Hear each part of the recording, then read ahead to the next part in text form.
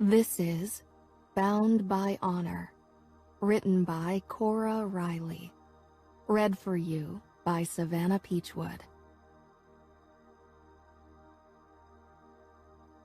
Prologue. My fingers shook like leaves in the breeze as I raised them, my heartbeat hummingbird quick. Luca's strong hand was firm and steady as he took mine and slipped the ring onto my finger. White gold with 20 small diamonds. What was meant as a sign of love and devotion for other couples was nothing but a testament of his ownership of me.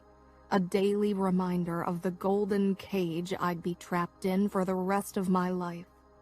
Until death do us part wasn't an empty promise, as with so many other couples that entered the holy bond of marriage.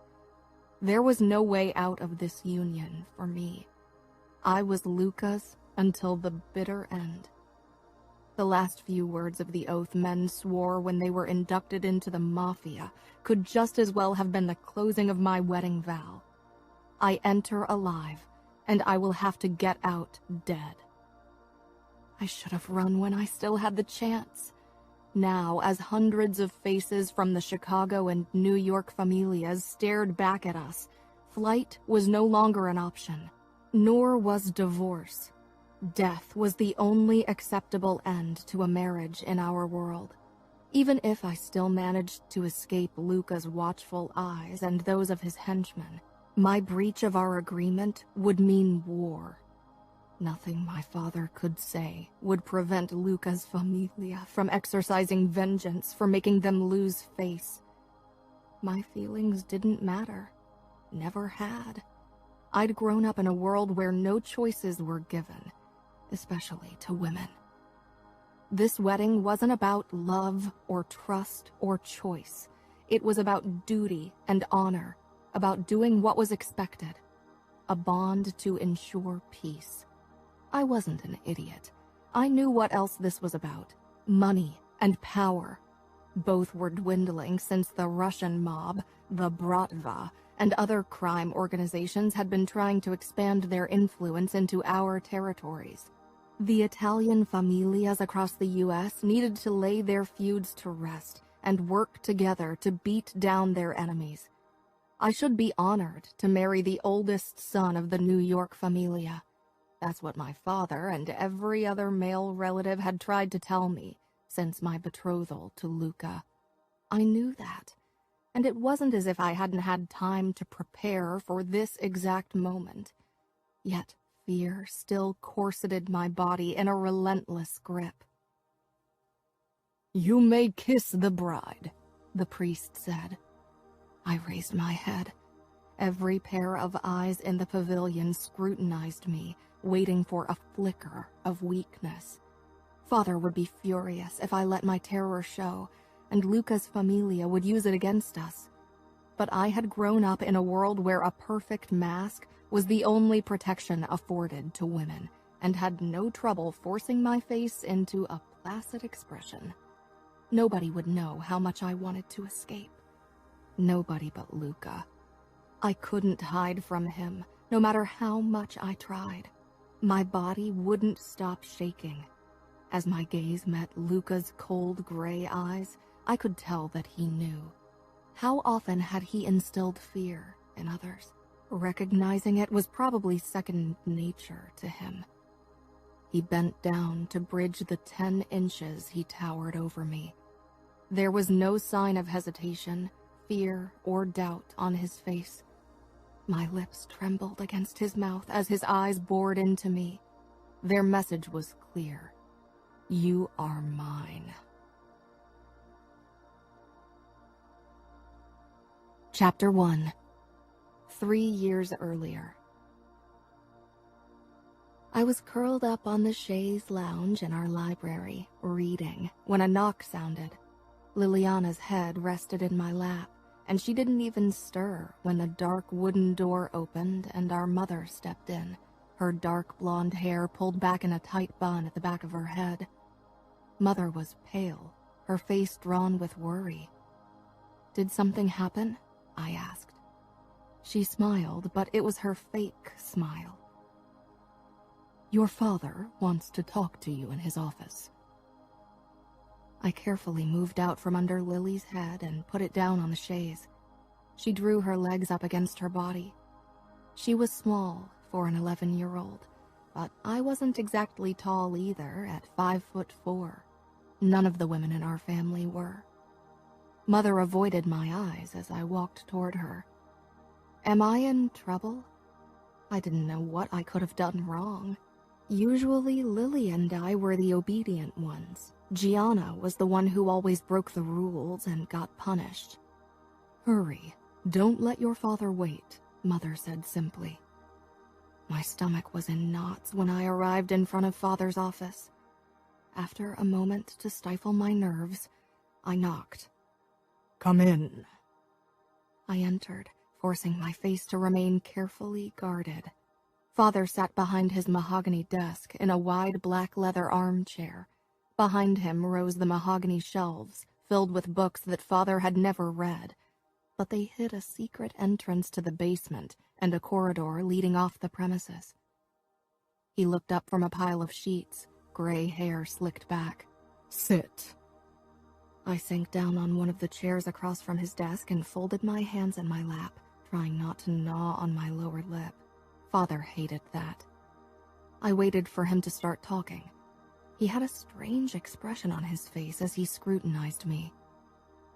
"The Bratva and the Triad are trying to claim our territories. They are getting bolder by the day. We're luckier than the Las Vegas Familia, who also has to deal with the Mexicans. But we can't ignore the threat the Russians and the Taiwanese pose any longer." Confusion filled me. Father never talked about practicalities to us. Girls didn't need to know about the finer details of the mob business. I knew better than to interrupt him. "We have to lay our feud with the New York Famiglia to rest and combine forces if we want to fight the Bratva." Peace with the Familia? Father and every other member of the Chicago outfit hated the Familia. They had been killing each other for decades, and only recently decided to ignore each other in favor of killing off members of other crime organizations, like the Bratva or the Triad. "There is no stronger bond than blood. At least the Familia got that right." I frowned. "Born in blood, sworn in blood. That's their motto." I nodded, but my confusion only grew. "I met with Salvatore Vitiello yesterday." Father met with the Capo dei Capi, the head of the New York mob? A meeting between New York and Chicago hadn't taken place in a decade, and the last time it hadn't ended well. It was still referred to as Bloody Thursday. And Father wasn't even the boss. He was only the consigliere, the advisor to Fiore Cavallero, who ruled over the outfit, and with it organized crime in the Midwest. "We agreed that for peace to be an option, we had to become family." Father's eyes bored into me, and suddenly I didn't want to hear what else he had to say. "Cavallero and I determined that you would marry his oldest son, Luca, the future Capo dei Capi of the Familia." I felt like I was falling. Why me? "Vitiello and Fiore have talked on the phone several times in the last few weeks, and Vitiello wanted the most beautiful girl for his son. Of course, we couldn't give him the daughter of one of our soldiers. Fiore doesn't have daughters, so he said you were the most beautiful girl available." Gianna was just as beautiful, but she was younger. That probably saved her. "There are so many beautiful girls," I choked out. I couldn't breathe. Father looked at me as if I were his most prized possession. "There aren't many Italian girls with hair like yours. Fiore described it as golden," Father guffawed. "You are our door into the New York Famiglia. But Father, I'm 15. I can't marry. Father made a dismissive gesture. If I were to agree, you could. What do we care for laws? I gripped the armrests so tightly my knuckles were turning white, but I didn't feel pain. Instead, numbness was working its way through my body. But I told Salvatore that the wedding would have to wait until you turn 18. Your mother was adamant you be of age and finish school. Fiore let her begging get to him. So the boss had told my father the wedding had to wait. My own father would have thrown me into the arms of my future husband at this very moment. My husband. A wave of sickness crashed over me. I knew only 2 things about Luca Vitiello. He would become the head of the New York mob once his father retired or died, and he got his nickname, the Vice, for crushing a man's throat with his bare hands. I didn't know how old he was. My cousin Bibiana had to marry a man 30 years her senior. Luca couldn't be that old if his father hadn't retired yet. At least, that's what I hoped. Was he cruel? He'd crushed a man's throat. He'll be the head of the New York mob. Father, I whispered, please don't force me to marry that man. Father's expression tightened. You will marry Luca Vitiello. I shook hands on it with his father, Salvatore. You will be a good wife to Luca, and when you meet him for the engagement celebrations, you'll act like an obedient lady. Engagement? I echoed. My voice sounded distant, as if a veil of fog covered my ears. Of course. It's a good way to establish bonds between our families, and it'll give Luca the chance to see what he's getting out of the deal. We don't want to disappoint him. When? I cleared my throat, but the lump remained. When is the engagement party? August. We haven't set a date yet. That was in 2 months. I nodded numbly. I loved reading romance novels, and whenever the couples in them married, I'd pictured how my wedding would be. I'd always imagined it would be filled with excitement and love. Empty dreams of a stupid girl. So I'm allowed to keep attending school? What did it even matter if I graduated? I would never go to college, never work. All I'd be allowed to do was to warm my husband's bed. My throat tightened further and tears prickled in my eyes, but I willed them not to fall. Father hated it when we lost control. Yes, I told Vitiello that you attended an all-girls Catholic school, which seemed to please him. Of course it did. Couldn't risk my getting anywhere near boys. Is that all? For now. I walked out of the office as if in a trance. I'd turned 15 4 months ago. My birthday had felt like a huge step toward my future, and I'd been excited. Silly me. My life was already over before it even began. Everything was decided for me. I couldn't stop crying. Gianna stroked my hair as my head lay in her lap. She was 13, only 18 months younger than me. But today, those 18 months meant the difference between freedom and a life in a loveless prison. I tried very hard not to resent her for it. It wasn't her fault. You could try to talk to Father again. Maybe he'll change his mind, Gianna said in a soft voice. He won't. Maybe Mama will be able to convince him. As if Father would ever let a woman make a decision for him. Nothing anyone could say or do will make a difference, I said miserably. I hadn't seen Mother since she'd sent me into Father's office. She probably couldn't face me, knowing what she'd condemned me to. But Aria... I lifted my head and wiped the tears from my face. Gianna stared at me with pitiful blue eyes, the same cloudless summer sky blue as my own.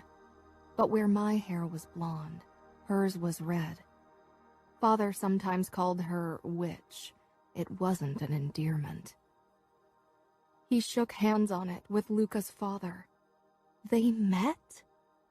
That's what I'd wondered as well. Why had he found time to meet with the head of the New York Famiglia, but not to tell me about his plans to sell me off like a high-class whore? I shook off the frustration and despair trying to claw their way out of my body. That's what Father told me. There has to be something we can do, Gianna said. There isn't. But you haven't even met the guy. You don't even know how he looks. He could be ugly, fat, and old. Ugly, fat, and old. I wished those were the only features of Luca I had to worry about. Let's Google him. There have to be photos of him on the internet.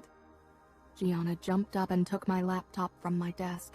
Then she sat down beside me, our sides pressed against each other. We found several photos and articles about Luca. He had the coldest gray eyes I'd ever seen.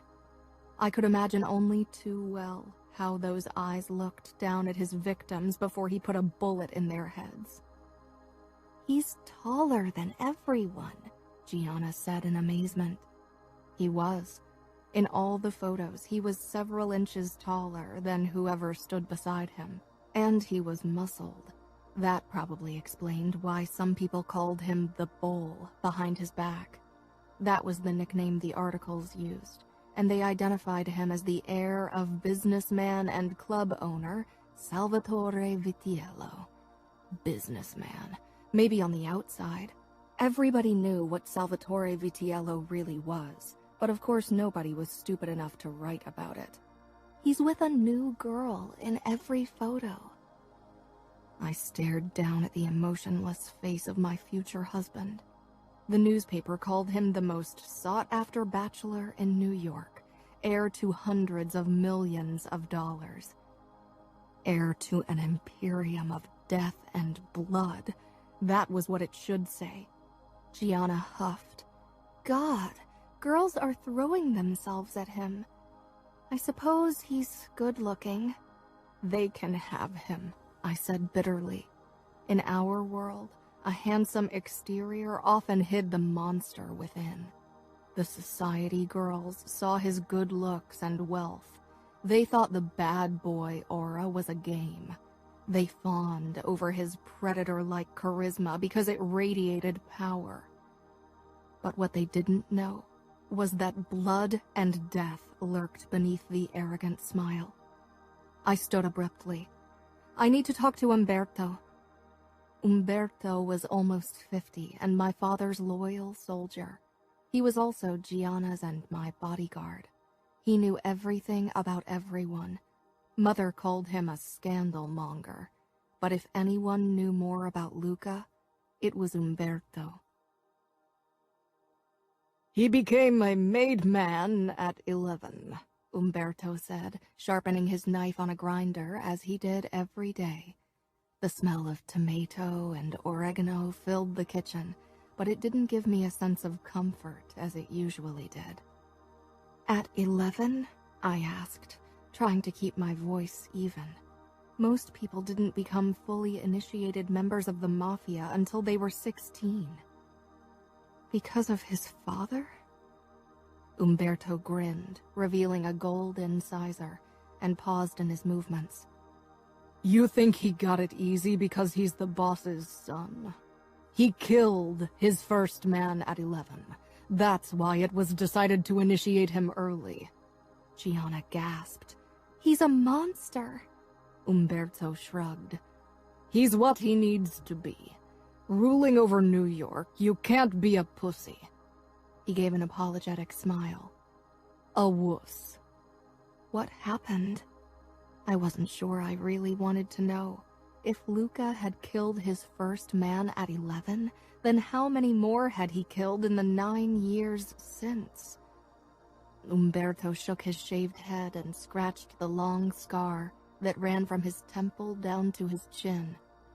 He was thin and didn't look like much, but Mother told me few were faster with a knife than him.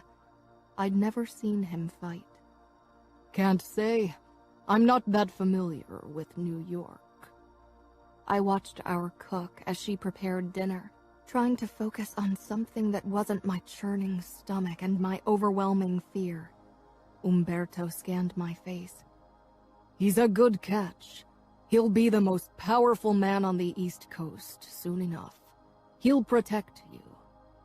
And who will protect me from him? I hissed. Umberto didn't say anything, because the answer was clear. Nobody could protect me from Luca after our wedding. Not Umberto, and not my father if he felt so inclined. Women in our world belonged to their husband. They were his property to deal with however he pleased. I glanced at the now gleaming blade in Umberto's hand and shivered. Chapter 2. The last couple of months had gone by too fast, no matter how much I wanted them to slow, to give me more time to prepare. Only 2 days until my engagement party. Mother was busy ordering the servants around, making sure the house was spotless and nothing went wrong. It wasn't even a big celebration. Only our family, Luca's family, and the families of the respective heads of New York and Chicago were invited. Umberto said it was for safety reasons. The truce was still too fresh to risk a gathering of hundreds of guests. I wished they'd cancel it altogether. For all I cared, I didn't have to meet Luca until the day of our wedding. Now, as I hid from the party preparations in my room, Fabiano jumped up and down on my bed, a pout on his face. He was only 5 and had entirely too much energy. I want to play. Mother doesn't want you to race through the house. Everything needs to be perfect for the guests. But they aren't even here. Thank God. Luca and the rest of the New York guests wouldn't arrive till tomorrow. Only one more night until I'd be meeting my future husband, a man who killed with his bare hands. I closed my eyes. Are you crying again? Fabiano hopped off the bed and walked up to me, slipping his hand into mine.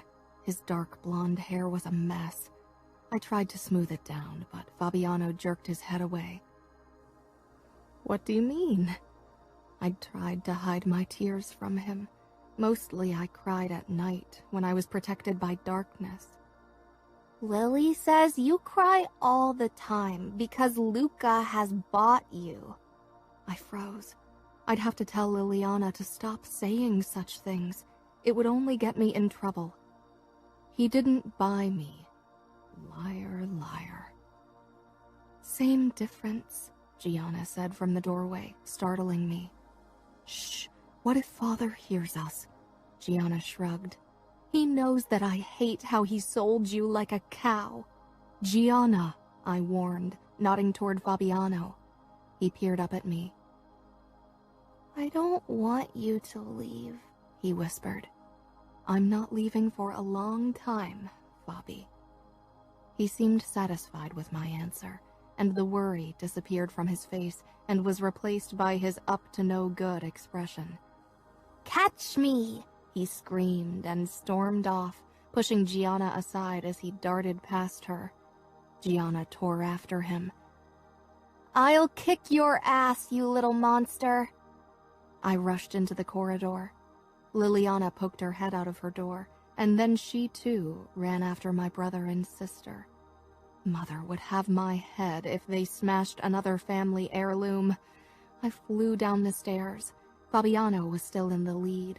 He was fast, but Liliana had almost caught him, while Gianna and I were too slow in the high heels my mother forced us to wear for practice. Fabiano dashed into the corridor leading into the west wing of the house, and the rest of us followed. I wanted to shout at him to stop. Father's office was in this part of the house. We'd be in so much trouble if he caught us playing around. Fabiano was supposed to act like a man. What 5-year-old acted like a man? We passed Father's door, and relief washed over me, but then 3 men rounded the corner at the end of the corridor. I parted my lips to shout a warning, but it was too late.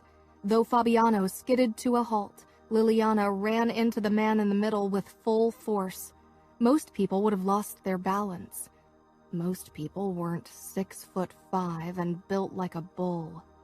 I jerked to a halt as time seemed to grind to a stop around me. Gianna gasped beside me, but my gaze was frozen on my future husband. He was looking down at the blonde head of my little sister, steadying her with his strong hands. Hands he'd used to crush a man's throat. "Liliana!" I said, my voice shrill with fear. I never called my sister by her full name unless she was in trouble or something was seriously wrong. I wished I was better at hiding my terror. Now everyone was staring at me, including Luca. His cold gray eyes scanned me from head to toe, lingering on my hair. God, he was tall. The men beside him were both over 6 feet, yet he dwarfed them. His hands were still on Lily's shoulders. "Liliana, come here," I said firmly, holding out a hand. I wanted her far away from Luca. She stumbled backward, then flew into my arms, burying her face against my shoulder. Luca raised one black eyebrow. "That's Luca Vitiello," Gianna said helpfully, not even bothering to hide her disgust. Fabiano made a sound like an enraged wildcat, stormed toward Luca, and started pummeling his legs and stomach with his small fists. "Leave Aria alone! You don't get her!" My heart stopped right then. The man to Luca's side took a step forward. The outline of a gun was visible under his vest. He had to be Luca's bodyguard, though I really couldn't see why he needed one. "No, Cesare," Luca said simply, and the man stilled. Luca caught my brother's hands in one of his, stopping the assault. I doubted he'd even felt the blows. I pushed Lily toward Gianna, who wrapped a protective arm around her. Then I approached Luca. I was scared out of my mind, but I needed to get Fabiano away from him. Maybe New York and Chicago were trying to lay their feud to rest, but alliances could break in a blink. It wouldn't be the first time. Luca and his men were still the enemy. "What a warm welcome we get. That's the infamous hospitality of the outfit," said the other man with Luca. He had the same black hair, but his eyes were darker. He was a couple of inches shorter than Luca and not as broad, but they were unmistakably brothers. "Matteo," Luca said in a low voice that made me shiver. Fabiano was still snarling and struggling like a wild animal, but Luca held him at arm's length. "Fabiano," I said firmly, gripping his upper arm. "It's enough. That's not how we treat guests." Fabiano froze, then gazed up at me over his shoulder. "He's not a guest. He wants to steal you away, Aria." Matteo chuckled. "This is too good. I'm glad Father convinced me to come." "Ordered you," Luca corrected, but he didn't take his eyes off of me. I couldn't return his gaze. My cheeks blazed with heat at his scrutiny. My father and his bodyguards made sure that Gianna, Lily, and I weren't around men very often, and the ones he let near us were either relatives or ancient. Luca was neither family nor old. He was only 5 years older than me, but he looked like a man and made me feel like a small girl in comparison. Luca let go of Fabiano and I pulled him toward me, his back against my legs. I folded my hands over his small, heaving chest. He didn't stop glaring at Luca. I wished I had his courage, but he was a boy, an heir to my father's title. He wouldn't be forced to obey anyone except for the boss. He could afford courage. "I'm sorry," I said, even if the words tasted foul. "My brother didn't mean to be disrespectful." "I did!" Fabiano shouted. I covered his mouth with my palm, and he squirmed in my hold, but I didn't let him go. "Don't apologize," Gianna said sharply, ignoring the warning look I shot her. "It's not our fault that he and his bodyguards take up so much room in the corridor. At least Fabiano speaks the truth. Everyone else thinks they need to blow sugar up his ass because he's going to be Capo." "Gianna!" My voice was like a whip. She snapped her lips shut, staring at me with wide eyes. "Take Lily and Fabiano to their rooms. Now!" "But..." She glanced behind me. I was glad I couldn't see Luca's expression. "Now!" She grabbed Fabiano's hand and dragged him and Lily away. I didn't think my first encounter with my future husband could possibly have gone any worse. Bracing myself, I faced him and his men. I expected to be greeted by fury, but I found a smirk on Luca's face instead. My cheeks were burning with embarrassment, and now that I was alone with the three men, nerves twisted my stomach. Mother would freak out if she found out I wasn't dressed up for my first meeting with Luca. I was wearing one of my favorite maxi dresses with sleeves that reached my elbows, and I was silently glad for the protection all the fabric offered me. I folded my arms in front of my body, unsure of what to do. "I apologize for my sister and brother. They are..." I struggled for a word other than rude. "Protective of you," Luca said simply. His voice was even, deep, emotionless. "This is my brother Matteo." Matteo's lips were pulled into a wide grin. I was glad he didn't try to take my hand. I didn't think I could have kept my composure if either of them had moved any closer. "And this is my right hand, Cesare." Cesare gave me the briefest nod before he returned to his task of scanning the corridor. What was he waiting for? We didn't have assassins stashed in secret trapdoors. I focused on Luca's chin and hoped it appeared as if I was actually looking at his eyes. I took a step back. I should go to my siblings. Luca had a knowing expression on his face, but I didn't care if he saw how uncomfortable, how scared he made me. Not waiting for him to excuse me, he wasn't my husband nor my fiancé yet. I turned and quickly walked off, proud that I hadn't given in to the urge to run. Mother tugged at the dress Father had chosen for the occasion. For the meat show, as Gianna called it. No matter how much Mother tugged, though, the dress didn't get any longer. I stared at myself in the mirror uncertainly. I'd never worn anything this revealing. The black dress clung to my butt and waist and ended at my upper thighs. The top was a glittery golden bustier with black tulle straps. "I can't wear this, Mother." Mother met my gaze in the mirror. Her blonde hair was pinned up. It was a few shades darker than mine. She was wearing a floor-length, elegant dress. I wished I was allowed something that modest. "You look like a woman," she whispered. I cringed. "I look like a hooker. Hookers can't afford a dress like that." Father's mistress had clothes that cost more than some people spent on a car. Mother put her hands on my waist. "You have a wasp waist, and the dress makes your legs look very long. I'm sure Luca will appreciate it." I stared down at my cleavage. I had small breasts. Even the push-up effect of the bustier couldn't change that. I was a 15-year-old dressed up to look like a woman. Here. Mother handed me 5-inch black heels. Maybe I'd reach Luca's chin when I wore them. I slipped into them. Mother forced her fake smile onto her face and smoothed down my long hair. Hold your head high. Fiore Cavallero called you the most beautiful woman of Chicago. Show Luca and his entourage that you are more beautiful than any women in New York, too. After all, Luca knows almost all of them. The way she said it, I was sure she'd read the articles about Luca's conquests as well. Or maybe Father had told her something.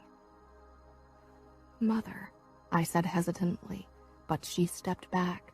Now go. I'll come after you, but this is your day. You should enter the room alone. The men will be waiting. Your father will present you to Luca, and then we'll all come together in the dining room for dinner.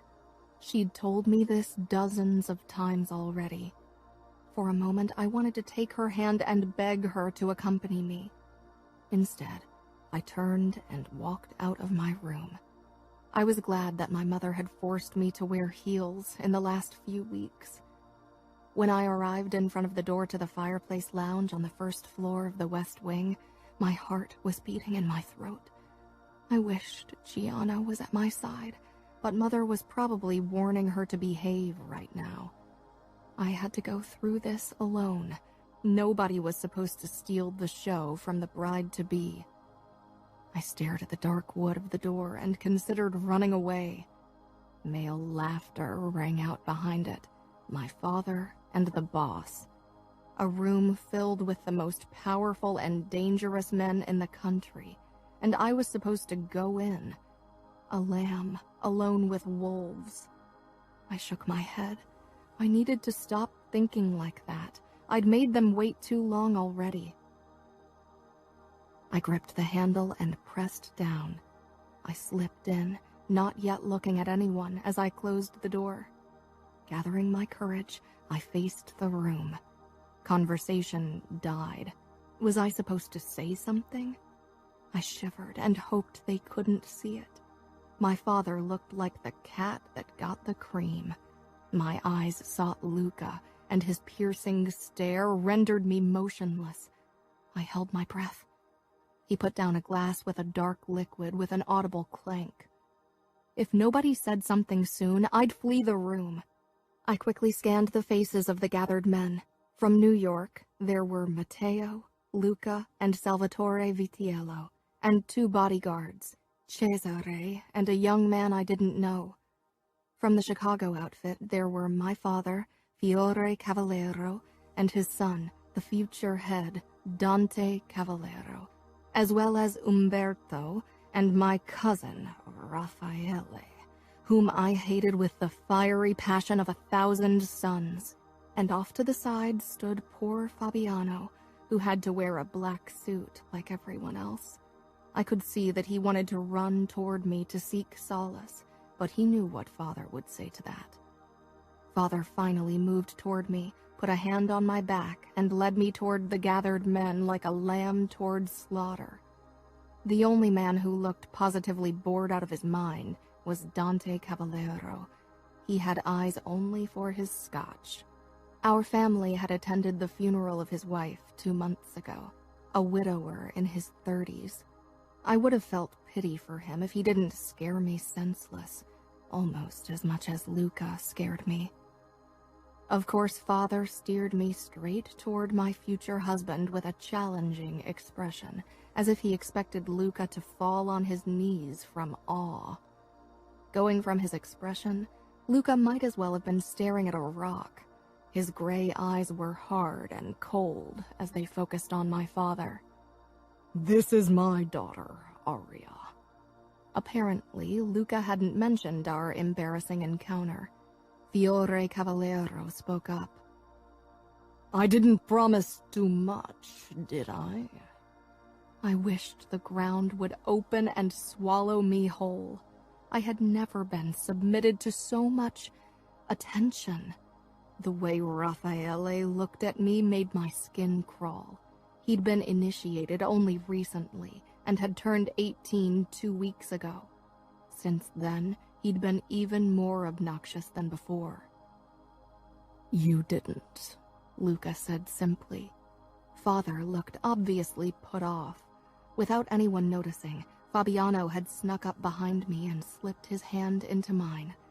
Well, Luca had noticed and was staring at my brother, which brought his gaze entirely too close to my naked thighs. I shifted nervously, and Luca looked away. Maybe the future bride and husband want to be alone for a few minutes, Salvatore Vitiello suggested. My eyes jerked in his direction, and I didn't manage to hide my shock fast enough.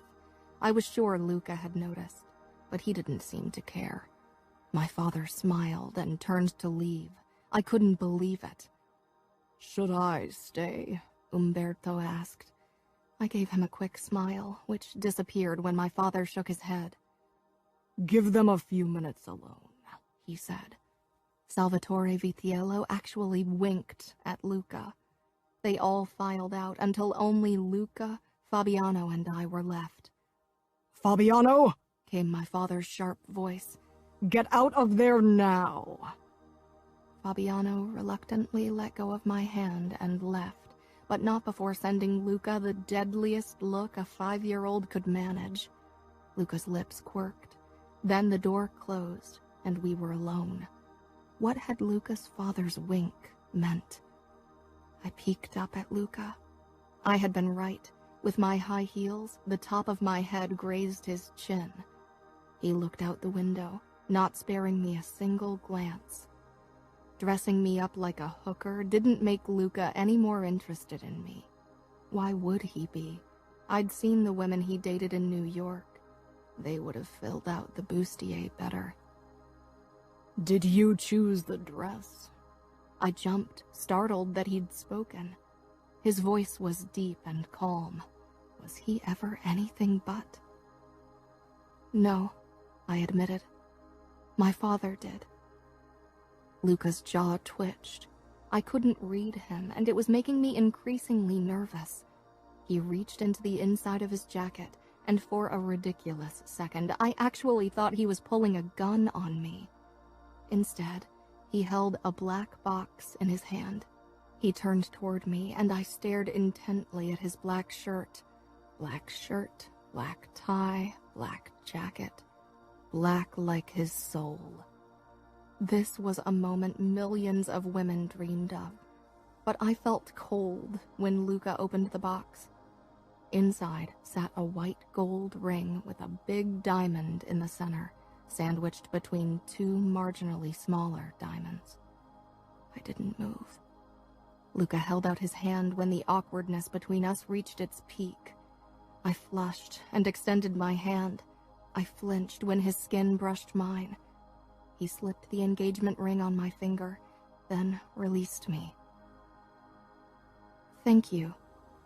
I felt obligated to say the words and even look up into his face, which was impassive, though the same couldn't be said for his eyes. They looked angry. Had I done something wrong? He held out his arm, and I linked mine through it, letting him lead me out of the lounge and toward the dining room. We didn't speak. Maybe Luca was disappointed enough with me that he'd cancel the arrangement, but he wouldn't have put the ring on my finger if that were the case. When we stepped into the dining room, the women of my family had joined the men. The Vitiellos hadn't brought female company. Maybe because they didn't trust my father and the Cavalleros enough to risk bringing women into our house. I couldn't blame them. I wouldn't trust my father or the boss either. Luca dropped his arm, and I quickly joined my mother and sisters, who pretended to admire my ring. Gianna gave me a look. What had our mother threatened her with to keep her silent? I could tell that Gianna had a scathing comment on the tip of her tongue. I shook my head at her, and she rolled her eyes. Dinner was a blur. The men discussed business, while we women remained quiet. My eyes kept drifting toward the ring on my finger.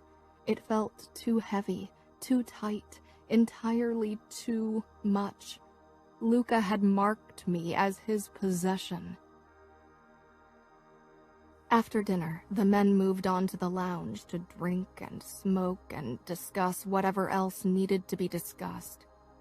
I returned to my room, but couldn't fall asleep. Eventually, I put a bathrobe over my pajamas, slipped out of my room, and crept downstairs. In a fit of craziness, I took the passage that led to the secret door behind the wall in the lounge.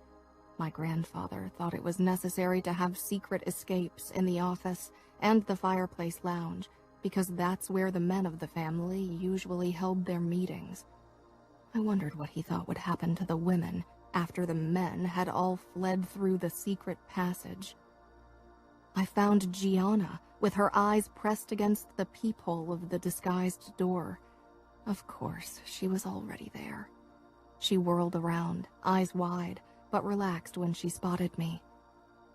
"What's going on in there?" I said in a bare whisper, worried the men in the lounge would overhear us. Gianna moved to the side so I could peer through the second peephole. "Almost everyone's already gone. Father and Cavallero have details to discuss with Salvatore Vitiello. It's only Luca and his entourage now." I squinted through the hole, which gave me a perfect view of the chairs crowded around the fireplace. Luca leaned against the marble ledge of the fireplace, legs casually crossed, a glass of scotch in his hand. His brother Matteo lounged in an armchair beside him, legs wide apart, and that wolfish grin on his face. Cesare and the second bodyguard they'd called Romero during dinner sat in the other armchairs. Romero looked to be the same age of Matteo, so around 18. Barely men by society's standard, but not in our world. "It could have been worse," Matteo said, grinning. He might not have looked quite as deadly as Luca, but something in his eyes told me he was only able to hide it better. "She could have been ugly, but holy fuck, your little fiancé is a vision. That dress, that body, that hair and face," Matteo whistled. It seemed as if he was provoking his brother on purpose. "She's a child," Luca said dismissively. Indignation rose in me, but I knew I should be glad that he didn't look at me like a man looked at a woman. "She didn't look like a child to me," Matteo said, then clucked his tongue. He nudged the older man, Cesare. "What do you say? Is Luca blind?" Cesare shrugged with a careful glance at Luca. "I didn't look at her closely." "What about you, Romero? You got functioning eyes in your head?" Romero glanced up, then quickly looked back down to his drink. Matteo threw his head back and laughed. "Fuck, Luca. Did you tell your men you'd cut their dicks off if they looked at that girl? You aren't even married to her." "She's mine," Luca said quietly, sending a chill down my back with his voice, not to mention his eyes. He looked at Matteo, who shook his head. "For the next 3 years, you'll be in New York and she will be here. You can't always keep an eye on her. Or do you intend to threaten every man in the outfit? You can't cut off all of their dicks. Maybe Scuderi knows of a few eunuchs who can keep watch over her." "I'll do what I have to," Luca said, swirling the drink in his glass. "Cesare, find the 2 idiots who are supposed to guard Aria." The way my name rolled off his tongue made me shiver. I didn't even know I had 2 guards now. Umberto had always protected me and my sisters. Cesare left immediately and returned 10 minutes later with Umberto and Raffaele, both looking butthurt that they'd been summoned like dogs by someone from New York. Father was a step behind them. "What's the meaning of this?" Father asked. "I want to have a word with the men you chose to protect what's mine." Gianna huffed beside me, but I pinched her. Nobody could know we were listening in on this conversation. Father would throw a fit if we revealed the position of his secret door. "They are good soldiers, both of them. Raffaele is Aria's cousin, and Umberto has worked for me for almost 2 decades. I'd like to decide for myself if I trust them, Luca said. I held my breath. That was as close to an insult as he could get without actually speaking against my father openly. Father's lips thinned, but he gave a curt nod. He remained in the room. Luca stepped up to Umberto. I hear you are good with the knife. The best, Father interjected. A muscle in Luca's jaw twitched. Not as good as your brother, as rumor has it, Umberto said with a nod toward Matteo, who flashed him a shark grin. But better than any other man in our territory, Umberto admitted eventually. Are you married? Umberto nodded. For 21 years. That's a long time, Matteo said. Aria must look awfully delicious in comparison to your old wife. I stifled a gasp. Umberto's hand twitched an inch toward the holster around his waist. Everyone saw it. Father watched like a hawk, but didn't interfere. Umberto cleared his throat. I've known Aria since her birth. She is a child. She won't be a child for much longer, Luca said. She will always be a child in my eyes, and I'm faithful to my wife. Umberto glared at Matteo. If you insult my wife again, I'll ask your father for permission to challenge you in a knife fight to defend her honor, and I'll kill you. This would end badly. Matteo inclined his head. You could try. He bared his white teeth. But you would not succeed. Luca crossed his arms, then gave a nod. I think you are a good choice, Umberto. Umberto stepped back, but kept his gaze fixed on Matteo, who ignored him. Luca's eyes settled on Raffaele, and he dropped whatever civility had cloaked the monster within until that point. He moved so close to Raffaele that my cousin had to tilt his head back to return the stare. Raffaele tried to keep his expression arrogant and self-confident, but he looked like a Chihuahua pup attempting to impress a Bengal tiger. He and Luca might as well have been two different species. He's family. Are you honestly going to accuse him of having an interest in my daughter?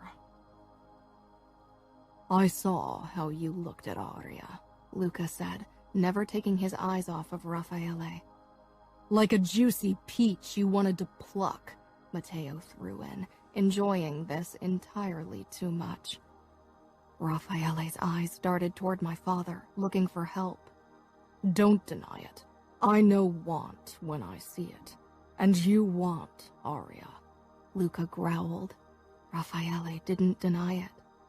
If I find out you are looking at her like that again, if I find out you are in a room alone with her, if I find out you touch as much as her hand, I will kill you. Raffaele flushed red. You aren't a member of the outfit. Nobody would tell you anything, even if I raped her. I could break her in for you. God, Raffaele, shut your mouth. Couldn't he see murder in Luca's eyes? Maybe I'll even film it for you. Before I could even blink, Luca had thrown Raffaele to the ground, dug a knee into his spine, and twisted one of my cousin's arms behind him. Raffaele struggled and cursed, but Luca held him fast. One of his hands gripped Raffaele's wrist, while he reached under his vest with the other, pulling out a knife. My legs turned weak. Leave, now, I told Gianna in a whisper. She didn't listen. Look away, Aria. But I couldn't. Father would surely stop Luca, but Father's expression was disgusted as he stared down at Raffaele. Luca's eyes sought Father's gaze. Raffaele wasn't his soldier. This wasn't even his territory. Honor demanded he got permission from the consigliere. And when my father gave a nod, Luca brought the knife down and cut Raffaele's pinky off. The screams rang in my ears as my vision turned black. I bit down on my fist to stifle a sound. Gianna didn't. She let out a screech that could have woken the dead before she threw up. At least she'd turned and aimed away from me. Her vomit spilled down the steps. Behind the doors, silence reigned. They had heard us. I gripped Gianna's upper arms when the secret door was ripped open, revealing Father's furious face. Behind him stood Cesare and Romero, both with their weapons drawn. When they saw Gianna and me, they returned them to the holsters under their jackets. Gianna didn't cry. She seldom did, but her face was pale, and she leaned heavily against me. If I didn't have to hold her up, my own legs would have crumpled, but I had to be strong for her. Of course, Father hissed, scowling at Gianna. I should have known it was you causing trouble again. He wrenched her away from me and into the lounge, raised his hand and slapped her hard across the face. I took a step in his direction to protect her, and Father lifted his arm again. I braced myself for the slap, but Luca caught my father's wrist with his left hand. His right hand was still grasping the knife he'd used to cut off Raffaele's finger. Both the knife and Luca's hand were coated with blood. My eyes widened. Father was the master of the house, the master over us. Luca's intervention was an insult against my father's honor. Umberto drew his knife, and Father had his hand on his gun. Matteo, Romero, and Cesare had drawn their own guns. Raffaele was huddled on the floor, bent over his hand, his whimpers the only sound in the room. Had there ever been a red engagement? I didn't mean disrespect, Luca said calmly, as if war between New York and Chicago wasn't on the verge of breaking out. But Aria is no longer your responsibility. You lost your right to punish her when you made her my fiancé. She's mine to deal with now. Father glanced down at the ring on my finger, then inclined his head. Luca let go of his wrist, and the other men in the room relaxed slightly, but didn't put their weapons back. That's true. He stepped back and gestured at me. Then would you like the honor of beating some sense into her? Luca's hard gaze settled on me, and I stopped breathing. She didn't disobey me. Father's lips thinned. You are right, but as I see it, Aria will be living under my roof until the wedding. And since honor forbids me to raise my hand against her, I'll have to find another way to make her obey me. He glowered at Gianna and hit her a second time. For every one of your wrongdoings, Aria, your sister will accept the punishment in your stead. I pressed my lips together, tears prickling in my eyes. I wouldn't look at either man again until I could find a way to hide my hatred from them. Umberto, take Gianna and Aria to their rooms, and make sure they stay there. Umberto sheathed his knife and gestured at us to follow him. I stepped past my father, dragging Gianna with me, her head bowed. She stiffened as we stepped over the blood on the hardwood floor and the cut-off finger lying abandoned in it. My eyes darted to Raffaele, who was clutching his wound to still the bleeding. His hands, shirt, and pants were covered with blood. Gianna retched as if she was going to throw up again. "No," I said firmly. "Look at me." She drew her eyes away from the blood and met my gaze. There were tears in her eyes, and a cut on her lower lip was dripping blood on her chin and her nightgown. My hand on hers tightened. "I'm here for you." Our locked eyes seemed her only anchor as Umberto led us out of the room. Women, my father said in a scoffing tone. They can't even bear the sight of a bit of blood. I could practically feel Luca's eyes boring into my back before the door closed. Gianna wiped her bleeding lip as we hurried after Umberto through the corridor and up the stairs. "I hate him," she muttered. "I hate them all." "Shh.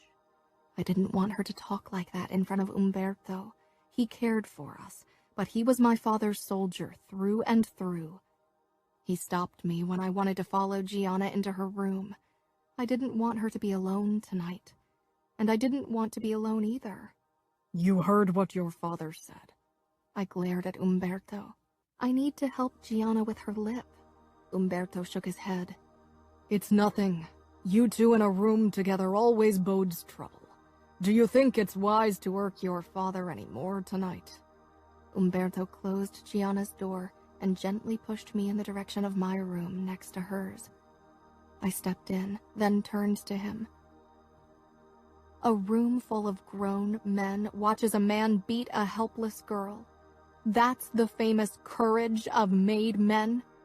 Your future husband stopped your father. From hitting me, not Gianna. Umberto smiled like I was a stupid child. Luca might rule over New York, but this is Chicago, and your father is consigliere. You admire Luca, I said incredulously. You watched him cut off Raffaele's finger, and you admire him. Your cousin is lucky the vice didn't cut off something else. Luca did what every man would have done. Maybe every man in our world. Umberto patted my head like I was an adorable kitten. Go to sleep. Will you be guarding my door all night to make sure I don't sneak out again? I challenged him. Better get used to it. Now that Luca's put a ring on your finger, he'll make sure you're always guarded. I slammed the door shut. Guarded. Even from afar, Luca would be controlling me.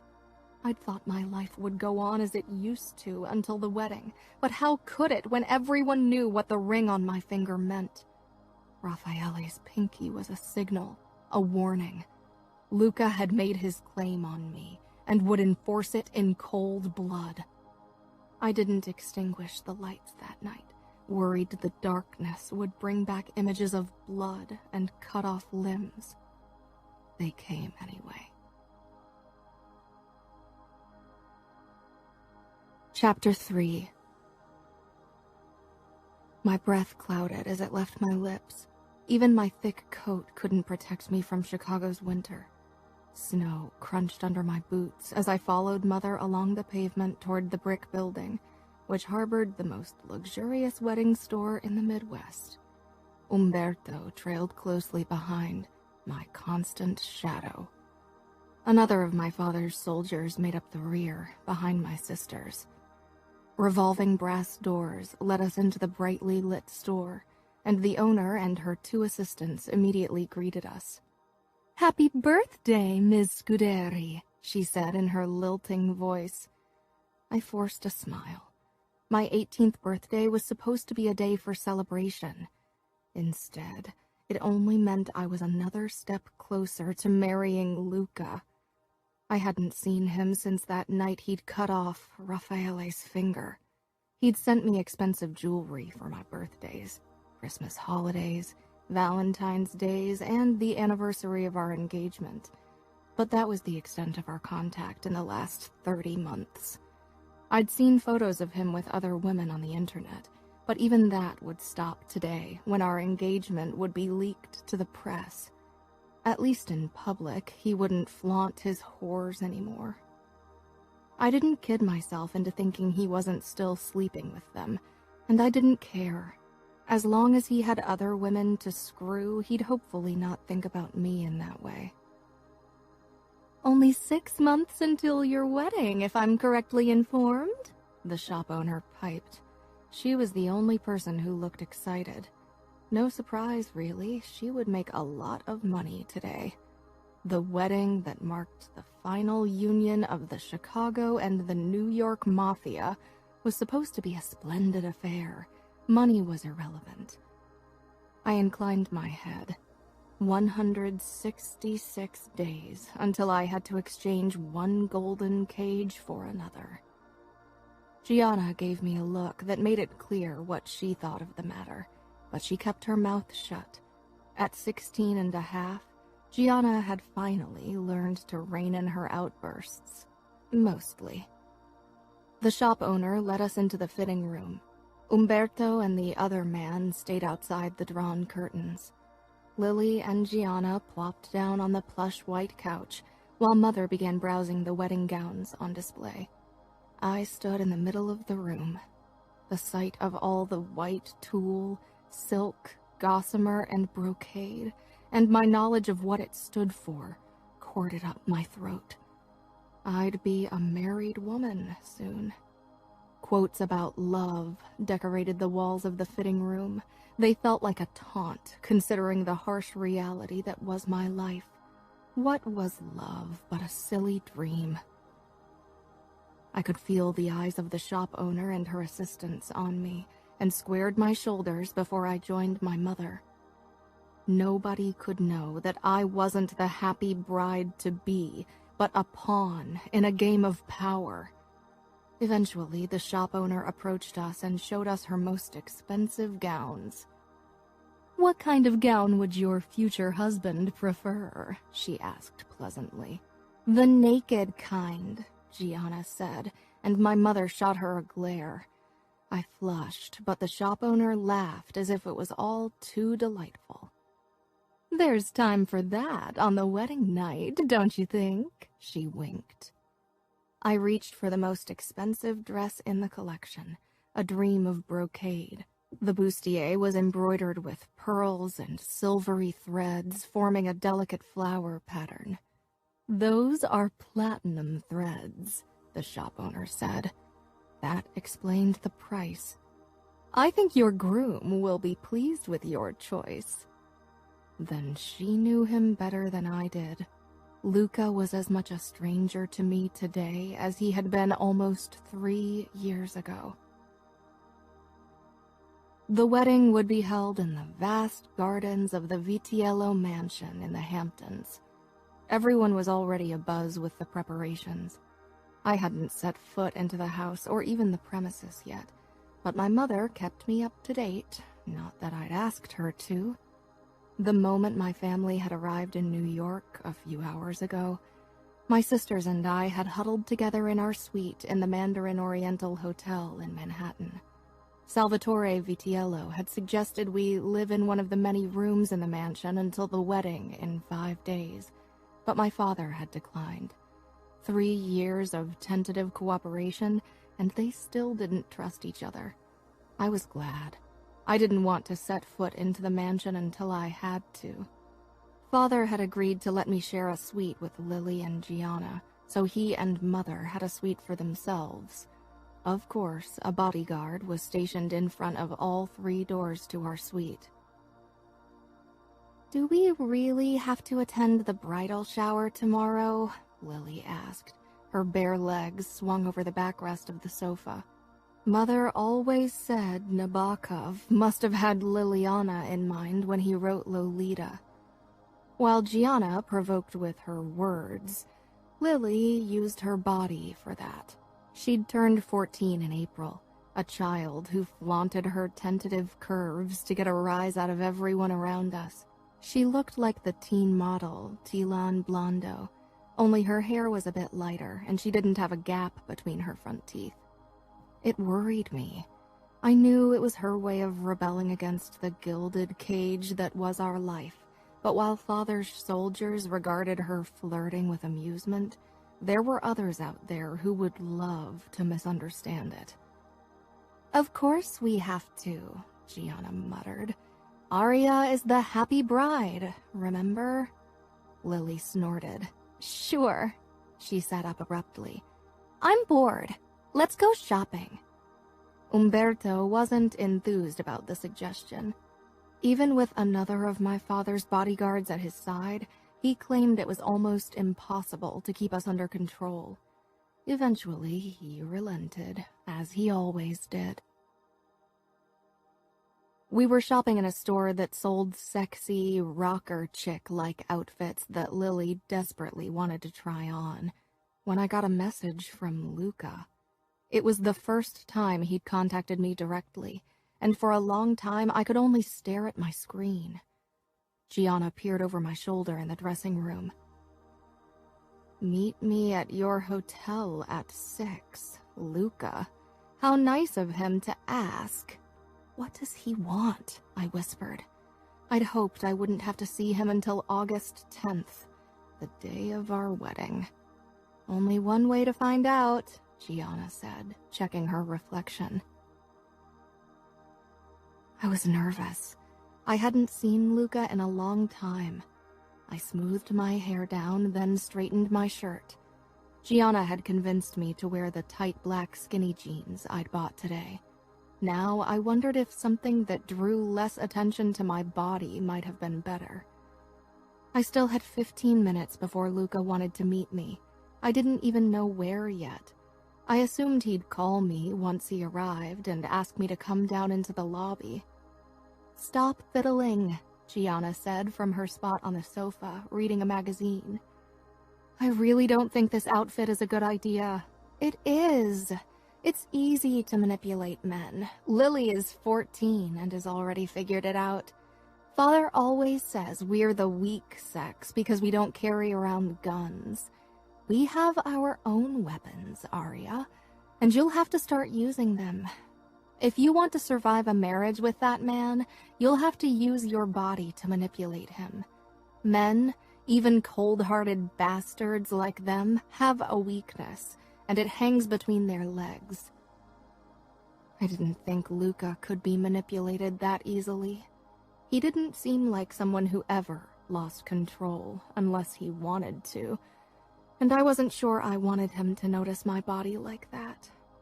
A knock made me jump, and my eyes flew to the clock. It was still too early for Luca, and he wouldn't really come up to our suite, would he?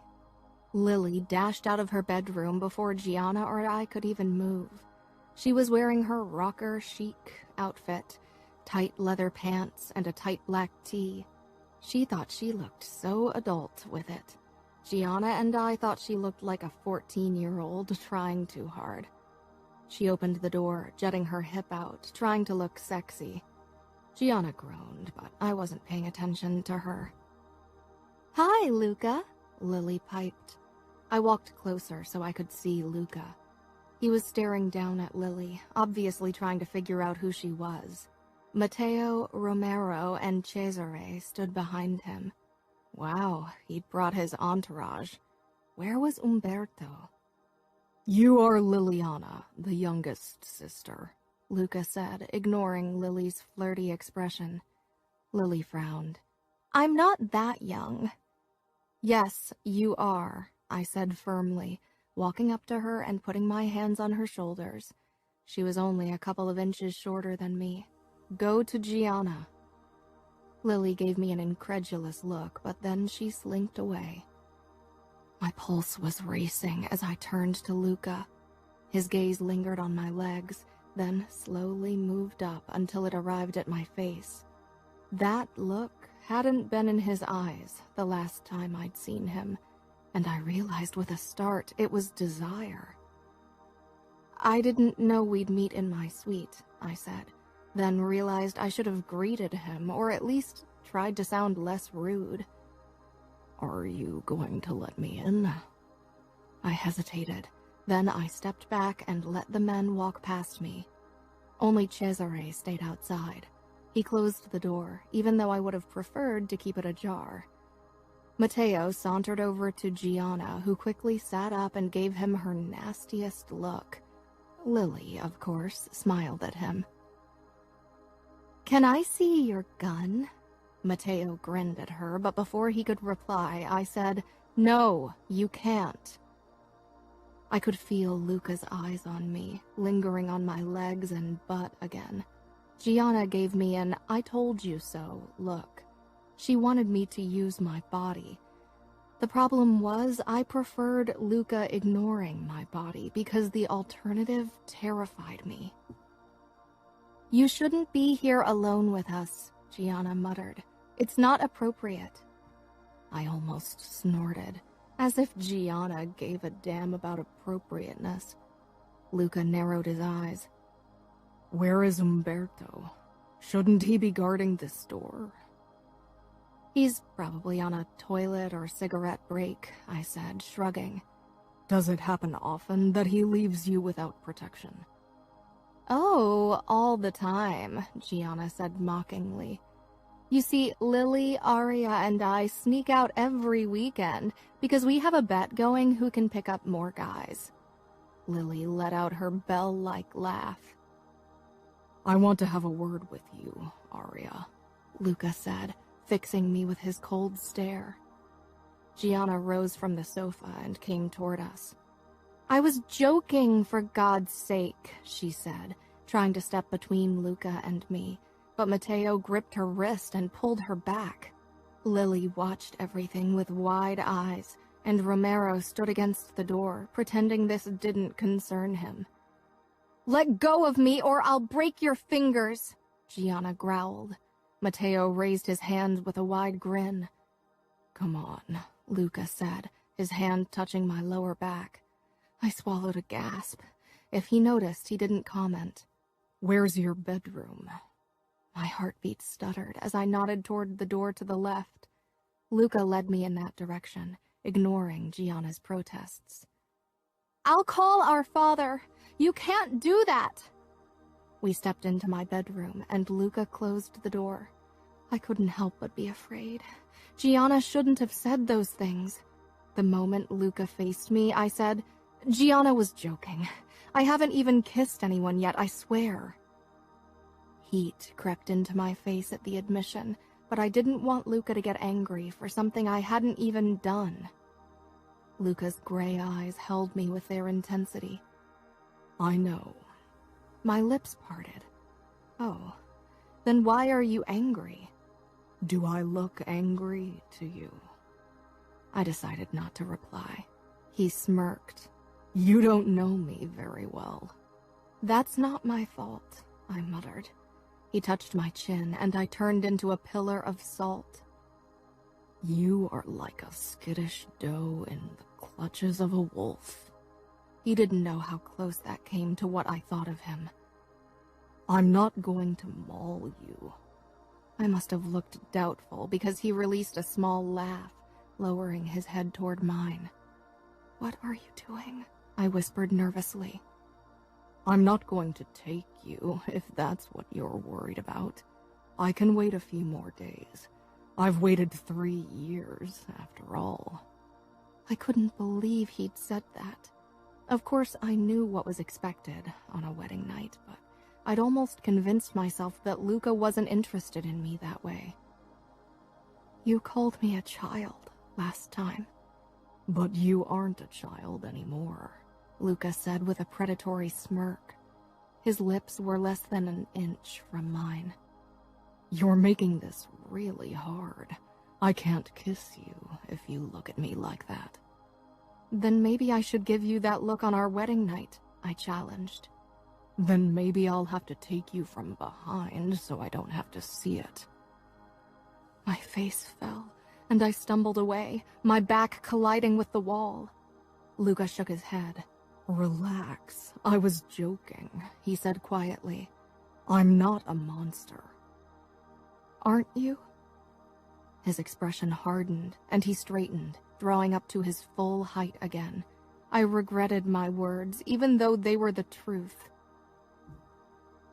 I wanted to discuss the matter of your protection with you, he said in an emotionless, formal voice.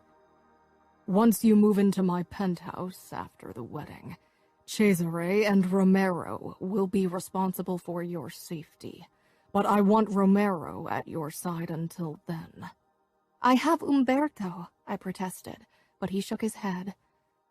Apparently, he's taking too many toilet breaks. Romero won't leave your side from now on. Will he watch me when I shower, too? If I want him to. I raised my chin, trying to quench my anger. You would let another man see me naked? You must really trust Romero not to take advantage of the situation. Luca's eyes blazed. Romero is loyal. He leaned close. Don't worry. I'll be the only man to ever see you naked. I can't wait. His eyes traveled over my body. I crossed my arms over my chest and averted my eyes. What about Lily? She and Gianna share this suite with me. You saw how Lily can be. She will flirt with Romero. She will do anything to get a rise out of him. She doesn't realize what she could get herself into. I need to know that she's safe. Romero won't touch your sister. Liliana is playing around. She's a little girl. Romero likes his women of age and willing. And you don't? I almost asked, but swallowed the words and nodded instead. My eyes darted toward my bed. This was a horrible reminder of what would happen soon. There's something else. Are you taking the pill? The blood drained from my face as I stared at him. Of course not. Luca scrutinized me with unsettling calm. Your mother could have made you start it in preparation for the wedding. I was pretty sure I was going to have a nervous breakdown any moment. My mother would never do that. She won't even talk to me about these things. Luca raised an eyebrow. But you do know what happens between a man and a woman on their wedding night.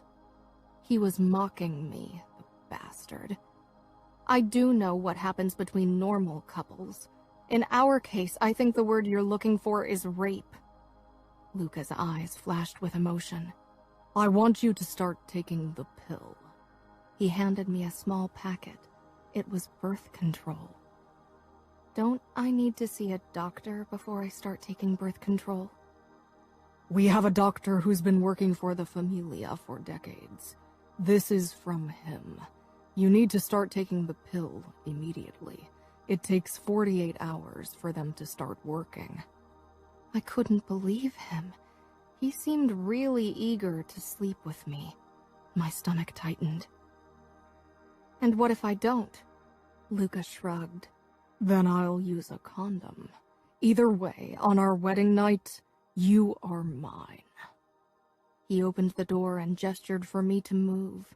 As if in a trance, I walked into the living area of the suite.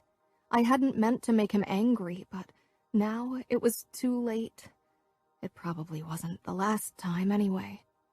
Umberto stood beside Gianna and Lily, looking annoyed. He frowned at Luca. What are you doing here? You should pay better attention in the future and keep your breaks to a minimum, Luca told him. I was gone for only a few minutes, and there were guards in front of the other doors. Gianna smirked. Matteo's eyes were locked on her. What are you looking at? She snapped. Matteo leaned forward. At your hot body. Then keep looking. She gave a one-shoulder shrug. Because that's all you'll ever get to do with my hot body. Stop it, Umberto warned. I wasn't looking at him, but at Matteo, who had a calculating expression on his face. Romero will take over the watch duty until the wedding, Luca said. Umberto opened his mouth, but Luca raised a hand. It's done. He turned to Romero, who straightened at once. They walked a few steps away from us. Gianna pressed up to me. What does he mean? Romero is my new bodyguard. He just wants to control you. Shh. I was watching Luca and Romero. After a moment, Romero glanced at Lily, then nodded and said something. They finally returned to us.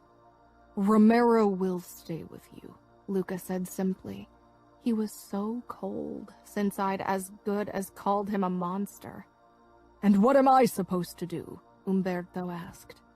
You can guard their door. Or you can join our stag party, Matteo suggested. I'm not interested, Umberto said. Luca shrugged. Suit yourself. Scuderi is coming with us. My father would go with them? I didn't even want to know what they were up to. Luca turned to me. Remember what I told you. I didn't say anything, only clutched the pill packet in my hand. Without another word, Luca and Matteo left. Romero held the door open. You can leave too, he told Umberto, who glared but walked out after a moment. Romero shut the door and locked it. Gianna gaped. You can't be serious. Romero leaned against the door, arms clasped in front of him. He didn't react. Come, Gianna. I pulled her with me toward the couch and plopped down. Lily was already kneeling on the armchair, watching Romero with rapt attention. Gianna's eyes flitted down to my hand. What's this? Birth control? Don't tell me that asshole gave it to you just now so he can screw you on your wedding night. I pressed my lips together. You aren't going to take them, right? I have to. It won't stop Luca if I don't. He'll only be angry. Gianna shook her head, but I gave her a pleading look. I don't want to argue with you. Let's watch a movie, okay? I really need the distraction. After a moment, Gianna nodded. We picked out a random movie, but it was difficult to focus with Romero guarding us. Are you going to stand there all night? I asked eventually. You're making me nervous. Can't you sit down at least?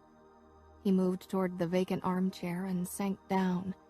He shrugged off his jacket, revealing a white shirt and a holster holding 2 guns and a long knife. Wow, Lily breathed. She stood and walked over to him. He kept his attention on the door. She stepped in his way, and he had no choice but to look up at her. She smiled, then quickly slipped into his lap, and he tensed. I leaped off the sofa and wrenched her off him. Lily, what's the matter with you? You can't act like that.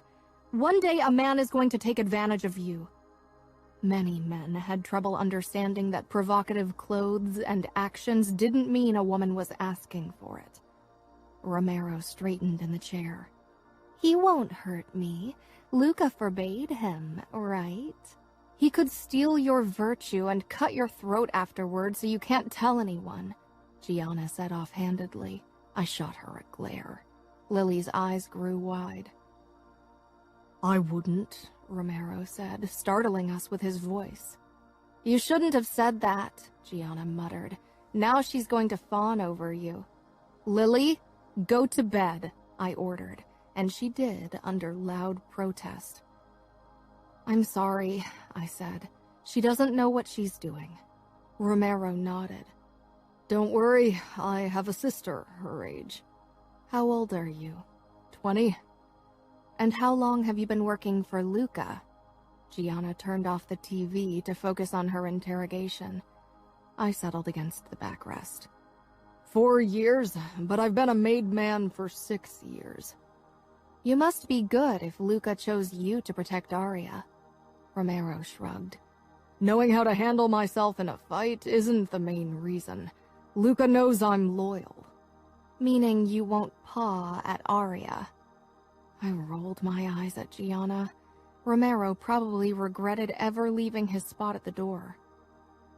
Luca knows he can trust me with what's his. Gianna's lips thinned. Wrong thing to say.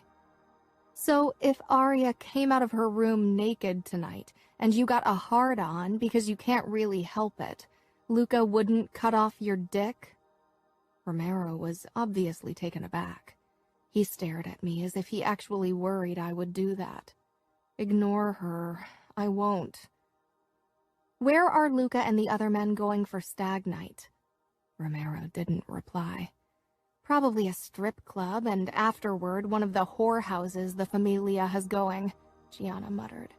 Why is it that men can whore around while we have to save our virginity for the wedding night? And why can Luca fuck whoever he wants while Aria can't even kiss a guy? I didn't make the rules, Romero said simply.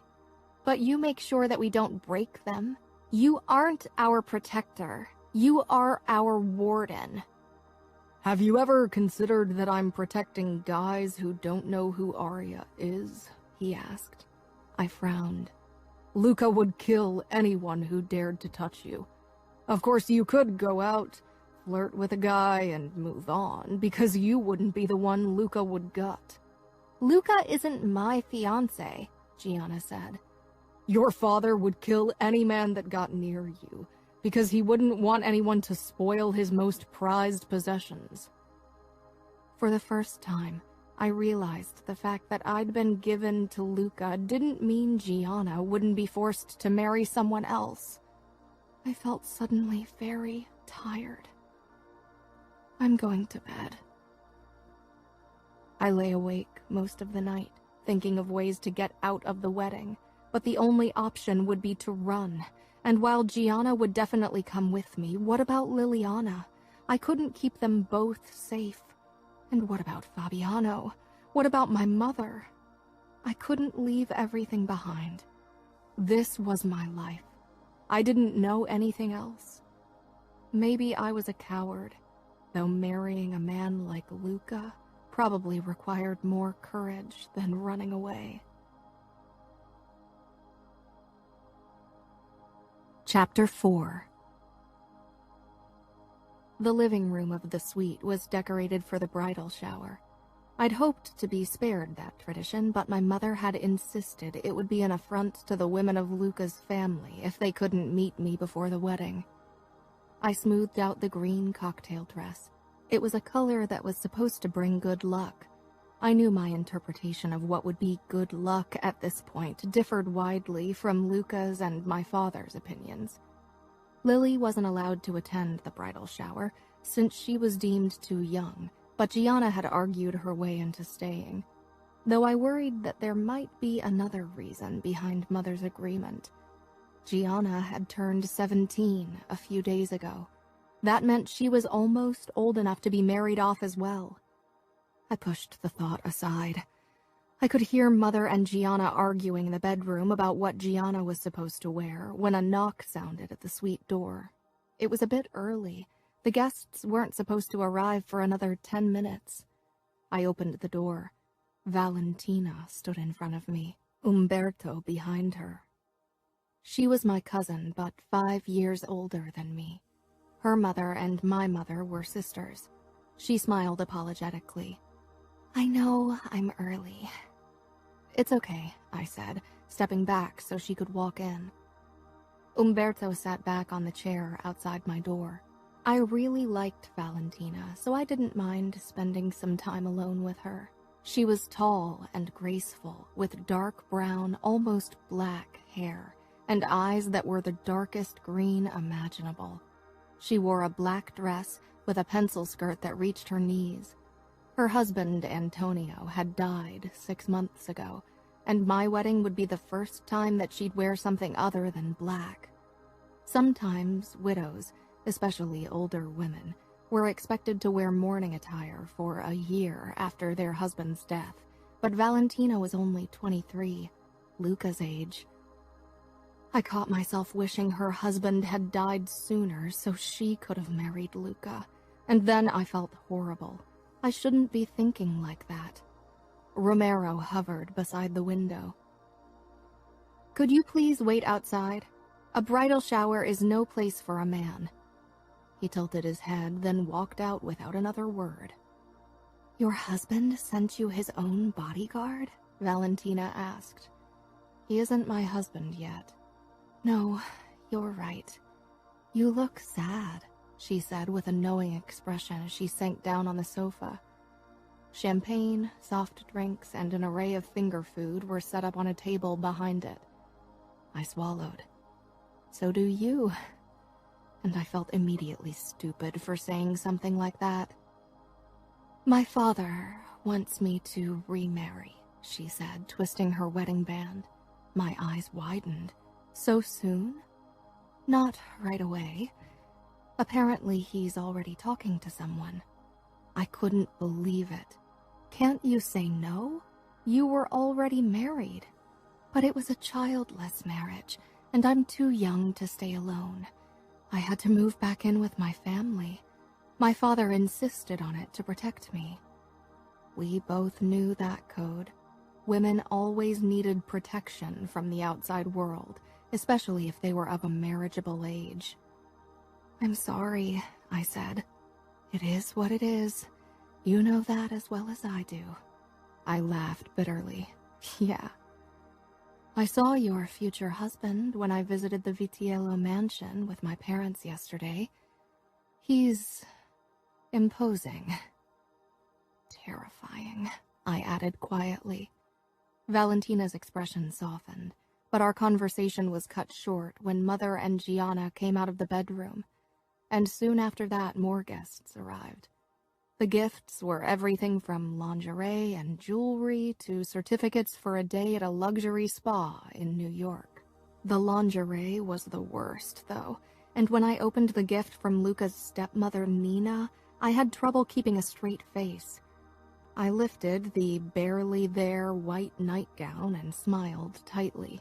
The entire middle was see-through, and it was so short it wouldn't even cover much of my legs. Beneath it, in the gift box, was an even smaller piece of clothing, white lace panties that would reveal most of my butt and were held together by a bow in the back. A chorus of appreciative murmurs came from the women around me. I gaped at the lingerie.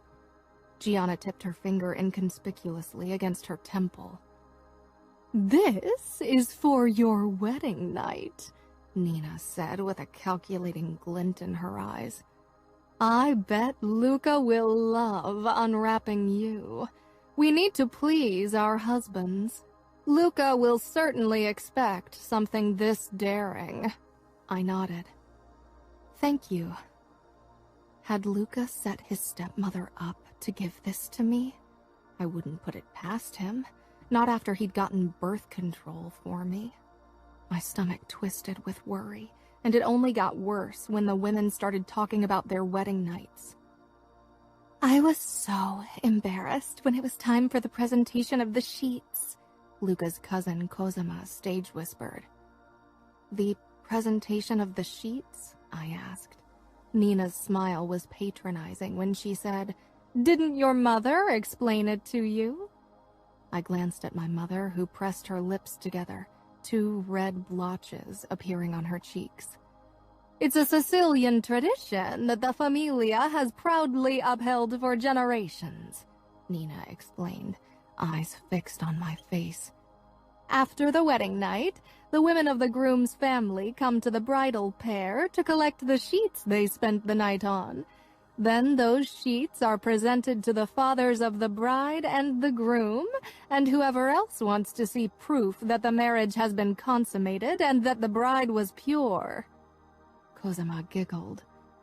"It's also called the tradition of the bloody sheets for that reason." My face was frozen. "That's a barbaric tradition," Gianna hissed. "Mother, you can't allow it." "It's not up to me," Mother said. "That's right. We won't abandon our traditions." Nina turned to me. "And from what I know, you've been well protected from male attention, so there's nothing for you to fear. The sheets will prove your honor." Gianna's lips curled, but all I could think about was that this tradition meant I definitely had to sleep with Luca.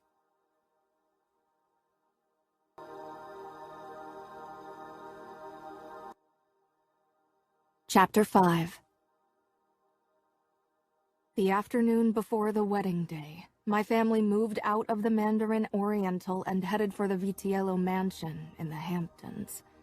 It was a huge building inspired by Italian palazzos, surrounded by almost 3 acres of park-like grounds.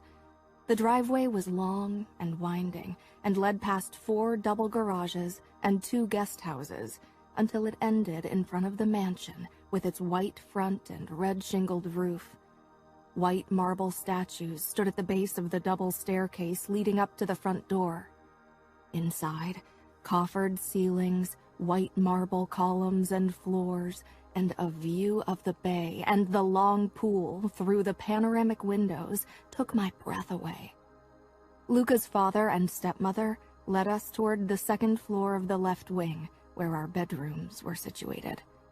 Gianna and I insisted on sharing a room.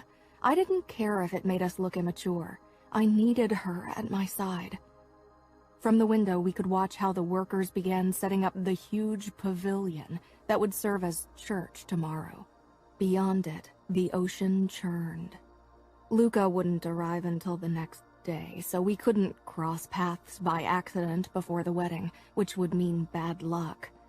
I honestly didn't know how I could experience any more bad luck than I already had. "Today's the day," Mother said with fake cheer. I dragged myself out of bed. Gianna pulled the blankets over her head, grumbling something about it being too early. Mother sighed. "I can't believe you shared a room like 5-year-olds. Someone had to make sure Luca didn't sneak in, Gianna said from beneath the blanket.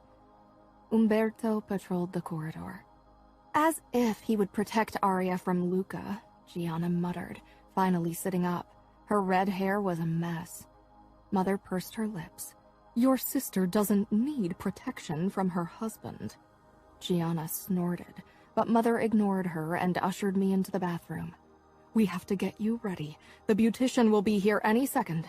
Grab a quick shower." As the hot water poured down on me, realization set in.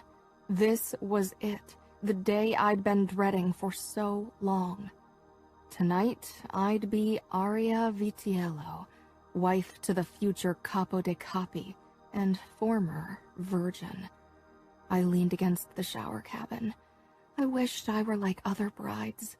I wished I could enjoy this day. I wished I didn't have to dread my wedding night, but I'd learned a long time ago that wishing didn't change a thing. When I stepped out of the shower, I felt cold. Even my fluffy bathrobe couldn't stop my shivering. Someone knocked, and Gianna entered with a cup and a bowl in her hand. Coffee and fruit salad. Apparently, you aren't allowed to have pancakes because it could cause bloating. What bullshit. I took the coffee but shook my head at the food. I'm not hungry. You can't go all day without eating or you'll faint when you walk down the aisle. She paused. Though on second thought, I'd love to see Luca's face when you do. I sipped the coffee, then took the bowl from Gianna and ate a few pieces of banana. I really didn't want to faint. Father would be furious, and Luca probably wouldn't be too happy about it either. The beautician has arrived with her entourage. You would think they need to prettify an army of fishwives, Gianna muttered. I smiled weakly. Let's not make them wait. Gianna's worried gaze followed me as I walked into the bedroom, where Lily and my mother were already waiting with the 3 beauticians. They began their work at once, waxing our legs and armpits. When I thought the torture was over, the beautician asked, "Bikini zone? Do you know what your husband prefers?" My cheeks exploded with heat. Mother actually looked at me for an answer, as if I knew the first thing about Luca and his preferences, especially concerning body hair. Maybe we could call one of his whores, Gianna suggested. Mother gasped. "Gianna!" Lily looked clueless about the whole situation. She might have been the queen of flirting, but that was all. "I'll remove everything except for a small triangle, okay?" the beautician said in a gentle voice, and I nodded, giving her a grateful smile. It took hours to get us ready. When our makeup was in place and my hair was pinned up in an elaborate updo that would later hold the veil and diamond headpiece, my aunts, Livia and Ornatella, came in, carrying my wedding dress as well as the bridesmaid dresses for Lily and Gianna. There was only 1 hour left until the wedding ceremony. I stared at my reflection. The dress was gorgeous. The chapel train fanned out behind me, the platinum embroidery glittering whenever the sunlight hit it, and the empire waist was accentuated by a white satin ribbon. "I love the sweetheart neckline. It gives you breathtaking cleavage," Aunt Livia gushed. She was Valentina's mother. "Luca will surely appreciate it," Aunt Ornatella said. Something on my face must have made my mother realize I was close to having a nervous breakdown, so she ushered my aunts out. "Let the 3 girls have a moment." Gianna stepped into view beside me. Her red hair contrasted beautifully with the mint dress. She opened the box with the necklace. diamonds and pearls surrounded by intricate white gold threads. Luca doesn't spare any costs, does he? That necklace and your headpiece probably cost more than most people pay for their house. The conversation and laughter of the gathered guests carried up from the gardens through the open window into the room. Every now and then a clunk could be heard. "What's that noise?" I asked, trying to distract myself. Gianna walked over to the window and peered out. "The men are taking off their guns and putting them into plastic boxes." "How many?" Gianna cocked an eyebrow. "How many guns does each man put away?" "One," she frowned. Then it dawned on her, and I nodded grimly. Only a fool would leave the house with less than 2 guns. "Then why the show?" "It's symbolic," I said. "Like this horrid wedding." "But if they all want peace, why not attend unarmed? It's a wedding, after all." "There have been red weddings before. I saw pictures from a wedding where you couldn't tell the color of the bride's dress anymore. It was soaked in blood." Lily shuddered. "That won't happen today, right?" Anything was possible. "No. Chicago and New York need each other too much. They can't risk spilling blood among each other as long as the Bratva and the Taiwanese pose a threat." Gianna snorted. "Oh, great. That's comforting." "It is," I said firmly. "At least we know nobody will come to harm today." My stomach twisted into a knot. Except for me, maybe. Probably. Gianna wrapped her arms around me from behind and rested her chin on my bare shoulder. "We could still run. We could get you out of your dress and sneak out. They're all busy. Nobody would notice." Lily nodded her head vigorously and got up from where she'd perched on the bed. Luca would notice. I forced a brave smile. "No, it's too late." "It's not," Gianna hissed. "Don't give up." There would be blood on my hands if I broke the agreement. They would kill each other in retribution. "They all have blood on their hands. Every single fucking person in the garden." "Don't curse." "Really? A lady doesn't curse."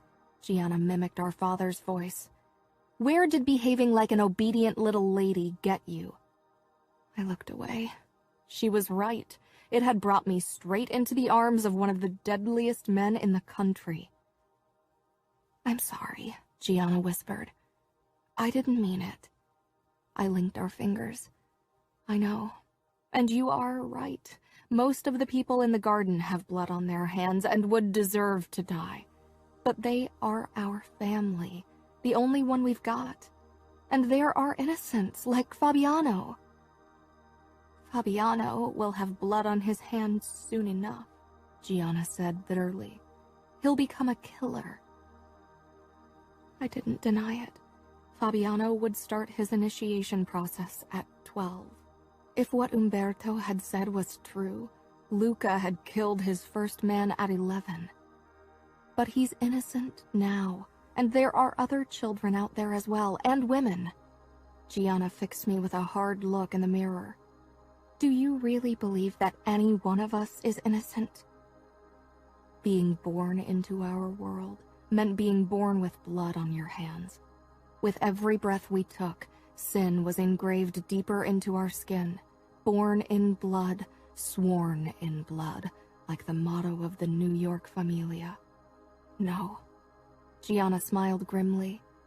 Lily walked over to the bed and picked up my veil attached to the headpiece.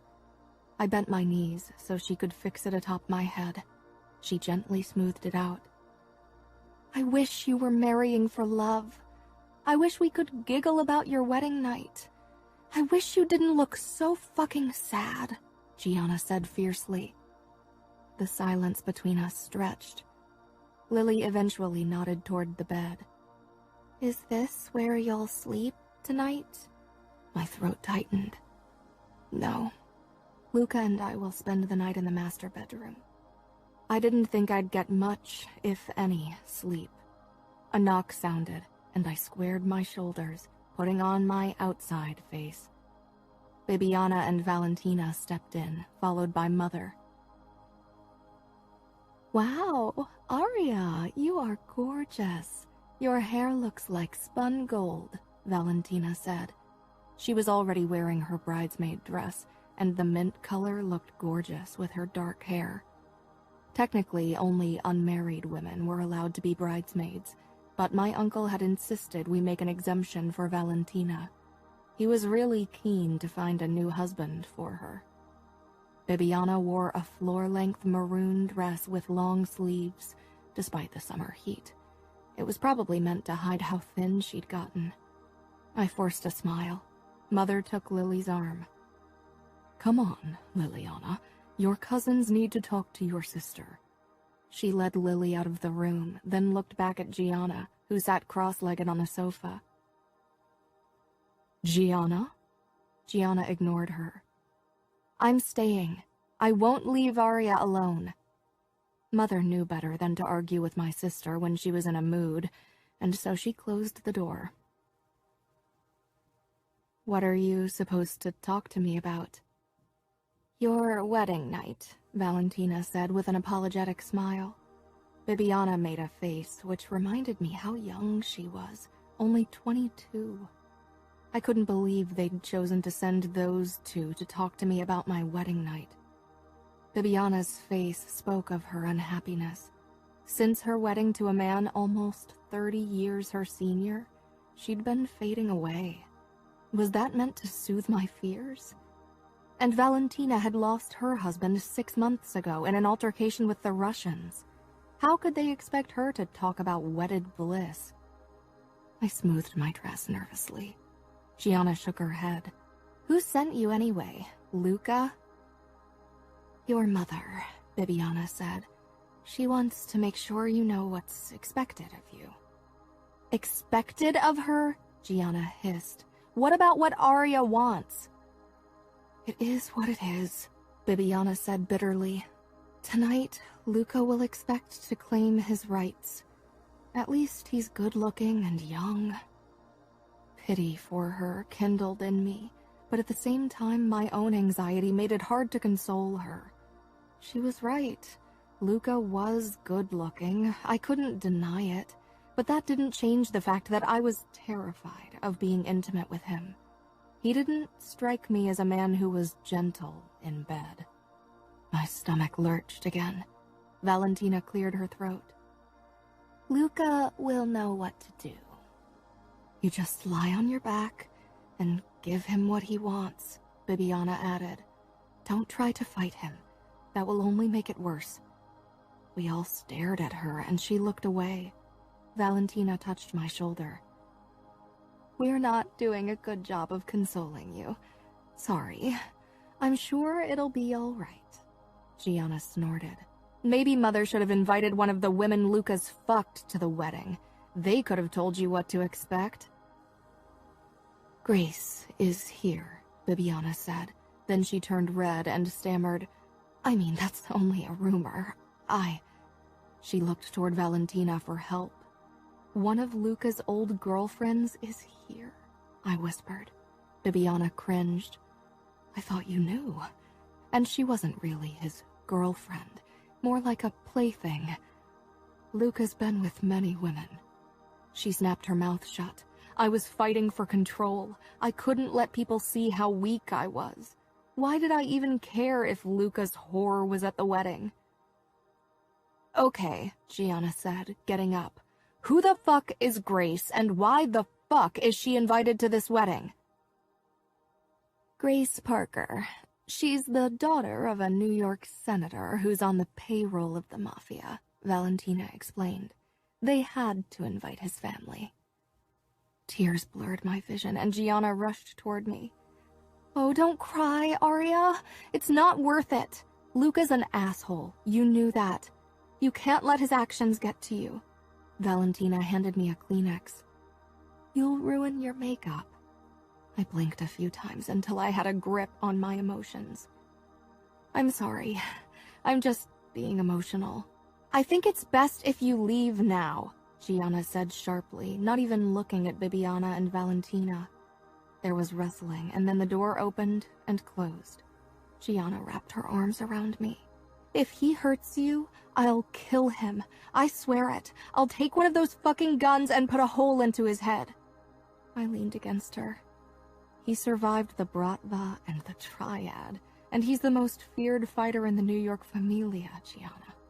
He'd kill you first. Gianna shrugged. I'd do it for you. I pulled back. You're still my little sister. I should protect you. We will protect each other, she whispered. Our bond is stronger than their stupid oaths and the omerta and their blood vows. I don't want to leave you. I hate that I have to move to New York. Gianna swallowed. I'll visit often. Father will be glad to be rid of me. There was a knock, and Mother walked in. It's time. She scanned our faces, but didn't comment. Gianna took a step back, eyes burning into me. Then she turned and walked out. Mother's eyes zoomed in on the white lace garter on my vanity. Do you need help putting it on? I shook my head and slid it up until it came to rest on my upper thigh. Later tonight, Luca would remove it with his mouth and throw it into the group of gathered bachelors. I smoothed down my wedding dress. Come, Mother said. Everyone's waiting. She handed me my bouquet, a beautiful arrangement of white roses, mother-of-pearl roses, and pink ranunculus. We walked in silence through the empty house, my heels clacking on the marble floors. My heart pounded in my chest as we stepped through the glass sliding door onto the veranda overlooking the backyard and the beach. The front of the garden was occupied by the huge white pavilion where the wedding ceremony would be held, but behind the pavilion, dozens of tables had been set up for the following feast. Voices carried over to me from inside the pavilion where the guests were waiting for my arrival. A path of red rose petals led from the veranda toward the entrance. I followed Mother into the small room between the outside and the main part of the pavilion. Father was waiting and straightened when we entered. Mother gave him the briefest nod before slipping into the makeshift chapel. His smile was earnest when he offered me his arm. You look beautiful, he said quietly. Luca won't know what hit him. I ducked my head. Thanks, Father. Be a good wife, Aria. Luca is powerful, and once he takes his father's place, his word will be law. Make me proud. Make the outfit proud. I nodded, my throat too tight for words. The music started to play, a string quartet and a piano. Father lowered my veil. I was glad for the extra layer of protection, no matter how thin. Maybe it would hide my expression from afar. Father led me toward the entrance and gave a low command. The fabric was pulled apart, revealing the long aisle and the many hundred guests to either side of it. My eyes were drawn to the end of the aisle where Luca stood, tall and imposing in his charcoal suit and vest with the silver tie and the white shirt. His groomsmen were dressed in vests and dress pants of a lighter gray and wore no jackets and bow ties instead of ties. Fabiano was one of them, only 8 and much shorter than the men. My father tugged me along, and my legs seemed to carry me of their own accord as my body shook with nerves. I tried not to look at Luca, and instead watched Gianna and Liliana from the corner of my eye. They were the first 2 bridesmaids, and seeing them gave me the strength to hold my head high and not bolt outside.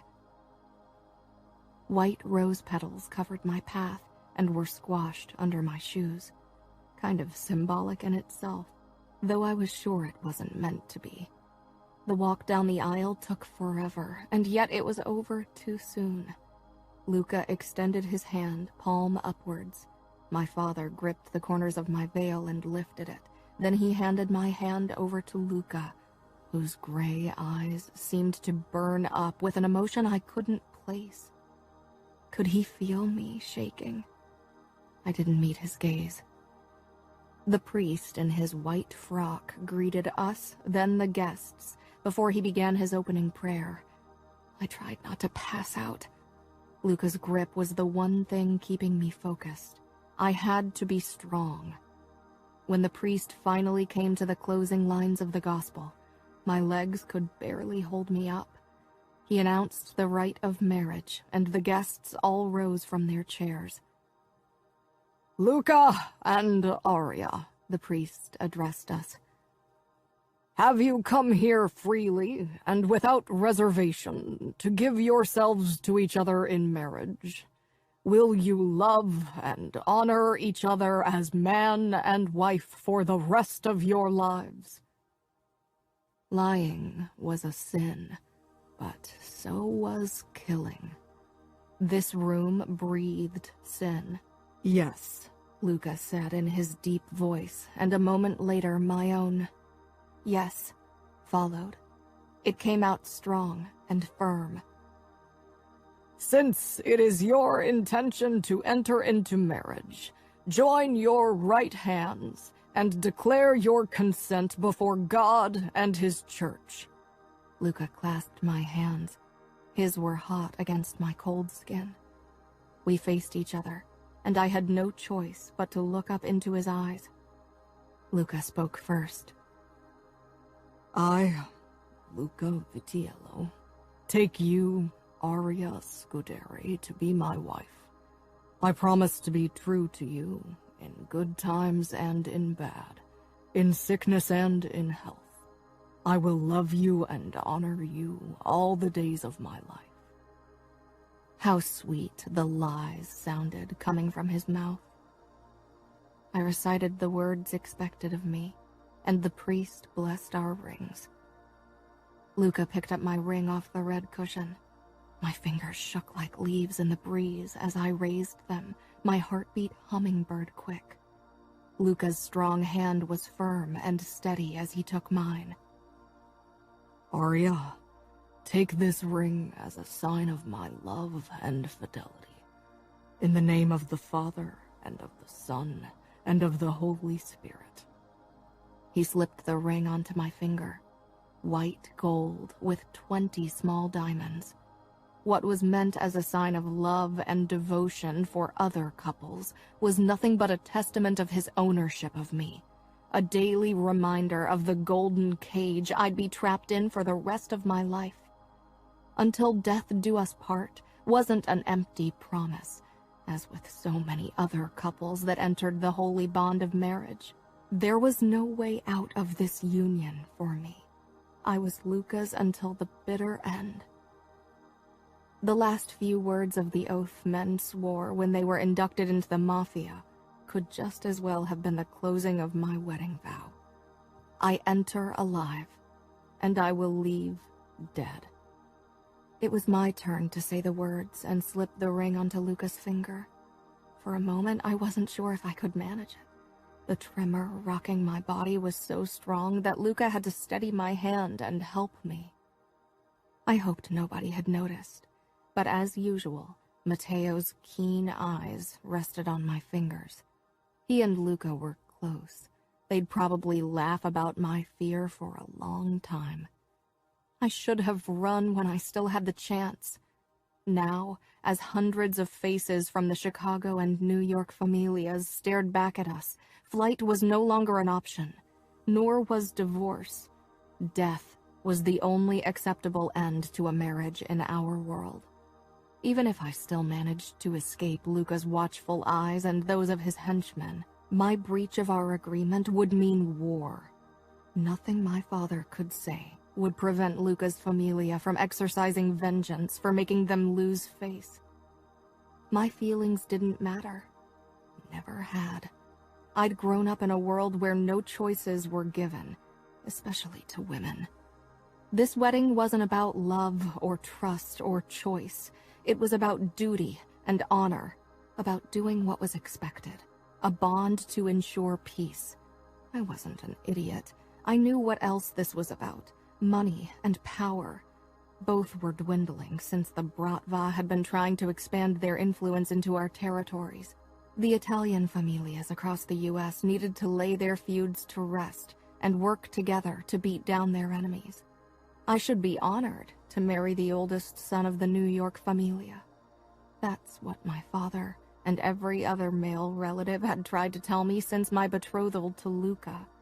I knew that, and it wasn't as if I hadn't had time to prepare for this exact moment. And yet, fear corseted my body in a relentless grip. "You may kiss the bride," the priest said. I raised my head. Every pair of eyes in the pavilion scrutinized me, waiting for a flicker of weakness. Father would be furious if I let my terror show, and Luca's familia would use it against us. But I had grown up in a world where a perfect mask was the only protection afforded to women, and had no trouble forcing my face into a placid expression. Nobody would know how much I wanted to escape. Nobody but Luca. I couldn't hide from him, no matter how much I tried. My body wouldn't stop shaking, and his grip on my hands tightened. As my gaze met Luca's cold gray eyes, I could tell that he knew. How often had he instilled fear in others? Recognizing it was probably second nature to him. He bent down to bridge the 10 inches he towered over me. There was no sign of hesitation, fear, or doubt on his face. My lips trembled against his mouth. My first kiss, if it could even be called that. His eyes bored into me. Even as he pulled back, their message was clear. You are mine. Not quite, but I would be tonight. A shudder passed through me, and Luca's eyes narrowed briefly before his face broke into a tight smile as we faced the applauding guests. He could change his expression in a heartbeat. I had to learn to do so as well if I wanted to stand any chance in this marriage. Luca and I walked down the aisle past the standing and clapping guests and left the pavilion. Outside, dozens of waiters offered glasses of champagne and small plates with canopies. It was now our turn to accept the blessings and congratulations of every guest before we could move on to the tables and sit down for dinner. Luca took 2 glasses of champagne and handed one to me. Then he grabbed my hand again, and it didn't appear as if he had any intention of letting go anytime soon. He bent down, lips brushing my ear, and whispered, "Smile. You are the happy bride, remember?" I stiffened, but I forced my brightest smile onto my face as the first guests piled out of the pavilion and lined up to talk to us. My legs began to hurt as we'd made it through half of our guests. The words directed at us were always the same. Praise for me on my beauty, and congrats to Luca for having such a beautiful wife, as if that was an achievement. Always followed by not-so-hidden hints about the wedding night. I wasn't sure if my face remained as bright through all of them. Luca kept glancing at me, as if to make sure I kept up the charade. Bibiana and her husband were next. He was small, fat, and bald. When he kissed my hand, I had to stop myself from shuddering. After a few mandatory words of congratulations, Bibiana gripped my arms and pulled me toward her body to whisper in my ear, "Make him be good to you. Make him love you if you can. It's the only way to get through this." She let go of me, and her husband wrapped his arm around her waist, meaty hand on her hip. And then they were gone. "What did she say?" Luca asked. "Nothing," I said quickly, glad for the next well-wishers who prevented Luca from asking more questions. I nodded and smiled, but my mind whirred around what Bibiana had said. I wasn't sure if anyone could make Luca do anything he didn't want to do. Could I make him want to be good to me? Could I make him want to love me? Was he even capable of such an emotion? I risked a glance up at him as he talked to a soldier of the New York mob. He was smiling. Feeling my eyes on him, he turned, and for a moment our gazes locked. There was darkness and a burning possessiveness in his eyes that sent a shiver of fear down my back. I doubted there was a flicker of gentleness or love in his black heart. "Congrats, Luca," a high female voice said. Luca and I turned toward it, and something in his demeanor shifted ever so slightly. "Grace," Luca said with a nod. My eyes froze on the woman, even though her father, Senator Parker, had started talking to me. She was beautiful in an artificial way, with a too narrow nose, full lips, and cleavage that made my moderate chest look like child's play. I didn't think any of it was natural. Or maybe my jealousy was talking. I dismissed the thought as quickly as it had come. With a look in my direction, she leaned up and said something to Luca. His face remained a passive mask. Finally, she turned to me and actually pulled me into a hug. I had to force myself not to stiffen. "I should warn you. Luca's a beast in the bedroom and hung like one too. It'll hurt when he takes you, and he won't care. He doesn't care about you or your silly emotions. He will fuck you like an animal. He will fuck you bloody," she murmured. Then she stepped back and followed after her parents. I could feel the color drain from my face. Luca reached for my hand, and I flinched, but he clasped it anyway. I steeled myself and ignored him. I couldn't face him now, not after what that woman had just said. I didn't care that it was required to invite her and her parents. Luca should have kept them away. I could tell Luca grew frustrated with my continued refusal to meet his gaze as we spoke to the last few guests. When we walked toward the tables that had been set up under a roof of garlands attached to wooden beams, he said, "You can't ignore me forever, Aria. We are married now." I ignored that as well. I was hanging on to my composure with desperate abandon, and still I could feel it slipping through my fingers like sand. I could not, I would not, break into tears at my own wedding, especially since nobody would mistake them for tears of happiness. Before we could take our seats, a chorus of "Bacio, Bacio" broke out among our guests. I'd forgotten about that tradition. Whenever the guests shouted the words, we'd have to kiss until they were satisfied. Luca pulled me against his rock-hard chest and pressed another kiss to my lips. I tried in vain not to be as stiff as a porcelain doll, to no avail. Luca released me, and finally we were allowed to sit down. Gianna took a seat beside me, then leaned over to whisper in my ear. "I'm glad he didn't shove his tongue down your throat. I don't think I could get any food down if I had to witness that." I was glad, too. I was already tense enough. If Luca actually tried to deepen a kiss in front of hundreds of guests, I might lose it altogether. Matteo sat beside Luca and said something to him that made both of them laugh. I didn't even want to know what kind of lewd joke that might have been. The rest of the seats at our table belonged to my parents, Fabiano and Lily, and Luca's father and stepmother, as well as Fiore Cavallero, his wife, and their son Dante. I knew I should be starving. The only thing I'd eaten all day was the few pieces of banana in the morning, but my stomach seemed content to live on fear alone.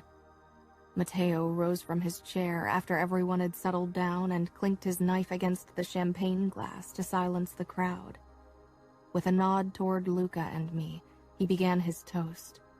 "Ladies and gentlemen, old and new friends, we've come here today to celebrate the wedding of my brother Luca and his stunningly beautiful wife, Aria." Gianna reached for my hand under the table. I hated having the attention of everyone on me, but I mustered up a bright smile. Matteo soon made several inappropriate jokes that had almost everyone roaring, and even Luca leaned back in his chair with a smirk, which seemed to be the only form of smile he allowed himself most of the time. After Matteo, it was my father's turn. He praised the great collaboration of the New York mob and the Chicago outfit, making it sound as if this was a business merger and not a wedding feast. Of course, he also dropped a few hints that it was a wife's duty to obey and please her husband. Gianna clutched my hand so tightly by then that I was worried it would fall off. At last, it was Luca's father's turn to toast us. Salvatore Vitiello wasn't quite as impressive, but whenever his eyes settled on me, I had to stifle a shiver. The only good thing about listening to the toast was that nobody could call Baccio Baccio, and that Luca's attention was focused elsewhere. That reprieve was short-lived, however.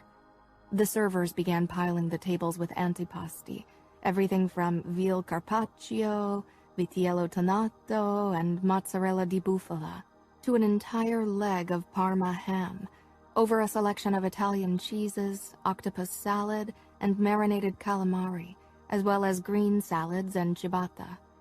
Gianna grabbed a piece of bread and tore into it, then said, "I wanted to make a toast as your bridesmaid, but Father forbade it. He seemed worried I would say something to embarrass our family." Luca and Matteo glanced our way. Gianna hadn't bothered lowering her voice and pointedly ignored Father's death glare. I tugged at her arm. I didn't want her to get in trouble. With a huff, she filled her plate with antipasti and dug in. My plate was still empty. A server filled my glass with white wine, and I took a sip. I'd already drunk a glass of champagne. That, combined with the fact that I hadn't eaten much all day, made me feel slightly foggy. Luca put a hand on mine, preventing me from taking another gulp. "You should eat." If I hadn't felt the eyes of everyone at the table on me, I'd have ignored his warning and downed the wine. I grabbed a slice of bread, took a bite, then put the rest onto my plate. Luca's lips tightened, but he didn't try to coax me into eating more, not even when soup was served, and I let it go back untouched. They served lamb roast for the main course. The sight of the whole lambs made my stomach turn, but it was traditional. The cook rolled a rotisserie table toward us, since we had to be served first. Luca, as the husband, got the first slice, and before I could decline, he told the cook to give me a slice as well. The center of the table was loaded with roasted rosemary potatoes, truffled mashed potatoes, grilled asparagus, and much more. I forced a bite of lamb and potato into my mouth before I set down my cutlery. My throat was too tight for food. I washed it down with another gulp of wine. Luckily, Luca was busy talking to the men at the table about a club the Russians had attacked in New York. Even Dante Cavallero, the future boss of the outfit, looked almost animated when he talked about business. A band started playing when dinner was over, the signal that it was time for the obligatory dance. Luca stood, holding out his hand. I let him pull me to my feet, and at once, Baccio Baccio rang out again. Gianna narrowed her eyes and searched the guests, as if she was thinking of attacking the culprit who'd started the chanting. When Luca tugged me toward him, I stumbled against his chest as dizziness caught up with me. Luckily, nobody noticed because Luca's arms around me held me firm. His eyes pierced mine as he lowered his lips and brushed them against mine. The band played faster and faster, urging us to finally enter the dance floor. The tables had been set up in circles around it. Luca kept his arm around my waist as he led me toward the center. To everyone around us, it looked like a loving embrace, but it was the only thing keeping me upright. Luca pulled me against his chest for the waltz, and I had no choice but to rest my cheek against it. I could feel a gun under his vest. Even the groom couldn't come to his wedding unarmed. For the first time, I was glad for Luca's strength. He had no trouble keeping me on my feet during the dance. When it ended, he leaned down. "Once we're back at the table, you'll eat. I don't want you to pass out during our celebration, and much less during our wedding night." I did as he asked and forced down a few more bites of now cold potato and meat. Luca's alert gaze kept checking on me while he talked to Matteo. The dance floor was filled with other people now. Lily rose from her chair and asked Romero to dance. No surprise there. He couldn't refuse her, of course. Neither could I refuse when Luca's father asked me for a dance. After that, I was handed from one man to the next until I lost count of their names and faces. All through it, Luca's eyes followed my every move, even when he danced with the women of our families. Gianna, too, couldn't escape the dance floor. I caught her dancing with Matteo at least 3 times, and her face grew more sullen by the minute. May I?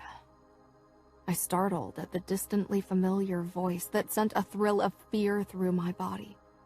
Dante Cavallero took the place of whomever I'd danced with before. He was tall, albeit not as tall as Luca and not as muscled. You don't look impressed with the festivities.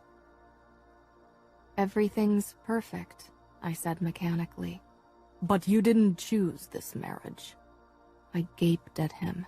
His dark blonde hair and blue eyes gave him a look of cold efficiency, while Luca radiated fierce brutality. Different sides of the same coin. In a few years, the East Coast and Midwest would tremble under the judgment of these 2 men. I snapped my mouth shut. It's an honor. And your duty. We all have to do things we don't want to. Sometimes it might seem as if we don't have any choice at all. You are a man. What do you know about not having a choice? I said harshly, then stiffened and ducked my head. I'm sorry.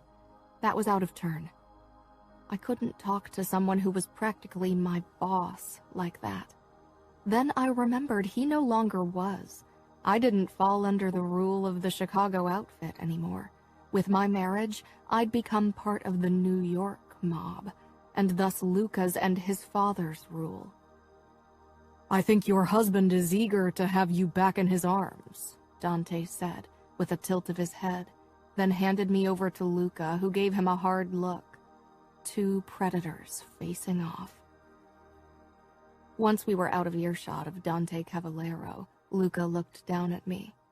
What did Cavallero want? To congratulate me on the festivities. Luca gave me a look that made it clear he didn't believe me. There was a hint of mistrust in his expression. The music stopped, and Matteo clapped his hands, silencing the guests. Time to throw the garter. Luca and I stopped, as well as the guests gathered around the dance floor to watch the show. A few even stood on chairs or held up their kids so everyone could get a good look. Luca knelt before me under the cheers of our guests and raised his eyebrows. I gripped my gown and lifted it up to my knees. Luca slid his hands up my calves, over my knees, and up my thighs. I stilled completely at the feel of his fingers on my naked skin. Goosebumps erupted all over my body. The touch was light and not uncomfortable, and yet it terrified me. Luca's eyes were intent as they watched my face. His fingers brushed the garter on my right thigh, and he pushed my gown up for everyone to see, revealing the entire length of my leg. I gripped the hem, and he put his arms behind his back. Then he bent over my thigh, his lips brushing the skin under the garter. I sucked in a deep breath, but tried to keep my face in happy bride mode. Luca closed his teeth around the edge of the garter and pulled it down my leg until it landed in a heap at my white high heels. I raised my foot so Luca could pick the piece of lace up.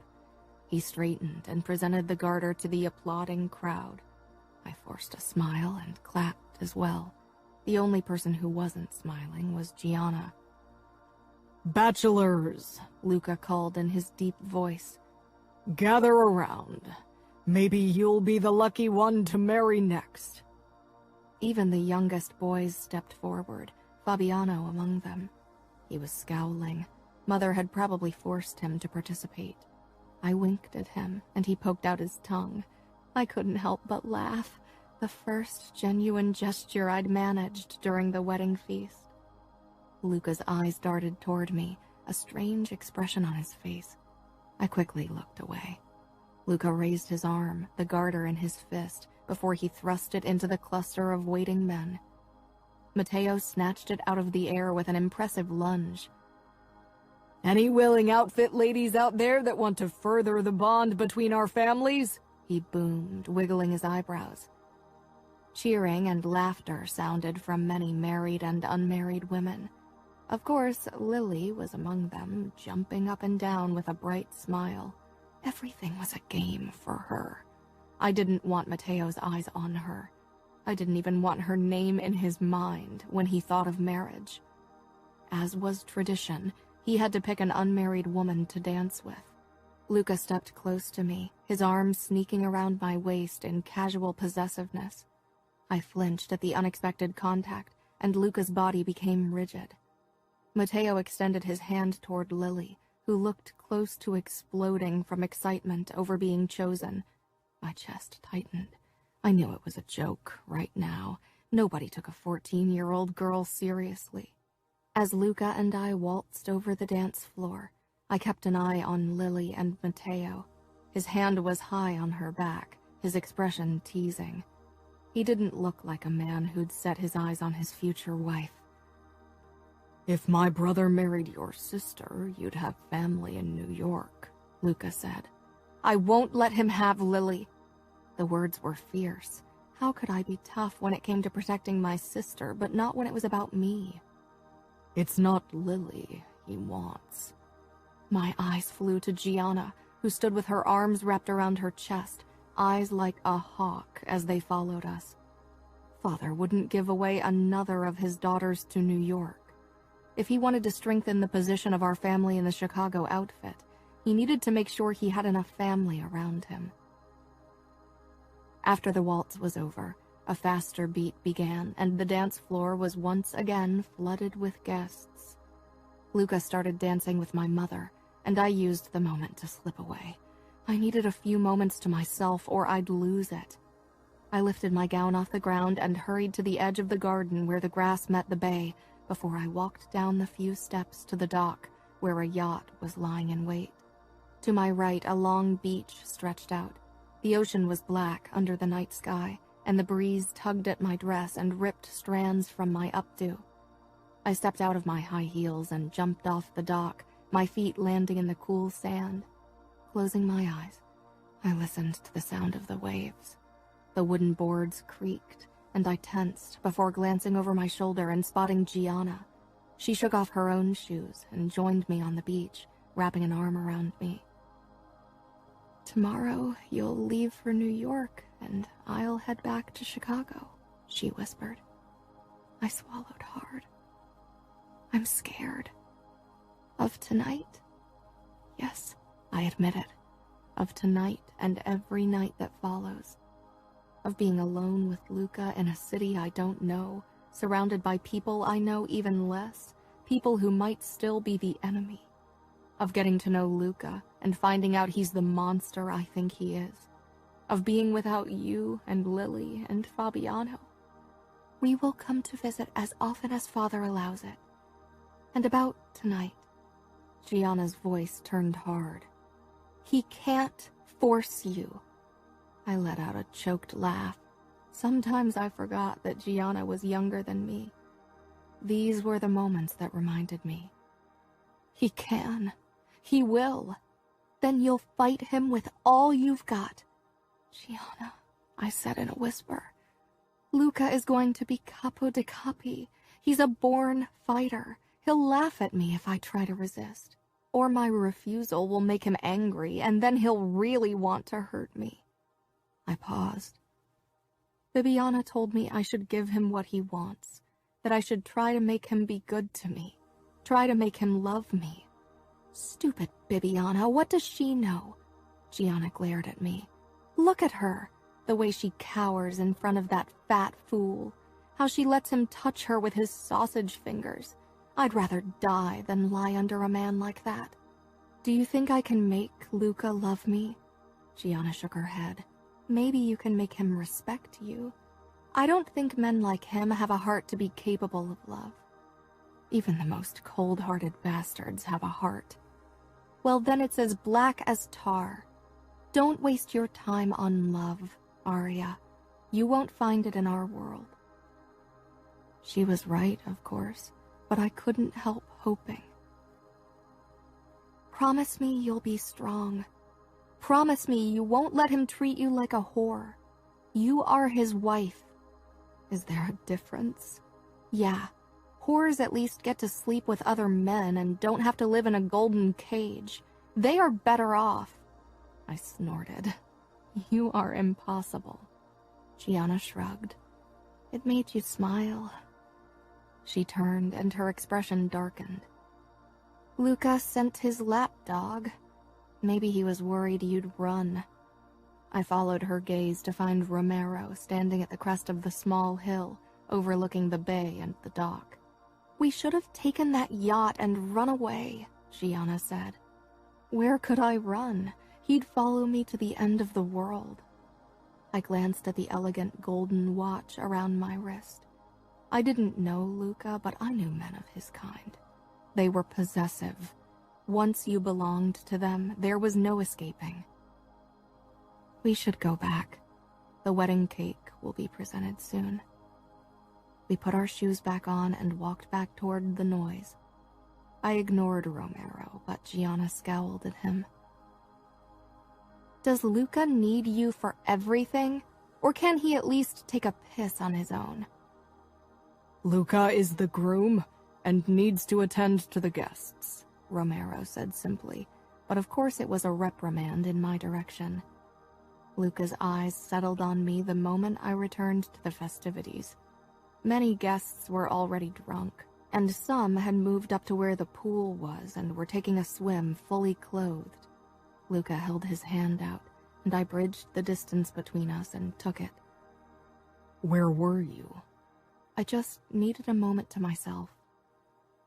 There was no time for further discussions as the cook rolled a table with our wedding cake toward the center. It was white, had 6 tiers, and was decorated with peach flowers. Luca and I cut it under another round of applause, followed by bacio bacio, and put the first piece onto our plate. Luca picked up a fork and fed me a bite as a sign that he'd provide for me, and I then fed him a piece as a sign that I'd take care of him as a good wife was supposed to. It was close to midnight when the first shouts rang out that suggested Luca and I retire to the bedroom.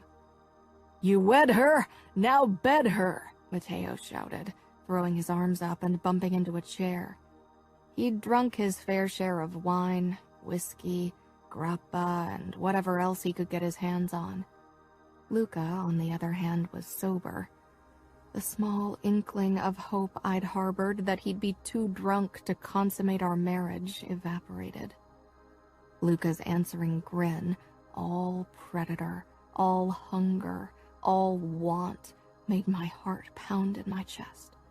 Soon, most of the men and even many women joined in the chorus. Luca rose from his chair, and I did the same, even though I wanted to cling to it with desperate abandon. But I had no choice. A few looks of understanding and compassion from other women were directed my way, but they were almost as bad as the jeering. Gianna rose from her chair, but Mother gripped her upper arm, holding her back. Salvatore Vitiello shouted something about a bedsheet, but the sounds and colors seemed dimmed to me, as if I was trapped in fog. Luca's grip around my hand as he led me toward the house was the only thing keeping me in motion. My body seemed on autopilot. A large crowd, mainly consisting of men, followed after us, their chant of bed her, growing louder as we entered the house and ascended the staircase toward the master bedroom on the second floor. Fear was an insistent throbbing in my chest. I tasted copper and realized I'd bitten the inside of my cheek hard. We finally arrived in front of the dark wooden double doors of the master bedroom. The men kept clapping Luca's back and shoulders. Nobody touched me. I would have wilted if they had. Luca opened the door and I walked in, glad to bring some distance between the leering crowd and myself. The shouting rang in my head, and it was all I could do not to clamp my hands over my ears. Bed her! Bed her! Luca slammed the door shut. Now we were alone for our wedding night. Chapter 6. The commotion in front of the door stopped, except for Matteo, who was still shouting lewd suggestions of what Luca could do to me or I to him. "Shut up, Matteo, and go find a whore to fuck," Luca growled. Silence reigned outside. My eyes wandered toward the king-sized bed in the center of the room, and terror gripped me. Luca had his own whore to fuck tonight, and until the end of days, the price for my body hadn't been paid in money, but it might as well have been. I wrapped my arms around my middle, trying to quench my panic. Luca turned around to face me with a predatory glint in his eyes. My legs turned weak. Maybe if I fainted, I'd be spared, and even if he didn't care if I was conscious and took me anyway, at least I wouldn't remember anything. He thrust his jacket over the armchair next to the window, the muscles in his forearms flexing.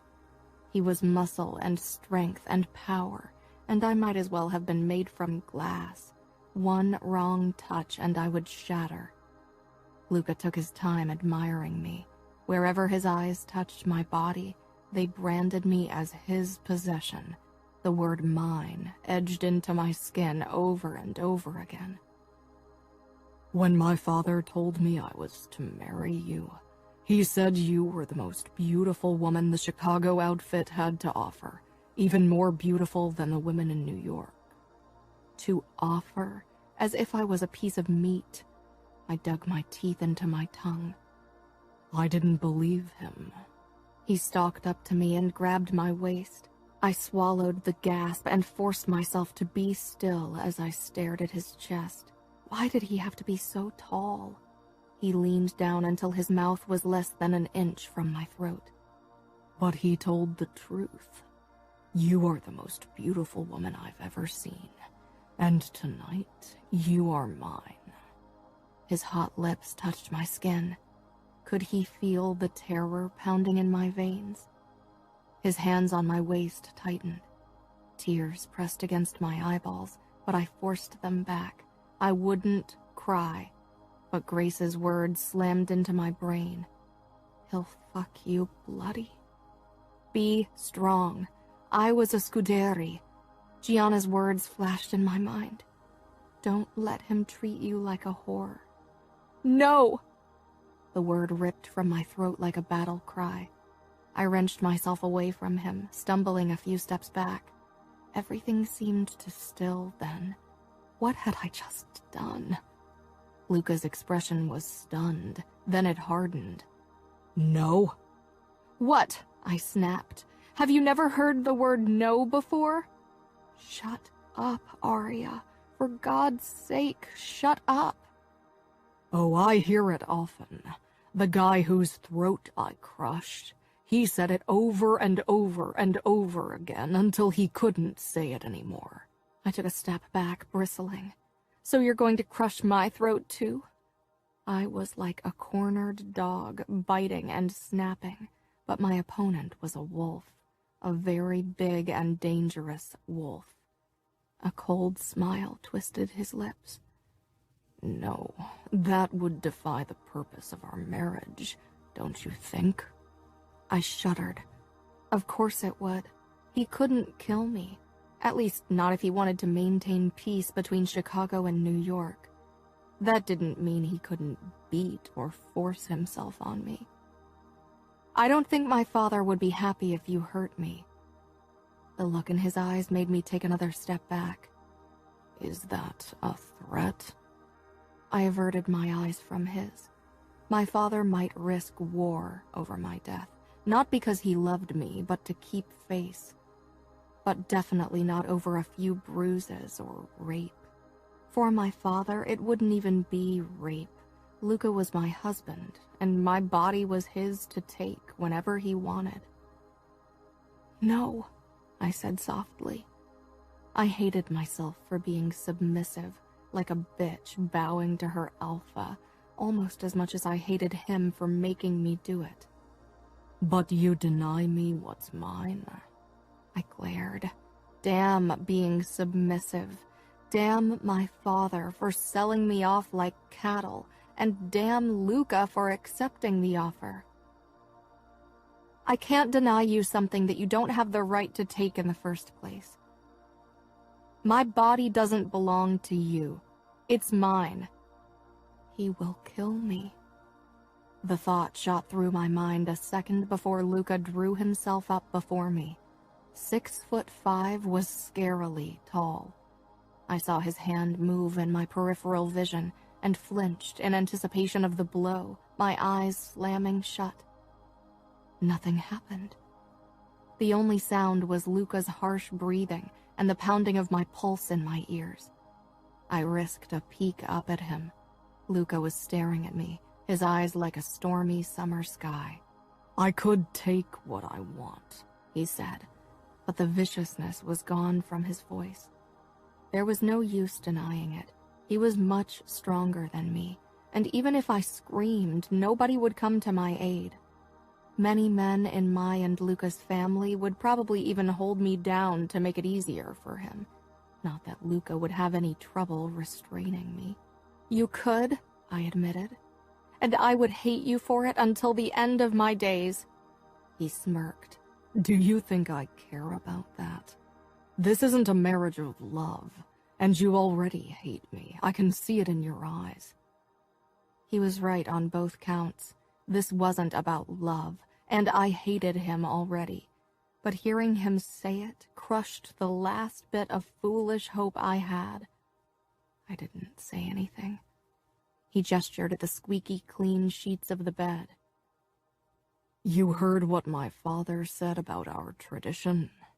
My blood turned ice cold. I had, but until now I'd put it out of my mind. My courage had been for nothing.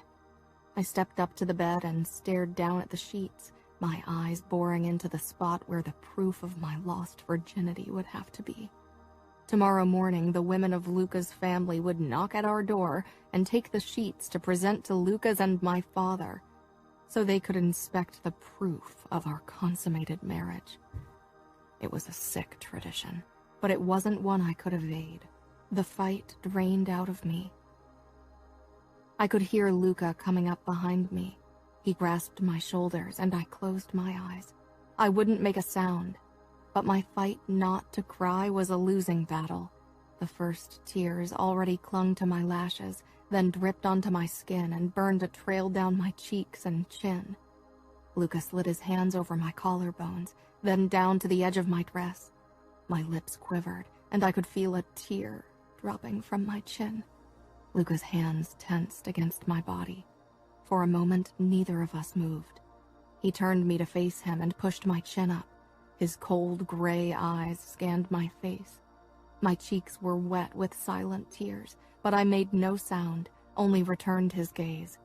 He dropped his hands, jerked back with a string of Italian curses, and then he drove his fist into the wall.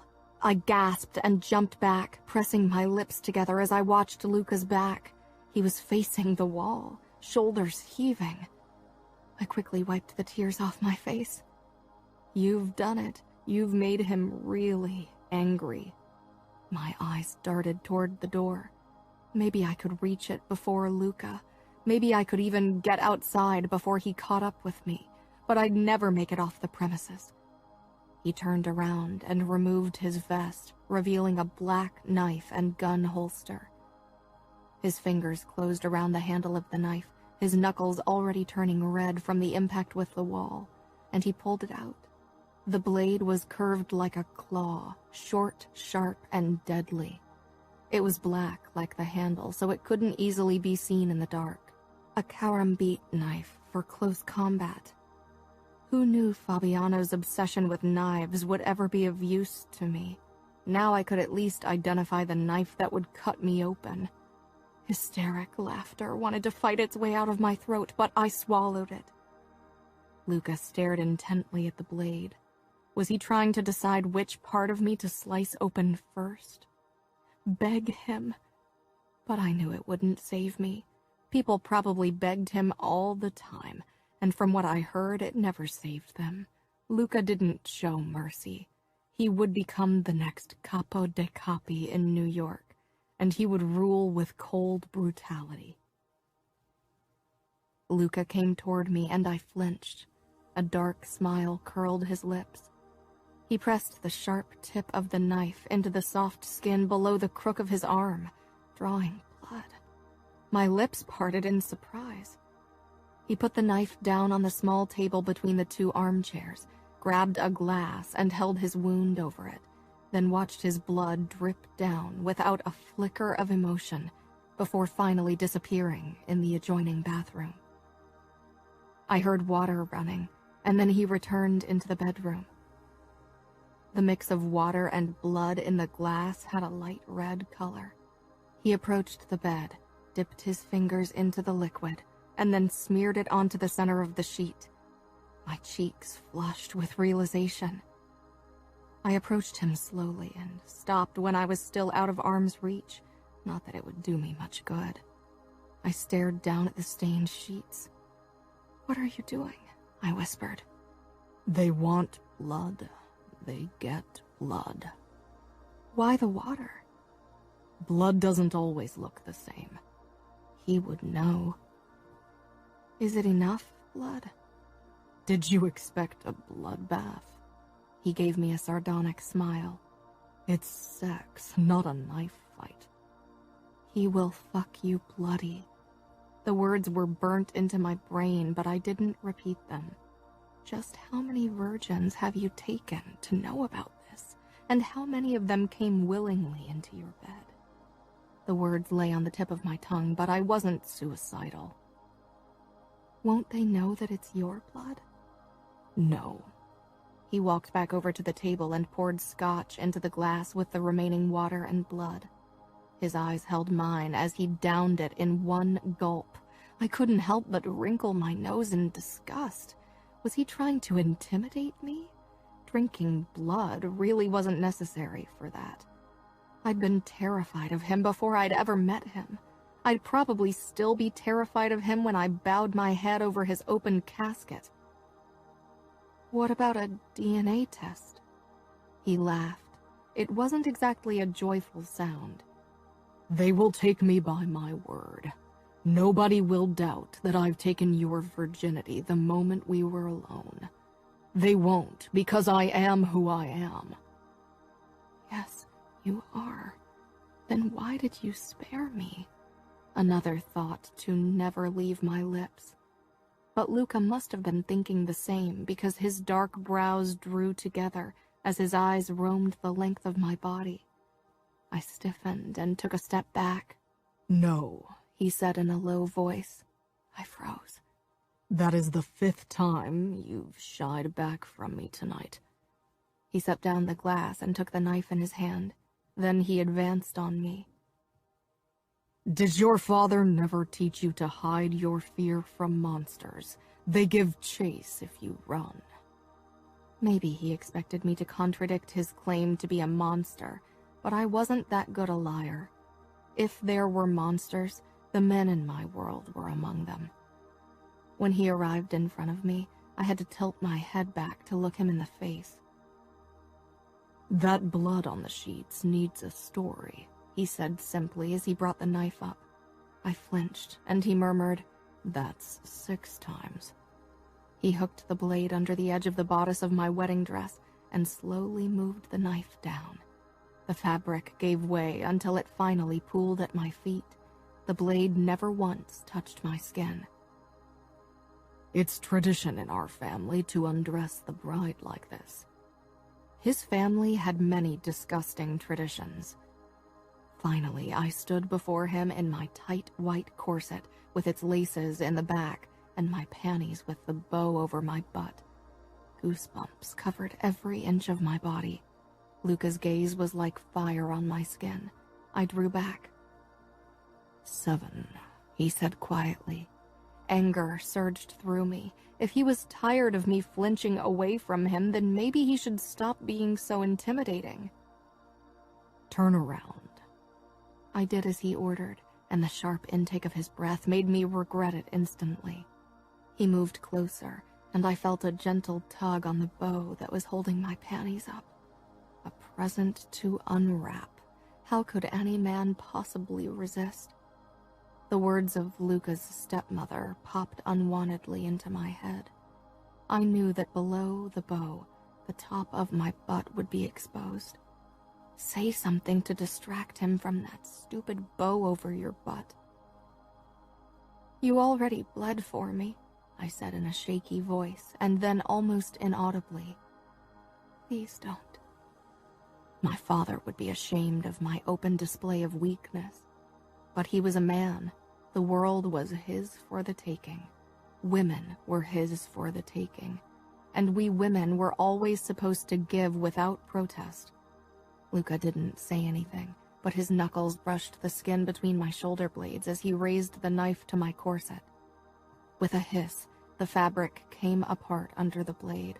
I brought my hands up before that barrier of protection could fall as well, and pressed the corset against my chest. Luca wrapped his arm across my chest possessively, trapping my arm under his, and gripped my shoulder, pressing me against him.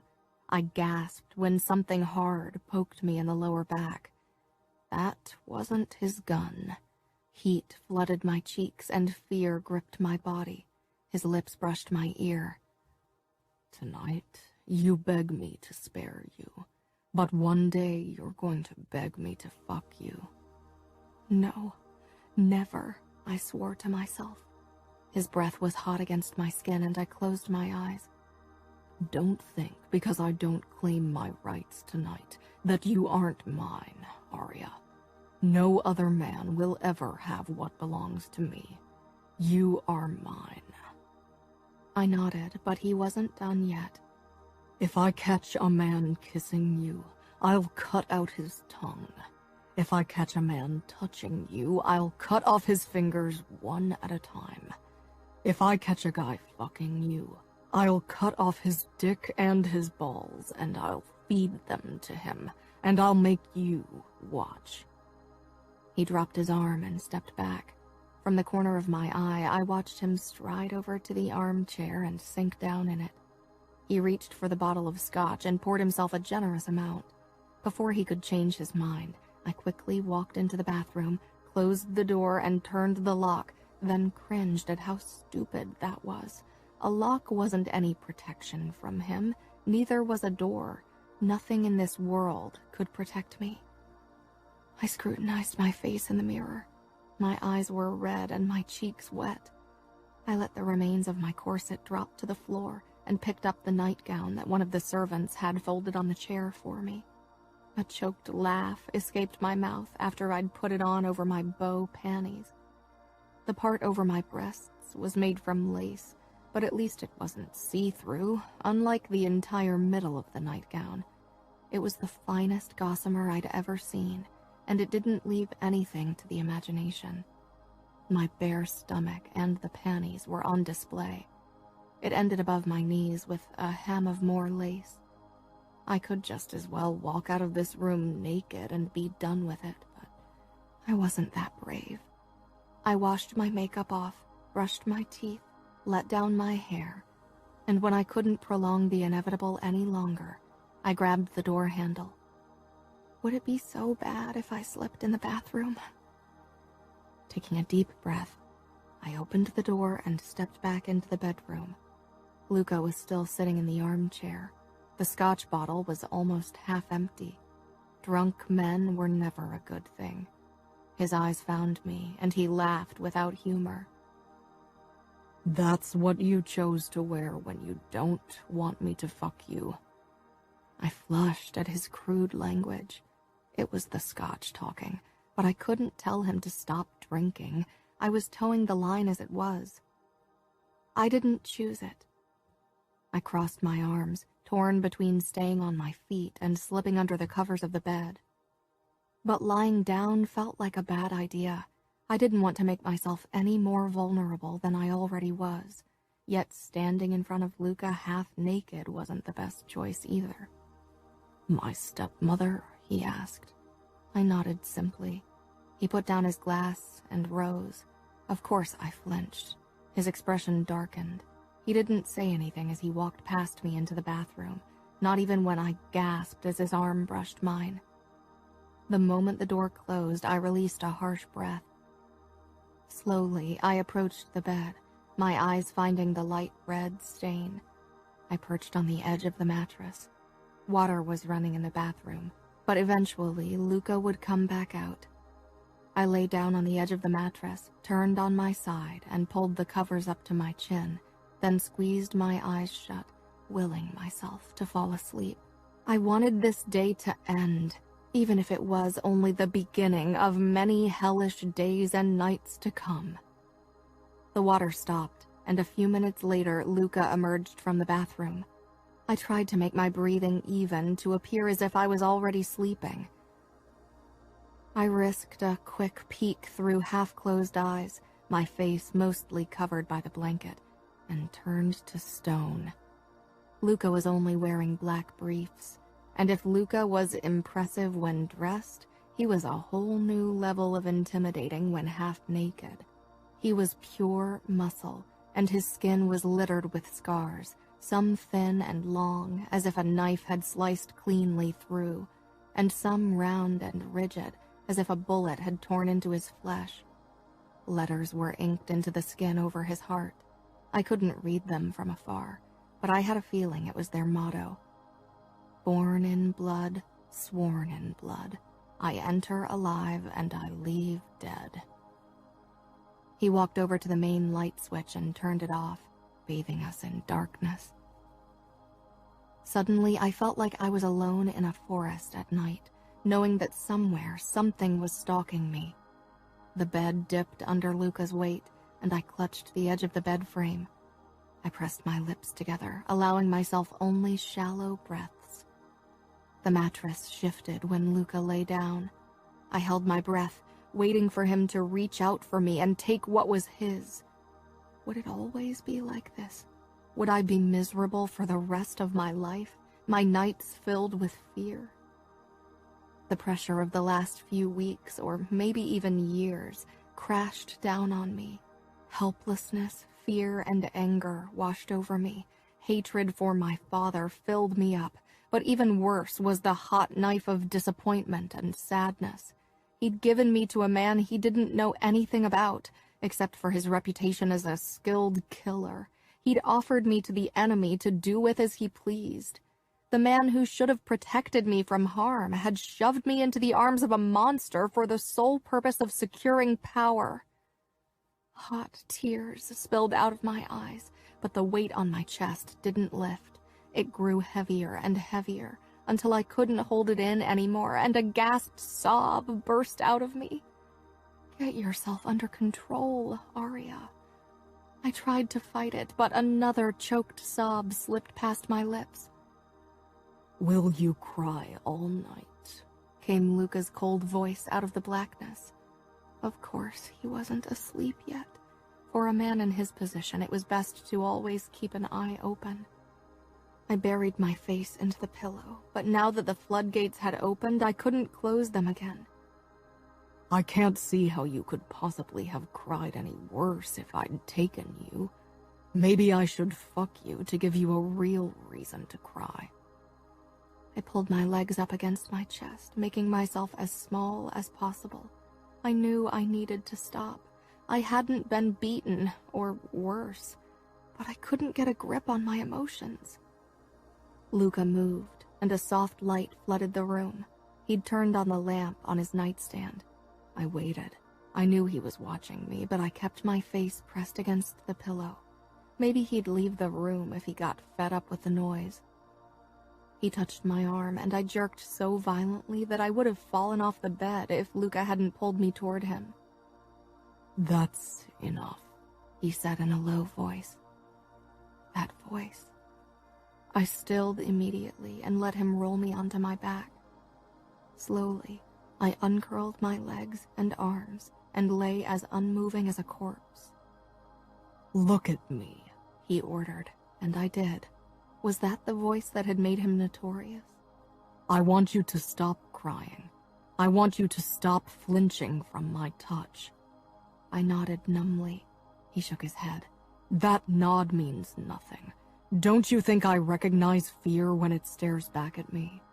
The moment I turn out the light, you'll be back to crying as if I'd fucking raped you. I didn't know what he wanted me to do. It wasn't as if I enjoyed being scared out of my mind. Not that fear was the only reason for my breakdown, but he wouldn't understand. How could he possibly understand that I felt like my life was ripped away from me? My sisters, Fabiano, my family, Chicago, they were all I had ever known, and now I had to give them up. So to give you peace of mind and shut you up, I'm going to swear an oath. I licked my lips, tasting the saltiness of tears on them. Luca's fingers tensed on my arm. An oath? I whispered. He took my hand and pressed my palm against the tattoo over his heart. I exhaled as his muscles flexed under my touch. He was warm, the skin much softer than I'd anticipated. Born in blood, sworn in blood. I swear that I won't try to steal your virginity or harm you in any way tonight. His lips quirked and he nodded toward the cut on his arm. I already bled for you, so that seals it. Born in blood, sworn in blood. He covered my hand with his over the tattoo, looking at me expectantly. Born in blood, sworn in blood, I said softly. He released my hand, and I lowered it to my stomach, stunned and confused. An oath was a big deal. Without another word, he extinguished the light and returned to his side of the bed. I listened to his rhythmic breathing, knowing that he wasn't asleep. I closed my eyes. He wouldn't break his oath. Chapter 7. Sunlight hit my face. I tried to stretch, but an arm was thrown over my waist and a firm chest pressed against my back. It took me a moment to remember where I was and what had happened yesterday, and then I stiffened. Good, you're awake, Luca said in a voice that was gruff with sleep. Realization hit me. Luca, my husband. I was a married woman, but Luca had kept his promise. He hadn't consummated the marriage. I opened my eyes. Luca's hand gripped my hip, and he turned me on my back. He was propped up on one elbow as his eyes took in my face. I wished I knew what he was thinking. It was strange to be in bed with a man. I could feel Luca's heat, even though our bodies weren't touching. In the sunlight, the scars on his skin were somehow less prominent than last night, but his muscles were just as impressive. I wondered how they'd feel to the touch. He reached up and took a strand of my hair between two fingers. I held my breath, but he released it after a moment, his face becoming calculating. It won't be long until my stepmother, my aunts, and the other married women of my family knock at our door to gather up the sheets and carry them into the dining room, where, undoubtedly, everyone else is already waiting for the fucking spectacle to begin. A blush spread over my cheeks, and something in Luca's eyes changed. Some of the coldness replaced by another emotion. My eyes found the small cut on Luca's arm. It hadn't been deep and was already scabbing. Luca nodded. My blood will give them what they want. It'll be the foundation of our story, but we'll be expected to fill in the details. I know I'm a convincing liar, but will you be able to lie to everyone's face, even your mother's, when you tell them about our wedding night? Nobody can know what happened. It would make me look weak. His lips tightened with regret. Regret for having spared me and gotten himself in the position of depending on my lying skills. Weak, Because you didn't want to rape your wife, I whispered. Luca's fingers on my hip tightened. I hadn't even realized they were still there. Make him want to be good to you. Bibiana's words flitted through my mind. Luca was a monster, there was no doubt about it. He couldn't be anything else in order to survive as a leader in our world. But maybe I could make him keep the monster in chains when he was with me. It was more than I'd hoped for when he'd led me toward the bedroom last night. Luca smiled coldly. Weak for not taking what was mine for the taking. The tradition of bloody sheets in the Sicilian Mafia is as much a proof of the bride's purity as of the husband's relentlessness. So what do you think it will say about me, that I had you lying half-naked in my bed, vulnerable and mine, and yet here you are untouched as you were before our wedding? Nobody will know. I won't tell anyone. Why should I trust you? I don't make a habit of trusting people, especially people who hate me. I rested my palm against the cut on his arm, feeling his muscles flex beneath my touch. It felt as if I were touching stone. How was it possible that muscles could be unyielding like bone? Make him be good to you. Make him love you. I don't hate you. He narrowed his eyes, but it was mostly the truth. I would have hated him if he had forced himself on me. I certainly hated what marriage to him meant for me, but I didn't know him well enough for real hate. Maybe it would come with time. And you can trust me because I am your wife. I didn't choose this marriage, but I can at least choose to make the best out of our bond. I have nothing to gain from betraying your trust, but everything to gain by showing you that I'm loyal. There was a flicker of something, maybe respect, in his expression. The men waiting in that dining room are predators. They prey on the weak, and they've been waiting more than a decade for a sign of weakness from me. The moment they see one, they'll pounce. But your father... If my father thinks I'm too weak to control the Famiglia, he'll gladly let them tear me apart. What kind of life was it to have to be strong all the time, even around your closest family?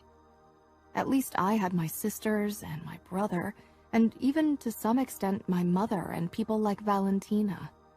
Women were forgiven weakness in our world. Luca's eyes were hard. Maybe this would be the moment he'd decide it really wasn't worth the risk and take me. But when his gaze finally settled back on my face, the darkness was at bay. What about Matteo? I trust Matteo, but Matteo is hot-headed. He'd get himself killed trying to defend me. It was strange talking to Luca, to my husband, like this, almost like we knew each other. Nobody will doubt me, I said. I'll give them what they want to see. Luca sat up and my eyes were drawn to the tattoo over his heart, then took in the muscles of his chest and stomach. My cheeks heated when I met his gaze. You should be wearing more than this pitiful excuse for a nightgown when the harpies arrive. I don't want them to see your body, especially your hips and upper thighs. It's better when they wonder if I left marks on you, he said.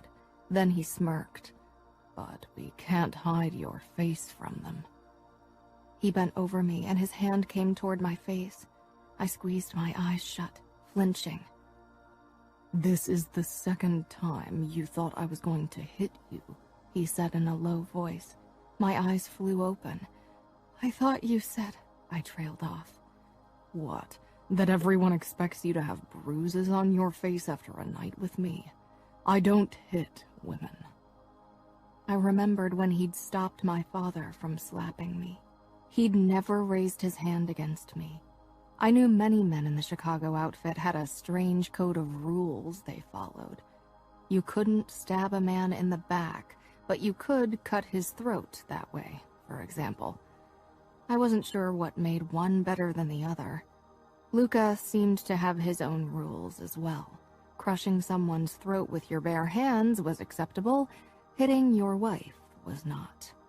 How am I supposed to believe you can convince everyone we've consummated our marriage when you keep flinching away from my touch? Believe me, the flinching will make everyone believe the lie even more, because I definitely wouldn't have stopped flinching away from your touch if you'd taken what's yours. The more I flinch, the more they will take you for the monster you want them to think you are. Luca chuckled. I think you might know more about playing the game of power than I expected. I shrugged. My father is consigliere. He tilted his head in acknowledgement. Then he brought his hand up and cupped my face. What I meant earlier was that your face doesn't look like you've been kissed. My eyes widened. I've never... But of course he knew that already. His lips collided with mine, and my palms came up against his chest, but I didn't push him away. His tongue teased my lips, demanding entrance. I gave in and hesitantly touched my tongue to his. I wasn't sure what to do and looked at Luca wide-eyed, but he took the lead as his tongue and lips ravished my mouth. It was strange allowing that sort of intimacy, but it wasn't unpleasant. I lost track of time as he kissed me, demanding and possessive, his hand warm against my cheek. His stubble rubbed against my lips and skin, but the friction made me tingle instead of bothering me.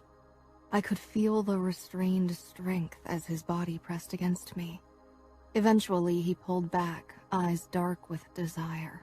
I shivered, not only from fear. Insistent knocking sounded, and Luca swung his legs out of bed and stood. I sucked in a breath at the sight of the bulge in his briefs. He smirked. A man is supposed to have a boner when he wakes up beside his bride, don't you think? They want a show, they'll get a show. He nodded toward the bathroom. Now go and grab a bathrobe. I quickly leaped out of the bed with its stained bedsheet and hurried into the bathroom, where I grabbed the long white satin bathrobe and put it over my nightgown before I picked up the remnants of my corset that I'd dropped last night. When I stepped back into the bedroom, I watched Luca putting his gun and knife holster on over his naked chest, donning another knife strap with a longer hunting knife onto his forearm, covering the small cut, and repositioning his stiffness so it was even more obvious. My cheeks hot, I moved further into the room and threw the corset down beside my ruined wedding dress. Luca was a magnificent sight with his tall frame, muscles, and holster, not to mention the bulge in his pants. A hint of curiosity filled me. How did he look without the underwear? I leaned against the wall beside the window and wrapped an arm around myself, suddenly worried that someone would realize Luca hadn't slept with me. These were all married women. Would they see something wasn't right? I braced myself when he opened the door wide, standing before the gathered women in all his half-naked glory. There were gasps, giggles, and even a few muttered Italian words, which might have been prayers or curses. They were spoken too fast and quiet for me to hear. I had to stifle a snort. "We've come to collect the sheets," Luca's stepmother said in what was barely hidden glee. Luca stepped back, opening the door wider.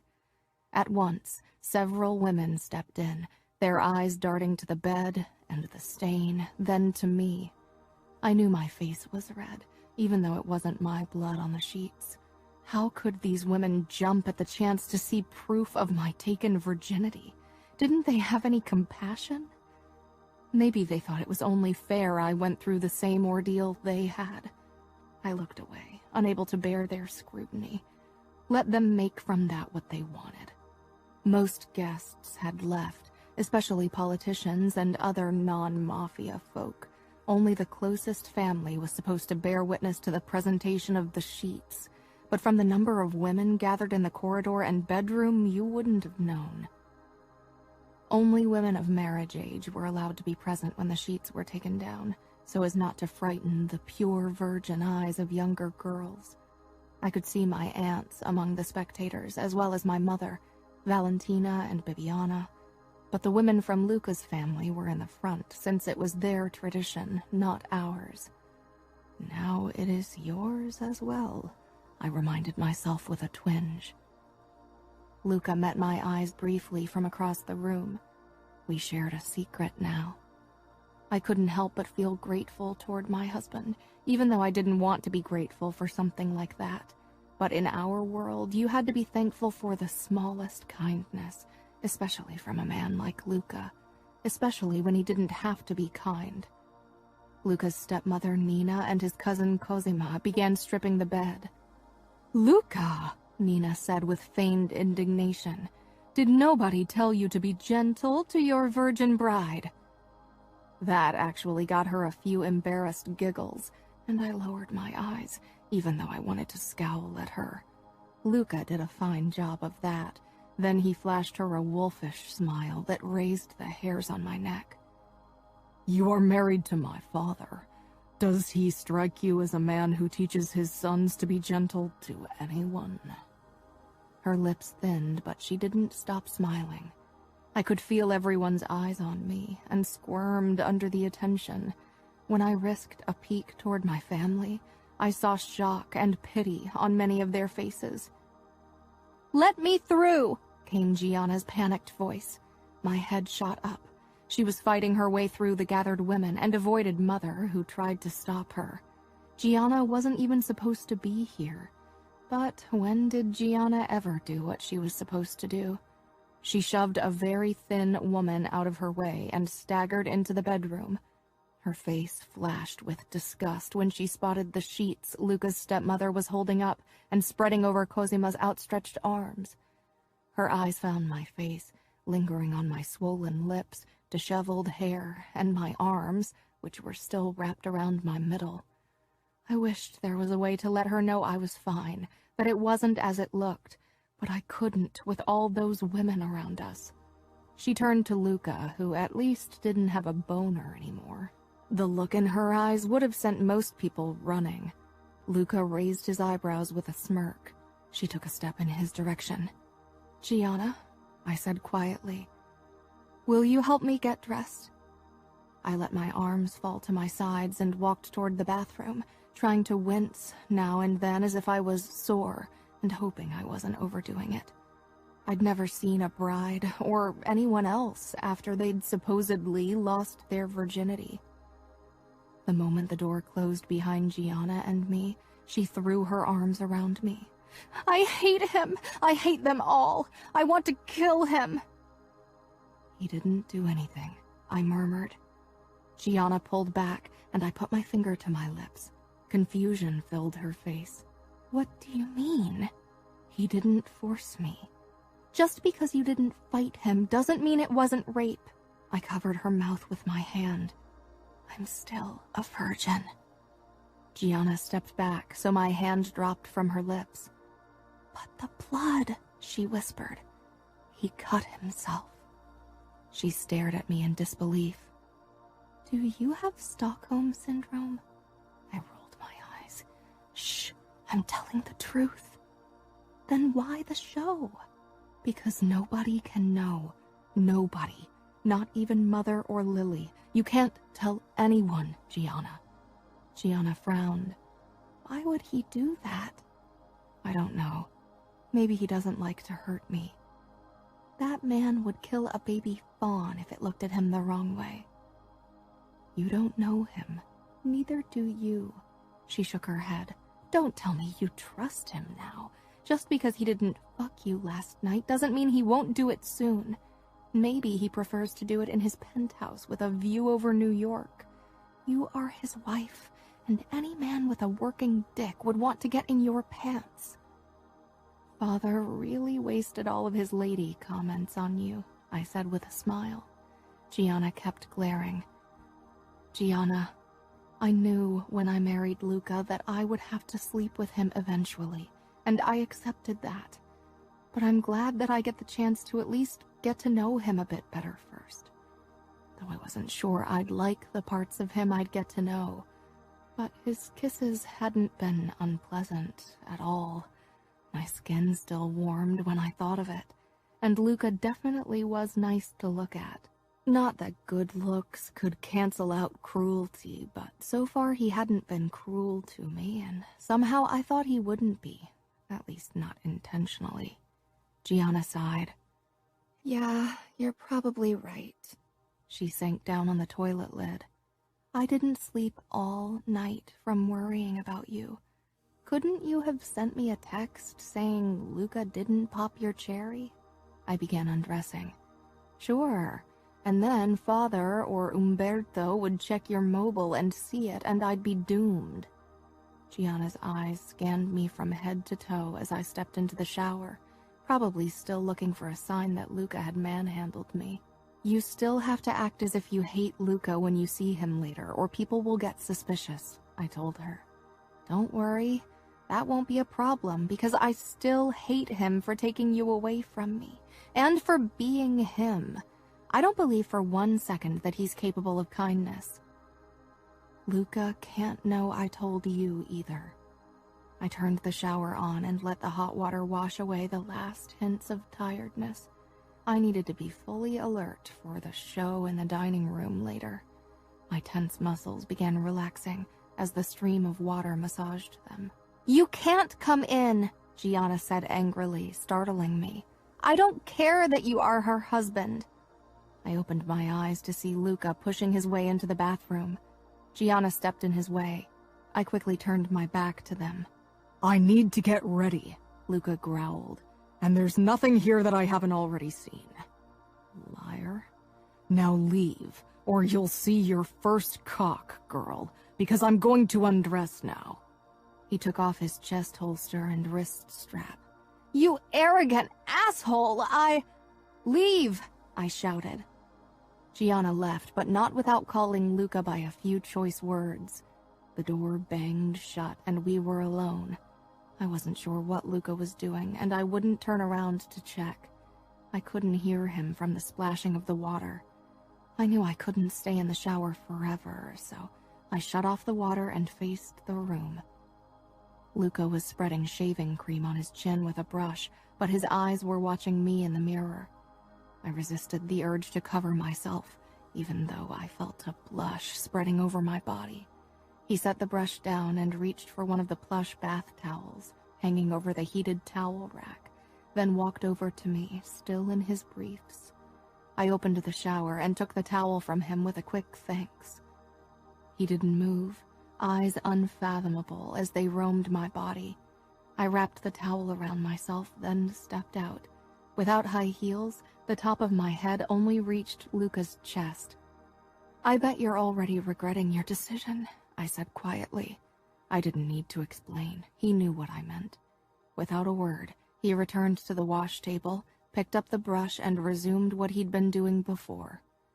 I was on my way into the bedroom when his voice startled me. No. I glanced back and met his eyes. When I claim your body, I want you writhing beneath me in pleasure and not fear. Chapter 8. I was already dressed in an orange summer maxi dress and a golden belt to accentuate my waist when Luca stepped out of the bathroom in nothing but a towel. I sat on the chair in front of my vanity, putting on makeup, but froze with the mascara brush inches from my eye when I saw Luca. He walked toward the wardrobe and picked out black pants and a white shirt before he dropped his towel without shame. I didn't look away fast enough and was rewarded with his firm backside. I lowered my eyes and busied myself with checking my nails until I dared to face the mirror again and put on mascara. Luca buttoned his shirt, except for the upper two. He strapped a knife to his forearm and rolled the sleeve over it, then put a gun holster around his calf. I turned around. Do you ever go anywhere without guns? No chest holder this time, because it couldn't be hidden well with only a white shirt, and it would have been bad taste to display weapons openly at a family gathering. Not if I can avoid it. He considered me. Do you know how to shoot a gun or use a knife? No. My father doesn't think women should get involved in fights. Sometimes fights come to you. The Bratva and the Triad don't distinguish between men and women. So you've never killed a woman? His expression tightened. I didn't say that. I waited for him to elaborate, but he didn't. Maybe it was for the best. I stood, smoothing out my dress, nervous about meeting my father and Salvatore Vitiello after the wedding night. Good choice, Luca said. The dress covers your legs. Someone could lift the skirt and inspect my thighs. It was meant as a joke, but Luca's lips pulled into a snarl. Someone tries to touch you, they lose their hand. I didn't say anything. His protectiveness thrilled and scared me in equal parts. He waited for me at the door, and I approached him uncertainly. His words from the bathroom still rang in my ears. Writhe in pleasure. I wasn't sure I was even close to being relaxed enough around him for anything coming close to pleasure. Gianna was right. I couldn't allow myself to trust him that easily. He could be manipulating me. He rested his hand on my lower back as we walked out. When we reached the top of the stairs, I could already hear conversation, and a few scattered guests were talking in small groups in the huge entrance hall. I froze. Are they all waiting to see a bloody sheet? I whispered, appalled. Luca peered down at me, smirking. Many of them, especially the women. The men might hope for dirty details. Others might hope to talk about business, ask a favor, get on my good side. He gently pressed me forward, and we walked down the steps. Romero was waiting at the foot of the stairs, his brown hair in disarray. He tilted his head toward Luca, then gave me a brief smile. "How are you?" he asked me, then grimaced, the tips of his ears actually turning red. Luca chuckled. I didn't know any of the other men in the hall, but they all gave Luca winks or broad grins. Embarrassment crept up my neck. I knew what they were all thinking, could practically feel them undressing me with their eyes. I shifted closer to Luca, and he curled his fingers around my waist. "Matteo and the rest of your family are in the dining room, poring over the sheets, as if they could read them like tea leaves," Romero confirmed, then gave me an apologetic look. He didn't seem to suspect anything. "Come," Luca said, nudging me toward the double doors. The moment we stepped into the dining room, every pair of eyes was on us. The women of the family were gathered on one side of the room, divided into small clusters, while the men sat around the long dining table, which was piled with ciabatta, grapes, ham, mortadella, cheese, fruit platters, and biscotti. I realized I was actually quite hungry. It was already almost lunchtime. Matteo snuck up beside Luca and me, an espresso in his hand. "You look like shit," Luca said. Matteo nodded. "My 10th espresso, and I'm still not awake. Drank too much last night." "You were trashed," Luca said. "I'd have had your tongue cut out for some of the things you said to Aria, if you weren't my brother." Matteo grinned at me. "I hope Luca didn't do half of the things I suggested." I wasn't sure what to say to that. Matteo still made me nervous. He exchanged a look with Luca, who ran a thumb over my side, making me jump. "Quite a work of art you presented us," Matteo said with a nod toward the back of the room, where the sheets were draped over a coat rack for better display. I tensed. What did he mean? But Luca didn't look worried. Instead, he shook his head. Salvatore Vitiello and my father were waving at us to join them, and it would have been impolite to make them wait any longer. Father rose when we arrived at the table and wrapped me in his arms. I was surprised by this open display of affection. He touched the back of my head and whispered, "I'm proud of you." I gave him a forced smile when we pulled apart. Proud for what? For losing my virginity? For spreading my legs? Salvatore put a hand on my and Luca's shoulders and gave us a smile. I hope we can expect small Vitiellos soon. I managed not to let my shock show. Hadn't Luca mentioned that I was on birth control? I want to enjoy Aria alone for a long while, and with the Bratva closing in, I wouldn't want to have children to worry over, Luca said tightly. There was no word to describe how relieved I was about Luca's words. I really wasn't ready for children. I'd already had enough changes thrown my way without the added bonus of a baby. His father nodded. Yes, of course. Understandable. After that, they launched into a conversation about the Bratva, and it became pretty clear I was dismissed.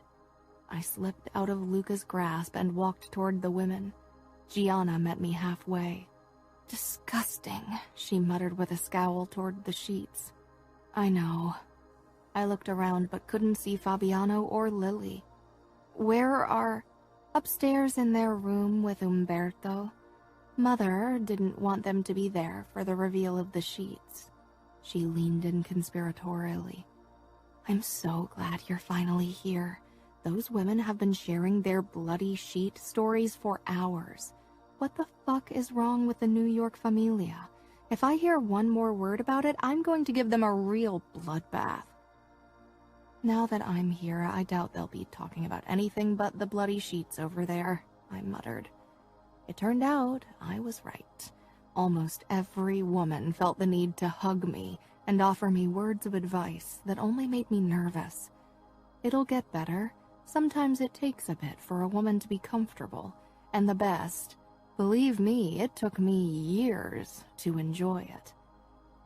Valentina didn't say anything. She wrapped her arms around me, just touched her palm to my cheek and smiled before stepping back to make room for another woman. Mother kept her distance. I wasn't sure why. She stood with her hands clasped in front of her, disapproval written across her face. I was glad she wasn't sharing stories of her wedding night with Father. I stepped toward her and she pulled me into a tight hug. Like my father, she wasn't an overly affectionate person, but I was glad for her closeness. I wish I could have protected you from all this, she whispered before pulling back. There was a flicker of guilt on her face. I nodded. I didn't blame her. What could she have done? Father wouldn't have let her talk him out of the agreement. Luca can't stop watching you. You must have left quite an impression on him, Luca's stepmother said teasingly. I turned to her and smiled politely. Luca probably just wanted to make sure I didn't give away our secret by accident. From the corner of my eye, I saw the door at the back open and Lily slink in, followed by Fabiano. They'd probably used Umberto's toilet break to get away. Gianna made a face when our brother stopped in front of the sheets. I excused myself and walked over to them with Gianna at my heels. Mother was wrapped up in overly polite conversation with Luca's stepmother. What are you doing here, you little monster? Gianna asked, grasping Fabiano's shoulders. Why's there blood on the sheets? He half shouted. Has someone been killed? Gianna burst into laughter while Lily looked honestly distressed by the sight of the sheets. I supposed it burst her bubble of fairy tale princes and lovemaking under the stars. The men at the table behind us also started laughing, and Fabiano's face scrunched up in anger. Although he was only 8, he had a temper. I hoped he'd calm down soon or he'd get in trouble once he was initiated. Gianna ruffled his hair. Are you going to New York with Luca? Fabiano asked suddenly. I bit my lip. Yeah. But I want you to come home with us. I blinked, trying to hide my anguish over hearing him say that. I know. Lily tore her eyes away from the sheets for a moment. Won't you go on a honeymoon? Not right now. The Russians and the Taiwanese are giving Luca trouble. Fabiano nodded as if he understood, and maybe he did. With every year that passed, he'd learn more of the dark world we lived in. "Stop staring at the sheets," Gianna said in a low voice, but Lily seemed too caught up in the sight. Her face scrunched up. "I think I'm going to be sick." I wrapped an arm around her shoulder and steered her outside. She shook in my grip. "Hold it back," I ordered, as we half ran out of the room, everyone's eyes following us. We stumbled into the hall. "Where's the bathroom?" This mansion had too many rooms. Romero motioned us to the end of the hall and opened a door, then closed it when we were inside. I held Lily's hair as she threw up in the toilet bowl, then made her sit down on the ground.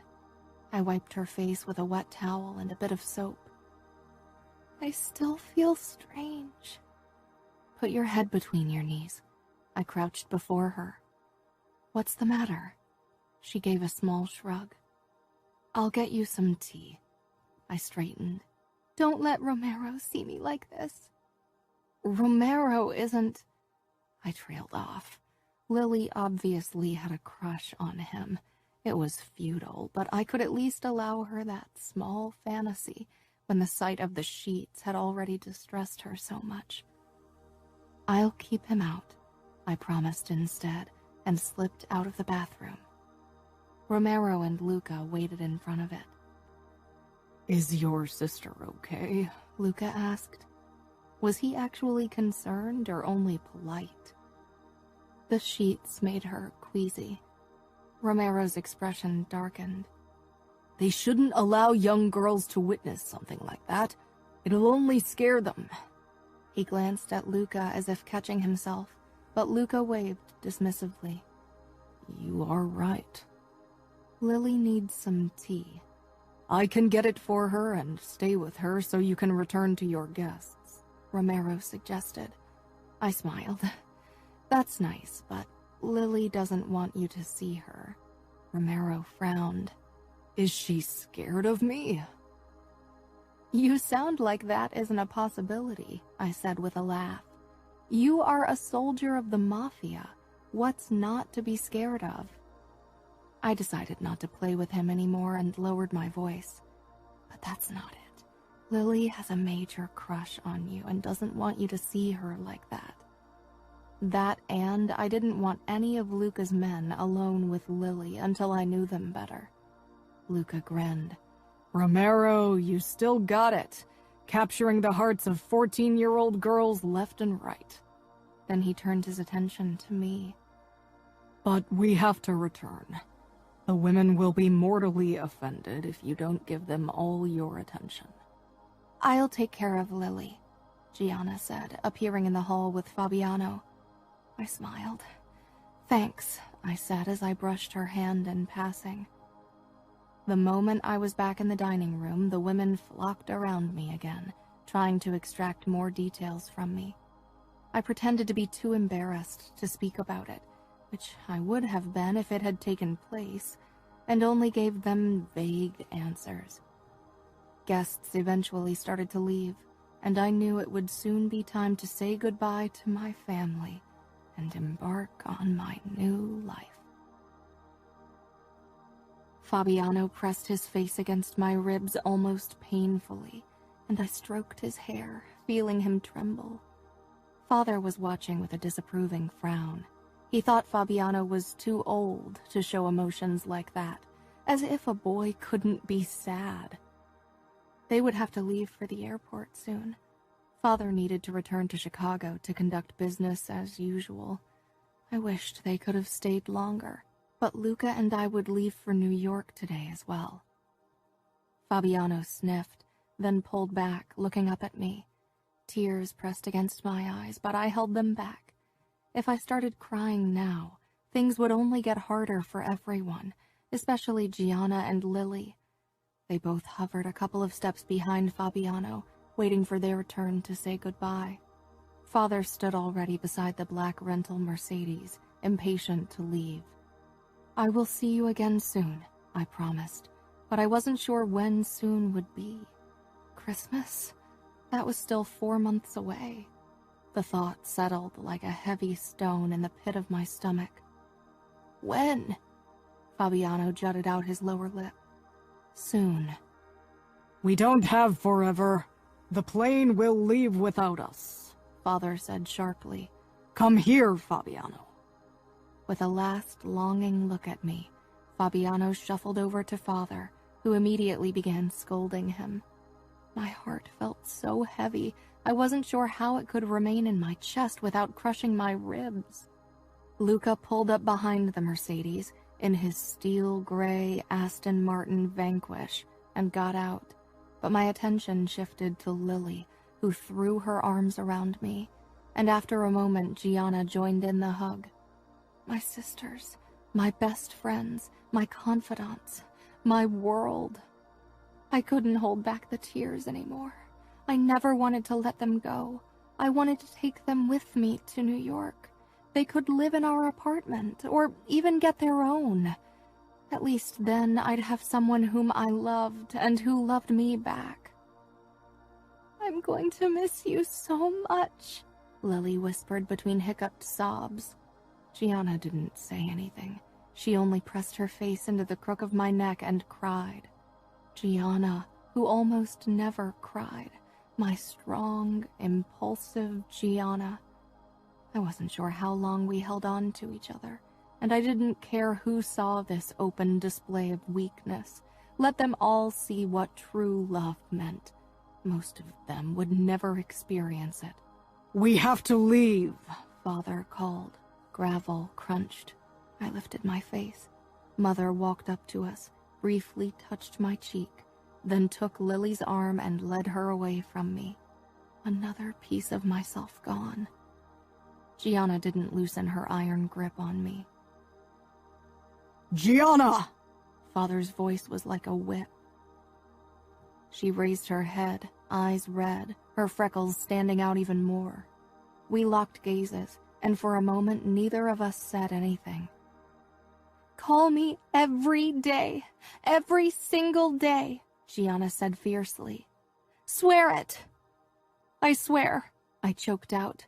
Gianna, for Christ's sake, do I have to come get you? She backed away from me slowly, then she whirled around and practically fled into the car. I walked a few steps after them as their car drove down the long driveway. Neither of my sisters turned around.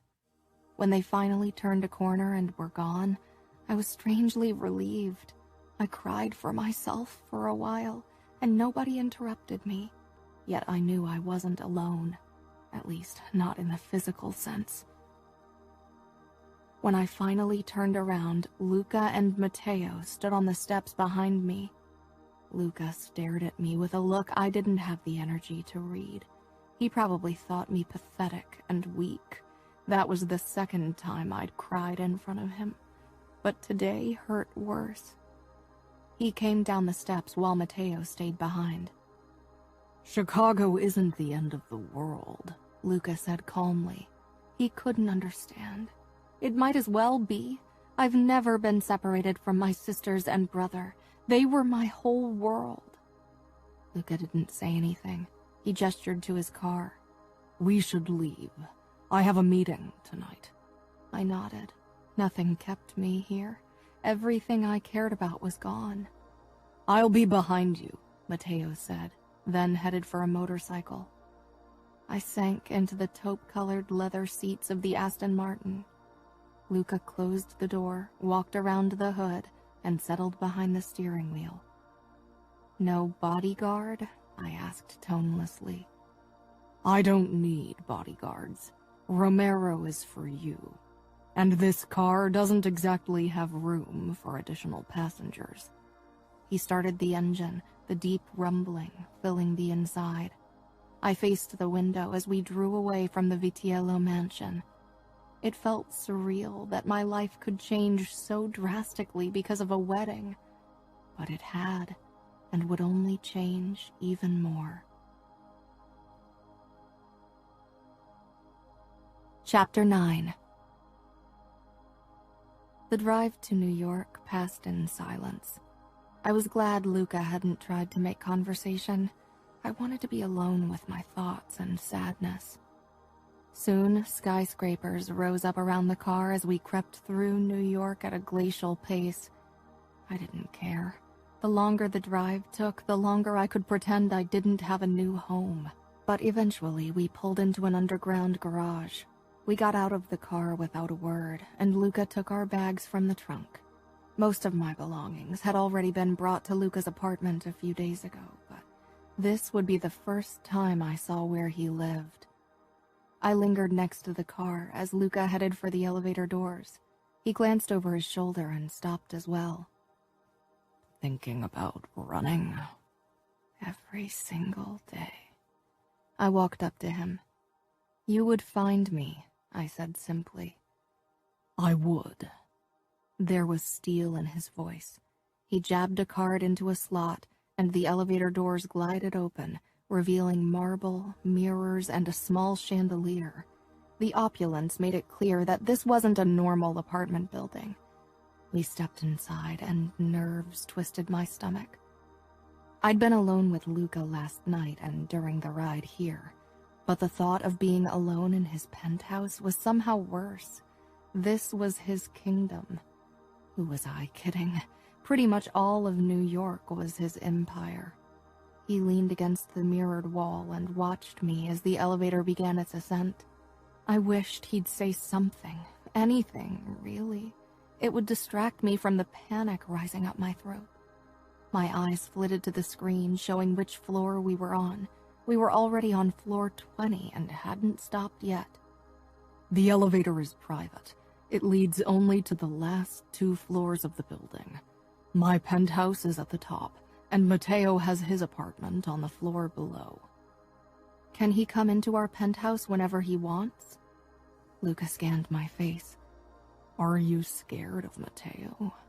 I'm scared of the both of you, but Matteo seems more volatile, while I doubt you'd ever do anything you haven't thought through. You seem like someone who's always firmly in control. Sometimes I lose control. I twisted my wedding ring around my finger, avoiding his eyes. That was information I didn't need to know. You have nothing to worry about when it comes to Matteo. He's used to coming over to my place whenever he wants, but things will change now that I'm married. Most of our business takes place somewhere else anyway. The elevator beeped and came to a stop, then the doors slid apart. Luca gestured for me to step out first. I did, and immediately found myself in a huge living space with sleek white sofas, dark hardwood floors, a modern glass and metal fireplace, black sideboards and tables, as well as avant-garde chandeliers. There was hardly any color at all, except for a few pieces of modern art on the walls and art pieces made from glass. But the entire wall facing the elevator was glass. The windows offered a view toward a terrace and roof garden, and beyond that, skyscrapers and Central Park. The ceiling opened up above the main part of the living area, and a staircase led up to the second floor of the penthouse.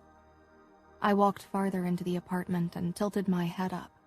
Glass banisters allowed a clear view of the upper floor, a bright gallery with several doors branching off of it. An open kitchen took up the left side of the living area, and a massive black dining table marked the border between dining and living area. I could feel Luca's eyes on me as I took everything in, approaching the windows and peering out. I'd never lived in an apartment. Even a roof garden didn't change the fact that it was a prison that rose high above the city streets. Your things are in the bedroom upstairs. Mariana wasn't sure if you wanted to put them away yourself, so she left them in your suitcases. Who's Mariana? Luca came up behind me. Our gazes met in the reflection in the window. She's my housekeeper. She's here a couple of days per week. I wondered if she was also his mistress. Some men in our world actually dared to insult their wives by bringing their whores into their own home. How old is she? Luca's lips twitched. Are you jealous? He rested his hands on my hips, and I tensed. He didn't pull away, but I could see anger crossing his face, but I also noted that he didn't answer my question. I stepped out of his hold and headed for a glass door leading out onto the roof garden. I turned to Luca. "Can I go outside?" His jaw was tight. He wasn't stupid. He had noticed how quickly I'd shaken off his touch. "This is your home now, too." It didn't feel that way. I wasn't sure it ever would. I opened the door and stepped outside. It was windy, and distant honking carried up from the streets below. White lounge furniture took up the terrace, but beyond it a small, well-kept garden stretched out toward a glass barrier. There was even a square, in-ground jacuzzi big enough for 6 people. 2 sun chairs were set up beside it. I strode toward the edge of the garden and let my gaze wander over Central Park. It was a beautiful view. "You're not thinking about jumping, are you?" Luca asked, gripping the banister beside me. I tilted my face up to him, trying to gauge if this was his attempt at humor. He looked serious. "Why would I kill myself?" "Some women in our world see it as their only way to gain freedom. This marriage is your prison." I appraised the distance between the roof and the ground. Death was certain, but I'd never considered killing myself. Before doing that, I'd run. I wouldn't do that to my family. Lily, Fabi, and Gianna would be heartbroken. Luca nodded. I couldn't read his expression, and it was driving me crazy. "Let's go back inside," he said, putting a hand on my lower back and steering me into the apartment. He closed the door, then turned back to me. "I have a meeting in 30 minutes, but I'll be back in a few hours. I want to take you to my favorite restaurant for dinner." "Oh," I said, surprised. "Like a date?" The corners of Luca's mouth twitched, but he didn't smile. "You could call it that. We haven't been on a real date yet." He wrapped an arm around my middle and pulled me against him. I froze, and the lightness disappeared from his eyes. "When will you stop being afraid of me?" "You don't want me to be afraid of you?" I'd always thought it would make his life easier if I was terrified of him. Would make it easier to keep me in check. Luca's dark brows drew together. "You are my wife. We'll spend our lives together. I don't want a cowering woman at my side." That really surprised me. Mother loved Father, but she also feared him. "Are there people out there who don't fear you?" "A few," he said, before lowering his head and pressing his lips against mine. He kissed me without hurry until I relaxed under his touch and parted my lips for him. I raised my arm and hesitantly touched the back of his neck, my fingers brushing his hair. My other hand pressed against his chest, enjoying the feel of his muscles. He pulled away.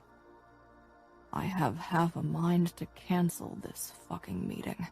He rubbed his thumb over my lips. "But there's still more than enough time for this later." He glanced at his watch. "I really need to go now. Romero will be here when I'm gone. Take your time to look around and make yourself comfortable." With that, he headed for the door and left. For a moment, I stared at the door, wondering if anyone would stop me if I walked out of this building. Instead, I moved toward the staircase and walked up to the 2nd floor. Only one of the white doors was ajar, and I pushed it open. The master bedroom opened up before me. As with the living area, an entire wall was made up of windows overlooking New York. The king-sized bed was facing them. I wondered how it would be to watch the sunrise from bed. The wall behind the bed was upholstered with black fabric. At the end of the room, a doorway led into a walk-in closet, and to its right I could see a freestanding bathtub through the glass wall separating the bedroom from the bathroom. I walked toward it. Even from the bathtub, you could watch the city. Despite the glass wall, the wash basins and the shower weren't visible from the bedroom, and the toilet was in its own small room. Aria? I gasped.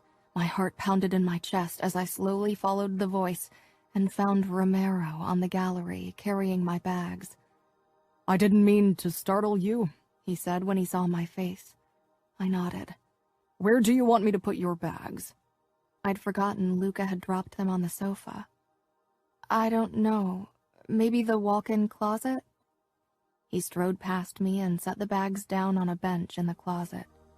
My 3 suitcases, as well as 2 moving boxes, were beside it.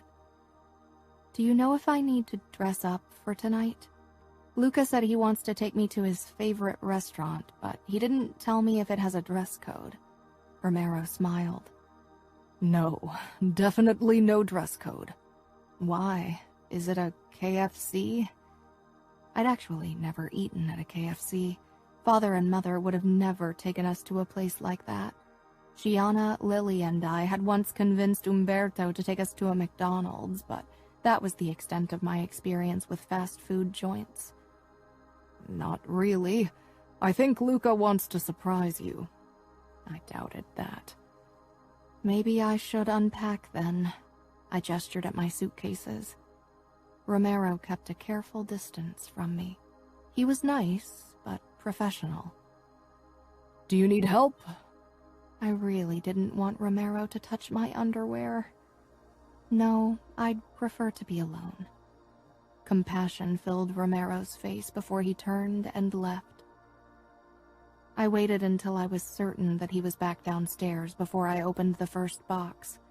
On top was a photo of me with Gianna, Lily, and Fabi. I cried for the 3rd time in less than 24 hours. I'd seen them only this morning, so how could I already feel so alone? When Luca came home almost 5 hours later, I'd changed into a skirt and a flimsy, sleeveless blouse. Despite my best efforts, my eyes were still slightly red from crying. There was a limit to what makeup could do. Luca noticed immediately, his gaze lingering on my eyes, then darting to the photo of my family on the nightstand. I wasn't sure which was your side. I can move it to the other nightstand if you want, I say. No, it's okay. Exhaustion was written plainly on his face. Was the meeting okay?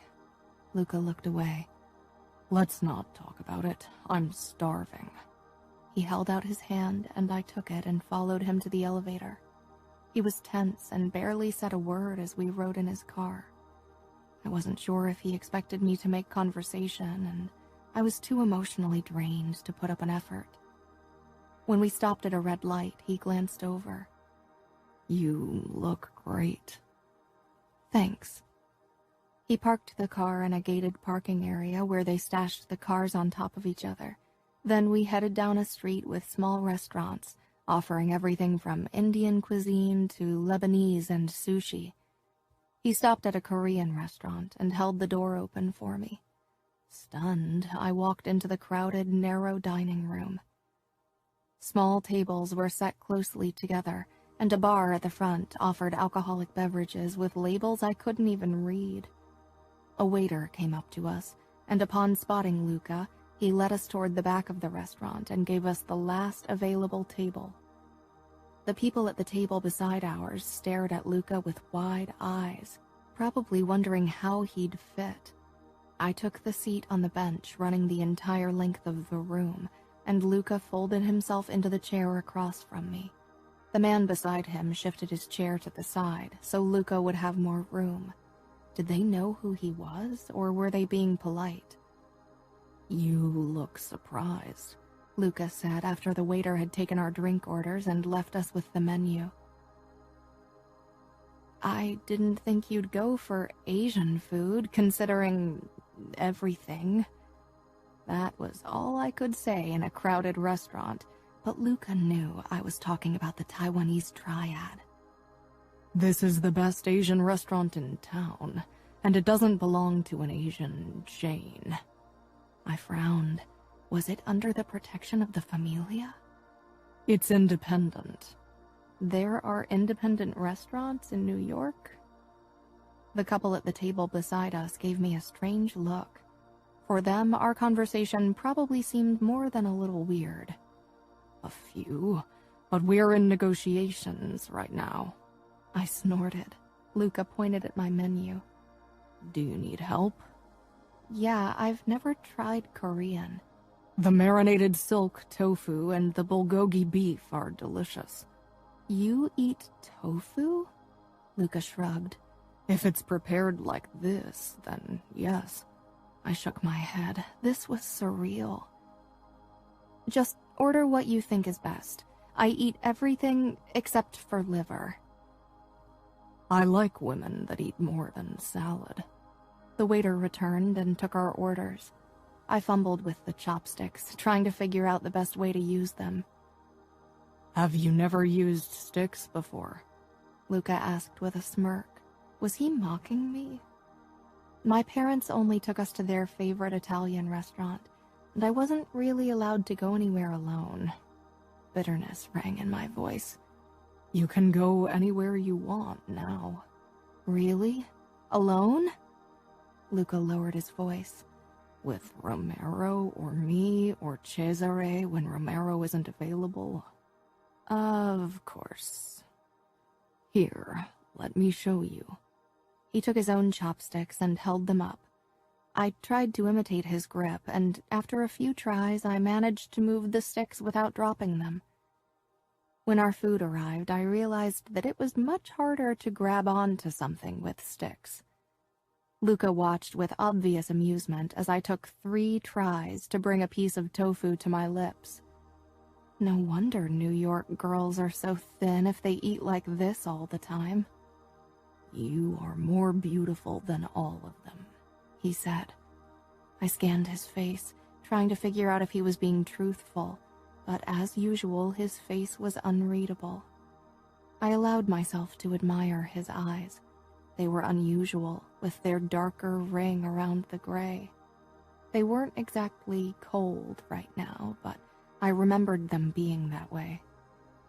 Luca snatched a piece of marinated beef and held it out in front of me. My eyebrows shot up in surprise. Luca mirrored my expression, but his was more challenging. I leaned forward and closed my lips around the sticks, then pulled back, savoring the taste of the bulgogi beef. Luca's eyes seemed to darken as he watched me. Delicious, I said. Luca picked up a piece of tofu next, and I took it eagerly. This was better than trying to wrangle the chopsticks into submission. I was grateful that Luca showed me this normal side of him. It gave me hope. Maybe that was his intention, but I didn't care. The relaxation I'd felt during dinner evaporated when Luca and I returned to our penthouse and stepped into the bedroom. I went into the bathroom and took my time getting ready before I returned. Luca's eyes took in my long, dark satin nightgown. It reached my calves, but had a slit that went up to my thighs. It was still much more modest than the horrible thing I'd worn on our wedding night, and yet I was sure there was desire in his eyes.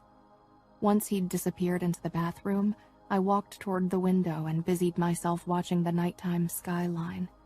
I was almost as nervous as last night. I knew I wasn't ready for more than kissing.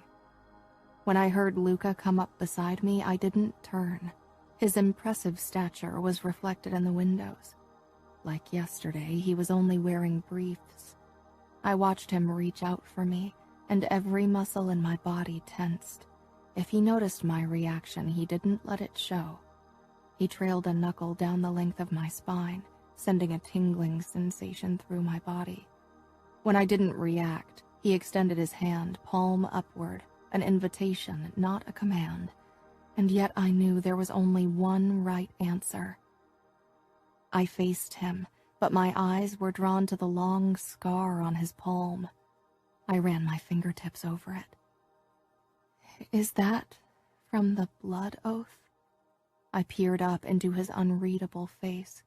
I knew during the initiation ceremony men had to let blood while reciting the words of the oath. No, This is... He turned his other hand where a small scar marred his palm. That, He said with a nod toward the scar I was still touching. happened in a fight. I had to stave off a knife attack with my hand. I wanted to ask him about the first time he killed a man, but he curled his fingers around my wrist and led me toward the bed. My throat became too tight for words when he sat on the mattress and pulled me between his legs. I tried to relax into his kiss, and when he made no move to take things further, I actually felt the tension slip away and began to enjoy his experienced mouth. But then he lay back and pulled me onto the bed with him. His kisses became more forceful, and I could feel his erection pressed up against my thigh. Still, I didn't pull back. I could do this. I knew it was coming. His hand cupped my breast, and I stiffened despite my best intentions not to. He didn't remove it, but didn't move it either. His kisses made thinking difficult. Would it really be so bad to sleep with Luca? He drew back a couple of inches and trailed kisses toward my ear. I've never wanted to fuck a woman as much as I want to fuck you right now. I froze. His words made me feel cheap. He was my husband, and he had a right to my body, if you asked anyone in our family anyway. But I deserved better than that. I didn't want to be fucked like he was used to doing with other women. I was his wife. I wanted more. I turned my head and pushed my palms against his chest. After a moment, he relented. I don't want this, I said, not bothering to hide my aversion from him. I didn't look at him, but I could practically feel his frustration. What did he think? That I would suddenly feel comfortable enough to sleep with him because he'd taken me out for dinner once? Was that how it worked with his other girls? For a long time, he did nothing but stare at me. Then he untangled himself from me. He shut off the light without a word and lay on his side of the bed. I wished he'd at least hold me. This was my first night so far away from my family. It would have been nice if he'd comforted me, but I didn't ask him to. Instead, I pulled the covers up and closed my eyes. When I woke the next morning, Luca was gone. There was no note, not even a text on my phone. He was really pissed. I shoved my blankets off. Bastard. He knew I didn't know anyone in New York, and yet he didn't care. I grabbed my laptop and opened my email account. Gianna had already sent me 3 new emails. The last one was almost threatening. I picked up the phone. Only hearing her voice was enough to make me feel better. I didn't need Luca or anyone else as long as I had Gianna. The scent of coffee and something sweeter eventually drew me out of the bedroom and downstairs. Pans were clanking in the kitchen, and as I turned the corner, I found a small, plump woman who looked old enough to be my grandma at the stove, making pancakes. Her dark gray hair was secured with a hairnet. Romero was perched on a stool at the bar attached to the kitchen island, a cup of coffee in front of him. He turned when I approached, his eyes taking in my nightgown before jerking his head away. Really? The woman turned and smiled kindly. You must be Aria. I'm Mariana. I walked up to her to shake her hand, but she pulled me into a hug, pressing me against her ample chest. You are a beauty, Bambina. No wonder Luca is smitten with you. I swallowed a snide comment. That smells delicious. Sit. Breakfast is ready in a couple of minutes. It's enough for Romero and you. I sat beside Romero on a stool. He was still pointedly looking the other direction. What's your problem? I'm not naked, I said when I couldn't take it anymore. Mariana laughed. The boy is worried Luca finds out he ogled his girl. I shook my head, annoyed. If Romero insisted on being a coward, he'd have to eat with closed eyes. I wasn't putting a bathrobe on because I needed a bodyguard in my own home.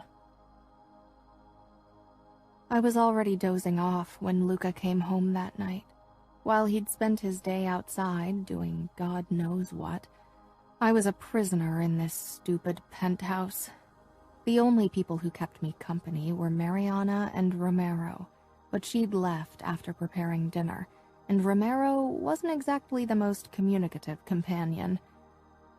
I watched as Luca emerged from the bathroom, freshly showered. He barely acknowledged me. Did he think I cared?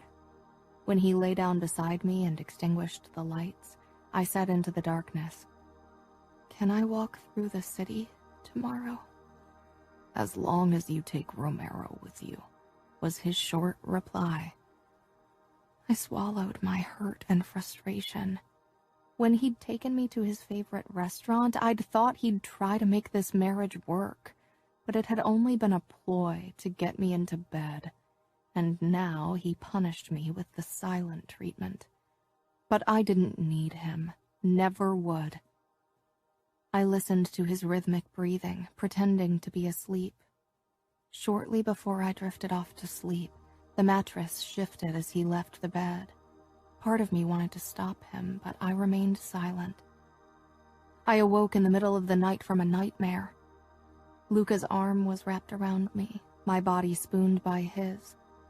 I could have pulled away, but his closeness felt too good. A part of me still wanted this marriage to work. I missed Gianna and Lily so much, it was almost a physical thing.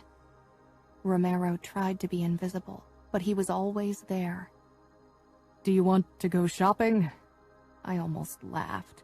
Did he think shopping made everything better? Maybe that worked for some people, but definitely not for me. No, but I'd like to grab something to eat. Gianna sent me an email with a few restaurants she wants to try when she visits. I'd like to go to one of them today. Romero looked uncertain for an instant, and I exploded. "I asked Luca for permission a couple of nights ago, so you don't have to worry. I'm allowed to leave this prison." He frowned. "I know. He told me." This was ridiculous. I left him standing in the middle of the living area and hurried up the stairs to the bedroom. I quickly changed into a nice summer dress and sandals, then grabbed my bag and sunglasses before heading back down. Romero hadn't moved from his spot. Why couldn't he pretend he was something other than my bodyguard? "Let's go," I ordered. If he wanted to act like my bodyguard, I'd treat him that way. Romero pulled a jacket over his shirt to hide his holster, then pushed the elevator button. We didn't talk during the ride down. This was actually the first time I saw the lobby of the apartment building. It was sleek, black marble, modern art, white high-gloss counter behind which a middle-aged receptionist in a black suit sat. He inclined his head toward Romero before his eyes zoomed in on me with obvious curiosity. "Good day, Mrs. Vitiello," he said in an overly polite voice. I almost stumbled at hearing him call me that. It was easy to forget I wasn't a Scuderi anymore. After all, my husband never seemed to be present. I nodded in acknowledgement, then quickly rushed outside. Heat blasted against my body as I left the air-conditioned building. Summer in the city. Nothing to be excited about. The smell of exhaust and garbage seemed to carry through the streets like fog. Romero was a step behind me, and I wondered how he could bear the heat in his outfit. "I think we need to take a taxi," I said, as I stepped toward the curb. Romero shook his head, but I'd already raised my arm, and a taxi swerved to the side and stopped beside me. Romero hung a few steps back, his alert gaze on my back. It was driving me crazy. People were giving us strange looks. "Can you please walk beside me?" I asked, as we walked down Greenwich Street where the restaurant was. "I don't want people to think you're guarding me." He was probably still pissed that I'd made him take a taxi instead of the black BMW that screamed Mafia from afar. I'm guarding you. I stopped until he fell into step beside me. The outside of the restaurant was surrounded by wildflowers growing in terracotta pots, and the inside reminded me of British pubs I'd read about. It seemed as if every single waiter was tattooed, and the tables were set so closely together you could have eaten from your neighbor's plate. I could see why Gianna would love it. Romero's lips twisted in obvious disapproval. It was probably a bodyguard's nightmare. "Do you have a reservation?" a tall woman with a septum piercing asked. No. Romero narrowed his eyes as if he couldn't believe someone was actually asking something like that. I loved it. Here I was only Aria. "But it's just the two of us, and we won't take long," I said politely. The woman looked between Romero and me, then smiled. "You have 1 hour. You're a cute couple." She turned to lead us toward our table, which was why she didn't see Romero's expression. Why didn't you correct her? He asked quietly. Why should I? Because we aren't a couple. You are Luca's. I am, and I'm not. Romero didn't argue again, but I could tell it made him uncomfortable to act like we were anything but bodyguard and his boss's wife. I ate a salad with the most delicious dressing and enjoyed watching the people around us, while Romero ate a burger and monitored our surroundings. I couldn't wait to take Gianna here. Sadness filled me at the thought. I had never been so lonely in my life. Only 2 days into my new life, and I really didn't know how to survive the many thousands of days that would follow. "So Luca will be home late again tonight?" "I suppose," Romero said evasively. After we'd eaten, I forced Romero to stroll through the neighborhood of the restaurant for a bit longer. But eventually I got frustrated with his stiff posture and obvious discomfort, and agreed to return to the apartment. When the taxi pulled up in front of the apartment building, Romero paid the driver and I slipped out of the car. As I approached the glass front, I noticed one of Luca's cousins sitting inside the lobby. What was she doing here? We hadn't spoken more than a few sentences to each other at the wedding, and I hadn't gotten the impression that she was interested in friendship. Confused, I stepped into the lobby. Cozima's eyes snapped to me, and she walked up to me without hesitation. To my surprise, she hugged me, then she pressed something into my hand. "Here, don't let Romero or anyone else see it. Now smile." I did, stunned. I could feel a folded piece of paper and what felt like a key in my palm. I quickly stashed them in my purse when Romero appeared beside me. "What are you doing here, Cosima?" There was a hint of suspicion in his voice. She flashed her teeth at him. "I wanted to see how Aria was doing and asked her if we could meet for lunch soon. But now I need to go. I have a hair appointment." She gave me a warning look, then she walked out, high heels clacking on the marble floor. Romero was watching me. "What did she say?" "What she told you," I said, raising my chin. "I want to go up now." He wanted me to act like his boss, so he couldn't expect me to open up to him.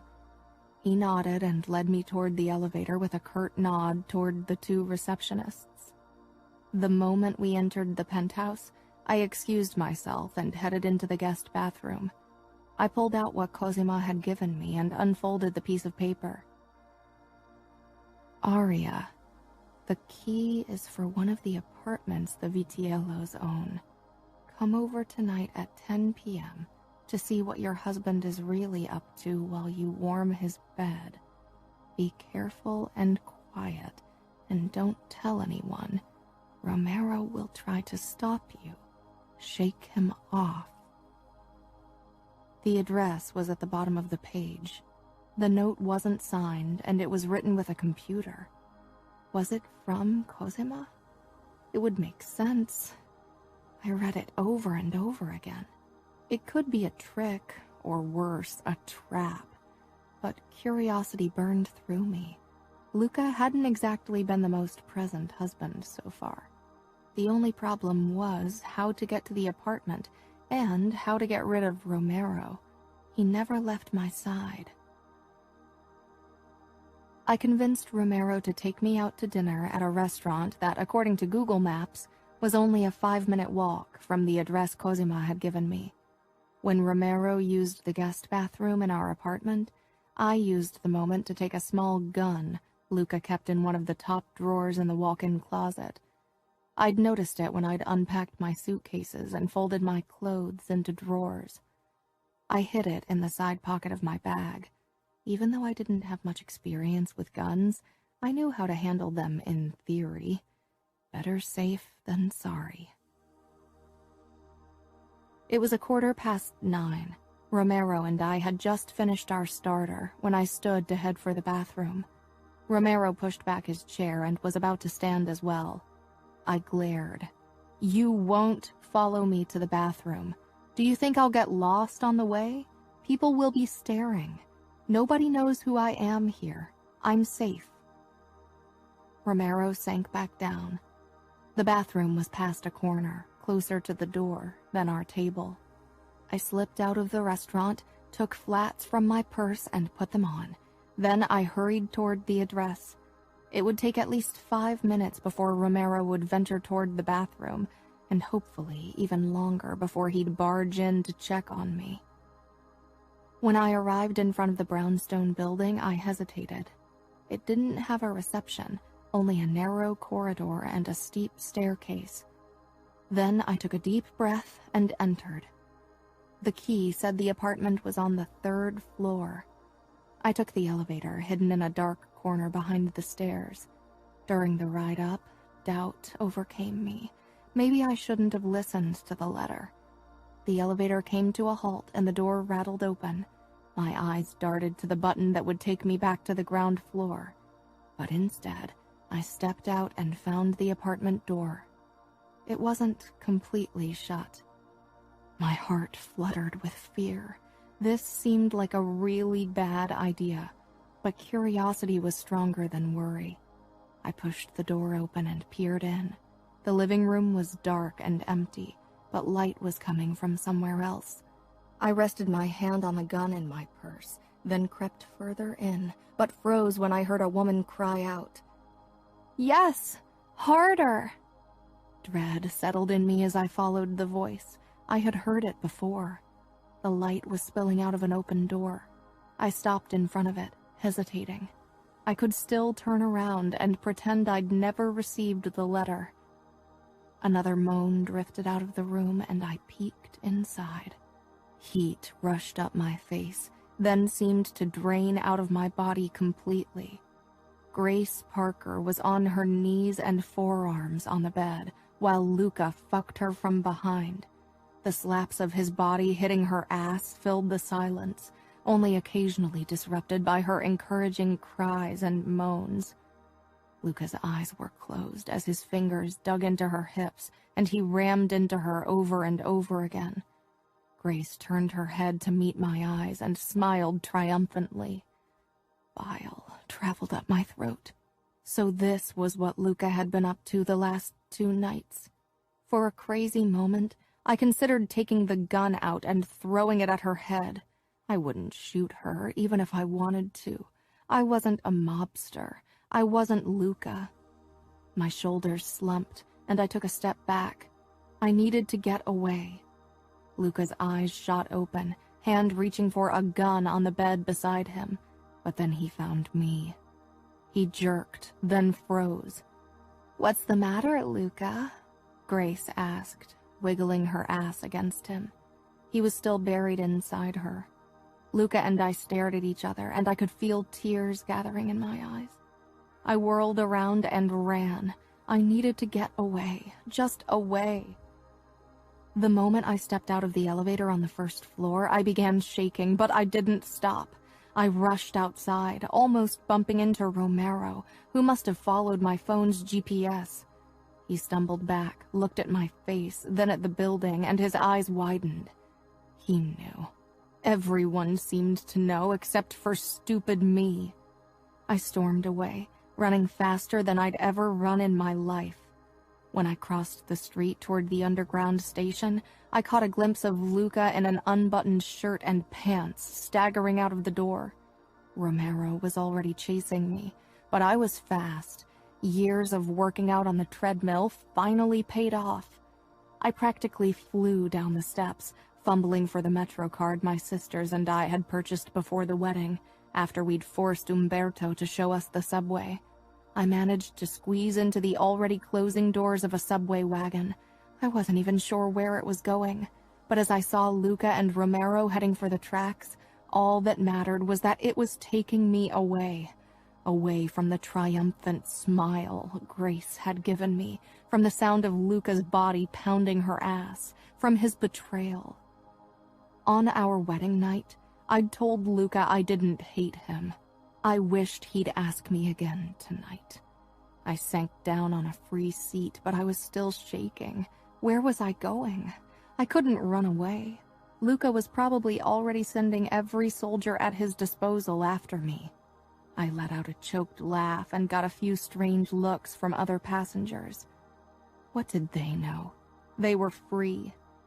I grabbed my mobile and called Gianna. She answered at the second ring. Aria? I caught Luca in bed with Grace. More people looked my way. What did it even matter? They didn't know who I was. The wedding announcements in the newspaper had never included a photo of me. I really didn't need any more attention. Holy fuck. Yeah. I got out at the next station as I began telling the whole story to Gianna. I quickly moved away from the subway because that would be the place they'd look first. Eventually, I landed in a loud and dark place where burgers and beer were sold. I ordered a Coke and a burger, though I had no intention of eating or drinking. Where are you now? Gianna asked. Somewhere, I don't even know. In a restaurant, sort of. Be careful. I didn't say anything. Are you crying? I was. Again, I stayed silent. Don't. Not when I'm not around to console you and kick Luca's fucking ass. I knew he was an asshole. Fucking bastard. You haven't slept with him yet, right? No, I haven't. That's probably why he's off cheating on me. Don't you dare blame yourself, Aria. Any decent man would have kept his dick in his pants or used his hand. The burger and Coke arrived, and I thanked the waitress, who lingered beside my table for a couple of seconds, her gaze focusing on my tears. I gave her a smile, and she finally took the hint and left. What will you do now?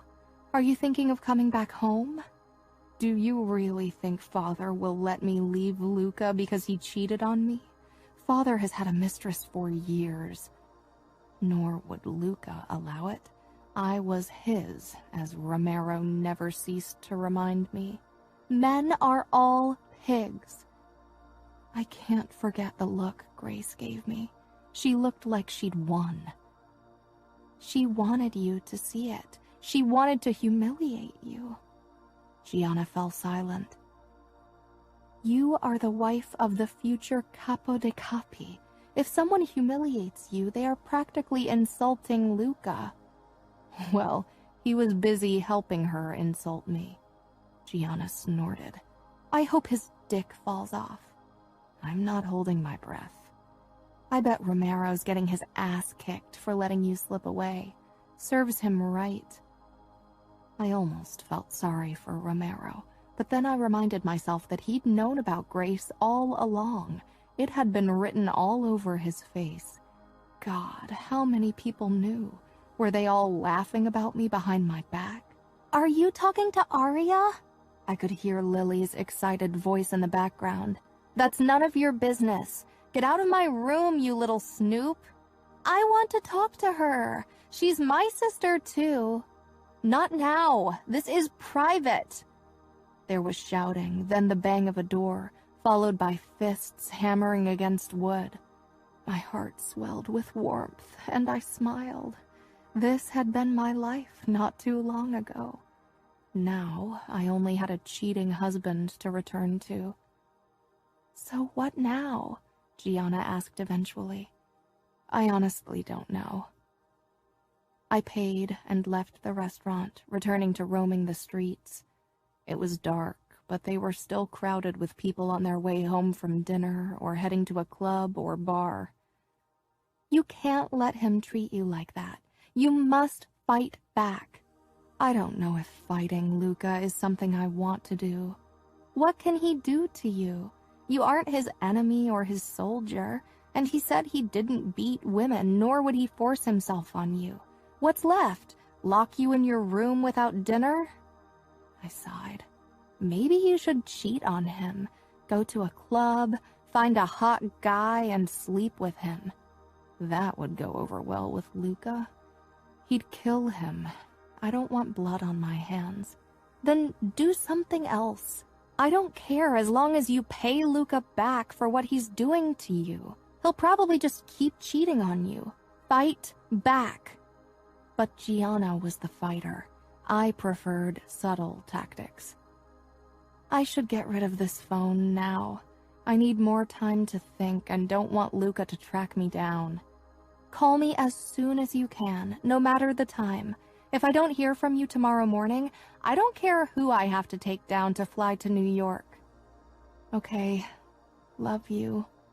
Before Gianna could say any more, I turned my phone off, disabled it, and threw it into a dustbin before walking the streets aimlessly. It was past midnight and I was getting tired. The only thing that kept me going was the image of Luca going crazy because he couldn't find me. He hated not being in control. And now I'd slipped away from him. I wished I could see it.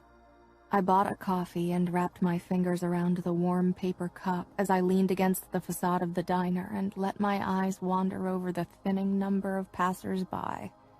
Every time a couple walked past me, holding hands, kissing and laughing and being in love, my chest tightened. My eyes burnt from exhaustion and my earlier crying. I was so tired. I hailed a taxi and let it take me to our apartment building. As I stepped into the lobby, the receptionist immediately picked up the phone. Good dog, I wanted to say.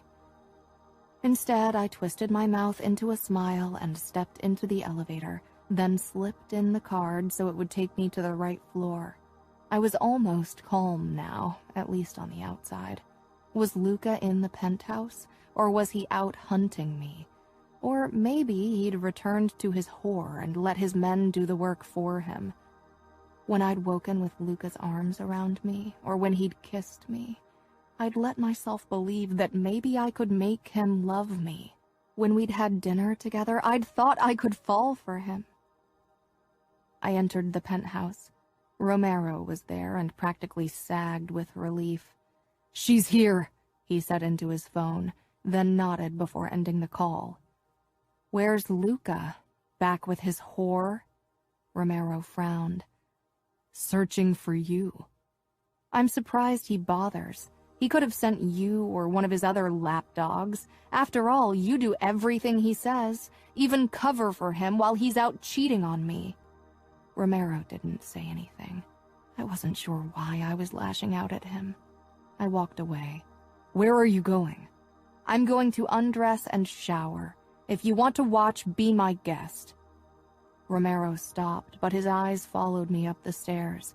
I slammed the bathroom door shut after me, then locked it before walking into the bathroom to take a shower. I turned the temperature as high as I could bear, but the water couldn't wash away the images that had taken refuge in my brain. Luca buried in grace, her smile, the sound of his hips slamming against her ass. I wasn't exactly sure what I was feeling. Disappointment, jealousy. I hadn't chosen Luca, but he was my husband. I wanted him to be faithful to me. I wanted him to want only me. I wanted to be enough. There was banging at the bedroom door when I got out of the shower. I wrapped a towel around myself and slowly walked out of the bathroom into the bedroom. "Aria, let me in."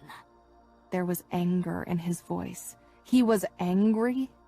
I dropped the towel and slipped a silk nightgown over my body. I'm going to kick in the door if you don't let me in. I'd like to see you do it. Maybe you'll dislocate a shoulder. Aria, open the fucking door. I was too tired to keep playing with him. I wanted this day to be over. I wanted sleep to magically take away my memory. I unlocked the door, then turned and walked back to the bed. The door flew open, banging against the wall, and Luca stormed in. He grasped my arm, and fury burned through me. How dare he lay hands on me after gripping that whore's ass with them? "Don't touch me!" I shrieked, wrenching out of his grip. He was panting, eyes wild with emotion. His hair was a mess, and his shirt wasn't buttoned properly. Matteo stood in the doorway, Romero and Cesare a few steps behind. "Where have you been?" he said in a low voice. He reached for me again, and I stumbled back. "No! Don't ever touch me again! Not when you use those same hands to touch your whore!" His face became very still. "Out, everyone. Now." Matteo turned, and he and the other two men disappeared from view. "Where have you been?"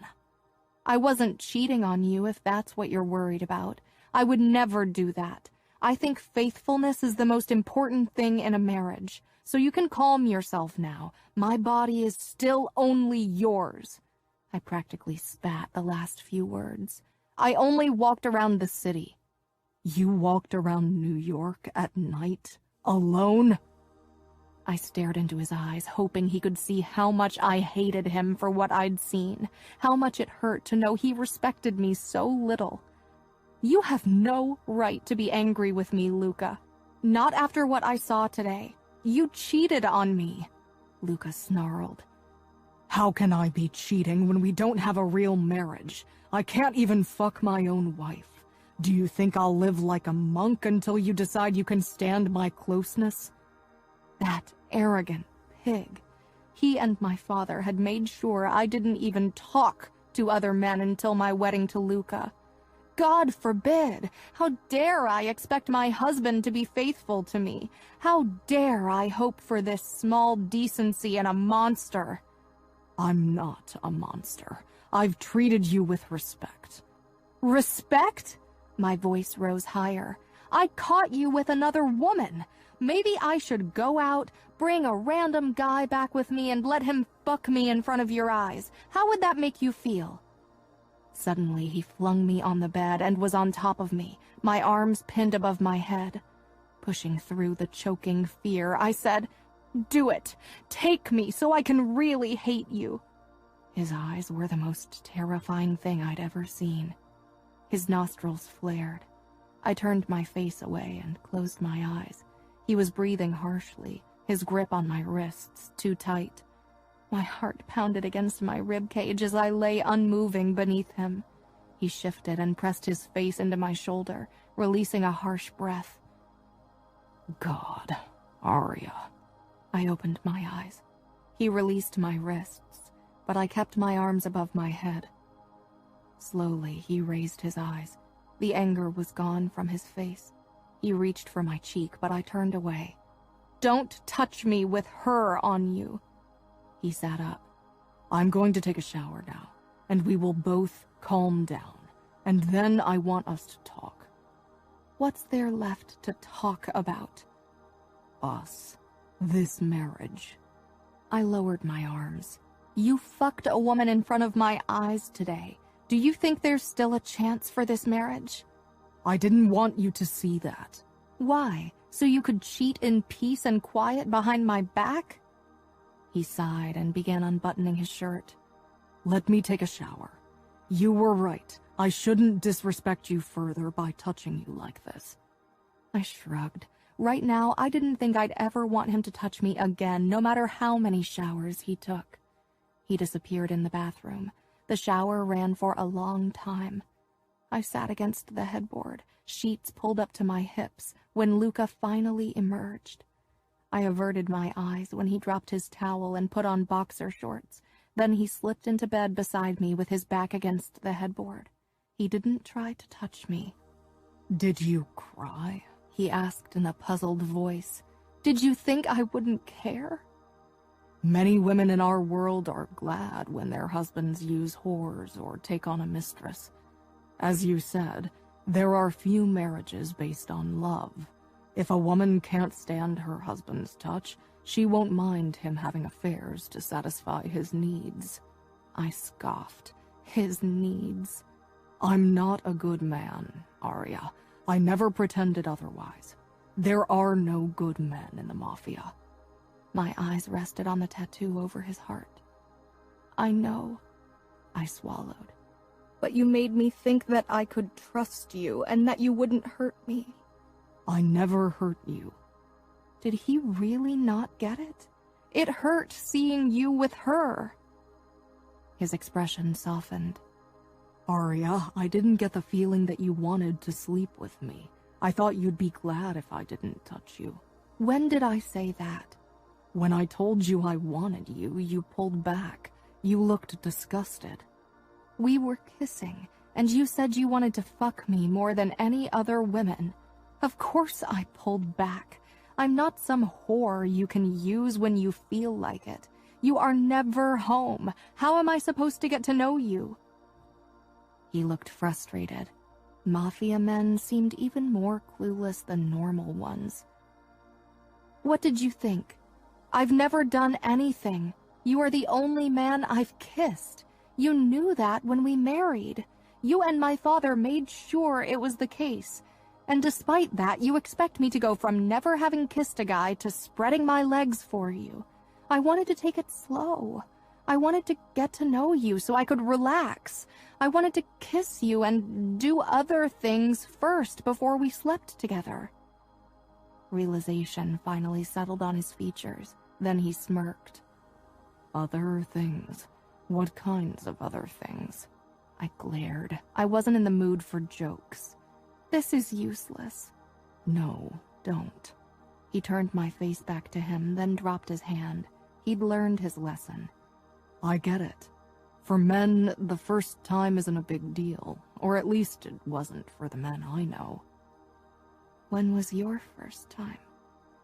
I was 13, and my father thought it was time for me to become a real man, since I'd already been initiated. You can't be a virgin and a killer, that's what he said. Luca smiled coldly. He paid 2 noble prostitutes to spend a weekend with me and teach me everything they knew.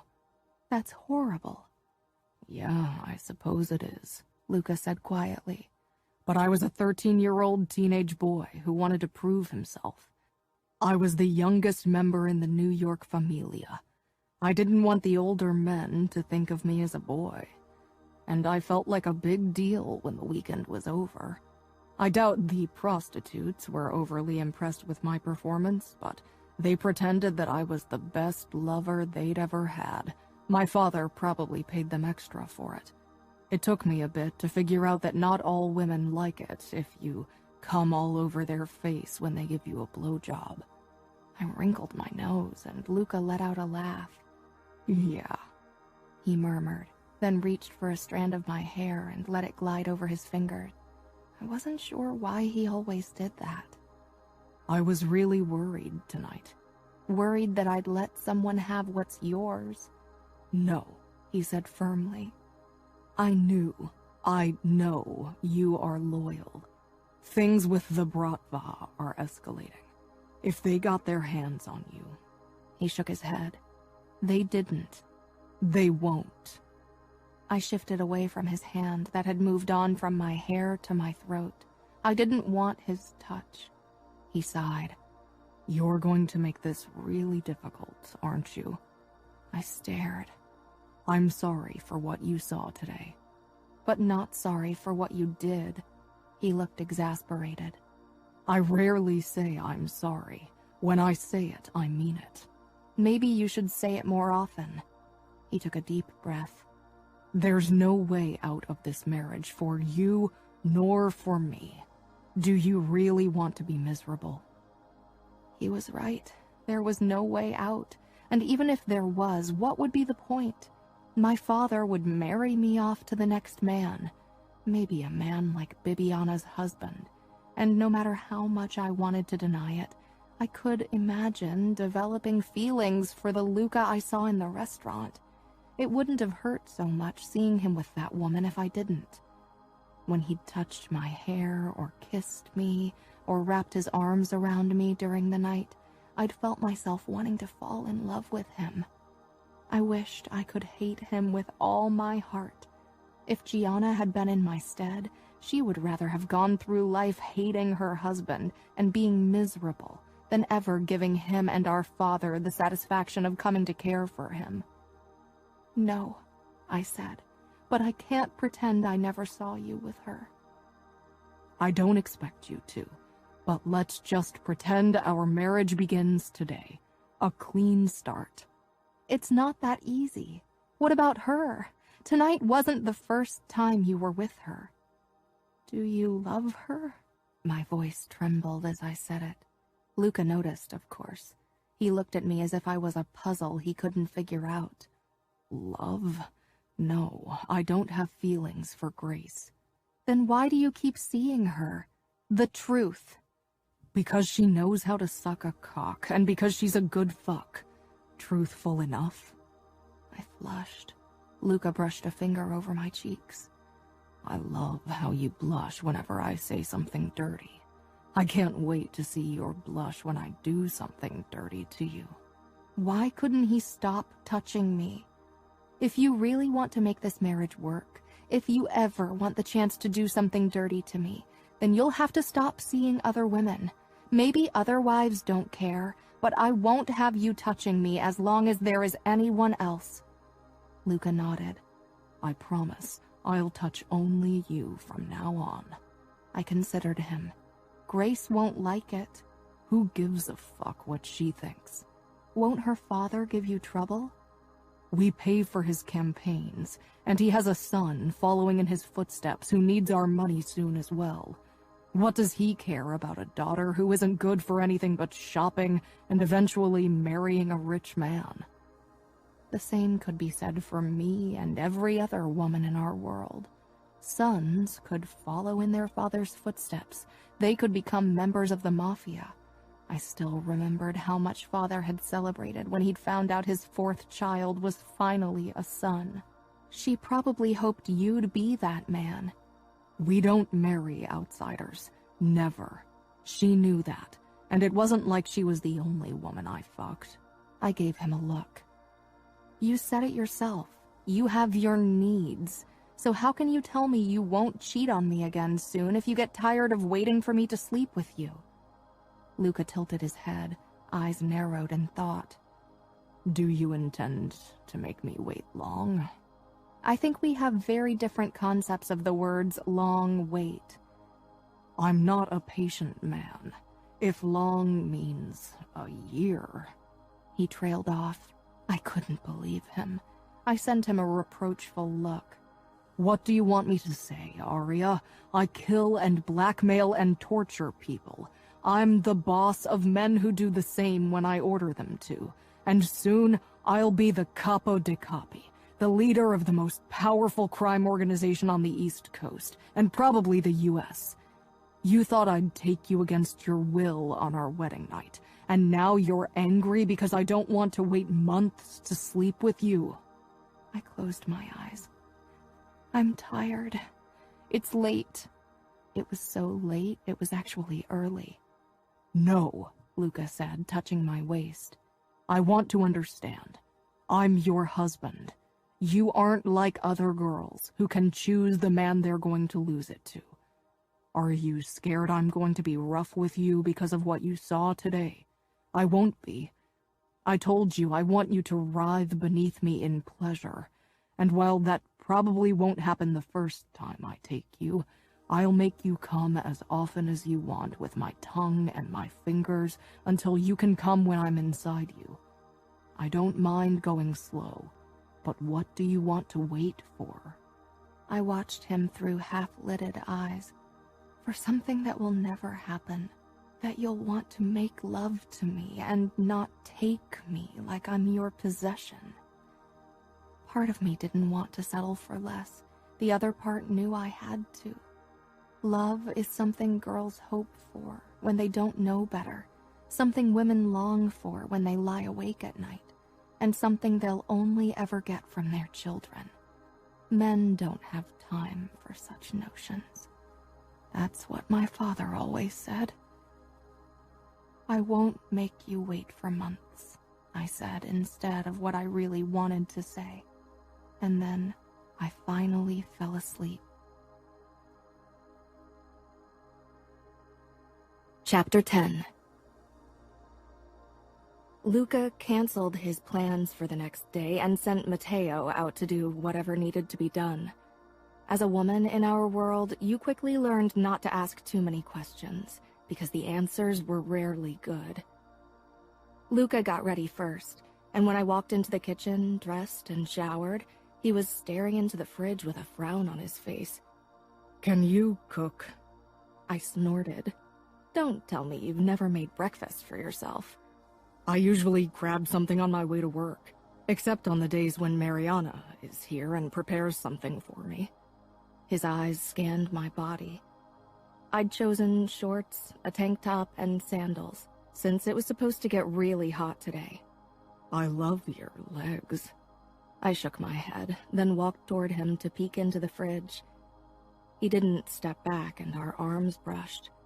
This time, I managed not to flinch. His touch wasn't uncomfortable, and when he didn't startle me, I could actually imagine enjoying it. The fridge was well stocked. The problem was I'd never cooked either, but I wouldn't mention that to Luca. I grabbed the egg carton and red peppers and set them down on the kitchen counter. It couldn't be that hard to prepare an omelet. I'd watched our cook a few times in the past. Luca leaned against the kitchen island and crossed his arms as I grabbed a pan from the cupboard and turned on the stove. I glanced over my shoulder at him.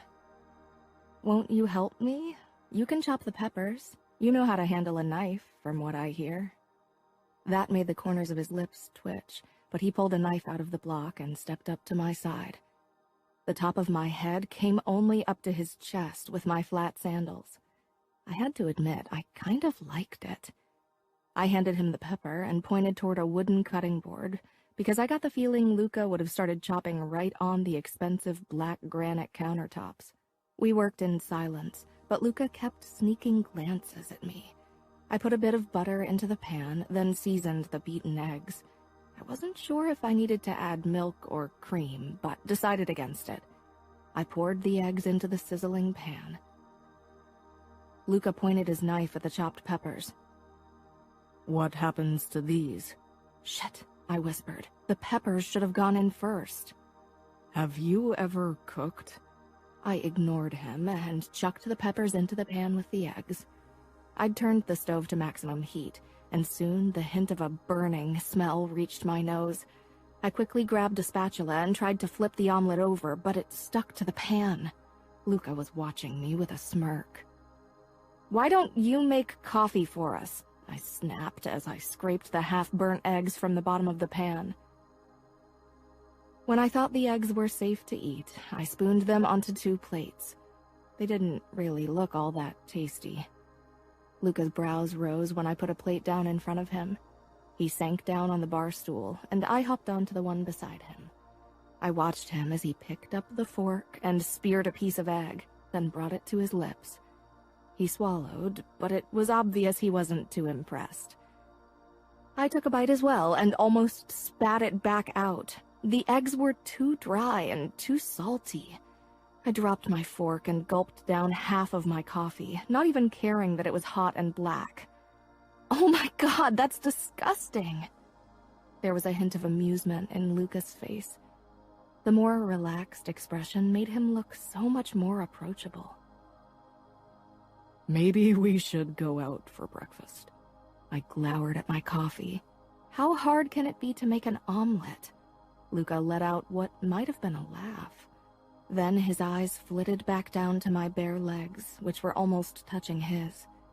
He put his hand down on my knee, and I froze with my cup against my lips.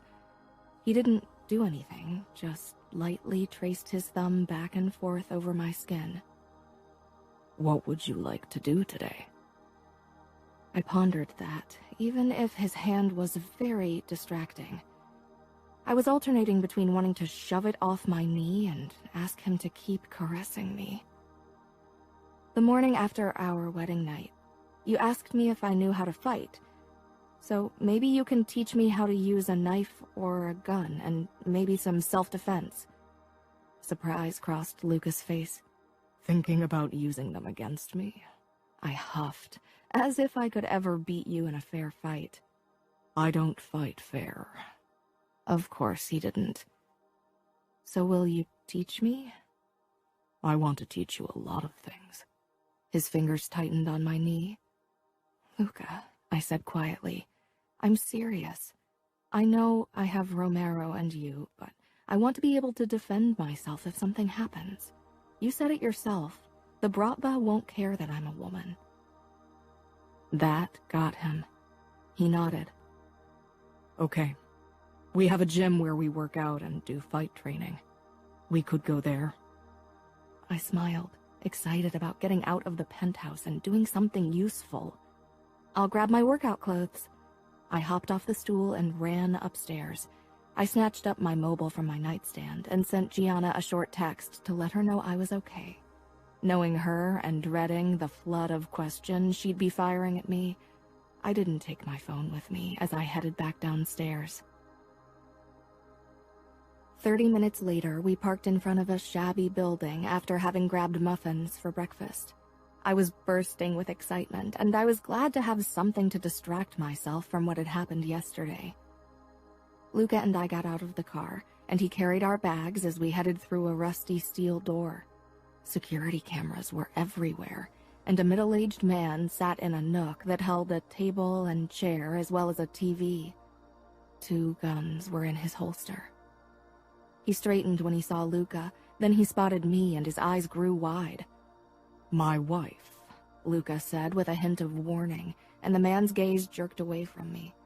Luca put a hand on the small of my back and guided me through another door that led into a huge hall. There was a boxing ring, all kinds of exercise machines, dummies for fight and knife training, and a corner with mats where a few men were sparring. I was the only woman. Luca grimaced. Our changing rooms are men only. We don't usually have female visitors. I know you'll make sure nobody sees me naked. You bet I will. I laughed, and a few faces turned our way, then more, until everyone was staring. They quickly returned to what they'd been doing when Luca led me toward a door on the side, but they kept throwing badly disguised glances my way. A few of the older men called out a greeting to Luca. He opened the door, then stopped. Let me check if someone's in there. I nodded, then leaned against the wall as Luca disappeared inside the changing room. The moment he was gone, I could feel the full force of the men's attention shifting my way. I tried not to let them see how nervous their scrutiny made me, and almost breathed a sigh of relief when Luca came back out, followed by a few men who pretended they didn't notice me. I wondered what Luca had told them. Come. He held the door open for me, and we walked into a low-ceilinged room filled with humidity and the smell of too many hard-working male bodies. I scrunched my nose up. Luca laughed. We're not catering to sensitive female noses. I grabbed my bag from him and walked toward a locker. Luca followed and set his own bag down on a scratched wooden bench.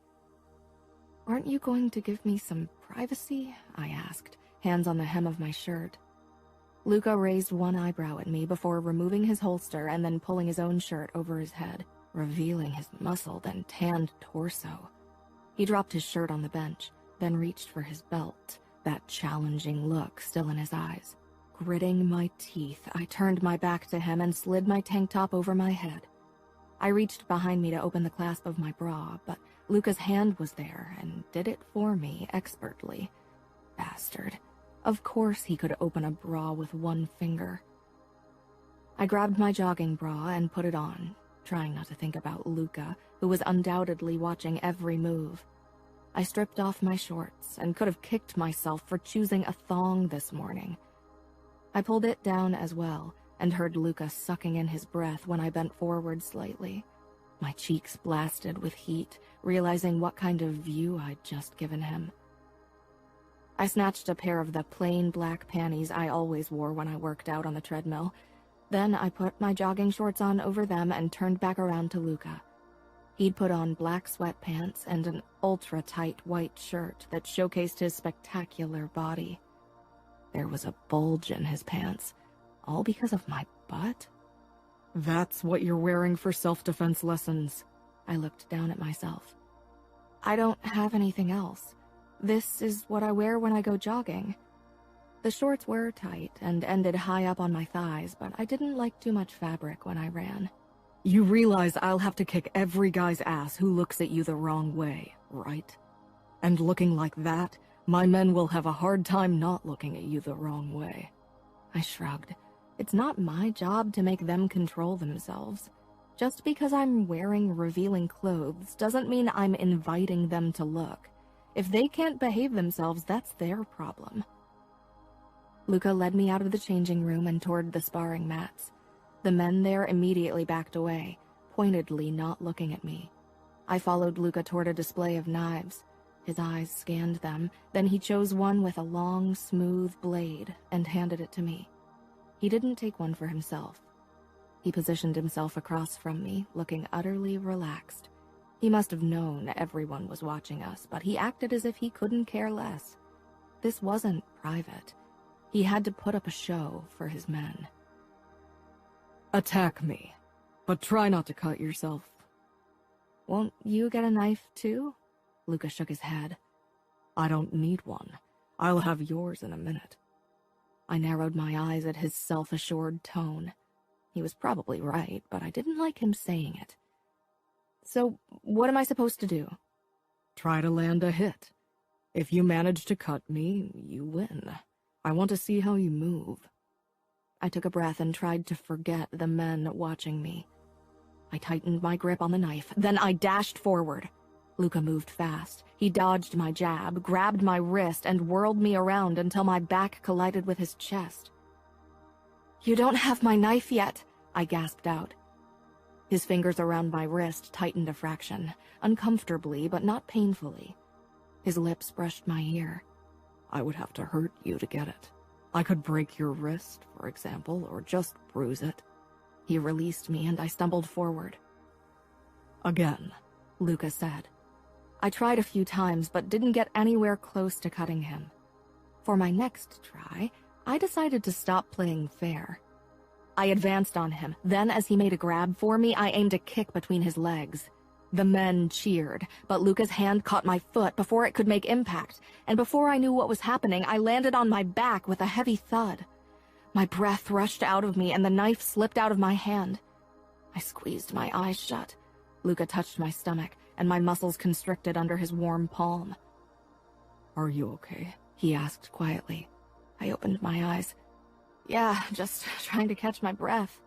Then I scanned the crowd. Don't you have a soldier who's only 5 foot something and terrified of his own shadow who would be willing to fight me? My men aren't terrified of anything, Luca said loudly.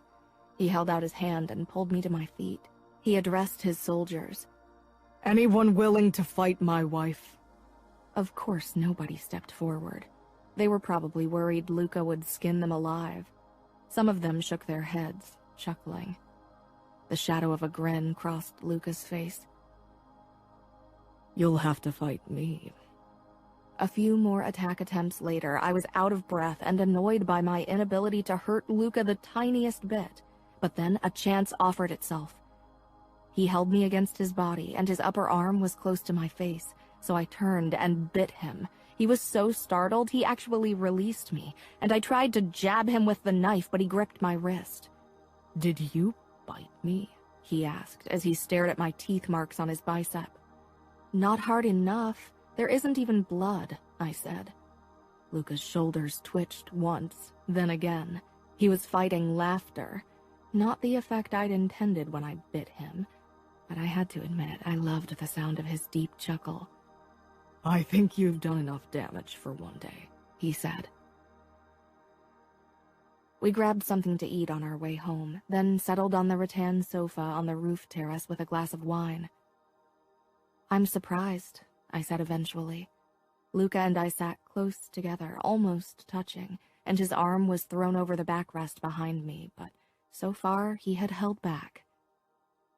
"I didn't think you'd really try." "I told you I would. I keep my word." "I bet this is hard for you." I gestured at the space between us. "You have no idea. I want to kiss you really fucking bad." I hesitated. Kissing him had felt good. Luca set the glass down, then he moved a bit closer and touched my waist. "Tell me you don't want me to kiss you." I parted my lips, but nothing came out. Luca's eyes darkened, and he leaned toward me, capturing my mouth in a kiss, and I lost myself in the sensation of his tongue and lips. Luca didn't push it, never moved his hand from my waist, but he'd begun rubbing my skin there, lightly, and his other hand massaged my scalp. How could I feel that all the way between my legs? Eventually, I lay back on the sofa, Luca propped up above me. I could feel myself getting wet, but I didn't have the time or necessary focus to feel embarrassed. Luca's kisses kept me busy. The tingling in my center became difficult to ignore, and I tried to alleviate the tension by pressing my legs together. Luca drew back with a knowing expression. Heat rose into my cheeks. "I could make you feel good, Aria," he murmured, his hand on my waist tightening. "You want to come, don't you?" Oh my God, yes.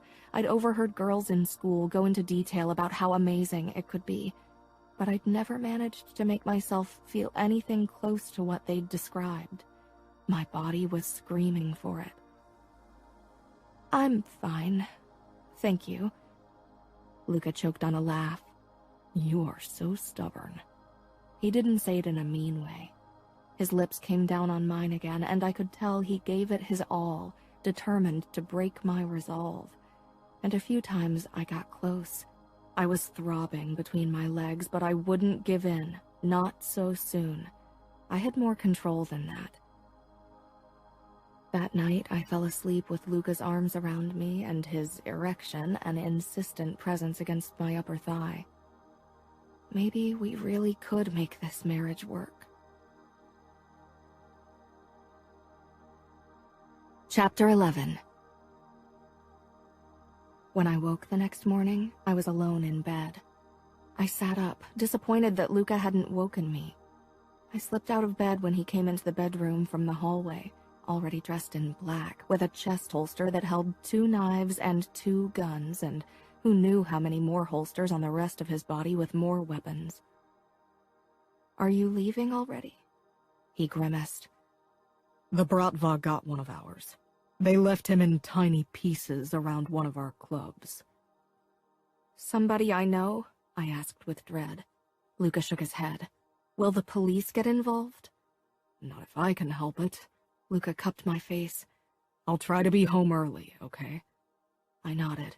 He lowered his head, watching me the entire time to see if I would pull back. His lips brushed over mine. I opened my mouth for him and sank into the kiss, but it was over too quick. I watched his back as he left. Then I picked up the phone and called Gianna. "I thought you'd never call," was the first thing out of her mouth. I smiled. "I haven't even showered yet, and it's only 8 in Chicago. You can't have been awake for long." "You didn't call yesterday, and all I got was a short text. I was sick with worry. I couldn't sleep because of you. I hate that we are so far apart, and I can't see for myself if you're okay. Are you okay?" "Yes, I am." I told her about my conversation with Luca and how we'd spent yesterday together. "How noble of him to agree to not cheat on you again and actually try to make the marriage work. Give that man flowers." "He isn't a good man, Gianna. There are no good men in our world. But I think he really wants to try. And I want it too." "Why don't you ask him if I can come visit for a few days? I don't have school for another 2 weeks, and I'm bored out of my mind without you." We could spend a couple of days at the beach in the Hamptons and go shopping in Manhattan. What about father? Did you ask him? He told me to ask you and Luca. I will ask him. I don't think he'll mind. It's not like he's home very often at the moment. Most days I'm alone with Romero. Why don't you ask Luca if you can go to college? You've got perfect grades. You would have no trouble getting into Columbia. What for? I won't ever be allowed to work. It's too dangerous. You could help Luca with his clubs. You could be his secretary or whatever. You'll go crazy if you stay in that penthouse all the time. Don't worry, I'll be fine, I said, even though I really wasn't sure. Gianna had a point. I will talk to Luca about your visit. Now, I really need to take a shower and grab something to eat. Call me as soon as possible. I need to book a flight. I smiled. I will. Stay out of trouble. You too. I hung up. Then I got ready and dressed in a breezy summer dress. It was sunny outside, and I wanted to walk through Central Park. When I stepped into the living room, Romero was sitting at the dining room table with a cup of coffee in front of him. Was Luca very angry with you? I asked as I walked past him toward the huge open kitchen. Homemade carrot cake set on the counter, and I could hear Mariana humming somewhere. She was probably cleaning. Romero got up, took his cup, and leaned against the kitchen island. He wasn't happy. You could have been killed. I'm supposed to protect you. What's Luca doing today? Romero shook his head. What is he doing? I want to know details. Why is he taking so many guns with him? He, Mateo, and a few others are going to find the guys who killed our man, and then they're going to get revenge. That sounds dangerous. A hint of worry filled me. Revenge was never the end of things. The Bratva would take revenge in turn for Luca's revenge. It was a never-ending cycle. Luca and Mateo have been doing this for a long time. They are the best, and so are the men with them. And instead of being in on the fun, you have to babysit me. Romero gave a shrug, then he smiled. It's an honor. I rolled my eyes. I'd like to go jogging in Central Park. Will you try to run away again? Why would I? There's nowhere I can run. And I doubt you'll let me escape again. You look fit enough. Romero straightened. Okay. I could tell that he was still suspicious of my motives. I put on my shorts, a tank top, and my running shoes, then went back out. Romero had changed into sweatpants and a t-shirt. He kept a stash of clothes in one of our guest bedrooms, but he lived in an apartment about 10 minutes from here. Where have you hidden your guns? That's my secret, he said with a rare grin. Then he caught himself and put on his professional face. Romero was fit and could easily keep up with me as we jogged through the many pathways in Central Park for the next hour. It felt wonderful to actually run outside for once, instead of always being limited to the treadmill. I felt free, and almost as if I belonged among all the people doing ordinary things, like walking their dogs or playing baseball. Maybe Luca would run with me one day, when the Russians weren't giving him so much trouble anymore. But when would that ever be? Later that day, I sat on the roof terrace, watching the sunset, my legs pulled up against my body. Romero was checking his phone. Luca will have more time for you soon. I looked at him. Had I appeared lonely to him? Did he tell you when he'd be home today? He hasn't written yet, he said slowly. That's a bad sign, right? Romero didn't say anything, only frowned down at his phone. I went inside when it became too cold, put on my nightgown, and curled up on the couch, turning on the TV. I couldn't help but get more worried as the clock edged closer to midnight, but eventually I drifted off. I woke when I was lifted off the couch. My eyes fluttered open, and I peered up into Luca's face. It was too dark to make out much. Romero must have extinguished the lights at some point. "Luca?" I murmured. He didn't say anything. I put a hand against his chest. His shirt was slick with something. Water? Blood? His breathing was even, steps measured. His heartbeat was calm under my palm, but I couldn't read his mood. It was strange. He carried me up the stairs as if I weighed nothing. We reached our bedroom and he put me down on the bed. I could only see his tall shape looming above me. Why wasn't he saying anything? I stretched and fumbled for the main switch beside the bed. I brushed it with my fingertips and the lights came on and I gasped. Luca's shirt was covered in blood, soaked in it.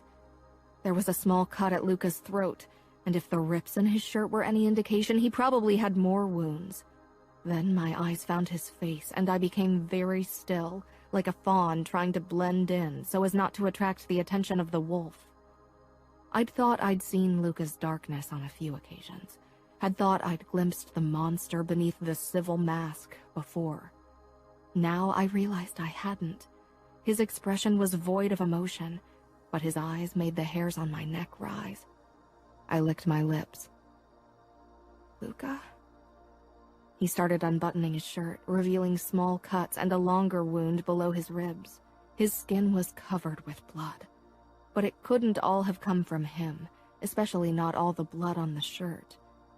It worried me that he still hadn't spoken. He shed his shirt and dropped it on the ground. Then he unbuckled his belt. Luca, I said, you're scaring me. What happened? He pushed his pants down and stepped out of them.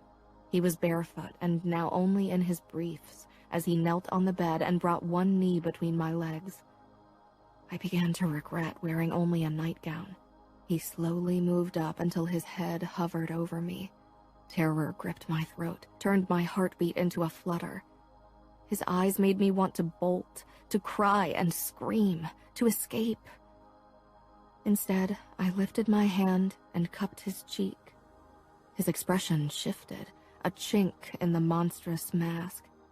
He leaned into the touch, then he lowered his face and pressed it into the crook of my neck. He breathed in deeply and didn't move for a long time. I tried not to panic. My hand was shaking against his cheek. Luca, I said softly. He raised his head again. I could see a flicker of the Luca I knew. He slid off the bed and headed for the bathroom. When he was out of sight, I let out a deep breath. Whatever had gone down today must have been horrible. I sat up as I listened to the running shower. In what kind of mood would Luca return into the bedroom? The monster in check, or almost unleashed like a moment ago? The water stopped, and I quickly lay down on my side of the bed and pulled the covers up. A few minutes later, the door opened, and Luca walked in with a towel around his waist. It was white, but a few droplets of blood had dripped from his wound and stained the fabric. He didn't walk toward the cupboard to grab boxer shorts as he usually did. Instead, he came directly toward the bed. When he reached for the towel, I averted my eyes and turned on my other side, my back toward him. He lifted the blanket and the mattress shifted under his weight. He pressed up against me, his hand curled over my hip in an almost bruising grip before he turned me toward him. My mind screamed at me to stop him. He was completely naked and in a terrifying mood. He'd spent the day picking up the pieces of one of his men, and the remainder of it killing his enemies. He grabbed the hem of my nightgown and began pulling it up. I put my hand over his. Luca, I whispered. His eyes met mine. I relaxed slightly. There was still darkness in them, but it was more contained. I want to feel your body against mine tonight. I want to hold you. I could almost hear the unspoken words, I need you. I swallowed. Only hold me? I swear. His voice was gruff, as if he'd spent hours screaming orders. I lowered my hand and let him pull my nightgown off. He released a low breath as he gazed at my naked breasts. I had to fight the urge to cover myself. His fingertips brushed the hem of my panties, but when I tensed, they retreated, and he rolled onto his back and lifted me on top of him. I straddled his stomach, my knees on either side of him, my breasts pressed against his chest. I tried to keep my weight off him because I didn't want to hurt his wounds, but he wrapped one arm around my back and pressed me tightly against him. His other hand touched my butt, making me jump. He began moving his thumb across my lower back and ass, and I relaxed slowly. The entire time, his eyes were boring into mine, and with every passing moment, another tiny piece of the darkness dissipated. "Doesn't your cut need stitches?" He bent forward and kissed me sweetly. "Tomorrow." He kept stroking my backside and kissing me slowly, as if he wanted to savor every moment. I was completely overwhelmed, but it felt good.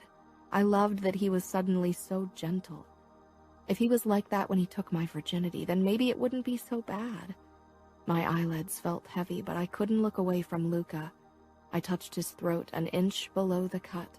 I wasn't sure why, but I leaned forward and pressed a feather-light kiss against the wound.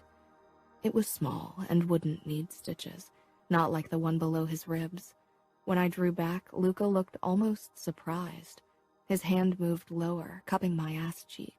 His little finger was almost touching me. There.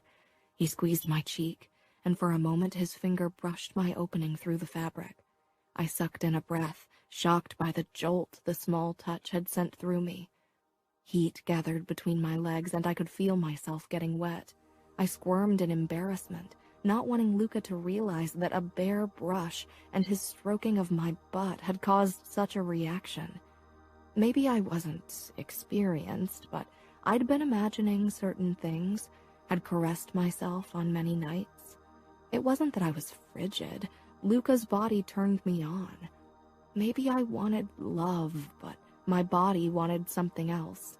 The feeling of Luca's strong chest and muscled stomach under me, his gentle kisses, his soft touch, they made me want something more, even if my mind told me it was a bad idea.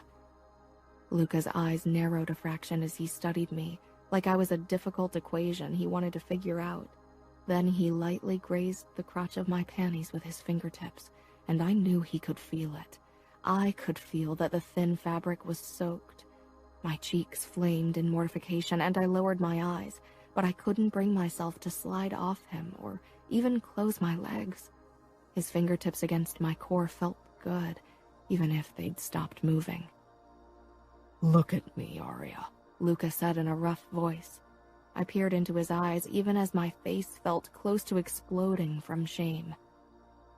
"Are you embarrassed because of this?" He traced a finger over my wet panties. My pelvis arched, and I exhaled harshly. I couldn't say anything. My lips parted as small sounds that weren't quite moans slid out. Luca moved his finger up and down, gently, teasingly, and small shivers of pleasure slithered through my body. I'd always thought that passion and orgasms came as a forceful wave, leaving nothing in their wake, something almost intimidating. But this was like a slow trickling, a deliciously sweet tension mounting to something bigger. I quivered on top of Luca, my fingers clinging to his shoulders. He never sped up his stroking, but the pleasure rose with every brush. His eyes bored into mine as he slid 2 fingers over my opening, then between my folds, and pressed down on my clit. How could this feel so intense? He wasn't even touching my skin. I gasped and trembled as sparks of pleasure shot through my body. I buried my face against Luca's neck as I clung to him. His finger rubbed my clit through my panties, slower and slower, until he simply rested his hand possessively over my folds. Luca pressed his face into my hair. "God, you're so wet, Aria. If you knew how much I want you right now, you'd run away." He laughed darkly. "I can almost feel your wetness on my cock." I didn't say anything, only tried to calm my breathing. Luca's heartbeat was strong and fast beneath my cheek. He shifted, and his length briefly brushed my inner thigh. He felt hot and hard.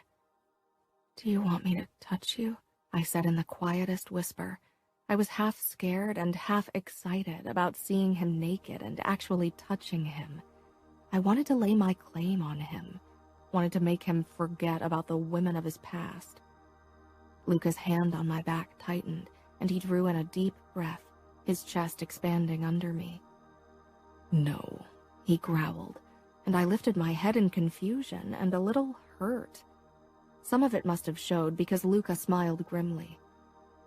I'm not quite myself yet, Aria. There's too much darkness on the surface. Too much blood and anger. Today was bad. He shook his head. When I came home today and found you lying on the sofa, so innocent and vulnerable and mine. Something flickered in his eyes, some of the darkness he'd mentioned. I'm glad you don't know the thoughts that ran through my head then. You are my wife, and I swore to protect you, if necessary, even from myself. You think you'd lose control? I whispered. I know it. Maybe you underestimate yourself. I trailed my fingers over his shoulders. I wasn't sure if I was trying to convince him or myself. He had scared me, there was no denying it, but he had snapped out of it. Maybe you trust me too much. He ran a finger over my spine, sending a new wave of tingling toward my core. When I lay you down on the bed like a sacrificial lamb, you should have run. Someone once told me not to run from monsters because they give chase. The ghost of a smile crossed his face. Next time you run. Or if you can't, you ram your knee into my balls. He wasn't joking. If I'd done that today, you would have lost control. The only reason you didn't was because I treated you like my husband, not a monster. He traced my lips with his thumb, then brushed my cheek. You are far too beautiful and innocent to be married to someone like me, but I'm too much of a selfish bastard to ever let you go. You are mine, forever. I know, I said, then lowered my cheek back to his chest. Luca extinguished the lights, and I fell asleep listening to his heartbeat. I knew a normal person would have run from Luca, but I'd grown up among predators. Decent, normal guys with jobs that didn't involve breaking laws were a foreign species to me. And deep down, a primal part of me couldn't imagine being with someone who wasn't an alpha like Luca. It thrilled me to know that a man like him could be gentle with me. It thrilled me that he was mine and I was his. The sky was only just turning gray over New York's skyline when I woke the next morning.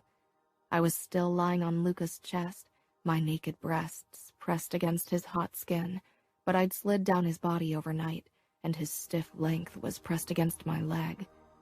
I shifted carefully and peered up into Luca's face. His eyes were closed, and he looked so peaceful in sleep. It was hard to believe that the same face had harbored so much violence and darkness last night. Curiosity gripped me. I'd never seen a naked erection, but I was worried about waking Luca. After what he'd said, I really didn't want to risk him losing control. I tried to peek over my shoulder at Luca's boner, but with the way we were positioned, I'd have to break my neck to see it. Suddenly, a buzzing came from the nightstand, and Luca sat up so fast I squeaked. He took me with him, one arm steadying me around the waist, the other reaching for his mobile. But the new position had made me slide down his body, and now his erection was between my legs, its length pressed up against my core. I was practically riding it like a broom. I'd never been more grateful for my underwear. I stiffened, and so did Luca, the mobile already pressed against his ear. I tried to maneuver into a less problematic position, but that only made his cock rub against me. He groaned, and I froze. Luca's eyes dilated as his fingers on my waist tightened. I'm fine, Matteo, he rasped. I'm fucking fine. No, I can handle this. I don't need to see the doc. Now let me sleep. Luca hung up, put the phone back on the nightstand, and stared at me. I was so stiff, he could have used me as an ironing board. He sank back slowly, with all the control only lots of sit-ups could give you. I remained in a sitting position, straddling his hips, but quickly draped one arm in front of my breasts. Now that he was lying down, his erection was no longer touching me. Gathering my courage, I swung my leg over his hips, accidentally brushing Luca's boner. Fuck, Luca growled, jerking beneath me. I had to stifle a smile. I knelt beside him, my arms still covering my breasts, and then I allowed myself to look. Wow, I had nothing to compare him to, but I couldn't imagine he could be any bigger, He was long and thick and circumcised. Gianna had won her stupid bet. "You're going to be the death of me, Aria," Luca said in a low voice. I turned, embarrassed. I'd been staring. There was hunger on Luca's face when I met his eyes. One of his hands rested on his stomach, while the other was thrown over his head. His abs were taut with tension. Actually, every inch of his body seemed that way. Suddenly, I was overcome with shyness. Why had I thought it was a good idea to take a look at him? I risked another peek. "If you keep looking at my cock with that stunned expression, I'm going to combust." I'm sorry if my expression bothers you, but this is new for me. I've never seen a naked man. Every first I'll experience will be with you, so... Luca sat up. His voice dropped an octave. "It doesn't bother me. It's fucking hot, and I'll enjoy every first you'll share with me." He stroked my cheek. "You don't even realize how much you turn me on." With him sitting, our faces were close, and Luca pulled me in for a kiss. I pressed my palm against his shoulder, then slowly ran it down his chest to his stomach. Luca paused the kiss. "Last night, you asked me if I wanted you to touch me." "Yeah," I said, my breath catching. "Do you want me to touch you now?" The fire in his eyes darkened. "Fuck yes, more than anything." He reached out for my arm, pressed against my breasts. "Let me see you." He curled his fingers around my wrist, but didn't pull. I hesitated. He'd seen them yesterday, but now I felt more exposed. Slowly, I eased my arm down. I sat very still as Luca's eyes roamed over me. I know they're not big. "You're fucking beautiful, Aria." I didn't know what to say. "Do you want to touch me now?" He said in a low voice. I nodded and licked my lips. I glanced down, then tentatively reached out and ran my finger over his length. He felt soft, hot, and firm. Luca let out a harsh breath, the muscles in his arms straining from holding himself up. I brushed the tip, marveling at how soft he was. Luca gritted his teeth. I felt a strange sense of power over him as I ran my fingertips up and down slowly, fascinated by his silkiness. Luca quivered under my touch. "Take me in your hand," he said in a low voice. I wrapped my fingers around his shaft lightly, worried about hurting him. I moved my hand down, then up, surprised at how heavy he felt in my palm. Luca lay back. I knew he was watching me, but I couldn't meet his gaze, too mortified by my own courage. "You can grip harder," he said after a few more of my tentative strokes. I tightened my fingers. "Harder. It won't fall off." I flushed and turned away, dropping my hand. I didn't want to hurt you. God, this was embarrassing. I couldn't even do this. Maybe Luca should go back to his whore, Grace. She knew what to do. "Hey," Luca said calmly, pulling me against him. "I was teasing you. It's okay." He kissed me. His mouth moved against mine, unyielding but gentle, and his hand snaked down my arm, my hip, and over the curve of my butt until his finger slipped between my legs and grazed over my folds. He slid back and forth lightly, before moving the tip of his finger under my panties. I held my breath at the feel of him against my bare skin. He dipped between my folds, then slid up to my clit, coating it with my wetness. I moaned against his lips before slipping my tongue into his mouth to dance with his. Pleasure swept through me as he twirled his finger over my sensitive nub. He tore his mouth away from mine, his eyes boring into me. "Want to try again?" he rasped with a nod toward his hard length. His finger flicked over me again, and I gasped, barely able to think straight, much less form a coherent sentence. My body ached with a need I'd never felt before. I slid my hand down his muscled torso, following the fine trail of dark hair to his erection. I curled my hand around it, and it jumped under my touch. Luca's fingers slid faster against my wet flesh. His steady caress made me pant, but I was too far gone to care. Luca covered my hand around his length with his, showing me how hard to grip him. Then he moved our hands up and down his shaft. I watched in fascination. We moved faster and harder than I would have dared. Luca's fingers between my folds rubbed me faster, too, until I could barely breathe and my pulse pounded in my veins. I was about to topple over the edge. "Luca," I gasped, and he flicked my clit, sending me spiraling out of control. Spasms shot through my body as I moaned. My hand pumped Luca's length even faster, and with a guttural growl, Luca's release washed over him. I shivered against him as I watched him come over our hands and his stomach. My nipples were hard and rubbed against his chest, sending ripples of pleasure through me. His erection, still throbbing in my palm, softened slowly. Luca pulled his fingers out from beneath my panties and rested them on my butt. I closed my eyes, listening to the thundering of his heart. Luca kissed the top of my head, startling me with the loving gesture. My heart burst with new hope. Gradually, our breathing slowed. Luca reached out for a tissue box on the nightstand and handed me a tissue before wiping himself clean. I felt self-conscious as I cleaned his sperm from my hand. I couldn't believe I'd touched him like that. I was still sensitive between my legs, and yet I wanted to feel his fingers again. Was it wrong that I enjoyed Luca's touch so much? He was my husband, but still. My mother had always treated sex like something only men desired. Women simply did their duty. Luca rubbed my arm, and I decided not to think about it too much. I'd do what felt right. I released a small breath, but then my eyes focused on the cut below Luca's ribs. Blood was trickling from it. I sat up. "You're bleeding." I'd forgotten all about it. "Does it hurt?" Luca looked utterly relaxed.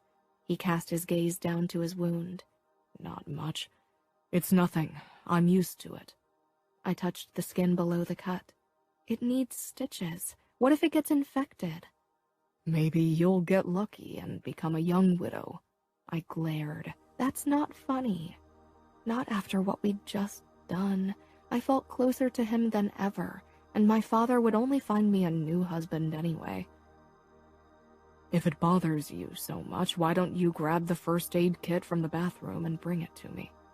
I jumped out of bed and rushed into the bathroom. "Where is it?" "In the drawer below the sink." There wasn't only one first aid kit. There were about 24 of them. I picked one and returned to the bedroom, but before I joined Luca in bed, I grabbed my nightgown from the ground and put it on. Luca sat against the headboard, still gloriously naked. I concentrated on his torso, embarrassed by his unabashed nudity. Luca stroked my cheek when I settled next to him. "Still too shy to look at me after what happened." He tugged at the hem of my nightgown. "I liked you better without it." I pursed my lips. "What do you want me to do?" I set the first aid kit between us and opened it. "Many things," Luca murmured. I rolled my eyes. "With your cut." "There are disinfectant wipes. Clean my wound and I'll prepare the needle." I ripped open one of the packets. The overpowering smell of disinfectant clogged my nose. I pulled the wipe out, unfolded it, and dabbed it against the cut. Luca twitched, but didn't make a sound. "Does it burn?" "I'm fine," he said simply. "Wipe harder." I did, and though he jerked a few times, he never told me to stop. Eventually, I threw the wipe into the trash and leaned back. Luca pierced his skin with the needle and began stitching himself up, his hands steady and sure. Watching him made me queasy.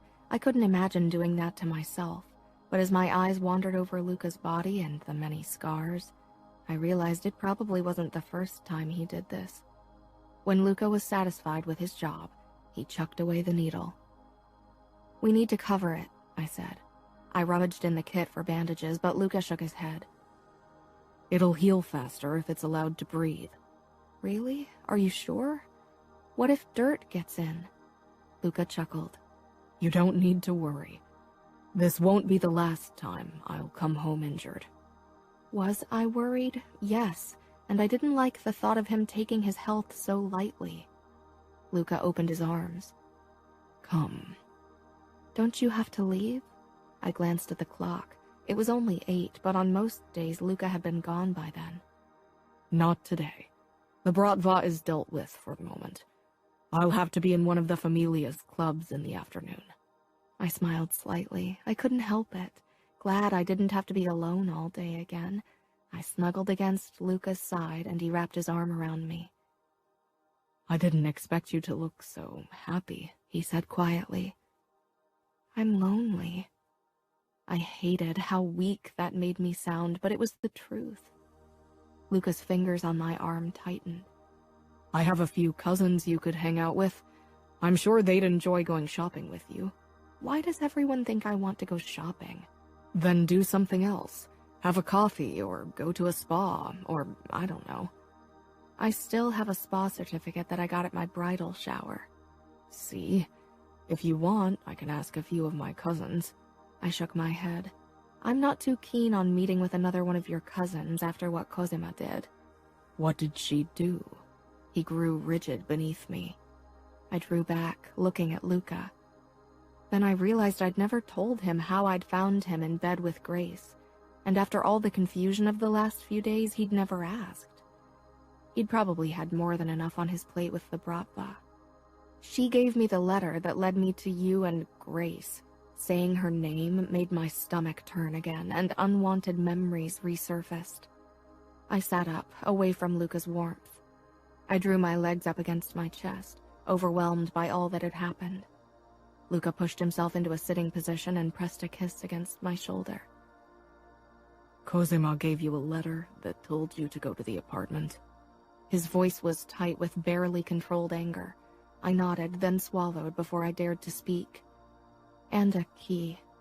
It's still in my bag. That fucking bitch, he growled. Who? Both of them. Grace and Cosima. They're friends. Grace must have put Cosima up to this. That cunt. I flinched away from the fury in his voice. He let out a harsh breath and sneaked an arm around my waist, pulling me against his chest and burying his face in my hair. Grace wanted to humiliate me. She looked really happy when I found you. I bet, he said. She's a fucking rat, trying to humiliate a queen. She's nothing. Wow, he was furious, and I couldn't help but feel schadenfreude toward Grace. How did she react when you told her that you couldn't see her anymore? He was silent. I tensed. You promised you wouldn't see her or other women again. My voice shook, and I tried to pull away from him, but he held me fast. Had he lied to me? I couldn't believe I'd believed him. Couldn't believe I'd let him touch me there and actually touched him in turn. I did, and I won't. But I didn't talk to Grace. Why should I? I don't owe her an explanation. Just like I don't owe a fucking explanation to the other sluts I fucked. His body might have been made from stone, he was so tense. I wanted to believe him. He grabbed my chin between his thumb and index finger and tilted my face around until I was looking at him. You are the only one I want. I'll keep my promise, Aria. So you won't see her again? Oh, I will see her again to tell her what I think about her little stunt. Don't. He frowned. I don't want you to talk to her again. Let's just forget her. I could see that he didn't want to forget. Please. He exhaled, then nodded. I don't like it, but if that's what you want... It is, I said decidedly. Let's not even talk about her anymore. Pretend she doesn't exist. Luca lifted his hand and rubbed his thumb over my lower lip. Your lips are too fucking kissable. I ducked my head to hide my pleased smile. There's something I wanted to talk to you about, I said. More bad news? Well, I guess that depends on your viewpoint. I want Gianna to visit me. Her school doesn't begin for another 2 weeks, and I miss her. It's been only a few days since you saw her. I know. Where would she stay? I don't know, maybe in our guest room? We had 3 of them on the lower floor of the penthouse. Your sister is a major pain in the ass. I gave him a pleading look. How about a deal? He said in a husky voice. Nerves fluttered in my stomach. A deal? Don't look so nervous. Luca smiled sardonically. I'm not going to ask you to sleep with me so you can see your sister. I'm not that big of an asshole. No, I teased, and he slammed his lips against me in a kiss that sent lightning sensations all the way down to my toes. No, he said against my lips. But I'd like to explore your body. I raised my eyebrows. What do you mean? Tonight, I'll try to be home early from the meeting at the club, and I want us to soak in the jacuzzi for a bit, and then I want you to lie back and let me touch you and kiss you wherever I want. He licked my ear. You'll love it. I parted my lips in surprise. This was moving way faster than I'd thought it would, than I thought it should. Luca must have seen the uncertainty in my expression, because he slipped his hand between my legs and pressed the heel of his palm against my clit over the fabric of my panties. I bucked and let a moan slip out before I could stop myself. God, this was ridiculous. This was what happened when you were forced to live abstinent for so long. You like this, Aria. I know you do. Admit it. He pressed harder, and I jerked against him. Yes, I gasped out. He moved his palm slowly over me, sending spikes of pleasure through my body. Don't stop. I won't, he said, nibbling my throat. So will you let me have my way with you tonight? I won't do anything you don't want. I wasn't even sure what I wanted right now, except for Luca not to stop what he was doing with his hand. I would have promised him anything in that moment. Yes, he increased the pressure on my clit and suckled at my throat, then flicked his tongue over my collarbone, and I exploded. Luca kissed me below my chin before pulling back with a smirk. Once I came down from my high, I needed to figure out a way to balance the power between us. He wanted me more than I wanted him. I was sure about it. I needed to take advantage of it. I rested my forehead against his shoulder. So can I call Gianna and tell her to buy plane tickets? Luca chuckled. Sure, but remember our deal. His phone buzzed on the nightstand. He picked it up. For fuck's sake, Matteo, what now? I pulled back. Luca got up and began pacing the bedroom, completely naked. We've got his back. I won't let another fucking restaurant go to the Russians. Yeah, I'll be ready in 30 minutes. He flung his phone on the nightstand. I'll have to talk to the owner of a restaurant chain. Okay, I said, trying to hide my disappointment. Call your sister and tell her she can come. And I'll be back in time for dinner, okay? I have a few takeout menus in the kitchen. Order whatever you want. He leaned down and kissed me. Let Romero take you to a museum or something like that. 15 minutes later, he was gone, and I was left with my doubts. How could I have agreed to his deal? Because I loved the pleasure he gave me. Why not enjoy it? Maybe I would have to live without love, but that didn't mean I would have to be miserable. Gianna was ecstatic when I called to tell her she could visit. I didn't tell her about the deal. I couldn't talk about something like that on the phone, or ever. I knew she wouldn't approve of me giving in to Luca so quickly. As promised, Luca was home early. I was incredibly nervous. I'd chosen a beautiful yellow dress and set the table on the roof terrace. Surprise flashed across Luca's face when he found me outside. I thought we could eat here. He wrapped his arms around me and pulled me in for a lingering kiss. Butterflies fluttered in my stomach. I ordered Indian food. I'm hungry for only one thing.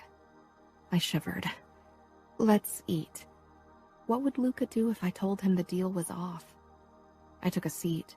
Luca watched me with intensity. Eventually, he sank down on the chair across from me. The gentle breeze on the rooftop caressed my skin and tugged at my hair. You look fucking sexy. I started eating.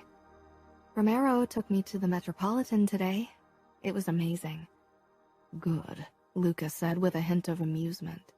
Could he see how nervous I was? What about the restaurant owner? Did you convince him that the Famiglia will protect him from the Russians? Of course. He's been under our protection for more than a decade. There's no reason to change that now. Sure, I said distractedly, taking a gulp of the white wine. Luca put down his fork. Aria, I nudged a piece of cauliflower on my plate, not meeting Luca's gaze. Aria. His voice sent a chill down my back, and I peered up at him. He leaned back in his chair, arms crossed over his strong chest. You are scared. I'm not. He narrowed his eyes. Maybe a bit, but mostly I'm nervous. He got up from the chair and came around the table. Come on. He held out his hand. After a brief moment of hesitation, I took it and let him pull me to my feet. Let's get into the jacuzzi, okay? That'll relax you. I doubted being in a hot tub with him in only swimwear would make me less nervous. I didn't know what to expect, and that terrified me. Why don't you grab your bikini and I'll set up the jacuzzi? I nodded and went back inside. I picked my favorite white bikini with pink dots. I pulled my hair into a ponytail, then stared at myself in the bathroom mirror. I wasn't sure why this made me so nervous. This morning, Luca's touch had set my skin aflame. He'd promised not to do anything I didn't want. I took a deep breath and walked into the bedroom. Luca was waiting for me in black shorts. They did nothing to hide his strong body. All muscles and power. His eyes traveled over me, then he slipped a hand over my hip. You are perfect, he said in a low voice. With a gentle nudge, he led me out of the bedroom, down the stairs, and onto the roof terrace. I shivered in my bikini. The breeze had picked up, and it was definitely too cold to stand outside in nothing but a bikini. Luca lifted me into his arms. I gasped in surprise, my hand coming up against the tattoo over his heart. My own heart was galloping in my chest. I buried my face in the crook of Luca's neck, trying to relax. Luca's grip on me tightened as he stepped into the jacuzzi and slowly lowered us into the hot, bubbling water. I sat on his lap, my face still hidden against his skin. Luca rubbed his hand up and down my spine. There's no reason for you to be scared, says the man who crushed a man's throat with his bare hands. I meant to say it teasingly, but my voice came out shaky. That's got nothing to do with us, Aria. That's business. I know. I shouldn't have brought it up. What's really the problem? I'm nervous because I feel vulnerable, like I'm at your mercy because of the deal. Aria, forget about the deal. Why don't you try to relax and enjoy this? He nudged my chin up until our lips were almost touching and our eyes were locked. Promise you won't force me to do something I don't want to do. I lowered my gaze to his chest. Promise me that you won't hurt me. Why would I hurt you? Luca asked. I told you I won't sleep with you unless you want me to. So you will hurt me when we sleep together? Luca's lips twisted into a wry smile. Not on purpose, no, but I don't think there's a way around it. He kissed the spot below my ear. But tonight, I want to make you writhe in pleasure. Trust me. I wanted to, but trust was a dangerous thing in our world. Part of me wanted to hold on to the flicker of hate I'd felt when I caught him with Grace. But another, bigger part of me wanted to pretend we hadn't been forced into this union. Wanted to pretend that we could love each other. Luca's tongue trailed over my throat. He stopped over my pounding pulse and sucked my skin into his mouth. I shivered from the sensation. His body was hot and hard against mine, and I loved sitting in his lap, though it wasn't exactly comfortable. There wasn't much softness about Luca's body, only firm muscle. He shifted, pressing his erection against my butt as his lips claimed my mouth. The kiss sent small lightning bolts through my body, but I needed this to be more than physical. I wanted to know more about the man I'd spend the rest of my life with. I pulled back, getting a growl from Luca in response. His fingers on my waist tightened, his gray eyes questioning as they settled on my face. I kissed his cheek and slung my arms around his neck. Can we talk for a bit? It was obvious from Luca's expression that talking was the last thing on his mind, but he leaned against the wall of the jacuzzi. What do you want to talk about? One of his hands slid lower and began caressing my butt. I didn't allow it to distract me from my goal, even if it was very distracting. The hungry look in Luca's eyes didn't help either. what happened to your mother?" I knew she'd died when Luca had been a young boy, but Umberto hadn't said much more, either because he didn't know or because he thought I shouldn't know. Luca's body turned rigid, eyes hard. "She died." He turned his face away, jaw flexing. "That's not the kind of thing I want to talk about tonight." His rebuke stung. I wanted to get closer to him, wanted to get to know more sides of him, but it was clear he wouldn't let me. I nodded. Luca removed his hand from my backside and slowly trailed it over my hip, then lower until he reached my inner thigh. He slipped under my bikini bottoms, rubbing his finger along my folds. I should have pushed him away, but instead I opened my legs a bit wider. Luca nuzzled my neck, then drew back. He hooked the fingers of his other hand under my bikini top and pulled it down so it bunched around my rib cage. My breasts sprang free, goose flesh covering my skin and my nipples erect from the contact with the cold breeze. Luca made a sound low in his throat as he stared at my chest. Then he bowed low and sucked my nipple into his mouth, and at the same time rubbed his thumb over my clit. I cried out from the sensation. He growled against my skin and released my nipple with an audible pop. His gaze snapped up to me as his tongue lavished my nub. I tried to look away, but he snarled. "No, look at me." And I did. I watched my nipple disappear in his mouth once more, watched him as he teased it with his tongue, his hungry gray eyes on me. He bit down gently, and my hips bucked against his hand, still teasing my folds. Release shuddered through my body. Luca pulled back lightning fast, gripped my hips, and lifted me onto the edge of the jacuzzi. "Luca, what?" Luca tore my bikini bottoms off me, pretty much ripping them in half. I gasped and tried to close my legs, but Luca positioned himself between them, shoved my legs as far apart as possible, and lowered his head. I gasped again, horrified and stunned, and... oh God. Luca ran his tongue all the way from my opening up to my clit. "Fuck yes," he growled. My eyes darted around. What if people saw? Only part of the jacuzzi was encompassed by a screen, but Luca sucked my outer lips into his mouth, and I didn't care anymore.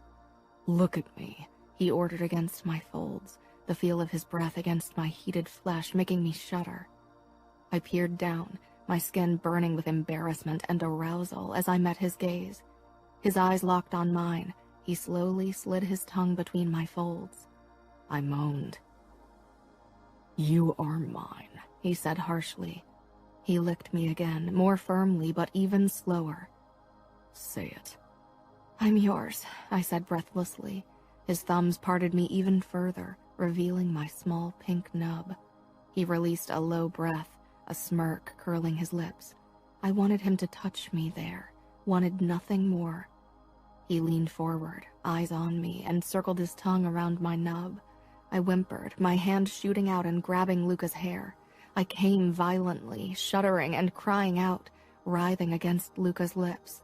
He didn't stop. He was relentless.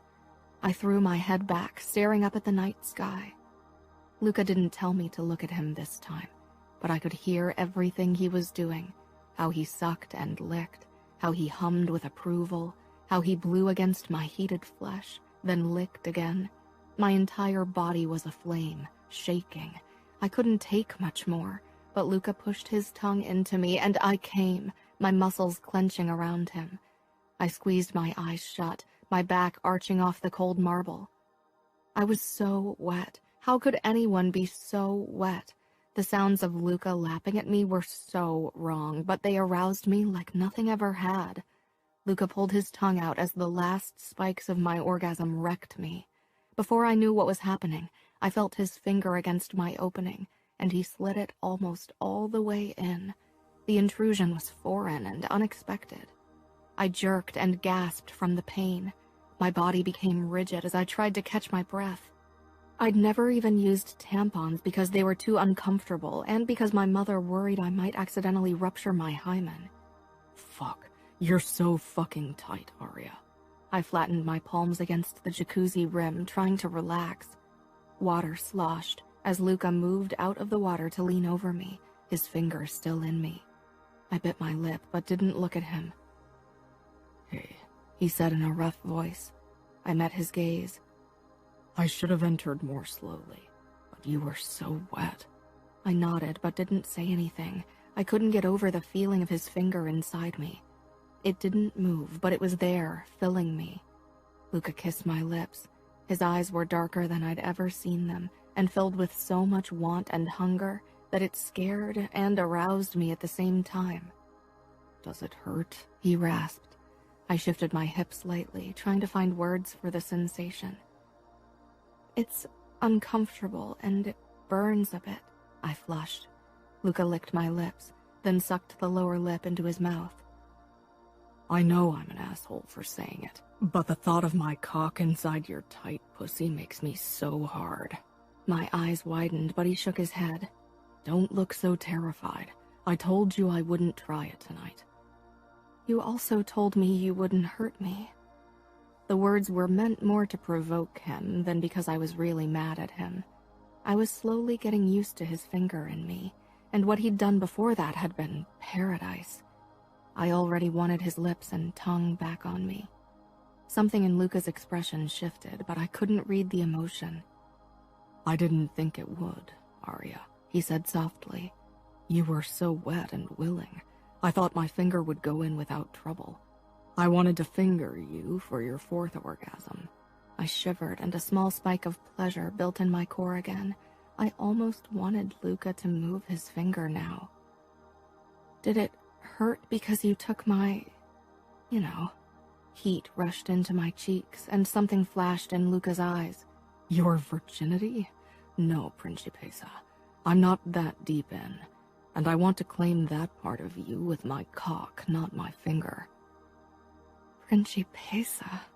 Warmth settled in my chest. Slowly, he pulled his finger out, my muscles clenching around him and sending a strange prickling through my core. He traced the same finger over my lip and dipped it into my mouth. I circled it with my tongue without even knowing why. Luca groaned.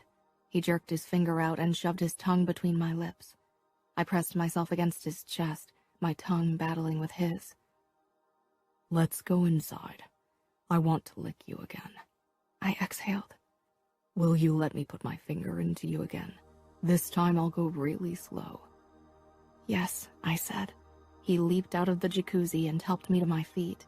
Then he lifted me into his arms, my legs wrapping around his waist as he carried me inside. He lowered me to my feet in front of our bed and disappeared into the bathroom, only to return with a towel. He helped me out of my bikini top, wrapped the towel around me, and started to gently rub me dry. I closed my eyes, enjoying the feel of it. I couldn't believe I'd let Luca do what he'd done. I couldn't believe I wanted him to do it again. Everything was overwhelming.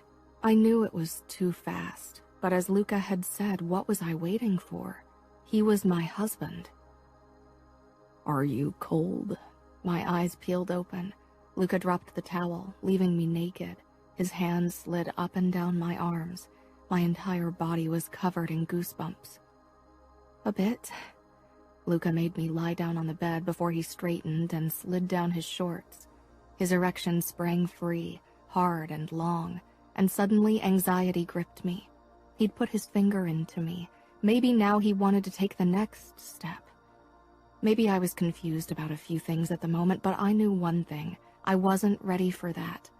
I still barely knew the man in front of me, and sleeping with him, letting him into me like that was too much, too intimate. Maybe this evening had been his way of manipulating me. Nobody got that far in the Mafia without being a master in manipulation. I pressed my legs together and scrambled back. Luca paused, one knee already on the bed. Aria.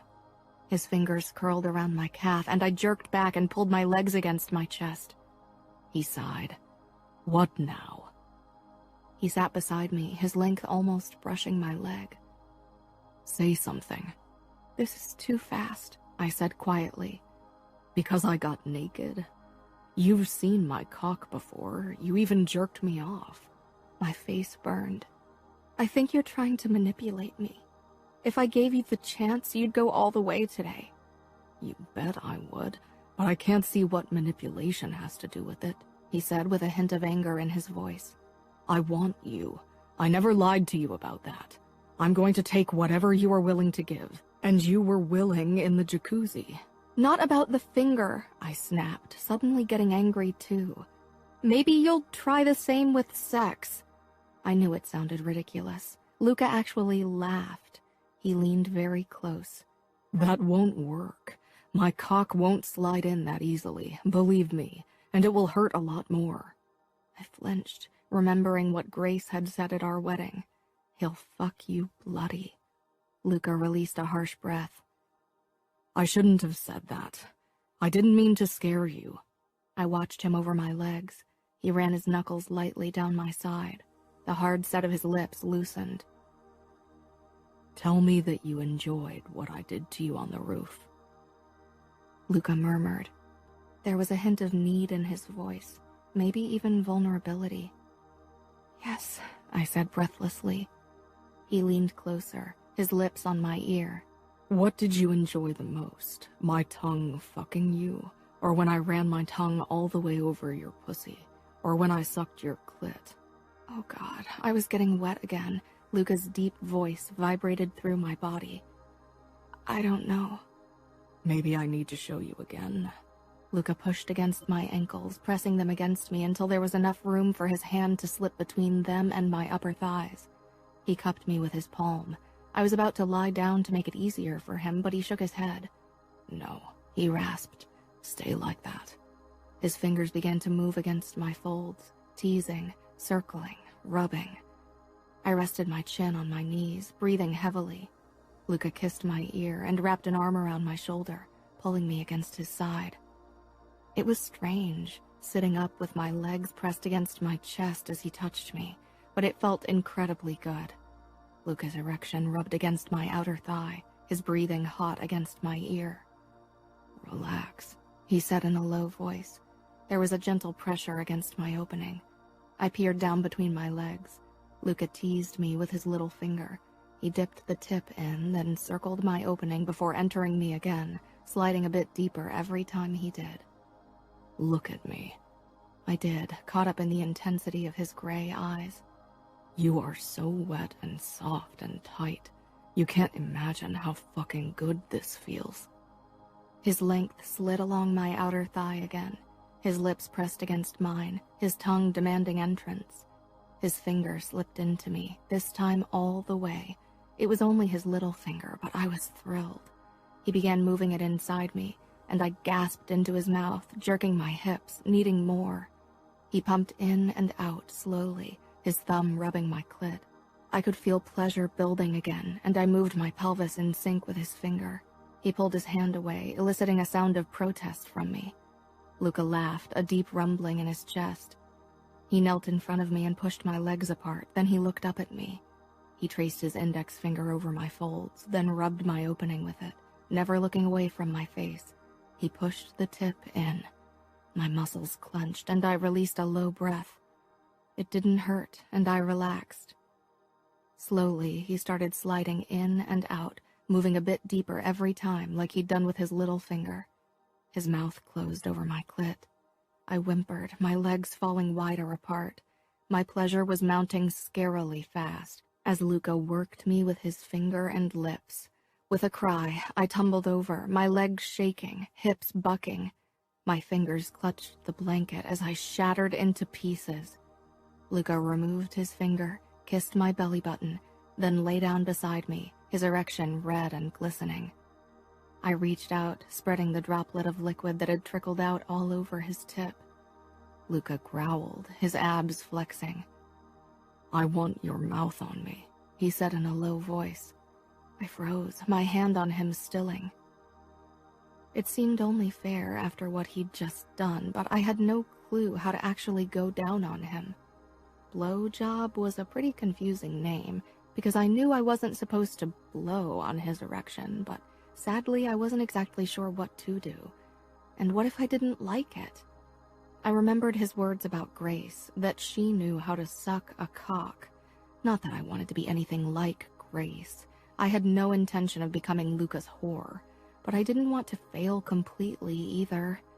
I was overthinking this. Is this because you don't want to, or because you don't know how? Luca asked calmly, but I could tell he had trouble keeping the tension out of his voice. He'd given me several orgasms. He was probably bursting.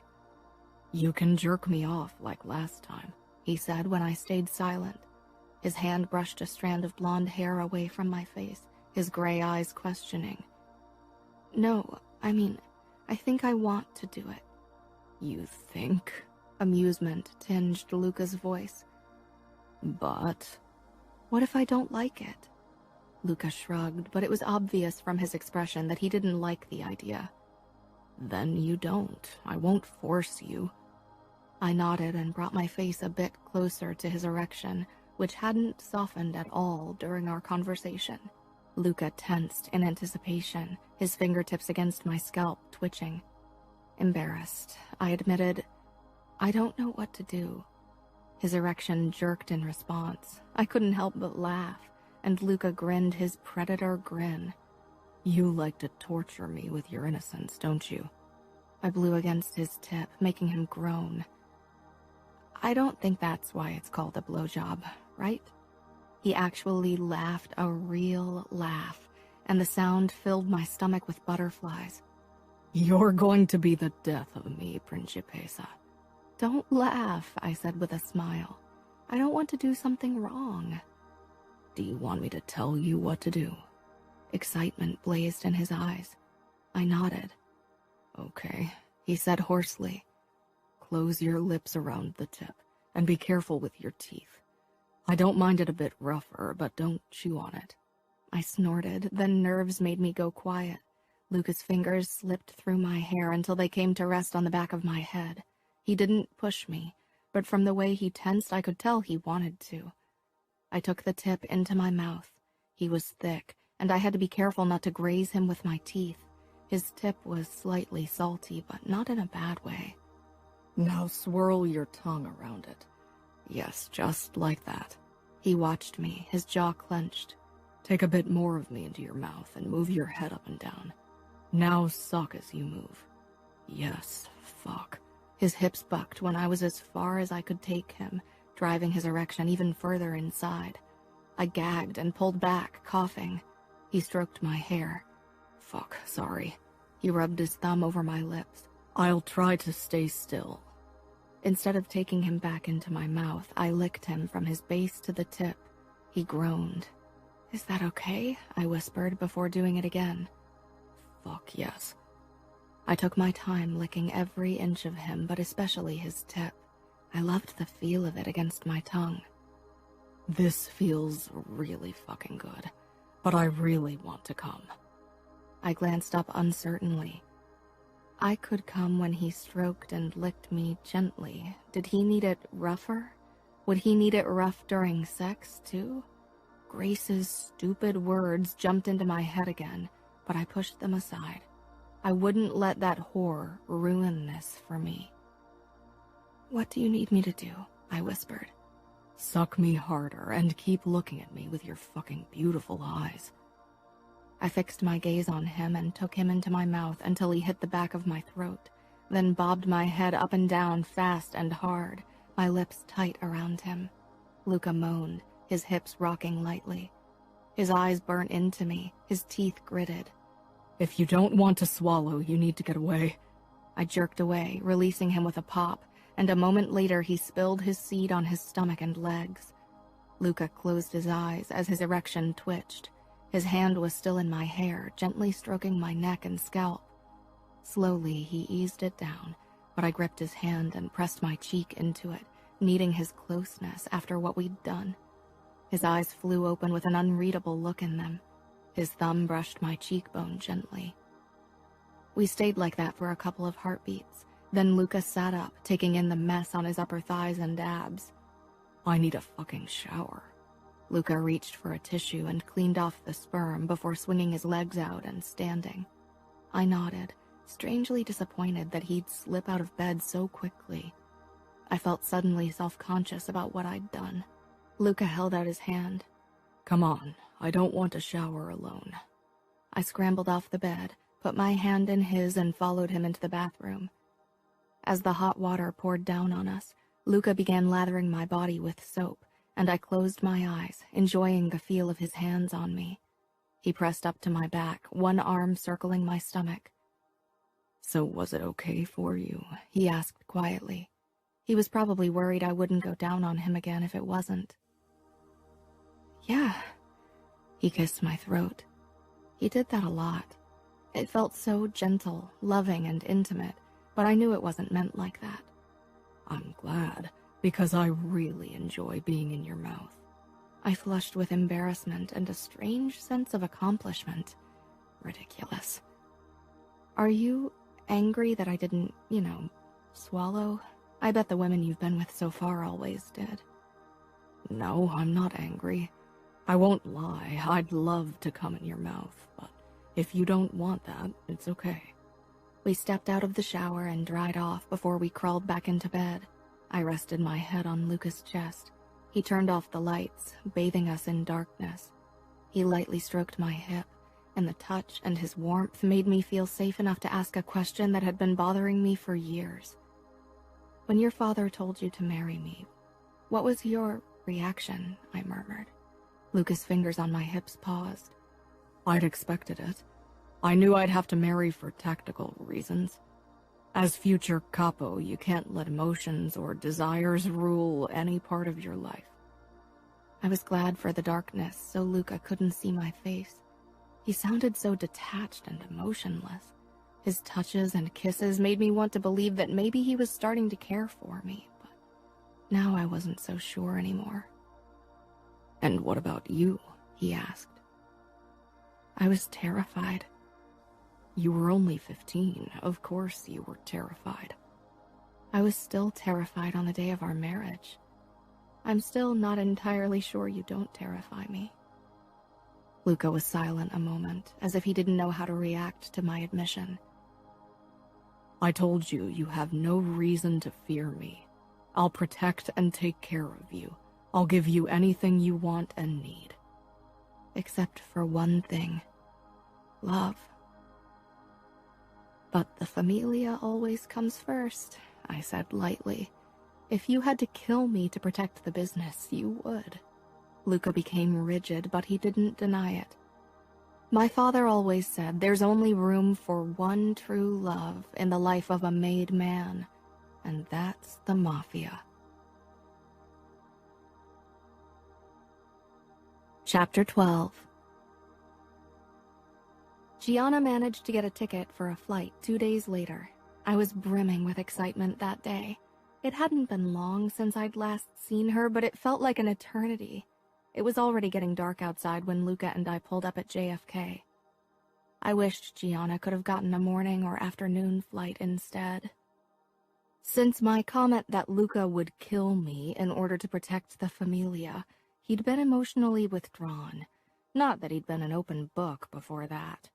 The only way we interacted was at night, when Luca pleasured me with his hands and mouth, and I him in turn. Maybe without Gianna's impending visit, I'd have tried to talk to him, or even pleaded with him to show me where he worked. Instead, I'd given him the space he obviously wanted. Luca parked the car close to the terminal where Gianna would arrive, and we got out. He didn't try to take my hand. I didn't think he was the type of man who held hands, but he touched my lower back as we entered the arrival area of the airport. "Are you sure you'll be okay with Gianna staying with us for the next few days?" "Yes, and I promised your father to protect her. It's easier when she's living in our apartment." "She will provoke you," I said. "I can handle a little girl." "She's not that little. She's barely younger than me." "I can handle her." "Luca," I said firmly. "Gianna knows how to push people's buttons. If you aren't absolutely sure that you can control yourself, I won't let her near you." Luca's eyes blazed. He'd been on edge all day. "Don't worry, I won't kill her or you in the next few days." I took a step back. Where did that come from? Was he angry because of what I'd said?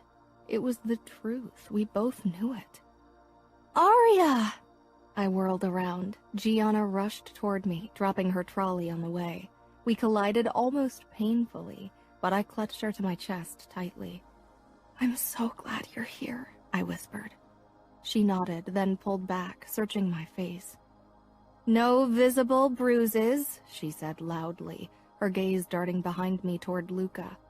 You only hit places that are covered by clothes? I gripped her hand and gave her a warning look. Get your luggage, Luca ordered. I don't want to stand here all night. Gianna glared at him, but retrieved her trolley and returned to us. A gentleman would have got it for me. A gentleman, yes, Luca said with a tight smile. We walked back to our car, my arm linked with Gianna's. Luca walked a few steps ahead and got behind the steering wheel without a word. What's the matter with him? He's even more of an asshole than I remember. I think the Russians are giving him trouble. Aren't they always? Gianna put her trolley into the trunk of the car before we both sat in the back seat. Luca raised his eyebrows at me. I'm not your driver. Get in the front with me. I was taken aback by his harshness, but I did as he said and sat shotgun. Gianna's face was scrunched up with anger. You shouldn't talk to her like that. She's my wife. I can do and say to her what I want. I frowned. Luca turned to me, meeting my gaze. I couldn't place the look in his eyes. He turned back to the street. How are Lily and Fabi?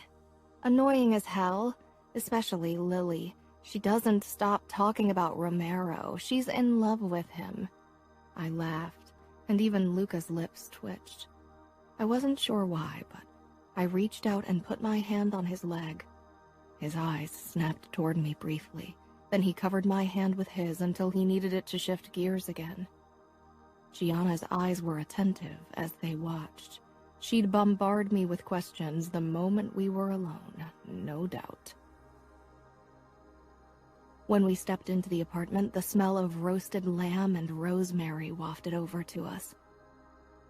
I told Mariana to prepare a nice dinner, Luca said. Gianna's red eyebrows shot up in surprise. Thank you, I said. Luca nodded.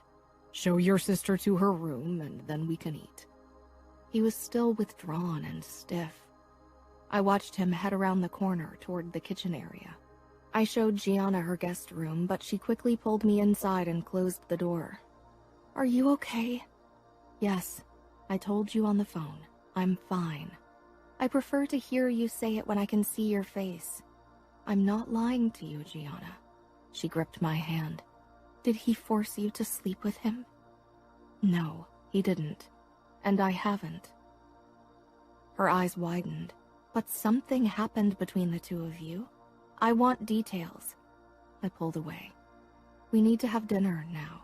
Mariana will be mad if the food gets cold. We can talk tomorrow when Luca's busy with business. Tomorrow, Gianna said firmly. I opened the door and led her toward the dining area. Her eyes took everything in, then became slits when she saw who else would be having dinner with us. Matteo. He and Luca stood beside the table, discussing something, but stepped apart when they noticed us. What's he doing here? Gianna said, her nose wrinkled. Flashing his shark grin, Matteo walked toward her and gripped her hand to kiss it. Nice to see you again, Gianna. Gianna snatched her hand away. Don't touch me! She needed to stop provoking him. He liked it way too much. Luca and I sat beside each other, and Matteo beside Gianna. I wasn't sure that was the best decision. I glanced at Luca, but his cautious gaze rested on his brother and my sister. Mariana bustled in, serving roast lamb, rosemary potatoes, and green beans. We ate in silence for a while, until Gianna couldn't hold her tongue anymore. Why did you crush that guy's throat? I put my fork down, expecting Luca to explode, but he only leaned back in his chair and crossed his arms over his chest. Gianna huffed. Come on, it can't be that big of a secret. You got your nickname for it. Matteo grinned. The Vice is a nice name. Luca shook his head. I hate it. You earned it, Matteo said. Now tell them the story, or I will. I'd been curious about it for a while. Nobody from the Chicago mob wanted to give me details, and I hadn't dared to ask Romero yet. I was 17, Luca began. Our father has many brothers and sisters, and one of my cousins climbed the ranks in the Mafia alongside me. He was several years older and wanted to become Capo. He knew my father would choose me, so he invited me to his house and tried to stab me in the back. The knife only grazed my arm, and when I got the chance, I wrapped my hands around his throat and choked him. Why didn't you shoot him? Gianna asked. He was family, and it used to be tradition that we put down our weapons when we entered the home of a family member, Luca said coldly. Not anymore, of course. The betrayal made Luca so angry he completely crushed our cousin's throat. He choked on his blood because the bones in his neck cut through his artery. It was a mess. I'd never seen anything like it. Matteo looked like a kid on Christmas morning. It was more than a little disturbing.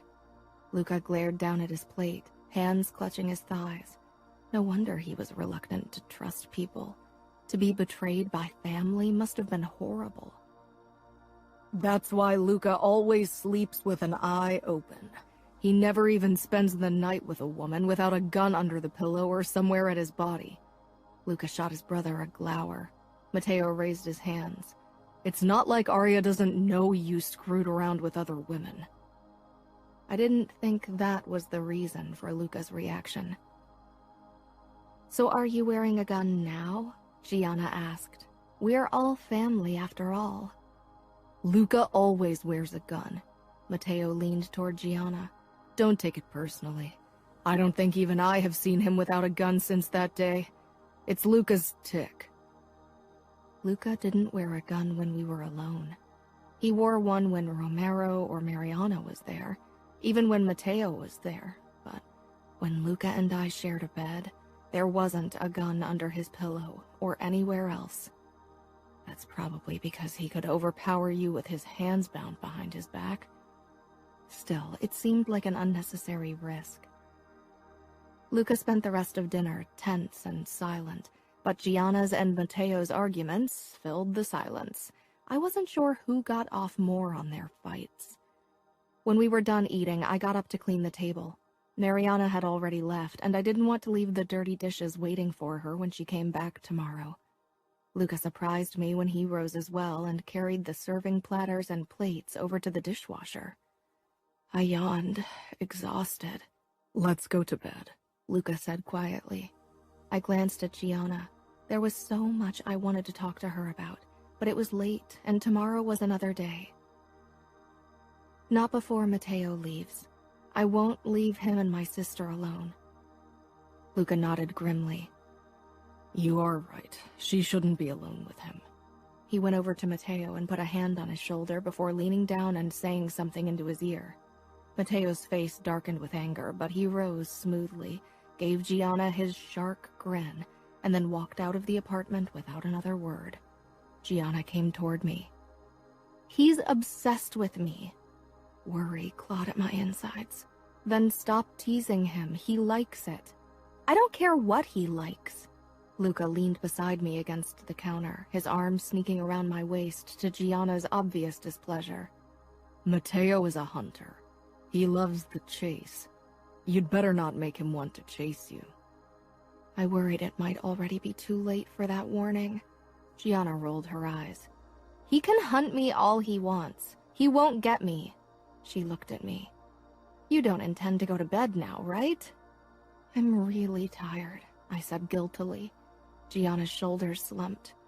Yeah, me too. But tomorrow I want you all to myself. She gave Luca a pointed look before heading off toward her room. She paused in her doorway. If I hear screams, no gun under a pillow will save you, Luca. With that, she closed her door. Luca brushed my ear with his lips. Will you scream for me tonight? He licked my skin and I shivered. Not with my sister under the same roof, I said, even as a tingling between my legs betrayed me. We'll see about that, Luca growled. then gently bit my throat. I moaned, but quickly bit my lip to stifle the sound. Luca took my hand and pulled me upstairs. With every step that we got closer to the bedroom, the pressure between my legs increased. I couldn't believe how eager my body was for his touch, for the release he brought me. In just a few days, Luca's touch had gone from something that terrified me to the only time I forgot everything about my life, the only time I was free of the shackles in our world. Luca slammed the door shut behind us, and I hoped it wouldn't draw Gianna's attention, but I didn't have much time for worry because Luca pulled my dress off. Then he lifted me into his arms, only to lay me down in the middle of the bed. Luca pressed a kiss against my lace panties, inhaling, before he kissed my stomach and my ribs, then my breasts through the lace of my bra. "Mine," he growled against my skin, making me tremble with arousal. He slid his hands under my back and unclasped my bra and slowly pulled it off. My nipples were hard. "I fucking love your nipples. They're pink and small and perfect." I pressed my legs together, but Luca gripped my panties and slipped them down. He ran a finger over my folds, smirking. His hungry gaze returned to my breasts, and he bent his head and trailed his tongue from one nipple to the other. I moaned softly. He took his time with my breasts, and when he slowly moved lower, I was already panting. His lips found my folds, teasing and gentle. Then, suddenly, his tongue slid out hard and fast, and I covered my mouth with my palm, stifling my gasps and cries. "No," Luca snarled. He gripped both of my wrists in his hand and pressed them against my stomach, trapping them there. My eyes widened. "Gianna will hear." He smirked and sucked my clit hard and fast, then gentle and soft. I whimpered and moaned, my body trembling from the effort to keep quiet. "Oh God," I gasped as Luca slipped his finger achingly slow into me, then eased in and out in rhythm with his sucks on my clit. I buried my face in the pillow. Luca's grip on my wrists tightened, and pleasure ripped through me. I cried out into the pillow, my back arching, legs quavering. Luca moved up my body until he bent over me, knees between my spread legs. "When will you let me take you?"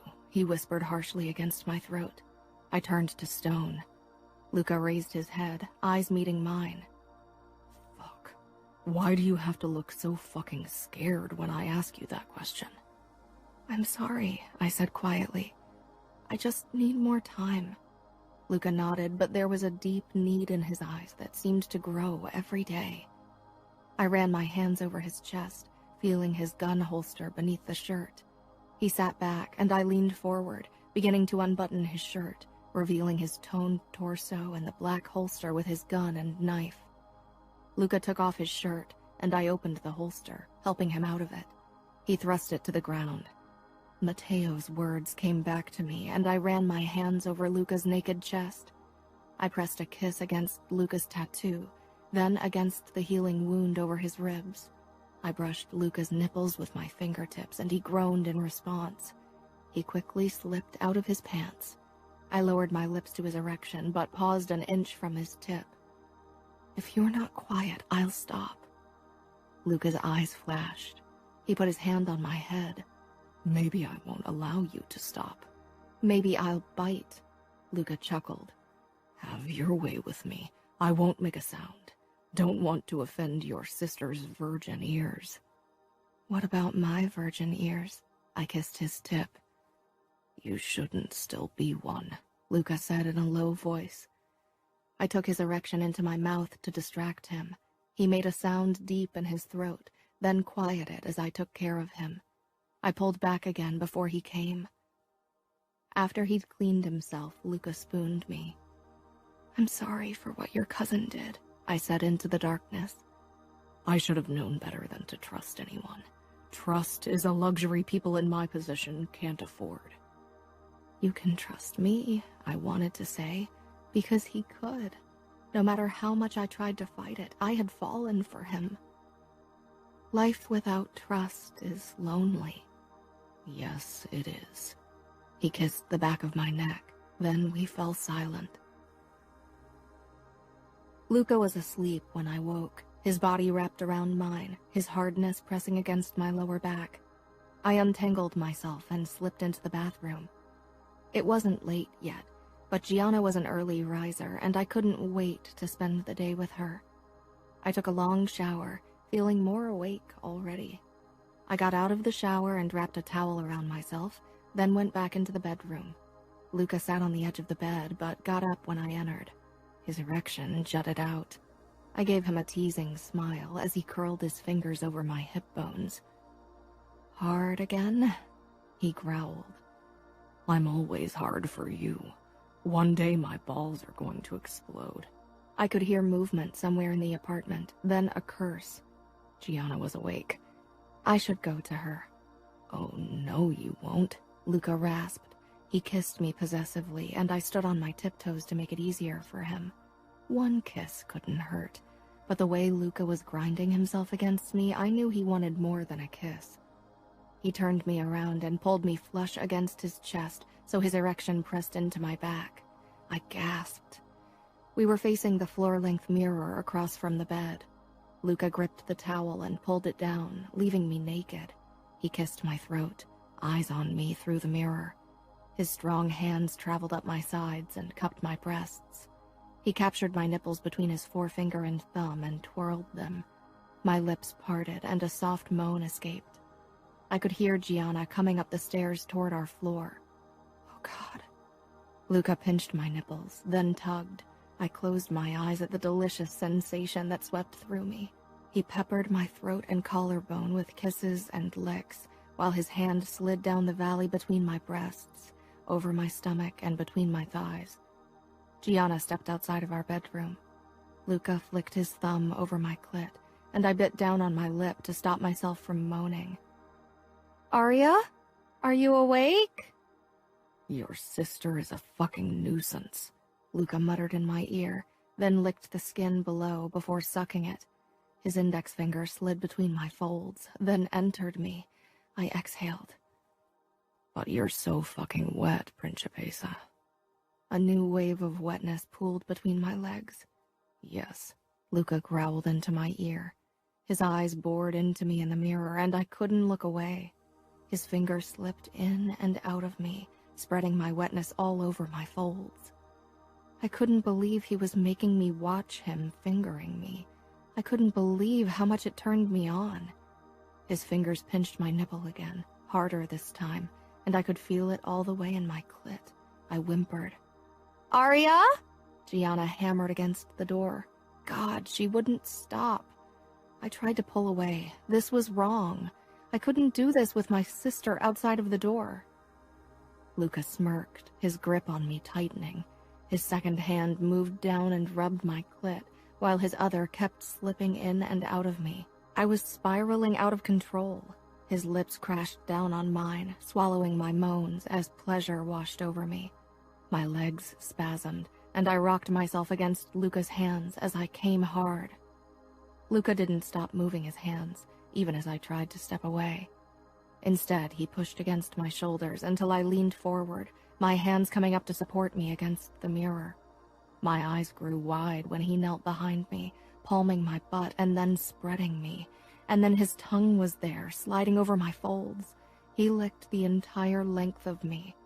I tensed when his tip slid along my back entrance, and he quickly returned his mouth to my clit.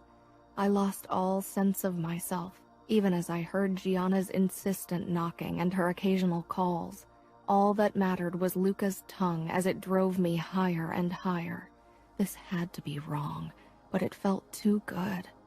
I bit the inside of my cheek, and as pain and pleasure mingled, my second orgasm crashed over me.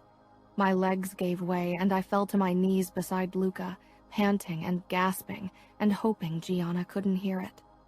I glared at Luca, but he smirked, hunger on his face. He stood, and his erection twitched. I watched as he began stroking himself in front of my face. I knew what he wanted. I parted my lips, and he slid his tip in. The saltiness of his pre-cum spread on my tongue. I couldn't believe I was blowing Luca with Gianna close by, but the wrongness of it turned me on even more. What was wrong with me? Luca caressed my cheek as his other hand cupped the back of my head. His eyes never left me as he slowly slid in and out of my mouth. I wasn't sure why I liked it, but I did. "You're so beautiful, Aria," he murmured, pushing a bit deeper into my mouth. I swirled my tongue around his tip, and he exhaled sharply, so I did it again. Gianna's step receded down the stairs, but I kept sucking Luca, slow and sensually. Luca's hand guided me, a light pressure against my head. I sucked him faster, increasing the pressure of my lips. "Cup my balls." I did. I loved how soft they felt in my palm. Luca rocked his hips faster. "I want to come in your mouth, Principessa," he said harshly. I wasn't sure if that was something I'd like, but Luca didn't mind tasting me down there, so I thought I should at least give it a try. I nodded and sucked him deeper into my mouth. Luca growled, his hips bucking faster. After a few more thrusts, he came in my mouth. I swallowed. It tasted strange and was more than I'd thought it would be, but it wasn't exactly bad.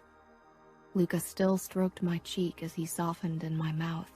He pulled back, his penis sliding out from between my lips. I swallowed again. Luca grabbed my arm and lifted me to my feet, his mouth crashing down on mine in a fierce kiss. He didn't mind tasting himself on me. "I hope you remember this all day." Luca left shortly after breakfast, and Gianna immediately pulled me out onto the roof terrace, away from Romero's attentive ears. "What's going on? You've been acting strange all morning. Why didn't you answer when I called you this morning?" I looked away, a blush spreading on my cheeks. Gianna's eyes shot open. "What did he do?" "He went down on me," I admitted. "You let him?" I laughed. "Yes." More heat rose into my cheeks at the sound of eagerness in my voice. Gianna leaned forward. "You like it?" "I love it." Gianna bit her lip. "I hate thinking about you with him, but you really seem to enjoy it. I guess it has its advantages that Luca fucked every society girl in New York." I didn't want to think about it. "So, how does it feel?" "As if I'm shattering. It's overwhelming and amazing, and I don't know how to describe it." "But you didn't sleep with him?" I shook my head. "Not yet, but I don't think Luca wants to wait much longer." "Fuck him. He can screw himself." She narrowed her eyes. "Did he make you blow him?" "He didn't make me. I wanted to do it." Gianna looked doubtful. "And? Tell me more. You know I have to vicariously live through you. I'm so fucking tired of being under surveillance all day. I want a boyfriend. I want to have sex and have orgasms." I snorted. "I doubt Father will allow it." "I don't intend to ask him," Gianna said with a shrug. "I'm here now. Nobody's stopping me from having fun, right?"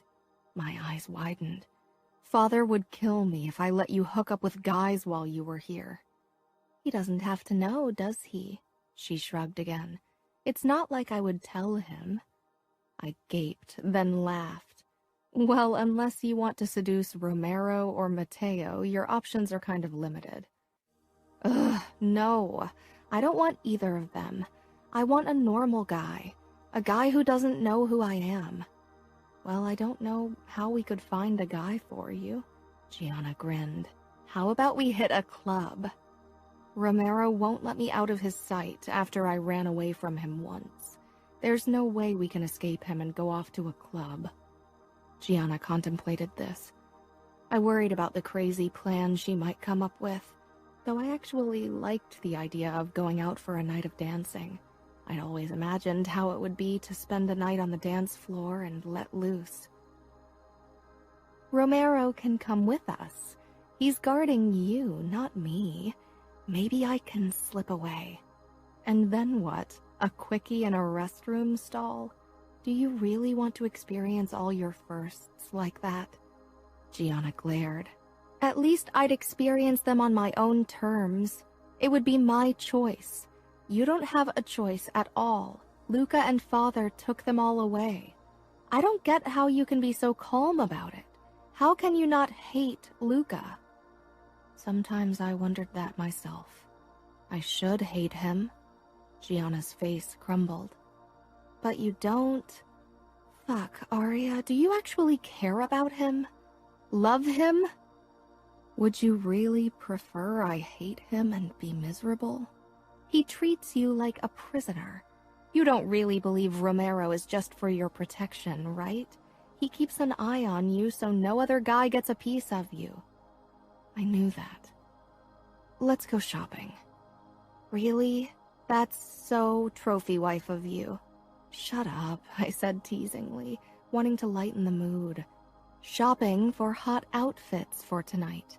We can hit one of Luca's clubs. Gianna grinned. I want to wear something that gives guys a fucking boner from looking at me. Romero had waited outside the store while we went shopping. He'd probably checked beforehand if there was a back entrance we could use to escape. I hadn't told him about our plan to head out to a club yet. It was better if I sprang it on him at the last moment. Gianna whistled as I turned around so she could admire my outfit. Holy shit. You are sex on legs. Or maybe death on legs, because Luca will probably kill every guy that looks at you the wrong way. I rolled my eyes. Luca won't kill anyone for looking. Wanna bet on that?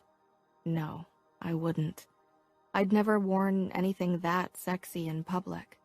The black leather pants hugged my body so tightly they looked like a second skin. The sheer black sleeveless blouse I'd tucked into my waistband revealed my sparkly push-up bra below. You don't look too shabby either, I said. Gianna jumped up from my bed. You think? She flashed me a seductive smile. She really looked smoking hot in her black shirt and black leather hot pants. You're jailbait. Good thing we didn't have to worry about getting carded. I linked our arms and led her out of the bedroom and down the staircase. Romero was sitting on the sofa, cleaning his knife. His eyes darted up and he stilled completely. His gaze wandered over our bodies. He'd never openly stared at me. Are you checking us out? I couldn't help but tease him. He was always so controlled. This small flicker of humanness was a relief. He stood abruptly, sheathing the knife into its holder.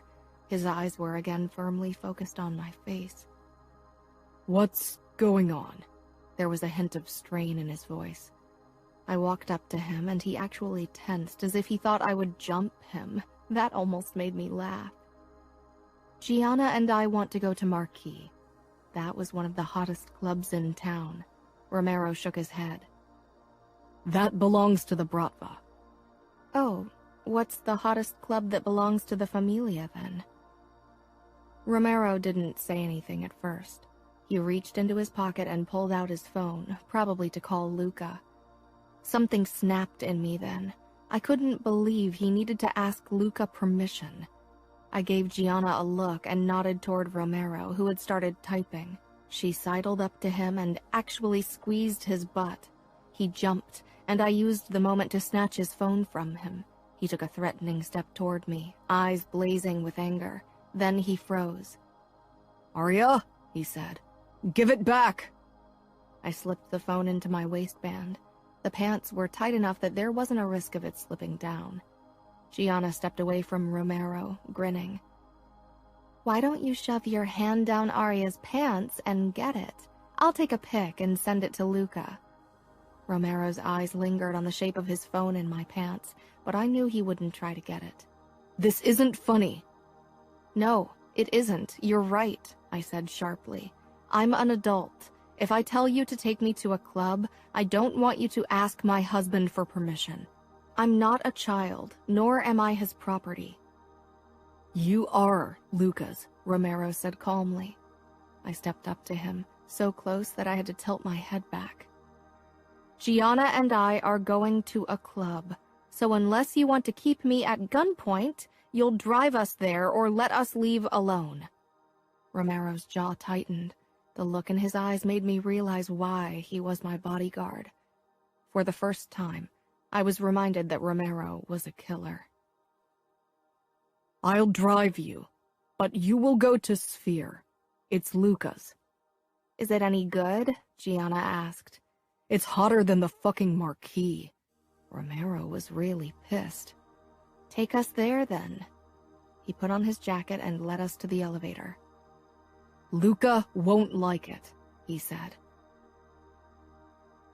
Gianna and I sat in the back as Romero steered the car through traffic. I pulled the phone out and checked what Romero had been writing. A wants to hit a club. Permission? He had managed to send it off before I'd snatched it, but Luca's reply had come afterward. No. My blood boiled. Gianna huffed. I can't fucking believe his nerve. Romero glanced at us through the rearview mirror. Did Luca reply? Yeah, I said. He said you should stay close at all times. Romero bought my lie and actually relaxed. Gianna winked. Luca would go through the roof, but I really couldn't bring myself to care. Romero parked the car in a side alley and led us around the building. A long line of partygoers waited in front of the entrance, but Romero ushered us past them. Hey, you stupid fucker, there's a line! A guy shouted. Romero stopped, a cold anger replacing his usual calm. Go ahead, Romero said to us before he turned around to the guy. Gianna gripped my hand and dragged me toward the two bouncers at the front. They were as tall and muscled as Luca. You don't look old enough to hit a club, the dark-skinned man said. Is that a problem? Gianna asked with a flirty smile. The man's eyes moved to something behind me. Romero, he said with a hint of confusion. She belongs to the boss, Jorge. This is Aria Vitiello and her sister Gianna Scuderi of the Chicago outfit. Both men stared at me, then stepped back respectfully. We didn't know she was coming tonight. The boss didn't say anything, Jorge said. Romero grimaced but didn't respond. Instead, he led Gianna and me inside, past the cloakroom tinged in bluish light, and a bar area. Behind it, the doors opened to a dark dance floor. Blue and white light flashed, and hip-hop beats blasted toward us. Gianna tugged at my hand, wanting to go in that direction. We should go to Luca first, Romero said. He's here? I asked, surprised. Romero nodded. The club has several back rooms and a basement where we handle some business. Why don't you go tell him I'm here while Gianna and I hit the dance floor? Romero gave me a look. No chance in hell. That's your problem then. Gianna and I are going dancing. Romero grasped my wrist. I tensed. Let me go right this second, I hissed, and he did, his chest heaving. Gianna and I walked into the club. The beat vibrated under our feet as if the floor had come to life. The club was crowded with writhing bodies. Romero shadowed my sister and me as we squeezed through the throng of dancers toward another bar area. 2 gin and tonics, I said. The barman frowned briefly before noticing Romero. Then he prepared our drinks and handed them to us. Romero leaned over the bar and said something to the man, who nodded and walked around the bar. I knew what it meant. I took a deep gulp of my drink, then set it down and moved onto the dance floor. I let the music claim my body and started writhing to the beat. Gianna grinned widely, throwing her head back. She looked happier than I'd seen her in a long time. She moved her hips and butt, shaking and rotating her hips. I stepped closer and mimicked her motions.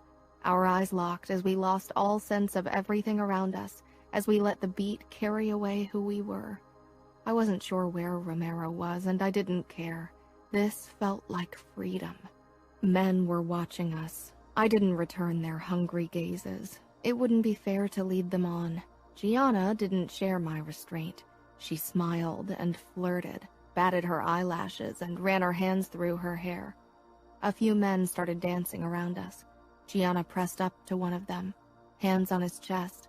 Another man raised his eyebrows at me, but I shook my head. He opened his mouth, then closed it and backed away. I didn't need to look back. I kept dancing because it was obvious who was behind me from the looks of respect from the men around me, from the looks of admiration from the women. Rotating my hips, I thrust my butt out, raised my arms. Firm hands came down on my hips. For a second I worried they belonged to some suicidal idiot, but they were the big, strong hands I knew. I arched, pressing my butt against a crotch, and smiled. I was wrenched against a muscled body, and Luca's hot breath brushed my ear. "Who are you dancing for?" I tilted my head to stare into his blazing gray eyes. "You. Only you." Luca's expression was hungry, but there was still a hint of anger, too. "What are you doing here?" "Dancing." He narrowed his eyes. "I told Romero no." "I'm not your possession, Luca. Don't treat me like one." His fingers on my waist tightened. "You are mine, Aria, and I protect what's mine." "I don't mind being protected, but I do mind being imprisoned." I turned in Luca's arms, catching a glimpse of Gianna in a heated argument with Matteo. "Dance with me," I shouted. And Luca did. I knew from photos on the internet that he'd often been to clubs in the past, and it became obvious when he moved his body. A man as tall and muscled as him shouldn't be able to move so smoothly. His eyes never left mine, his hands possessive on my waist. Luca bent his head toward me to whisper in my ear. "You look fucking hot, Aria. Every man in this club wants you, and I want to kill them all." "I'm only yours," I said fiercely, and God help me, it was the truth, not just because of the ring on my finger that marked me as his. Luca's lips crashed down on mine, fierce and demanding and possessive, and I opened up for him, letting him claim me in front of everyone. "I'm so fucking hard," Luca growled against my lips, and I could feel his erection against my stomach. "Fuck. I have a call set up with one of our distributors in 5 minutes." I didn't ask what they were distributing. I didn't want to know. "It's okay," I said. "Come back when you have time. I'm going to grab a drink." "Go to the VIP area." I shook my head. "I want to pretend I'm an ordinary girl tonight." "Nobody who looks at you will think you are ordinary." His eyes traveled the length of my body and I shivered. Then he took a step back, regret obvious on his face. "Cesare and Romero will keep an eye on you." I was about to nod when I noticed a familiar face in the VIP area, watching me. Grace. My breath caught. She sat on another man's lap, so she wasn't here for Luca, but the look in her eyes said it all. She wasn't over him. Luca followed my gaze and cursed. "She's not here because of me." "Yes, she is." "I can't throw her out. She comes here all the time to party. I haven't seen her since that night. I usually stay in the back." I nodded, a lump forming in my throat. Luca took my chin between his thumb and index finger, forcing me to meet his eyes. "There's only you, Aria." He glanced at his watch, then pulled back. "I really need to go now. I'll be back as soon as I can." He turned and strode through the crowd that parted for him. Matteo followed after him, and Gianna stepped up beside me. "That asshole!"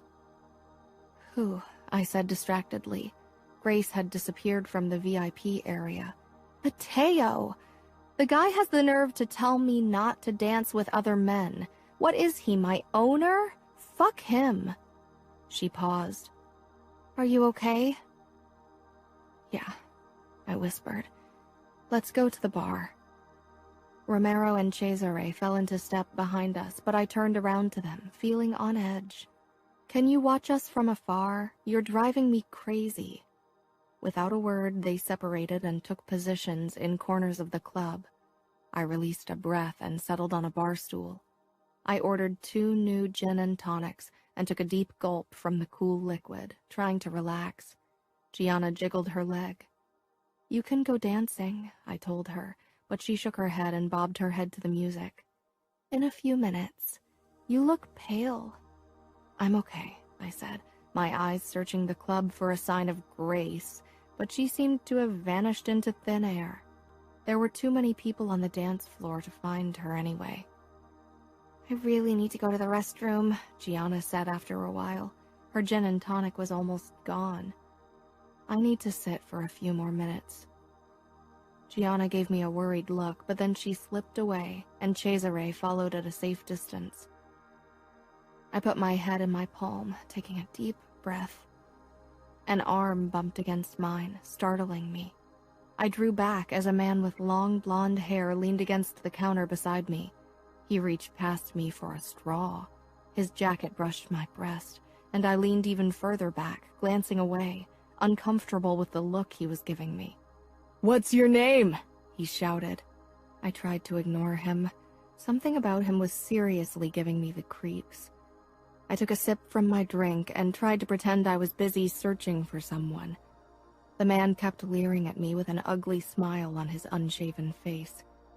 "Are you waiting for someone?" I turned away, really trying to ignore him and not make a big deal out of this. If I started freaking out, Romero would come over and make a scene. Maybe he was already on his way. My vision started to blur and my stomach gave a lurch. I took another sip from my drink, but it didn't help. I slid off the stool, but my legs were shaky and I felt dizzy. I grabbed the counter behind me. Suddenly, the man's mouth was at my ear, his stale cigarette breath on my face. "I'm going to fuck your tight ass. I'll make you scream, bitch." His grip on my arm was crushing as he tried to drag me away from the bar. My eyes found Romero, who was steering toward me, hand under his jacket where his gun and knife were. Impatient with our slow progress, my attacker wrapped an arm around me like a loving boyfriend ready to help his drunk girlfriend out of the club. "I'll fuck you like an animal. I'll fuck you, bloody cunt," he rasped into my ear. I stared at him, my limbs heavy, my mouth filled with cotton. I'd heard those exact words not too long ago. I forced my lips into a smile. "You are a dead man." Confusion flickered across the man's face a second before it contorted in agony. He released me and my legs gave way, but Cesare caught me, his arm replacing that of the man. My eyes darted around for Gianna. She hovered beside Cesare, face drawn in worry. Romero was close behind my attacker, his knife buried in the man's upper thigh. "You will follow us. If you try to run, you'll die." "Take her drink," Cesare said to Gianna, "but don't drink." Cesare half carried me toward the back of the club and down a flight of stairs. He shouldered open a door and we walked into a sort of office. Matteo rose from his chair. "What's going on?" "Probably roofies," Romero said, giving the man he was holding a good shake. "I'll get Luca," Matteo said with a twisted smile. He walked through another door, and a moment later Luca stalked into the room, as tall and impressive as ever. I hung in Cesare's grasp, my face half pressed against his chest. Luca's eyes narrowed, then flitted between me and my attacker. "What happened?" he snarled. Suddenly, he was in front of me, lifting me into his arms. My head lolled against his chest as I gazed up at him. He put me down on the couch. Gianna knelt beside me, gripping my hand. "What's happening to her?" she cried. "Roofies," Romero said again. "This sick fuck was trying to drag her outside." Luca drew himself up before my attacker. "You put roofies in my wife's drink, Rick." Luca knew that man? Confusion flickered in my hazy mind. "Wife? I didn't know she was yours. I didn't. I swear." The man's lower lip was trembling. Luca pushed away Romero's hand and curled his fingers around the handle of the knife still buried in Rick's leg. He twisted, and the man screamed. Romero held him upright by the arms. "What did you plan to do to her once you had her outside?" "Nothing!" the man cried. "Nothing? So if my men hadn't stopped you, you would have just dropped her off at a hospital?" Luca's voice was pleasant, calm, his face devoid of emotion. Gianna's grip on my hand was painful. I swallowed and cleared my throat. I'll fuck your tight ass, I whispered. Luca's head whirled around. Then he was at my side, his face so close to mine I could have kissed him. Maybe it was the roofies, but I really wanted to kiss him senseless in that moment. Wanted to rip his shirt off. Wanted to... What did you say, Aria? I'll fuck your tight ass. I'll make you scream, bitch. I'll fuck you bloody cunt. That's what he said to me. Luca stared into my eyes, a muscle in his jaw working. Before he could move, Gianna had leaped to her feet and flew at Rick. She hit his face and kicked his groin, and struggled ferociously against Matteo's grip as he dragged her away from Rick. You will die, she screamed. Luca straightened, and she stopped moving. Let me go, she hissed. You promised to behave? Matteo asked with an amused smile. She nodded, her stare fixed on Rick. Matteo dropped his arms, and she straightened her clothes. They will make you bleed, she said coldly. And I hope they will rape your ugly ass with that broomstick over there. Gianna, I rasped. She came over to me and sank down on the edge of the couch, taking my hand again.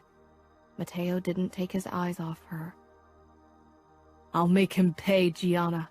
No, Luca said firmly. Rick looked ready to burst from relief.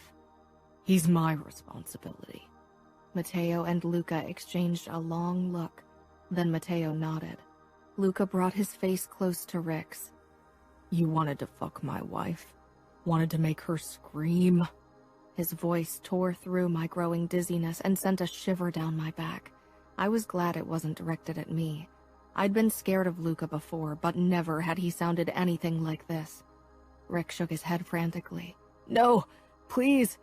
Luca wrapped his hand around Rick's throat and lifted him until he stood on his tiptoes and his face was turning red. Then he tossed him away, and Rick collided with the wall and crumpled to the floor. I hope you're hungry, Luca snarled, because I'm going to feed you your cock. Take the girls to the car, Romero, Matteo ordered, as Luca unsheathed his knife. Romero lifted me into his arms and walked out the back door, Gianna close behind. Dizziness cloaked my brain, and I pressed my face into Romero's jacket. He stiffened. Gianna snorted. Do you think Luca will cut off your dick too because she leaned against you while she was sick? Luca is my boss, and Aria is his. Gianna muttered something under her breath, but I couldn't make out the words. Open the door for me, Romero said, and then I was lying on cool leather. Gianna lifted my head and put it in her lap. Her fingers untangled my hair, and she rested her forehead against mine. That guy gets what he deserves. I closed my eyes. I had condemned a man to his death with my words. My first murder. But what about the girls he would have attacked in the future? They were safe now. Your bodyguard doesn't even dare to wait in a car with us. Luca is a beast. Romero keeps watch, I whispered. Sure. I must have dozed off because suddenly the door was ripped open and Luca spoke. How is she? Holy fuck, Gianna said, voice shrill. You're covered in blood. I opened my eyes but had trouble focusing. Only my shirt, Luca said, annoyance clear in his voice. There was rustling. You have no shame, Gianna said. I'm taking off my shirt, not my fucking pants. Do you ever shut your mouth? Here, boss. Blurrily, I saw Luca putting on a new shirt. Burn that one and take care of everything, Romero. I'll drive. A hand brushed my cheek, and Luca's face hovered over me. Then he was gone, the door closed, and he slipped behind the driver's seat. The car started moving, and my stomach churned. Gianna leaned forward, her head between the seats. You are quite a hunk, you know that? If you weren't married to my sister and not such an asshole, I might consider giving you a go. Gianna, I groaned. When she was scared or nervous or angry, she never stopped talking, and the longer she talked, the more offensive she got. And around Luca, she was constantly angry. What, cat got your tongue? I hear you usually jump everything that doesn't have a dick, Gianna said. Luca still didn't say anything. I wished I could see his face to find out how close to exploding he was. He'd killed a man not long ago. Gianna should really shut up. Gianna sat back, but I knew she wasn't done yet. She wouldn't give up until she got a rise out of him. He pulled into the underground garage of our apartment building. "We're here," Gianna whispered into my ear. I wished she would talk as reasonably to Luca as she did to me. The car door swung open and Luca hoisted me into his arms. He carried me toward the private elevator and stepped in. The bright halogen lights hurt my eyes, but I kept them open to watch Gianna and Luca in the mirror. She leaned beside him, and her expression didn't bode well. "Have you ever had a threesome?" Luca didn't move a muscle.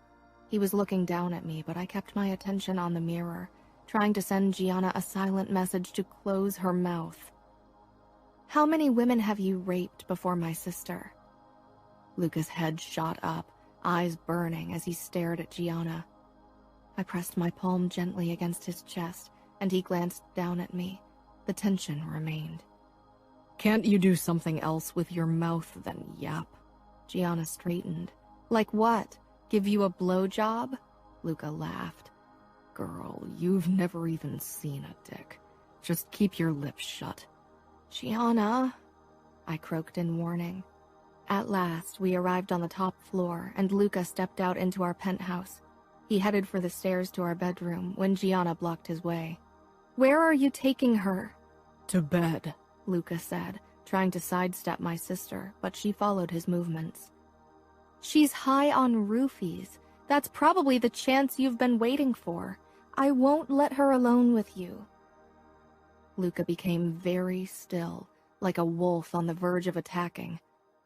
"I'm going to say it only once, and you'd better obey. Get out of my way and go to bed." "Or what?"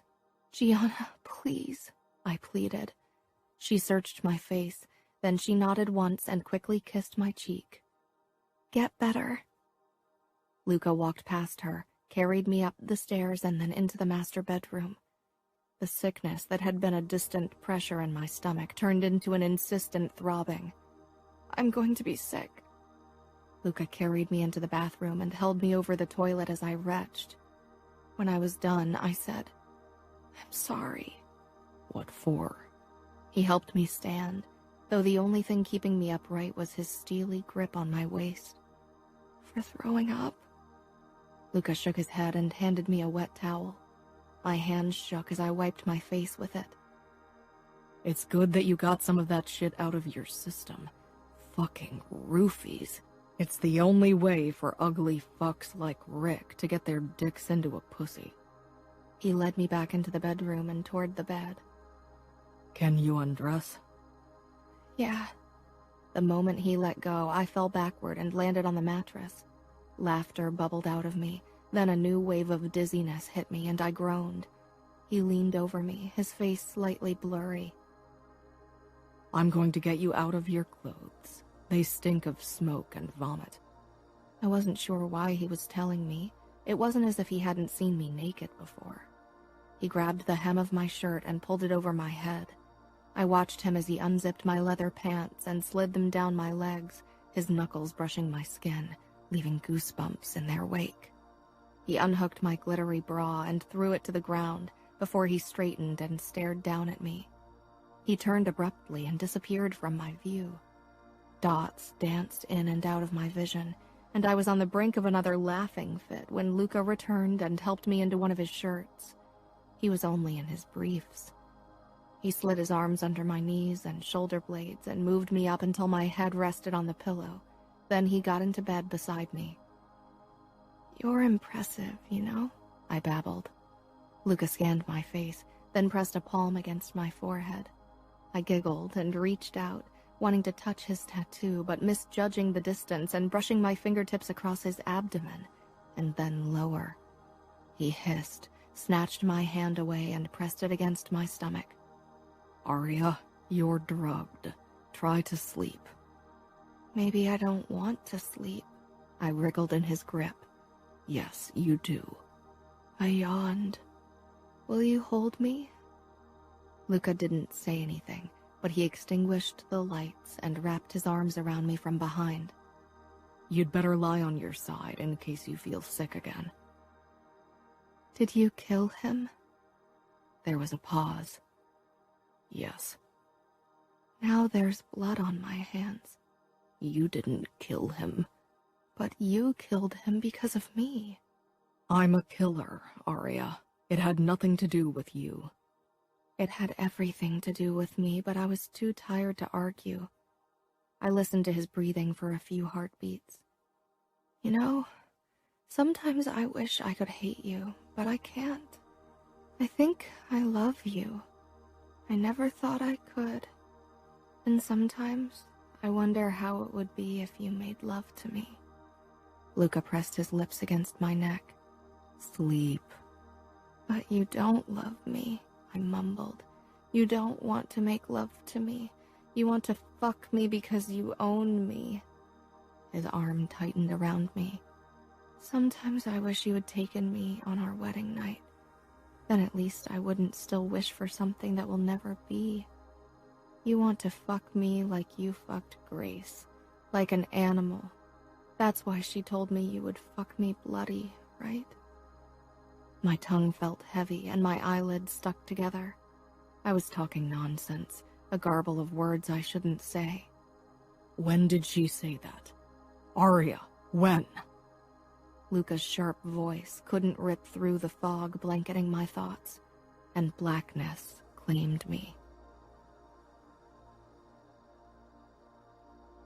Chapter 13.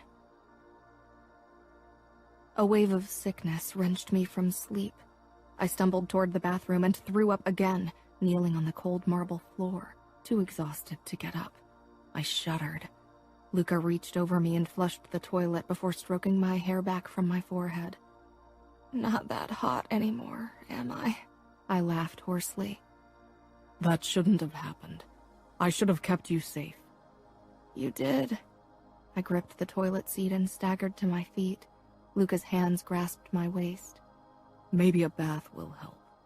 I think I'll drown if I lie in the bathtub now. Luca turned the water on in the tub while still holding me with one hand. The sky was turning gray over New York. We can take a bath together. I tried a teasing smile. You just want to grab a feel. I won't touch you while you're still vulnerable. A capo with morals? Luca's face was serious. I'm not capo yet. And I have morals. Not many, but a couple. I'm only teasing, I whispered as I leaned my forehead against his naked chest. He rubbed my back, and the motion sent a sweet tingling down into my core. I drew back and carefully walked over to the wash basin to brush my teeth and wash my face. Luca shut the water off when the tub was almost full. Then he helped me out of my panties and got out of his boxers before he lifted me into the tub. I ducked my face under the water for a moment, hoping it would clear the remaining fog from my head. Luca slid in behind me and pulled me back against his chest, his erection pressed against my thigh.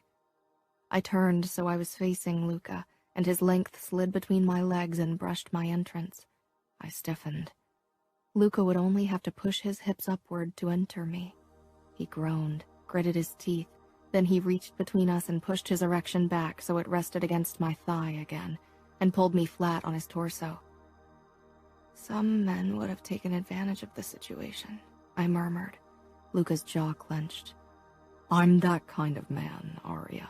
Don't kid yourself into believing I'm a good man. I'm neither noble nor a gentleman. I'm a cruel bastard. Not to me.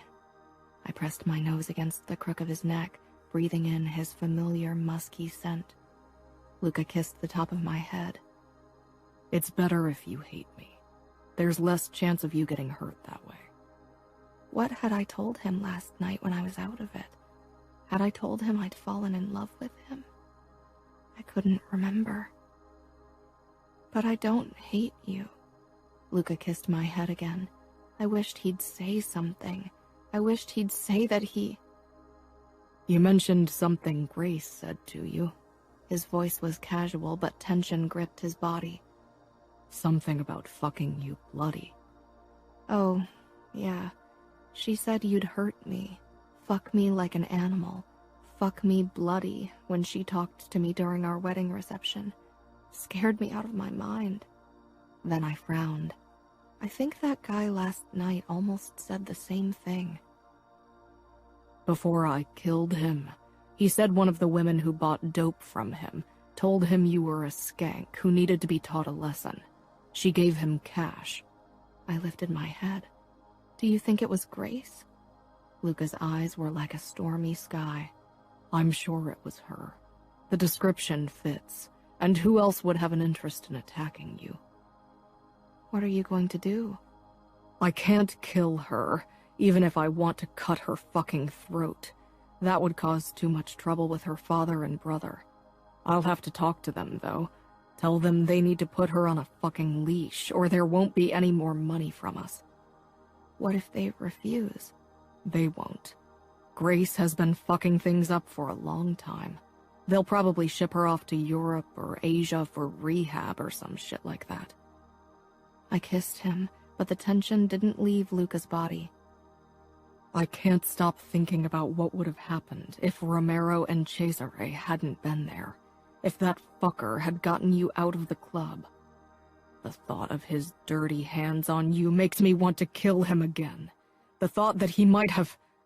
He shook his head. I knew his turmoil wasn't because Luca had emotions for me. He was possessive. He couldn't bear the thought that someone might have gotten his hands on me, that someone might have taken what Luca considered his.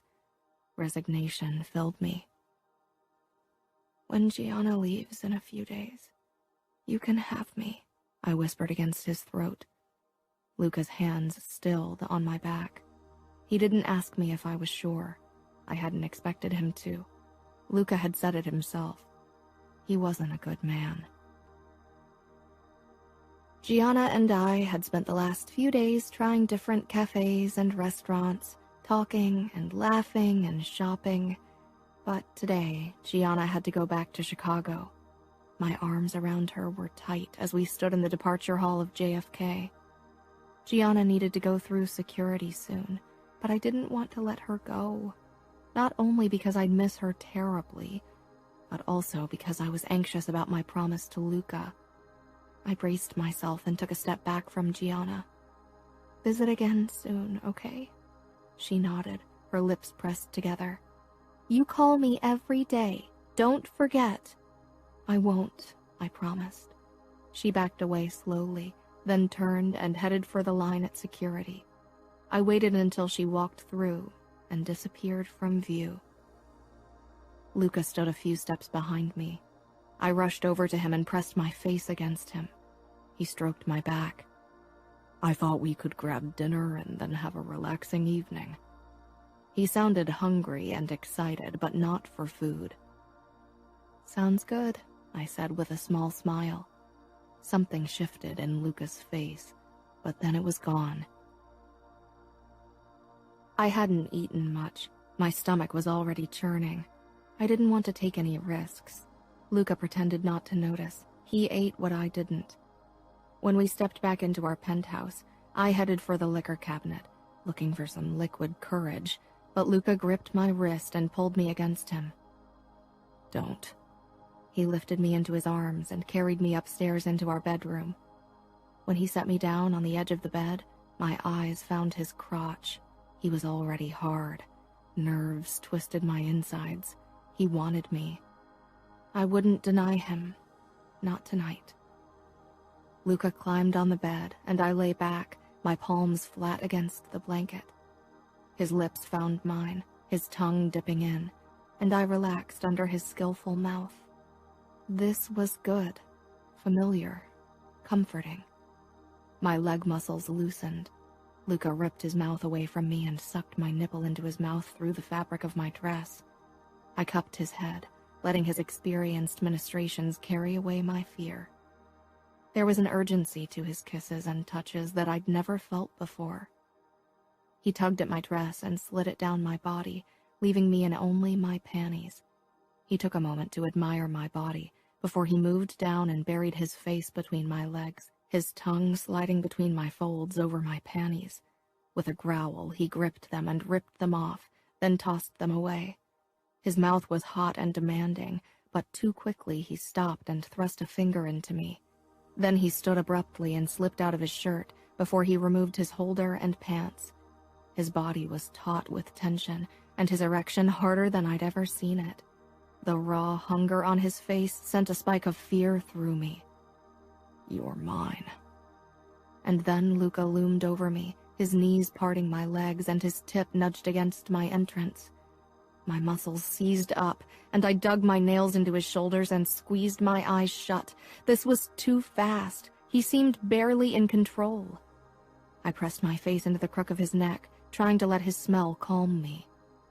Luca didn't move, his erection still only lightly touching my entrance. "Aria," he said in a low voice. "Look at me." I did. His gaze was hunger mixed with something gentler. I tried to focus on the gentle. For a long time we gazed at each other. He closed his eyes and lowered himself so his body was flush with mine. "I'm an asshole," he rasped. He kissed my cheek and my temple. Confusion filled me. Why? God, was that small voice mine? Luca was my husband, and I sounded as if I was terrified. I was terrified, but I should have hidden it better. "You are scared, and I almost lost control. I should know better. I should prepare you properly, and instead I almost shove my cock into you." I don't know what to say. I shifted, and Luca's erection rubbed over my entrance, making me gasp. Luca released a harsh breath, squeezing his eyes shut. When he opened them again, the hunger was contained. He slid down until his head hovered over my breasts, and his abs pressed against my folds. I exhaled at the friction, and Luca's muscles flexed. I could tell he was still on edge. "You are my wife," he said fiercely, as if to remind himself. Then his fingers closed around my nipples, and he tugged at them. I moaned, bucking my pelvis, making my core rub against Luca's abs again. "Stop squirming," Luca ordered, almost pleadingly. He tugged again, and this time I forced myself to stay still, but a moan escaped my lips. Luca's expression was one of concentration and restraint as he tugged and twisted, twirled and rubbed. I arched my back, practically pushing my breasts into his face, and he gladly took me up on my invitation and sucked my nipple into his mouth. I closed my eyes as he suckled one breast while his fingers pinched my other. He shifted and ghosted his fingers over my ribs, my hips, my sides, before his tongue followed the same trail. He bit the skin over my hip bones, then soothed the spot with his tongue. My entire body was on fire, desperate for release. His fingers began massaging my thighs, parting me further as he moved lower. He kissed my mound, then my inner thigh, before biting gently. I gasped and rocked my hips. He slid his hand under my butt and lifted me a few inches. Then he kissed my folds. I whimpered at the soft touch. He kissed me again, his lips moving against my folds. Then he pulled back. My eyes peeled open. He watched me. Then he kissed my opening, and I could feel wetness pool out of me. Luca's thumbs spread my lips for him, and he licked his tongue over my wetness. I shuddered and felt another trickle. Luca gently lapped at me, not once touching my clit. He sucked my folds, licked them, circled his tongue around my entrance, but never touched me where I needed him. "Luca, please." I bucked my hips again. "You want this?" Luca nudged my clit with his tongue, and I cried out, "Yes." "Soon," he growled and eased a finger into me, fucking me with it slowly as his tongue slid around my opening, coating me with his saliva. His tongue moved up, finally circling my clit. I relaxed with a moan. Luca took my clit into his mouth and suckled, bringing me closer and closer to the edge. "Tell me when you come," Luca said against my wet flesh. He fingered me faster and pressed his tongue against my clit. Luca pulled his finger out, then entered me again with 2 fingers. I gasped in discomfort, but my orgasm ripped through me, pain mingling with pleasure as my body tried to adapt to the fullness. Luca kissed my inner thigh, then groaned. "You're so fucking tight, Aria. Your muscles are squeezing the life out of my fingers." My pulse was slowing, and I glanced at Luca. He was watching me, 2 fingers buried in me.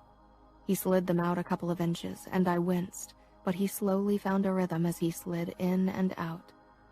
"Relax," Luca murmured, and I tried. "I need to widen you, Principessa." Luca traced his tongue over my folds and clit again. I hummed in pleasure. The discomfort in my core lessened with every stroke from Luca's tongue, and I could feel myself approaching another release. Luca must have felt it too. He pulled his fingers out and moved up until he was propped up over me.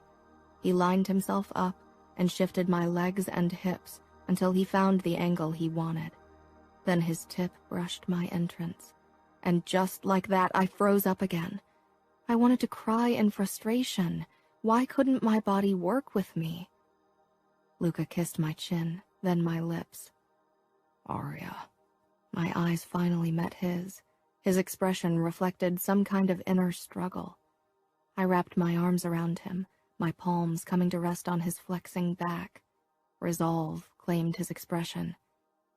He shifted his hips, and the pressure increased. I tensed even further, and Luca let out a harsh breath. "Relax," he said as he cupped my cheek and kissed my lips. "I'm not even in yet." His hand caressed my side down to my thigh. He cupped it and opened me a bit wider. Then he pushed in slowly. I tightened my hold on him, pressing my lips together. It hurt. God, it hurt like hell. He would never fit. I whimpered when the tearing sensation got to be too much and tensed even further. Luca halted in his movement, jaw clenched. He brought one of his hands up and cupped my breast, rubbing and twisting my nipple. "You are so beautiful," he murmured into my ear. "So perfect, Principessa." His words and his teasing of my breast made me relax slightly, and he pushed in a bit further. I tensed again. Luca kissed my mouth. "Almost there." He slid his hand down my body, fingers ghosting over my belly until he brushed my folds. He rubbed my clit slowly, and I exhaled. Through the pain and discomfort, I could feel small bolts of pleasure. Luca took his time teasing my clit and kissing me. His lips were hot and gentle, and his fingers sent tingling sensations through my body. Slowly, my muscles loosened around his cock. Rocking his hips forward, he pushed all the way in, and I gasped, my back arching off the bed. I squeezed my eyes shut, breathing through my nose to get through the pain. I felt too full, as if I was going to rip apart. I buried my face against Luca's throat and started to count, trying to distract myself. "It gets better. That's what the women said at my bridal shower. But when?" Luca moved, slowly and just an inch, but it hurt too much. "Please don't move," I gasped. Then I pressed my lips together in shame. Other women had gone through this, and they had lain back and suffered through it. Why couldn't I? Luca's body became taut like a bowstring. He touched my cheek as he pulled back, forcing me to look at him. "Does it hurt that much?" His voice was pure restraint, eyes dark with an emotion I couldn't place. "Get a grip, Aria." "No, not that much." My voice caught on the last word because Luca had twitched. "It's okay, Luca. Just move. I won't be mad at you. You don't have to hold back for me. Just get it over with." "Do you think I want to use you like that? I can see how fucking painful this is. I've done many horrible things in my life, but I won't add this to my list." "Why? You hurt people all the time. You don't have to pretend to care for my feelings only because we're married." His eyes flashed. "What makes you think I have to pretend?" My lips parted. I didn't dare to hope, didn't dare to read too much into his words, but God, did I want to. "Tell me what to do," he said harshly. Can you hold me close for a while, but don't move? I won't, he promised, then kissed my lips. He gritted his teeth as he lowered himself completely. We were incredibly close. Not even a sheet of paper would have fit between us. Luca curled one arm under my shoulders and pressed me against his chest, and then we kissed, our lips gliding over each other, our tongues tangling, soft and teasing. Luca caressed my side and my ribs before sneaking a hand between us and drawing small circles on my nipple. Slowly, my body became slack under his soft caress and the taste of his mouth on mine. The pain between my legs turned to a dull ache, and my core loosened around Luca, my body growing accustomed to his size. Luca didn't seem to notice, or he chose to ignore it. Instead, he kept kissing me. His fingernail scraped my nipple, and a flicker of pleasure spiked between my legs. I drew back, my lips raw and hot from our kiss. Luca's eyes were hooded. Can you still? I asked. He shifted, and I could feel how hard he was. He hadn't softened at all. My eyes widened in surprise. I told you I'm not a good man. Even though I know you're hurting, I still have a boner because I'm inside you. Because you want me. I've never wanted anything more in my life, Luca admitted. Can we go slow? Of course, Principessa. Still holding me close, he withdrew a few inches, watching my face. The look of concern on his face released a knot in my chest. I exhaled. It still hurt, but not nearly as much as before, and behind the pain was the hint of something better. Luca eased back into me and found a slow and gentle rhythm. I soaked in the feel of Luca's strong body pressed against me, the sharp lines of his face. His eyes never left my face. He didn't seem to mind the slow pace. The tension in his shoulders and neck was the only sign of how difficult this was for him. He changed the angle, and a spark of pleasure shot through me. I gasped. Luca halted. Did that hurt? No, it felt good, I said with a shaky smile. Luca smiled and repeated the motion, sending another tingle through me. He lowered his lips to mine. I wasn't sure how long he kept up the slow rhythm, but I was getting sore, and I knew I wouldn't come. I wasn't even close, despite the occasional flickers of pleasure.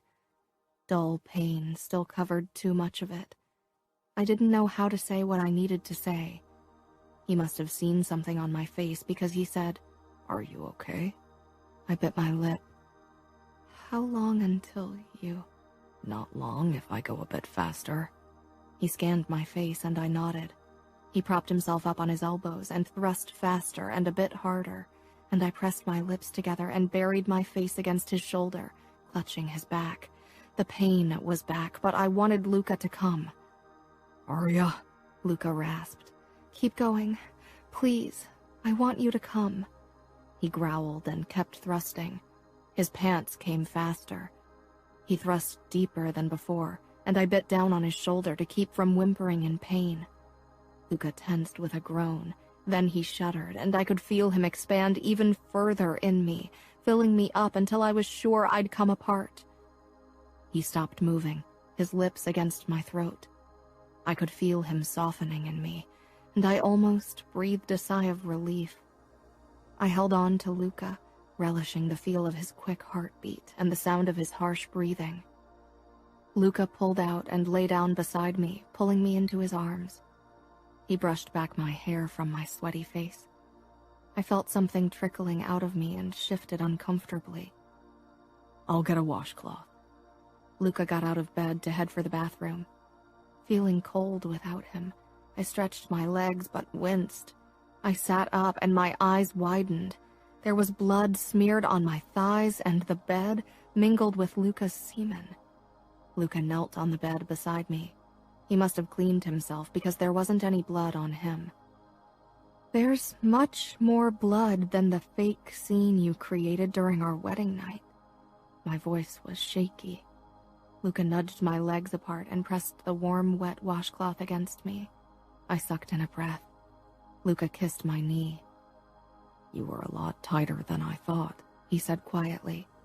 He pulled the washcloth away, and I flushed, but he discarded it on the floor without another glance before he pressed his hand against my abdomen.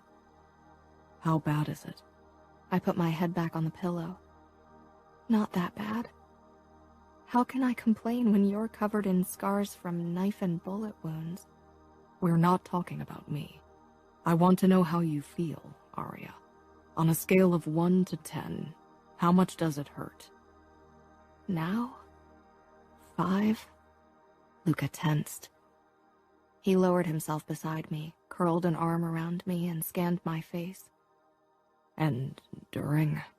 I avoided his eyes. "If 10 is for the worst pain I've ever felt, then 8. The truth." 10, I whispered. Luca clenched his jaw. "Next time will be better." "I don't think I can again so soon." "I didn't mean now," he said firmly, kissing my temple. "You'll be sore for a while." "On a scale of 1 to 10, how fast and hard did you go?" "The truth." I mimicked his words. 2. 2? I must have looked pretty horrified because Luca rubbed my stomach lightly. "We have time. I will go as gentle as you need me to." I can't believe Luca, the Vice Vitiello, said gentle, I said teasingly to lighten the mood. Luca smirked. He cupped my face and leaned close. "It'll be our secret." Emotions crowded in my chest. "Thanks for being gentle. I never thought you would be." Luca laughed, a raw sound. "Believe me, nobody's more surprised about this than me." I rolled onto my side, wincing, and snuggled against Luca's shoulder. "You've never been gentle to someone?" "No," he said bitterly. "Our father taught Matteo and me that any kind of gentleness was a weakness, and there was never any room in my life for it." Even if the words wanted to get stuck in my throat, I said, "What about the girls you were with?" "They were a means to an end. I wanted to fuck, so I looked for a girl and fucked her. It was hard and fast, definitely not gentle. I mostly fucked them from behind, so I didn't have to look them in the eyes and pretend I gave a shit about them." He sounded cold and cruel. I kissed his tattoo, wanting to banish that part of him again. His arms around me tightened. "The only person who could have taught me how to be gentle was my mother." I held my breath. Would he tell me about her now? "But she killed herself when I was 9. "I'm sorry." I wanted to ask what happened, but I didn't want to push him and make him retreat behind his cold mask. Instead, I cupped his cheek. He looked startled by the gesture, but didn't pull away. I licked my lip, trying to suppress my curiosity. "Does it still hurt?" he asked suddenly. For a moment, I didn't know what he was talking about. He brushed a hand across my abdomen. "Yeah, but talking helps." "How does it help?" "It distracts me." I gathered my courage. "Can you tell me more about your mother?" "My father hit her. He raped her. I was young, but I understood what was going on. She couldn't bear my father anymore, so she decided to slice her wrists and overdose on dope." "She shouldn't have left you and Matteo alone." "I found her." I jerked up and stared. "You found your mother after she'd cut her wrists?" "That was actually the first body I saw. Of course it wasn't the last." He shrugged as if it didn't matter. "The floor was covered with her blood, and I slipped on it and fell. My clothes were soaked with her blood." His voice was calm, detached. "I ran out of the bathroom, screaming and crying. My father found me and slapped me, told me to be a man and clean myself up. I did. I never cried again." "This is horrible. You must have been terrified. You were only a boy. He was silent. It made me tough. At one point, every boy has to lose his innocence. The Mafia isn't a place for the weak. I knew that. I'd seen how Father had tried to shape Fabiano in the last few years, and it always broke my heart when my little brother had to act like a man instead of the young boy that he was. Emotions aren't a weakness. Yes, they are. Enemies always aim where they can hurt you most. And where would the Bratva aim if they wanted to hurt you? Luca extinguished the lights. They won't ever find out. That wasn't the answer I'd hoped for, but I was too tired to ponder it. Instead, I closed my eyes and let sleep claim me. Chapter 14. Going to the toilet burnt like hell, and walking wasn't exactly comfortable either. I winced as I stepped back into the bedroom where Luca lay with his head propped up on his arm. He watched me. Sore. I nodded, blushing. Yeah, I'm sorry. Why are you sorry? I lay down beside him. I thought you might want to do it again, but I don't think I can. Luca traced his fingertips over my ribs. I know. I didn't expect you to be ready so soon. He rubbed my stomach, then inched a bit lower. I could lick you if you're up for it.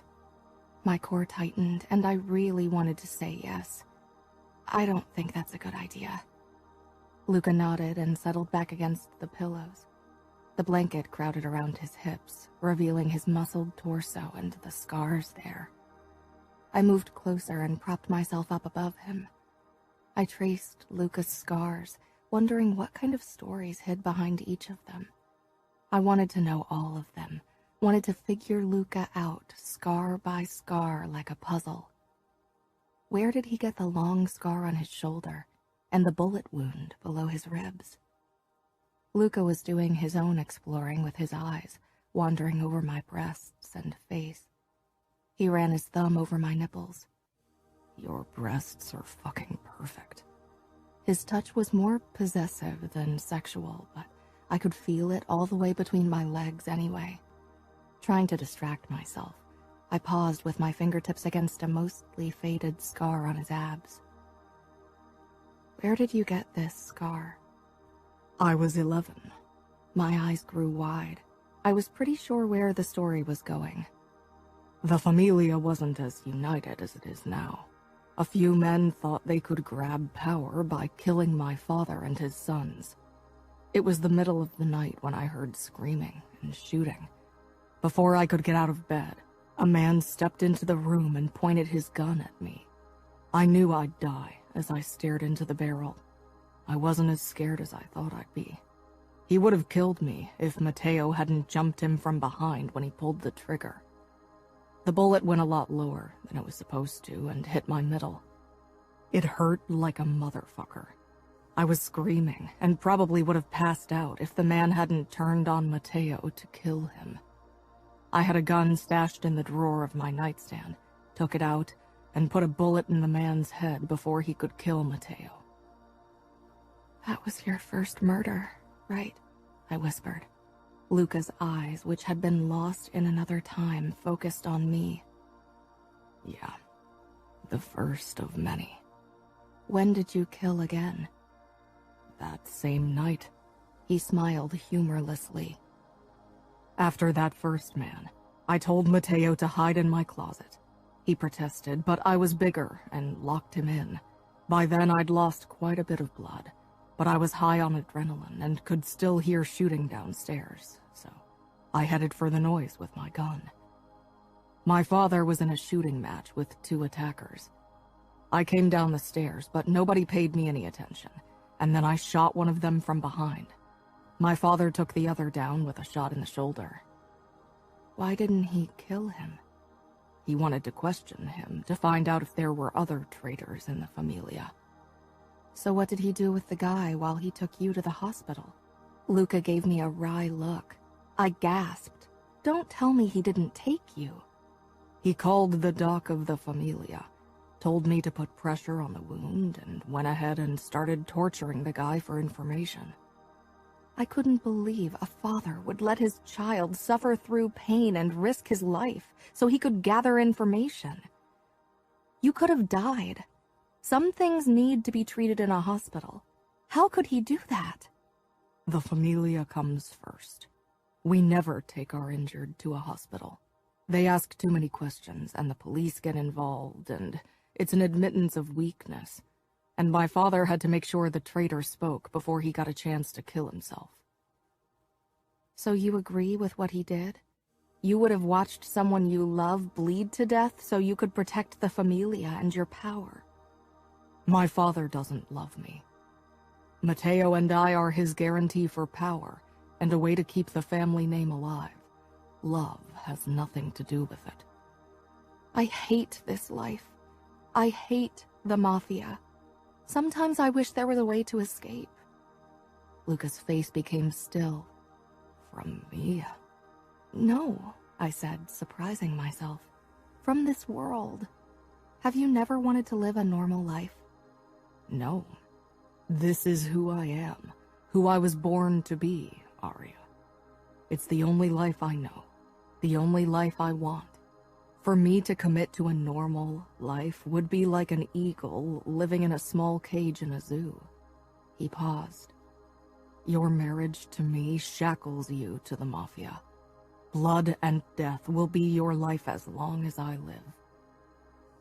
Then so be it. I'll go where you go, no matter how dark the path. For a moment, Luca held his breath. Then he gripped the back of my head and kissed me fiercely.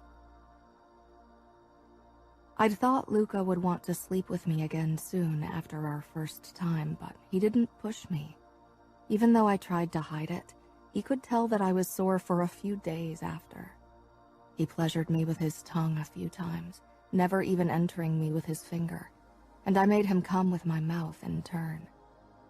I wasn't sure if he was waiting for an okay from me, but when he came home one night a week after he'd taken my virginity, looking exhausted and angry, I wanted to make him feel better. After he'd showered, he stumbled toward the bed in only his boxers, his eyes filled with darkness. "Bad day," I whispered, as he flung himself on the bed beside me. He lay on his back and stared up at the ceiling with empty eyes. "Luca?" I lost 3 of my men today. "What happened?" The Bratva attacked one of our warehouses. His lips thinned, chest heaving.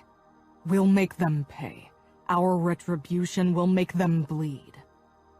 "What can I do?" I said softly, my hand stroking his chest. I need you. Okay. I slid my nightgown over my head and pushed down my panties. I knelt beside Luca. He got rid of his boxers, and his erection sprang free. Gripping my hips, he made me straddle his stomach. Nerves twisted my insides. I'd hoped that for my second time, Luca would still be on top. The thought of lowering myself on his length after how much it had hurt last time terrified me. But if Luca needed me, then I could do it. I cried out in surprise when Luca gripped my butt and hoisted me toward his face, so I was hovering over his mouth. He pressed me down, and I screamed out in pleasure, my hands coming up to press against the headboard. This was more intense than anything Luca had ever done to me. His tongue slipped into me deeply, and he massaged my butt with firm fingertips. I peered down into Luca's eyes as he closed his mouth over my clit. I rocked my hips, pressing myself against his mouth. He growled.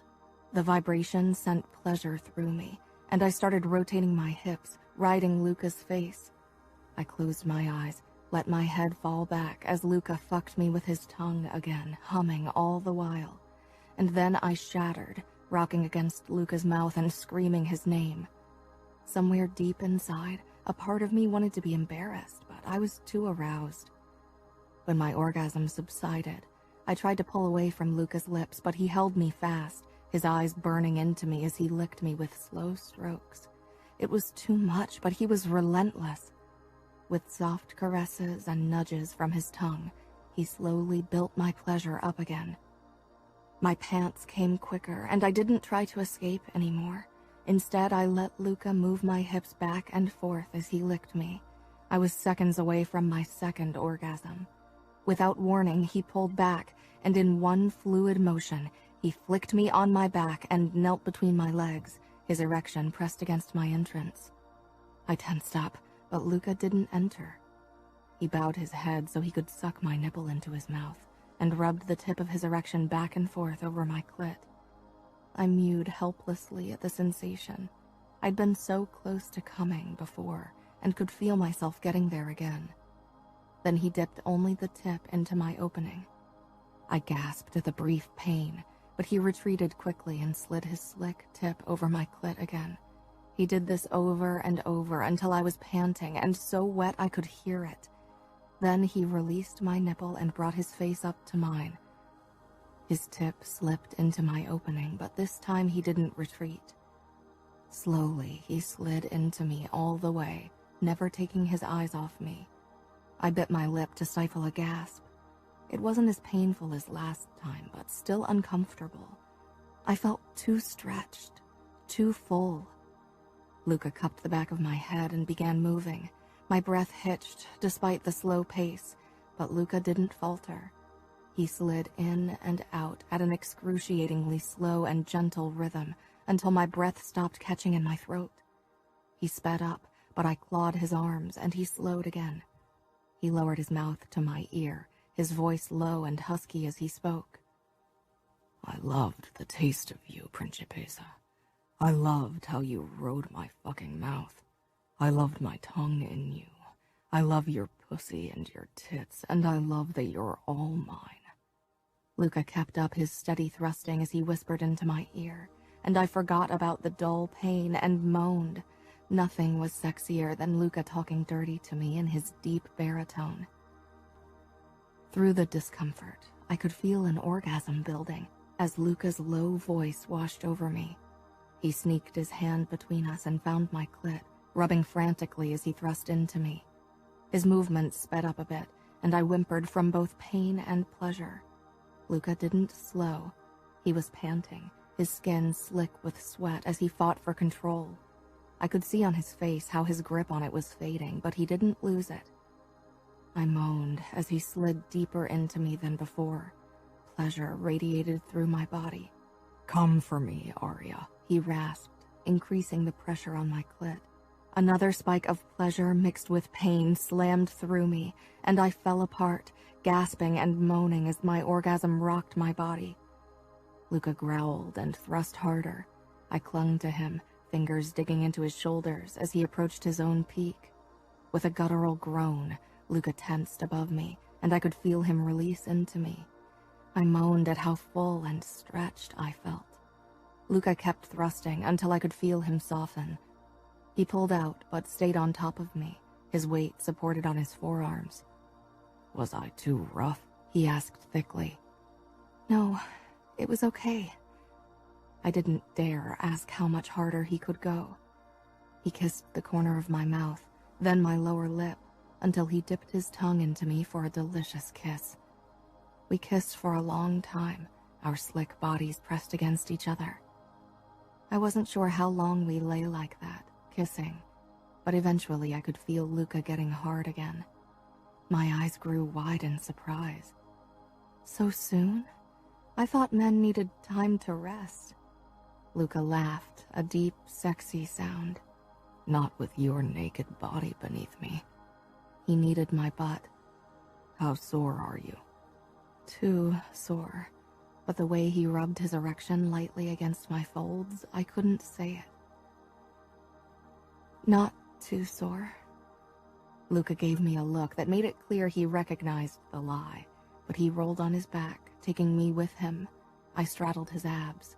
He must have seen how nervous I was because he stroked my sides gently. Take your time. You are in control. He rocked his hips, rubbing his length over my butt cheeks. I want you in control, I admitted. Luca's eyes darkened. Don't say something like that to a man like me. But he gripped my hips and positioned me above his erection. From this vantage point, he looked even bigger. He rubbed his tip in small circles over my clit, as his other hand trailed up toward my breast and cupped it. He lined himself up with my opening before grabbing my hips and slowly guiding me down. When he was almost all the way in, I paused, catching my breath. I lay my palms flat against his chest as I tried to get used to the new position. He felt bigger, and my muscles clenched tightly around his erection. Luca gritted his teeth. He ran his hands up my torso and cupped my breasts again, twirling my nipples between his fingers. I moaned and made small rocking motions with my hips. Luca pressed his thumb against my clit and flicked. Then, as I moaned, he pushed me all the way down to the base of his erection. I cried out in surprise more than pain and froze, exhaling slowly to adjust to the feeling of utter fullness. "Aria," Luca rasped. I met his gaze. A hint of uncertainty flickered in his eyes. I forced my lips into a smile. "Give me a moment." He nodded, his hands resting lightly on my waist as he watched me. I released another breath, then shifted my hips experimentally. There was a twinge, but there was also pleasure. "Help me," I whispered, gazing at him through my lashes. He clasped my waist, his fingers splaying across my butt, and guided me into a slow rhythm of rocking and rotating. It was exhilarating to feel the strength of his body beneath my hands, to feel his pectoral muscles flex under my fingertips. But even better was the look in his eyes as he watched me on top of him. The hunger and admiration mixed with another emotion I didn't dare to guess. Luca's chest heaved under my palms, his breath coming faster as he started thrusting upwards, driving himself into me harder and faster. His thumb flicked back and forth over my clit as he drove into me. I cried out. Luca gripped my hips in a bruising grip and thrust faster. I threw my head back, riding through my orgasm as I felt Luca tense and release into me with a low moan. I shivered helplessly on top of him as I came down from my high. I slumped forward on Luca's chest and pressed my lips to his. His heart pounded against my breasts. He slung his arms around my back and pressed me against him tightly.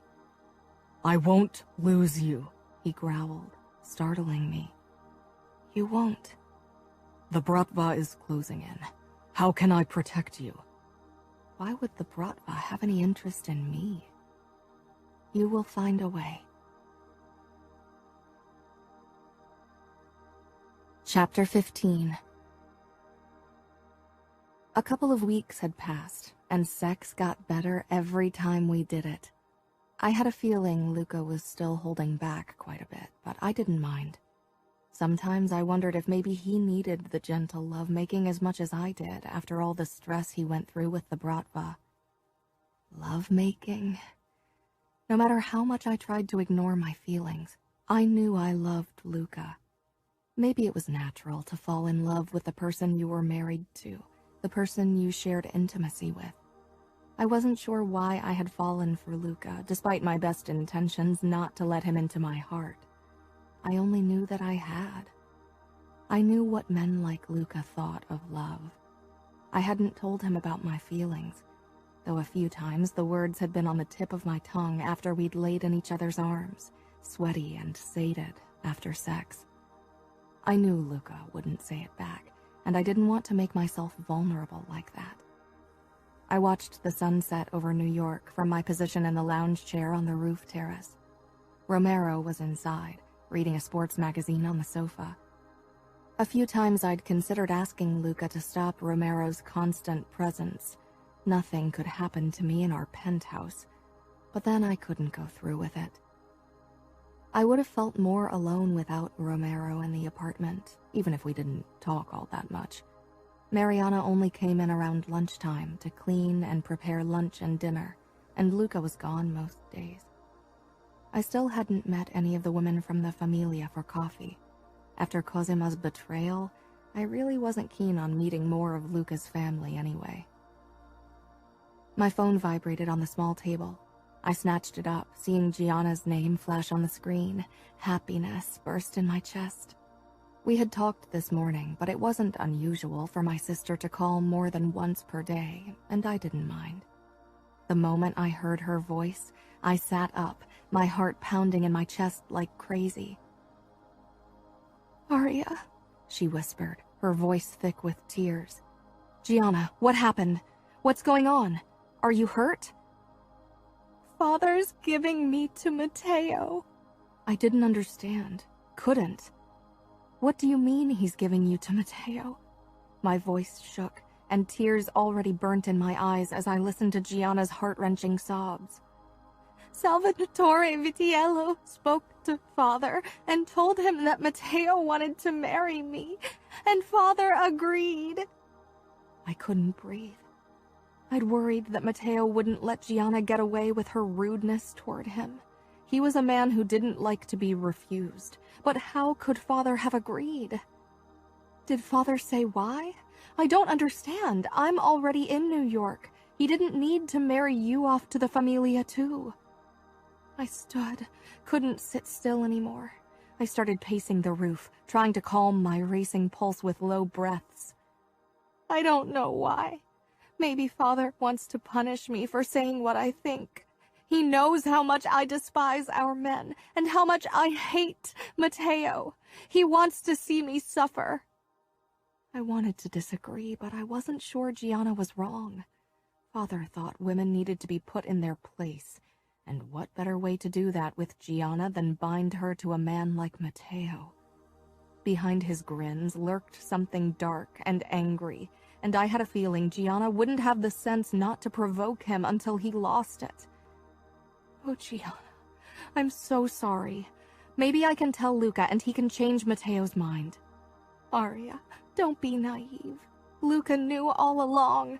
He's Matteo's brother and the future Capo. Something like that isn't decided without him being involved. I knew she was right, but I didn't want to accept it. Why hadn't Luca told me about this? When did they make the decision? A few weeks ago, even before I came to visit. My heart clenched. Luca had slept with me, had made me trust him and love him, and hadn't bothered to tell me that my sister was being sold to his brother. I can't believe him, I whispered harshly. Romero was watching me through the windows, already getting up from the sofa. I'm going to kill him. He knows how much I love you. He knows I wouldn't have allowed it. I would have done anything to prevent the agreement. Gianna was silent on the other end.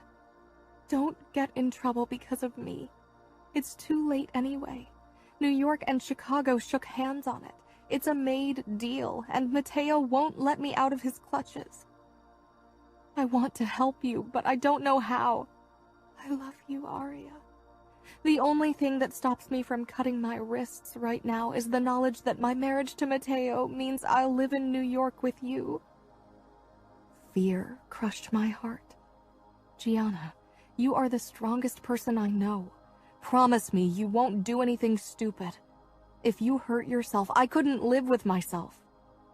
You are much stronger than me, Aria. I have a big mouth and flashy bravado, but you are resilient. You married Luca. You live with a man like him. I don't think I could have done it. I don't think I can. We'll figure it out, Gianna. The elevator doors opened and Luca stepped into our apartment. His eyes darted from Romero to me, his brows drawing together. He's here. I'll call you tomorrow. I hung up as fury burnt through me. I hadn't thought I could ever hate Luca again, not even for a moment. But in this second, I wanted to hurt him. I stormed inside, my hands balled into fists as I headed toward Luca. He didn't move a muscle, only watched me with calm scrutiny. That calm fueled my rage more than anything else. I wasn't sure what he thought I was going to do, but it wasn't attack. That was obvious from his reaction. My fists hammered his chest as hard as I could. Shock flashed across Luca's face, his entire body exploding with tension. From the corner of my eye, I saw Romero take a step in our direction, obviously unsure if he was supposed to do something. He was my bodyguard, but Luca was his boss. Of course, Luca didn't have trouble handling me. After a moment, he gripped both of my wrists in his hand. I hated that he could overpower me so easily. Aria, what? He didn't get to finish because I rammed my knee upward, and only his quick reflexes prevented me from hitting my goal. The sound of Gianna's sobs rang in my mind, made me lose whatever rationality I had. Get out, Luca ordered sharply. Romero did so without protest. Luca's blazing eyes met mine, but I was past being scared. I would die for Gianna. I tried another kick and grazed Luca's groin this time. He snarled and pushed me down on the sofa, my legs pinned down by his knees and my arms pushed above my head. For God's sake, Aria, what's gotten into you? I glared.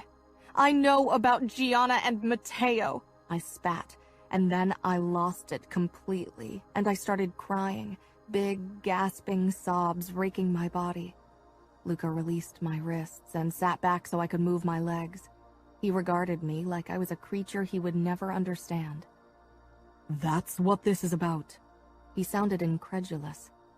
Of course you don't understand, because you never loved anyone more than your own life. You can't possibly understand how it is to feel your own heart breaking at the thought of the person you love getting hurt. I would die for the people I love. His eyes were hard and cold as he stood. You are right. I don't understand. The cold mask was back. I hadn't seen it directed at me in weeks. I wiped my eyes and stood as well. Why didn't you tell me? You've known for weeks. Because I knew you wouldn't like it. I shook my head. You knew I'd be mad at you, and you didn't want to ruin your chances of fucking me. I didn't blush, even though I never used the word. Luca became rigid. Of course I wanted to fuck you. But I got the impression you enjoyed our fucking sessions. I wanted to hurt him. He was so cold. Of course it had always been about taking what was his, about claiming my body. He didn't give a shit about me or anyone. And you worried I wasn't a good enough actress to fool everyone after our little trick on our wedding night. But it turns out I even fooled you. I let out an ugly laugh. I made you believe I actually enjoyed it. Something flickered in Luca's eyes, something that made me want to take back my words for a moment. But then his mouth pulled into a cruel smile. Don't lie to me. I've fucked enough whores to know an orgasm when I see one. I flinched as if he'd hit me. Had he just compared me to his whores? I said the ugliest thing I could think of. Some women even experience an orgasm when they're being raped. It's not because they're enjoying it. It's their body's way of coping. For a long time, Luca didn't say anything. His nostrils flared, and his chest heaved, and his hands were clenched to fists.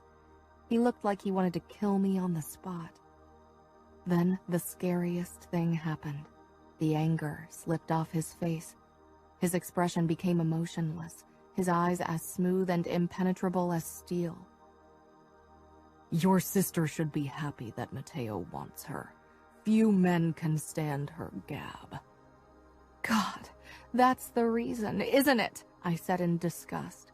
It's because she told him that he'd never get her hot body that day in the hotel. He didn't like it. He couldn't bear that she was immune to his creepy charm. She shouldn't have challenged him. Matteo is a determined hunter. He gets what he wants. Still, not a flicker of emotion, not even in Luca's voice. It was like he was made from ice. He gets what he wants? It's not hunting if he forces her into marriage by asking my father for her hand. That is cowardice. It doesn't matter. They're getting married. He turned his back to me as if he was dismissing me. Luca didn't get it. He couldn't. He didn't know Gianna as well as I did. She wouldn't go into this union quietly like I had. I stormed toward the elevator. Aria, what the fuck are you doing? I was in the elevator before Luca could reach it and was on my way one floor down. I stepped out into Matteo's apartment. It was basically a mirror image of our own, except that it wasn't a duplex. Matteo was sitting in an armchair, listening to some kind of crappy rap music when he saw me. He rose, eyeing me cautiously as he came toward me. What are you doing here? I pushed my palms against his chest when he stopped in front of me. Take your proposal back. Tell my father you don't want Gianna." Matteo laughed. "Why would I? I want her. I always get what I want. Gianna shouldn't have played games with the big boys." I lost it and slapped him across the face. My stupid Italian temperament. I usually reined it in, better than my other siblings at least, but not today. He gripped my arm, shoved me back so my spine collided painfully with the wall, and trapped me between it and his body. I gasped. "You are lucky that you are my brother's wife." The elevator dinged as it stopped and opened. "Let her go!" Luca growled, stepping out. Matteo backed away at once and gave me a cold smile. Luca walked up to me, eyes scanning my body before facing his brother. "You won't do that again." "Then teach her manners. I won't let her hit me again." Teach her manners? His marriage to Gianna would end in an utter catastrophe. Luca's voice dropped an octave. "You won't touch my wife again, Matteo. You are my brother, and I'd take a bullet for you. But if you do that again, you'll have to live with the consequences." They faced each other, and for a moment I worried they'd pull knives and fight each other. That wasn't what I'd intended. I knew how much Luca cared about his brother, more than he cared about me anyway. Matteo was the only person Luca trusted. For a while, I'd thought I might be that person, but if that were the case, today would have gone very differently. I knew his protecting me was a power game and not about emotions. By touching me, Matteo had shown disrespect toward Luca, and of course Luca couldn't let that slide. "I won't hit you again, Matteo," I ground out, though the words tasted foul in my mouth. "I shouldn't have done it." Both men turned to me in surprise. Matteo relaxed his stance. Luca didn't. "I'm sorry if I hurt or scared you," Matteo said. I couldn't tell if he meant it or not. He had the emotionless mask down, just like his brother. "You didn't." Luca smirked, then he stepped up to me and pulled me against him possessively. Our eyes met, and as if he remembered our earlier words, his smirk disappeared and his lips tightened. He didn't release me, but his hold on me loosened. I turned away from him, not able to bear his expression any longer, and faced Matteo. "Don't marry Gianna," I tried again, and Luca's grip on my waist tightened in warning. I ignored him. "She doesn't want to marry you." "You didn't want to marry Luca either, yet here you are," Matteo said with his shark grin. "Gianna isn't like me. She won't come to terms with an arranged marriage." Luca dropped his hand from my waist. "She will become my wife the moment she turns 18. No power in this universe will stop me from making her mine." "You disgust me.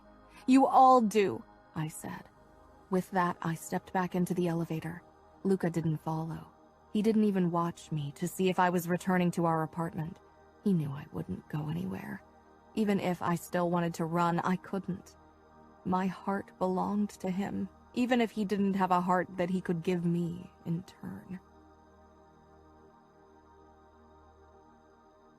Chapter 16.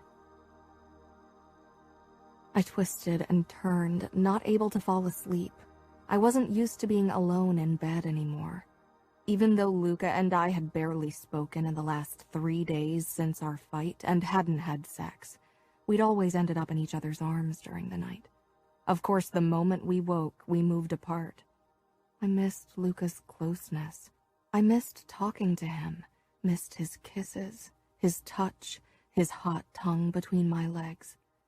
I sighed as I became wet. I wouldn't give in. How much longer could Luca go without sex, anyway? What if he wasn't? What if he'd fucked Grace again? She was supposedly in England, but who knew if that was the truth? Or maybe he'd found a new woman to fuck. My eyes found the clock. It was almost 2 a.m. A heavy weight settled on my chest. Was Luca giving up on our marriage that easily? Why not? He'd gotten what he wanted. He'd claimed my body. It wasn't like I was the only person who could give him what he wanted. A bang sounded downstairs, followed by deep voices. Romero was one of them. The other was Luca. I slipped out of bed and quickly rushed out of the bedroom in my nightgown. I froze on the staircase. The lights were out, but the moon and the surrounding skyscrapers provided enough light for me to see what was going on. Luca had Romero in a chokehold. I took another step down, and Luca's eyes shot toward me, furious and wild. The monster was back. His arms were covered in blood. Romero stopped struggling when he realized Luca was too strong. "I would never betray the Familia," Romero choked out, then coughed. "I'm loyal. I'd die for you. If I were a traitor, Aria wouldn't be here, safe and unscathed. She'd be in the hands of the Bratva." Luca loosened his hold, and Romero fell to his knees, gasping for breath. I walked down the remaining steps, ignoring Romero shaking his head at me. What was going on? Luca had never been this unhinged.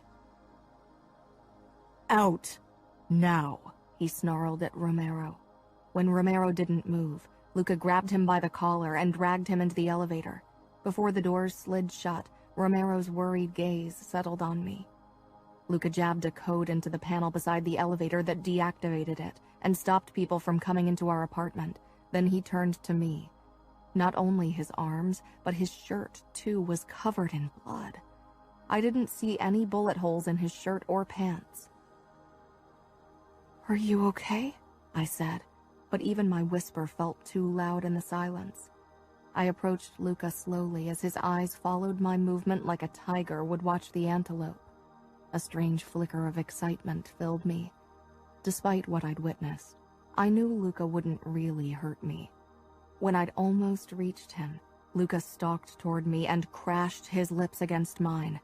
I gasped, and he thrust his tongue into my mouth. His hands ripped at my nightgown, tearing it from my body. When it fluttered to the ground, he tore my thin lace panties off. His hungry gaze traveled over me. Then he wrenched me toward him and bit into my throat, then my nipple. I gasped in pain and arousal. I should have run, as Luca had told me a long time ago, but this side of him actually excited me, and my arousal spoke louder than my fear, even when Luca pushed me toward the sofa and bent me over the backrest. His hand held my neck as his other hand slid between my folds. He pushed 2 fingers into me and found me wet and aching. I released a harsh breath as my walls clamped tightly around his fingers. He pulled them out. I heard him open his belt and unzip his pants, and I shivered with fear and excitement. Luca bit into my butt cheek, then my lower back and shoulder blade, before he shoved his entire length into me without warning. I cried out, but Luca didn't hesitate. He pressed his chest against my back while he held me captive with one arm around my chest, and then he started pounding into me hard and fast. I bit down on my lip. It hurt, but it also felt good. Every time he pushed into me, he hit a spot deep inside me that sent sparks of pleasure through me. Luca reached down, his hot breath against my neck, and rubbed his fingers over my clit. I cried and gasped and whimpered. I could feel the tension building. The sound of Luca's pants and growls turned me on even more. His fingers twisted my nipple almost painfully, and he bit down on the crook of my neck, and stars erupted before my vision as I exploded.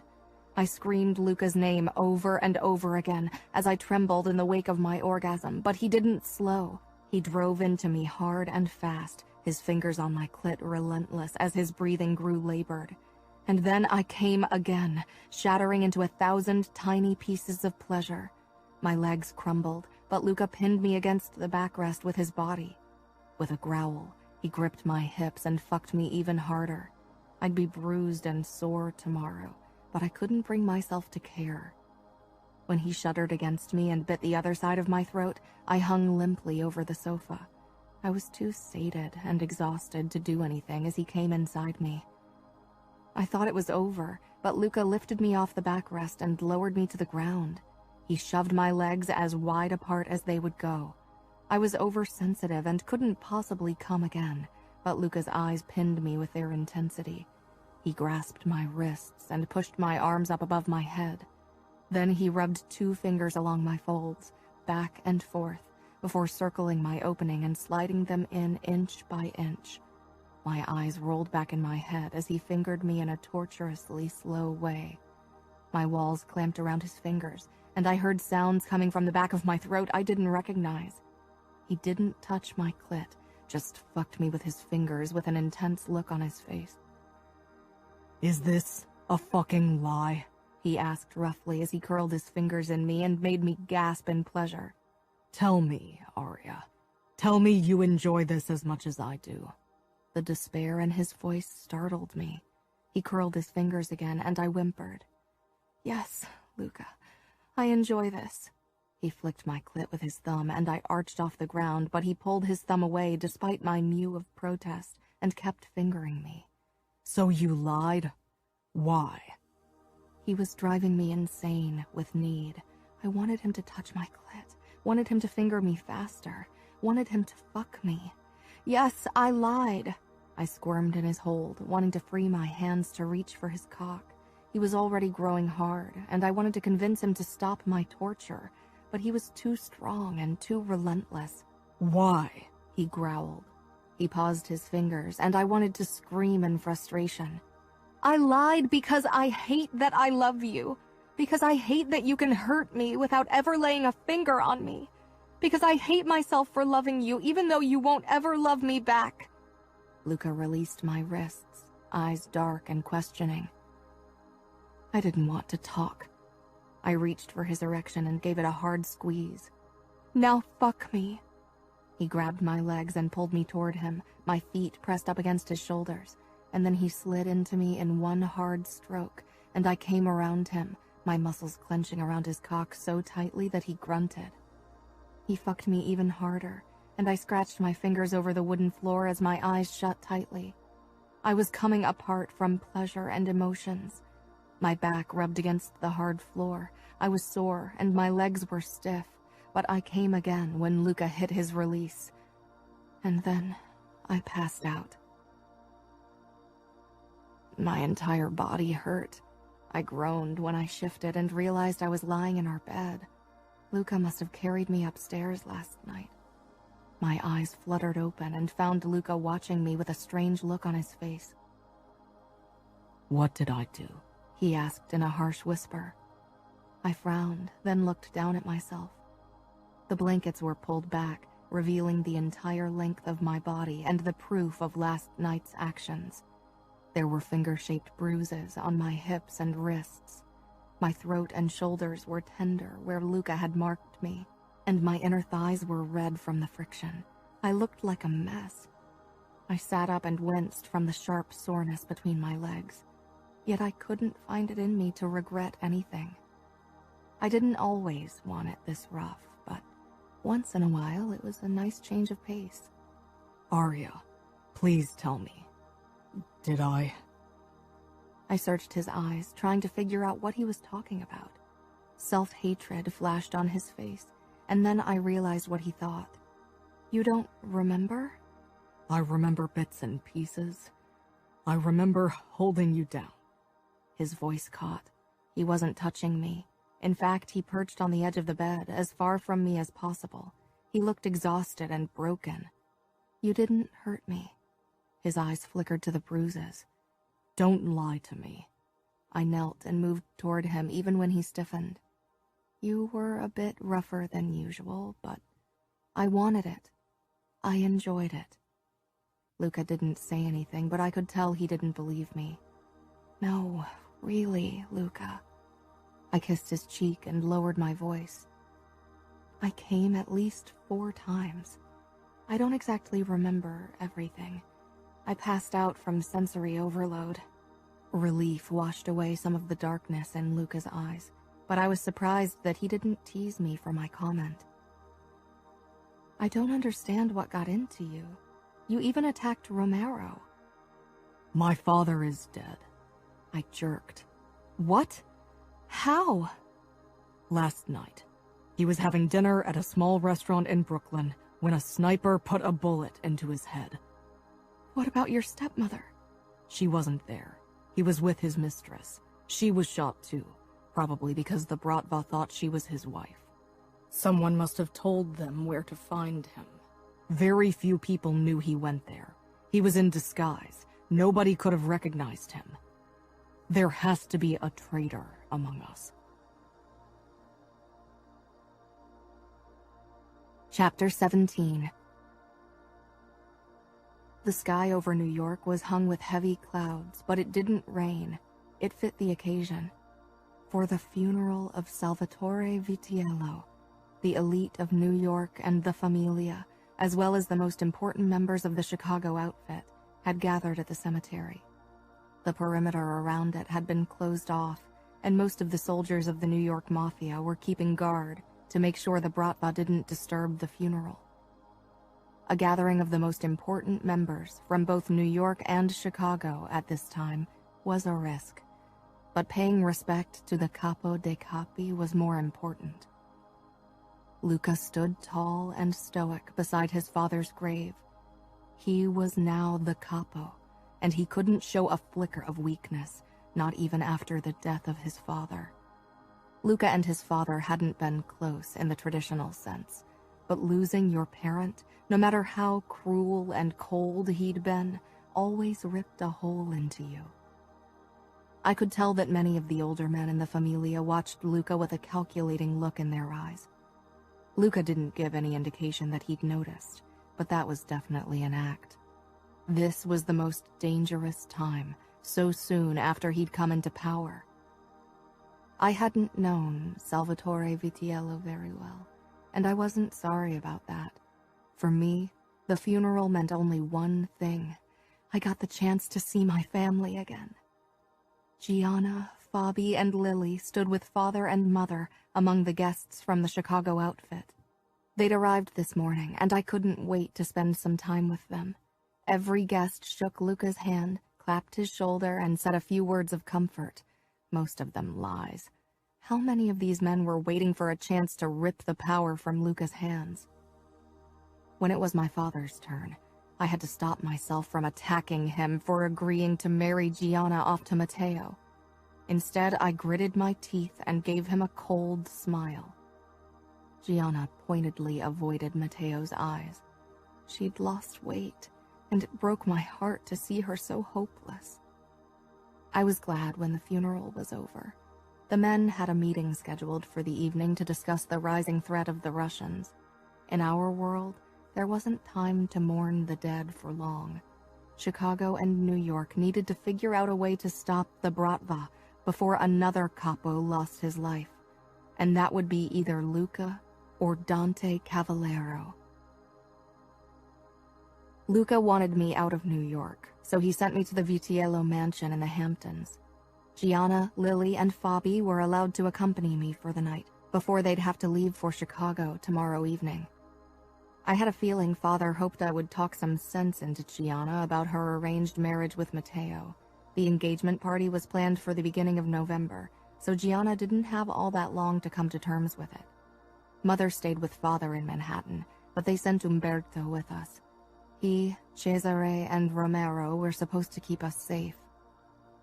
We arrived at the mansion around dinner time, and the staff had already prepared a meal for us. My heart swelled with happiness as Lily, Fabi, Gianna, and I settled around the long dining table.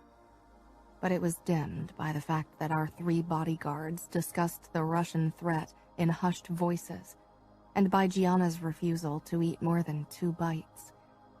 I didn't want to discuss her betrothal to Matteo with everyone there.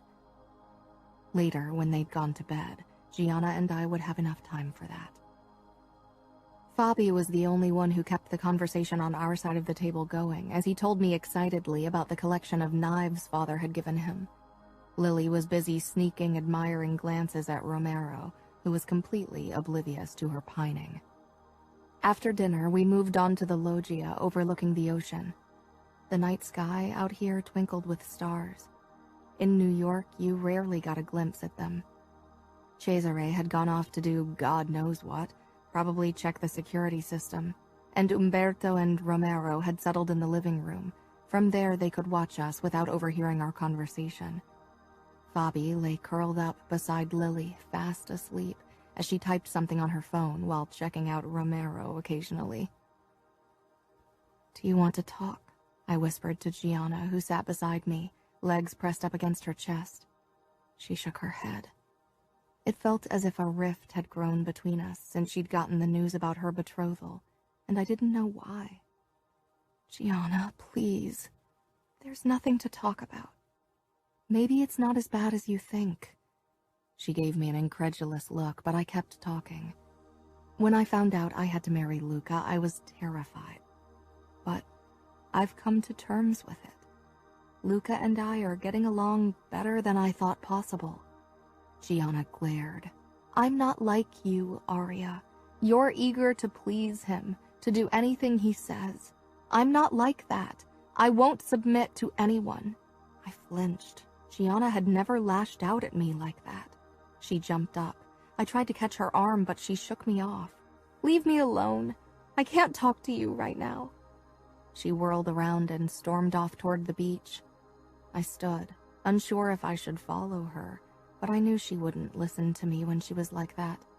Umberto stepped outside. I raised a hand. No. Give her a few minutes to herself. She's upset. Umberto nodded, then his eyes darted to Fabi. I should take him to bed.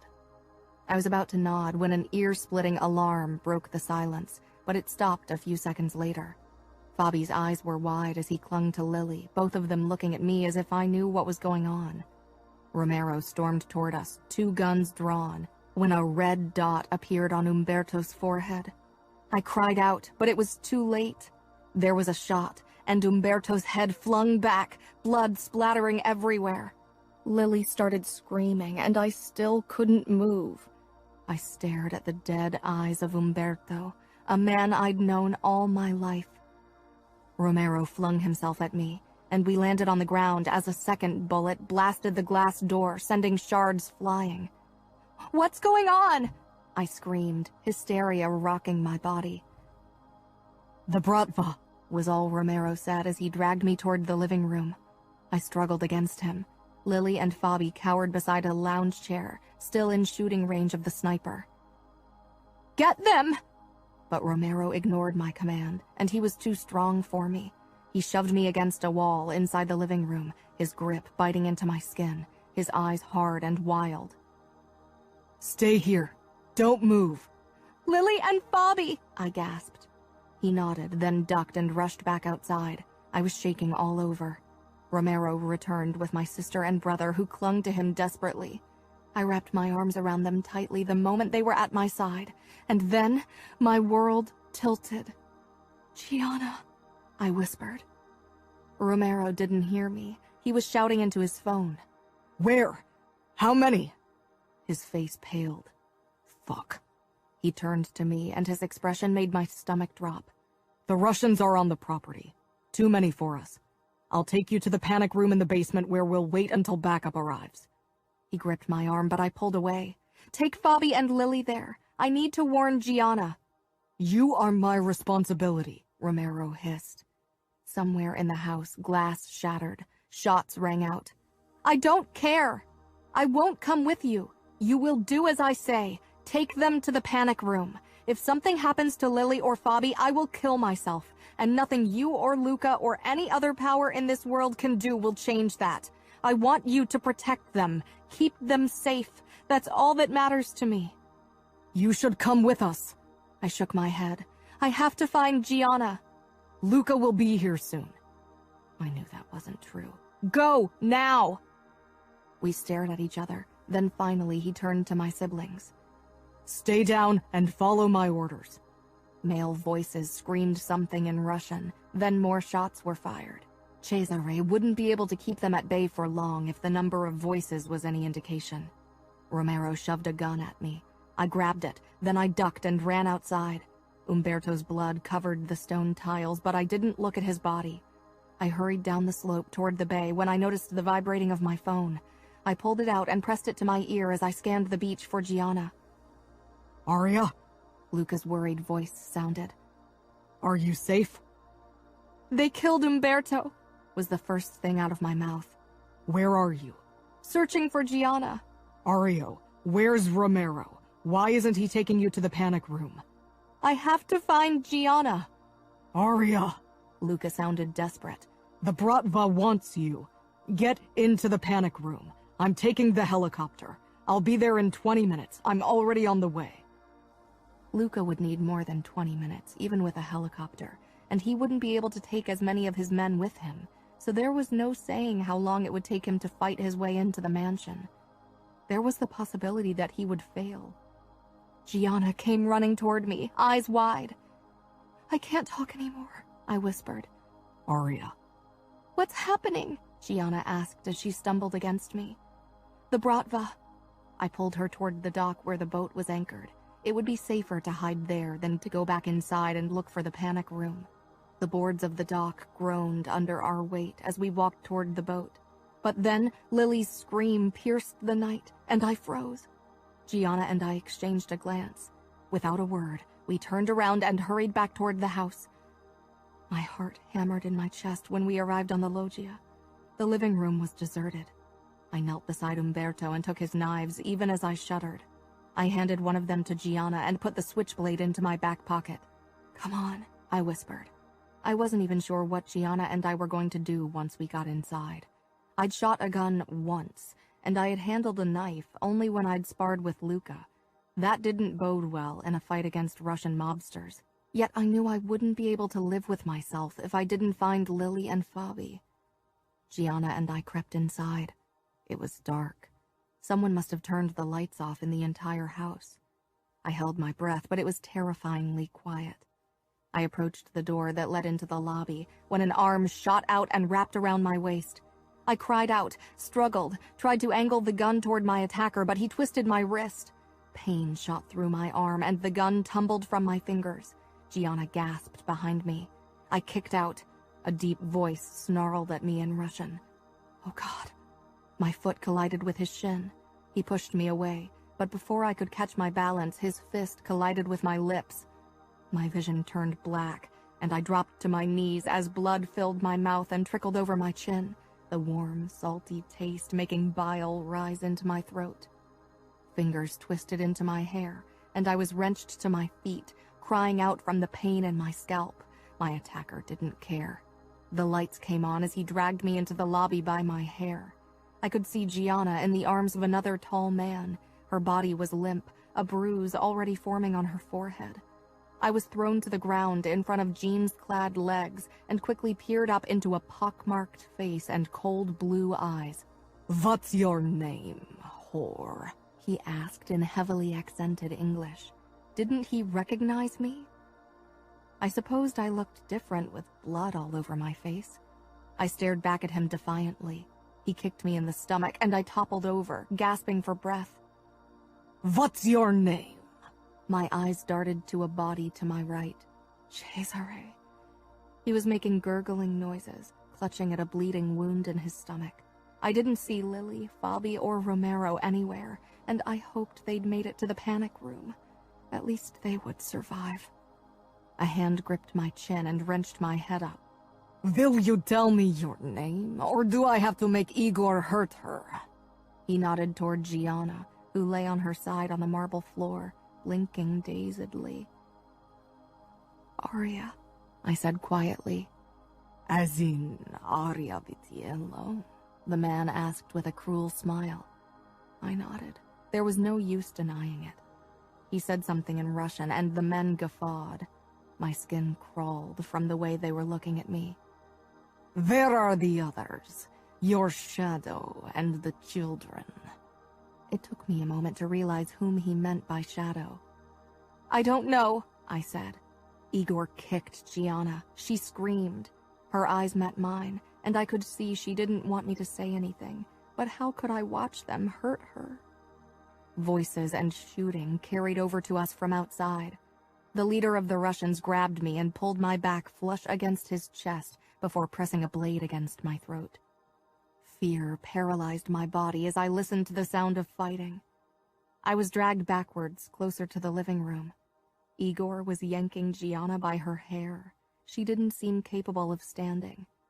Another Russian mobster was flung back as a bullet tore through his throat. "We have your wife, Vitiello. If you want to see her again in one piece, you'd better stop fighting and drop your weapons." Luca walked in, a gun in each hand. Matteo was a step behind him. "So this is your wife, Vitiello," the man said, his breath hot against my neck. I squirmed, but he held me in a death grip. The blade sliced into my skin, and I became still. Luca's face was a mask of fury as he stared at my captor. Matteo twisted the knives in his hands over and over again, his eyes flickering to Gianna's trembling form on the ground. Cesare had stopped gurgling. This night could very well end with all of us drowning in our own blood. "Let her go, Vitiello," Luca snarled. Vitiello grabbed my throat. "I don't think so." I could barely breathe in his hold, but all I could think about was that I could lose everyone I loved tonight. I hoped they'd kill me first. I couldn't bear the thought of watching everyone die. "You took something that belongs to us, Vitiello, and now I have something that belongs to you." Vitiello licked my cheek, and I almost threw up. "I want to know where it is." Luca took a step forward, then froze as Vitiello raised the knife to my throat again. "Put your guns down, or I'll cut her throat." Vitiello was stupid to think Luca would do that, but then I watched in horror as Luca dropped his guns on the floor. "Your wife tastes delicious. I wonder if she tastes this delicious everywhere." He turned me around so I was facing him. His foul breath hit my face. From the corner of my eye, I could see Luca watching me, but I wished he'd look away. I didn't want him to see this. Vitiello's lips came closer. I was sure I'd throw up. I tried to lean back. He laughed nastily and gripped my hip, but I barely noticed, because my shifting had made the switchblade dig into my butt. As Vitiello trailed his tongue over my chin, I slipped my hand into my back pocket, pulled the knife out, released the blade, and rammed it into his thigh. He cried out, stumbling back, and then all hell broke loose. Luca practically flew through the room and pulled me against him as he sliced Vitiello's throat open from one ear to the other. The man's head tilted back, blood spurting out. Then he toppled over. Bullets tore through the air, and screaming filled the room. The ground was slippery with blood, and only Luca's firm grasp on my arm kept me upright. He must have dropped the knife at some point because he was shooting bullet after bullet out of a sleek black gun with a silencer. I picked up a gun lying in a pool of blood. It was slippery in my hand, but its weight felt good. Suddenly, Romero was there too. My eyes tried to find Gianna, but she was gone from her spot on the floor. Luca shot another enemy and reached down for the gun of the dead guy as his own appeared to be out of bullets, when one of the Russian mobsters to our right pointed his gun at Luca. I cried out in warning, and at the same time stumbled forward and aimed my gun at the guy and fired. I didn't even think about it. I'd sworn to myself I wouldn't watch anyone I loved die tonight, even if it meant I had to die first. The bullet hit my shoulder, and my world exploded with pain. My shot hit the guy in the head, and he dropped to the ground, dead.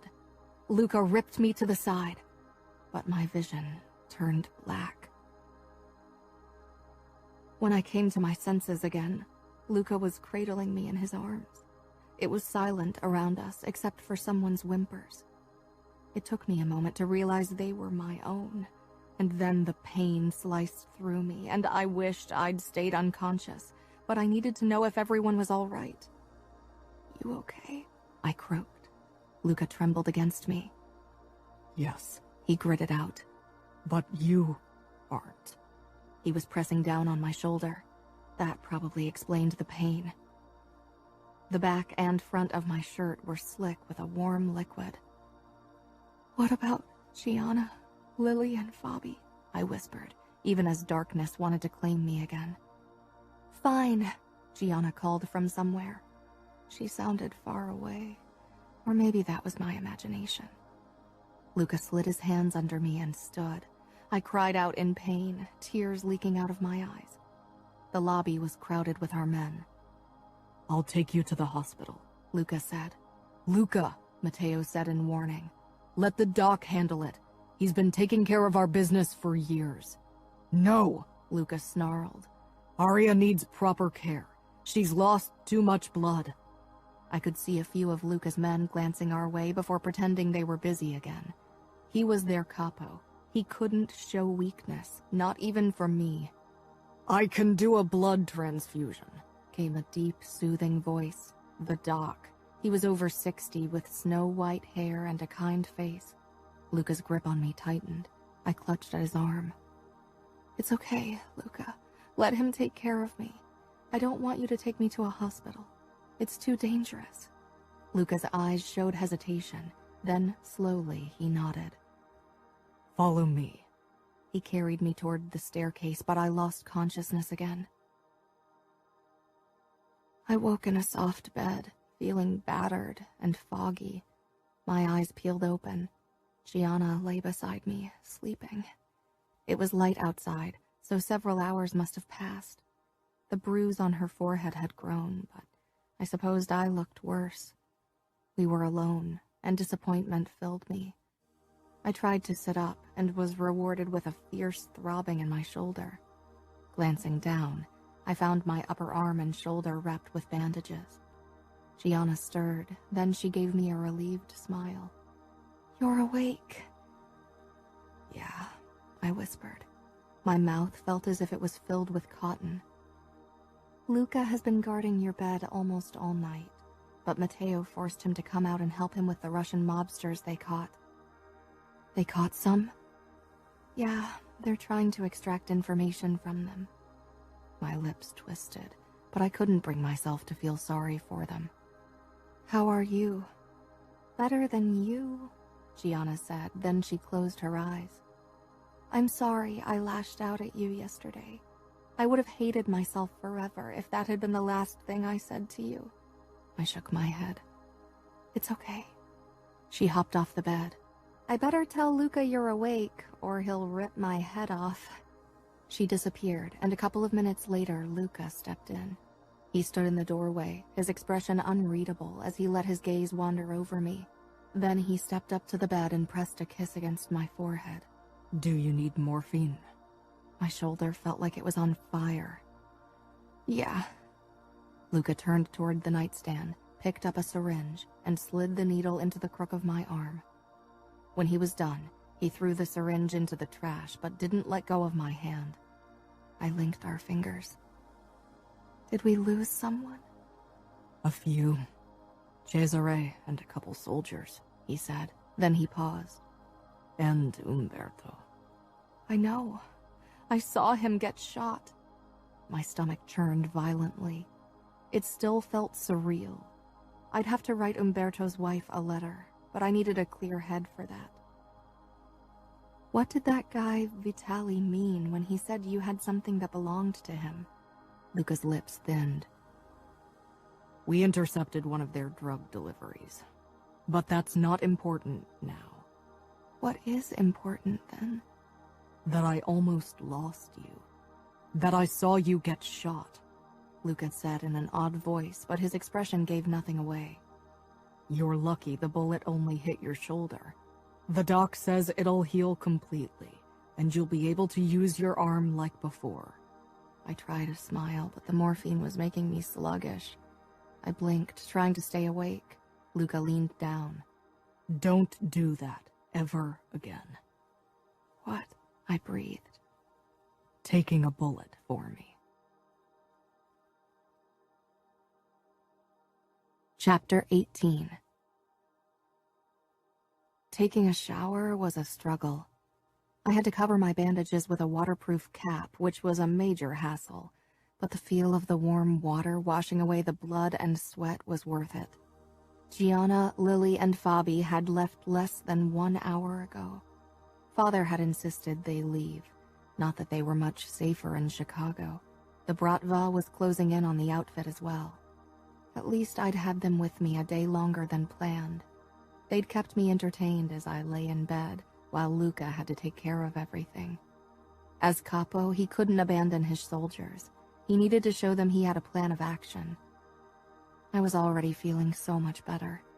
Maybe that was the lingering effect of the painkillers I'd taken 2 hours ago. I stepped out of the shower and awkwardly put on my panties. I could move both of my arms, but the doc had said I should use my left arm as little as possible. Putting on the nightgown proved more difficult. I'd managed to slip one strap over my injured shoulder when I stepped back into the bedroom, where I found Luca sitting on the bed. He got up immediately. "Done with business?" I asked. He nodded. He came toward me and slid the second strap into place. Then he led me toward the bed and made me sit down. We hadn't been able to talk alone since our first conversation, and then I'd been high on morphine. "I'm fine," I said again, because he looked like he needed to hear it. He didn't say anything for a long time before he suddenly knelt before me and pressed his face against my stomach. "I could have lost you 2 days ago." I shivered. "But you didn't." He peered up at me. "Why did you do this? Why did you take a bullet for me?" "Do you really not know why?" I whispered. He became very still but didn't say anything. "I love you, Luca." I knew saying it out loud was a risk, but I'd thought I'd die a couple days ago, so this was nothing. Luca brought his face up to mine and cupped my cheeks. "You love me." He said it as if I'd told him the skies were green, or that the sun revolved around the earth, or that fire was cold to the touch. As if what I'd said didn't make sense, as if it didn't fit into his view of the world. "You shouldn't love me, Aria. I'm not someone who should be loved. People fear me, they hate me, they respect me, they admire me, but they don't love me. I'm a killer. I'm good at killing. Better probably than at anything else, and I don't regret it. Fuck, sometimes I even enjoy it. That's a man you want to love." "It's not a matter of want, Luca. It's not like I could choose to stop loving you." He nodded, as if that explained a lot. "And you hate that you love me. I remember you saying it before." "No, not anymore. I know you aren't a good man. I've always known it, and I don't care. I know I should. I know I should lie awake at night hating myself for being okay with my husband being the boss of one of the most brutal and deadliest crime organizations in the States. But I don't. What does that make me?" I paused, staring down at my hands, the hands that had cradled a gun 2 days ago, at the finger that had pulled the trigger without hesitation, without a twitch or tremor. And I killed a man, and I don't feel sorry. Not one bit. I would do it again. I glanced up at Luca. "What does that make me, Luca? I'm a killer, like you." "You did what you had to. He deserved to die." "There's not one of us who doesn't deserve death. We probably deserve it more than most." "You are good, Aria. You are innocent. I forced you into this." "You didn't, Luca. I was born into this world. I chose to stay in this world." The words of my wedding day popped into my mind. Being born into our world means being born with blood on your hands.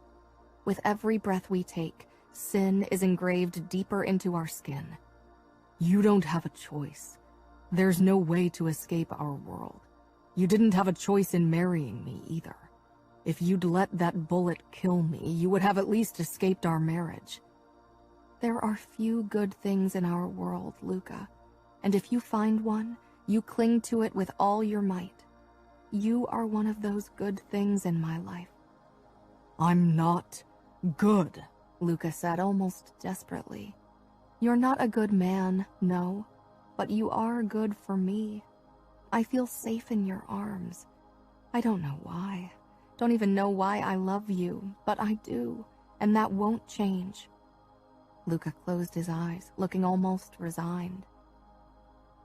"Love is a risk in our world, and a weakness a capo can't afford." "I know," I said, even as my throat corded up. Luca's eyes shot open, fierce and blazing with emotion. "But I don't care, because loving you is the only pure thing in my life." Tears brimmed in my eyes. "You love me?" "Yes, even if I shouldn't." If my enemies knew how much you meant to me, they'd do anything to get their hands on you, to hurt me through you, to control me by threatening you. The Bratva will try again, and others will too. When I became a made man, I swore to put the Famiglia first, and I reinforced that same oath when I became a Capo dei Capi, even though I knew I was lying. My first choice should always be the Famiglia. I held my breath, unable to utter a word. The look he gave me almost broke me into pieces. But you are my first choice, Aria. I'll burn down the world if I have to. I'll kill and maim and blackmail. I'll do anything for you.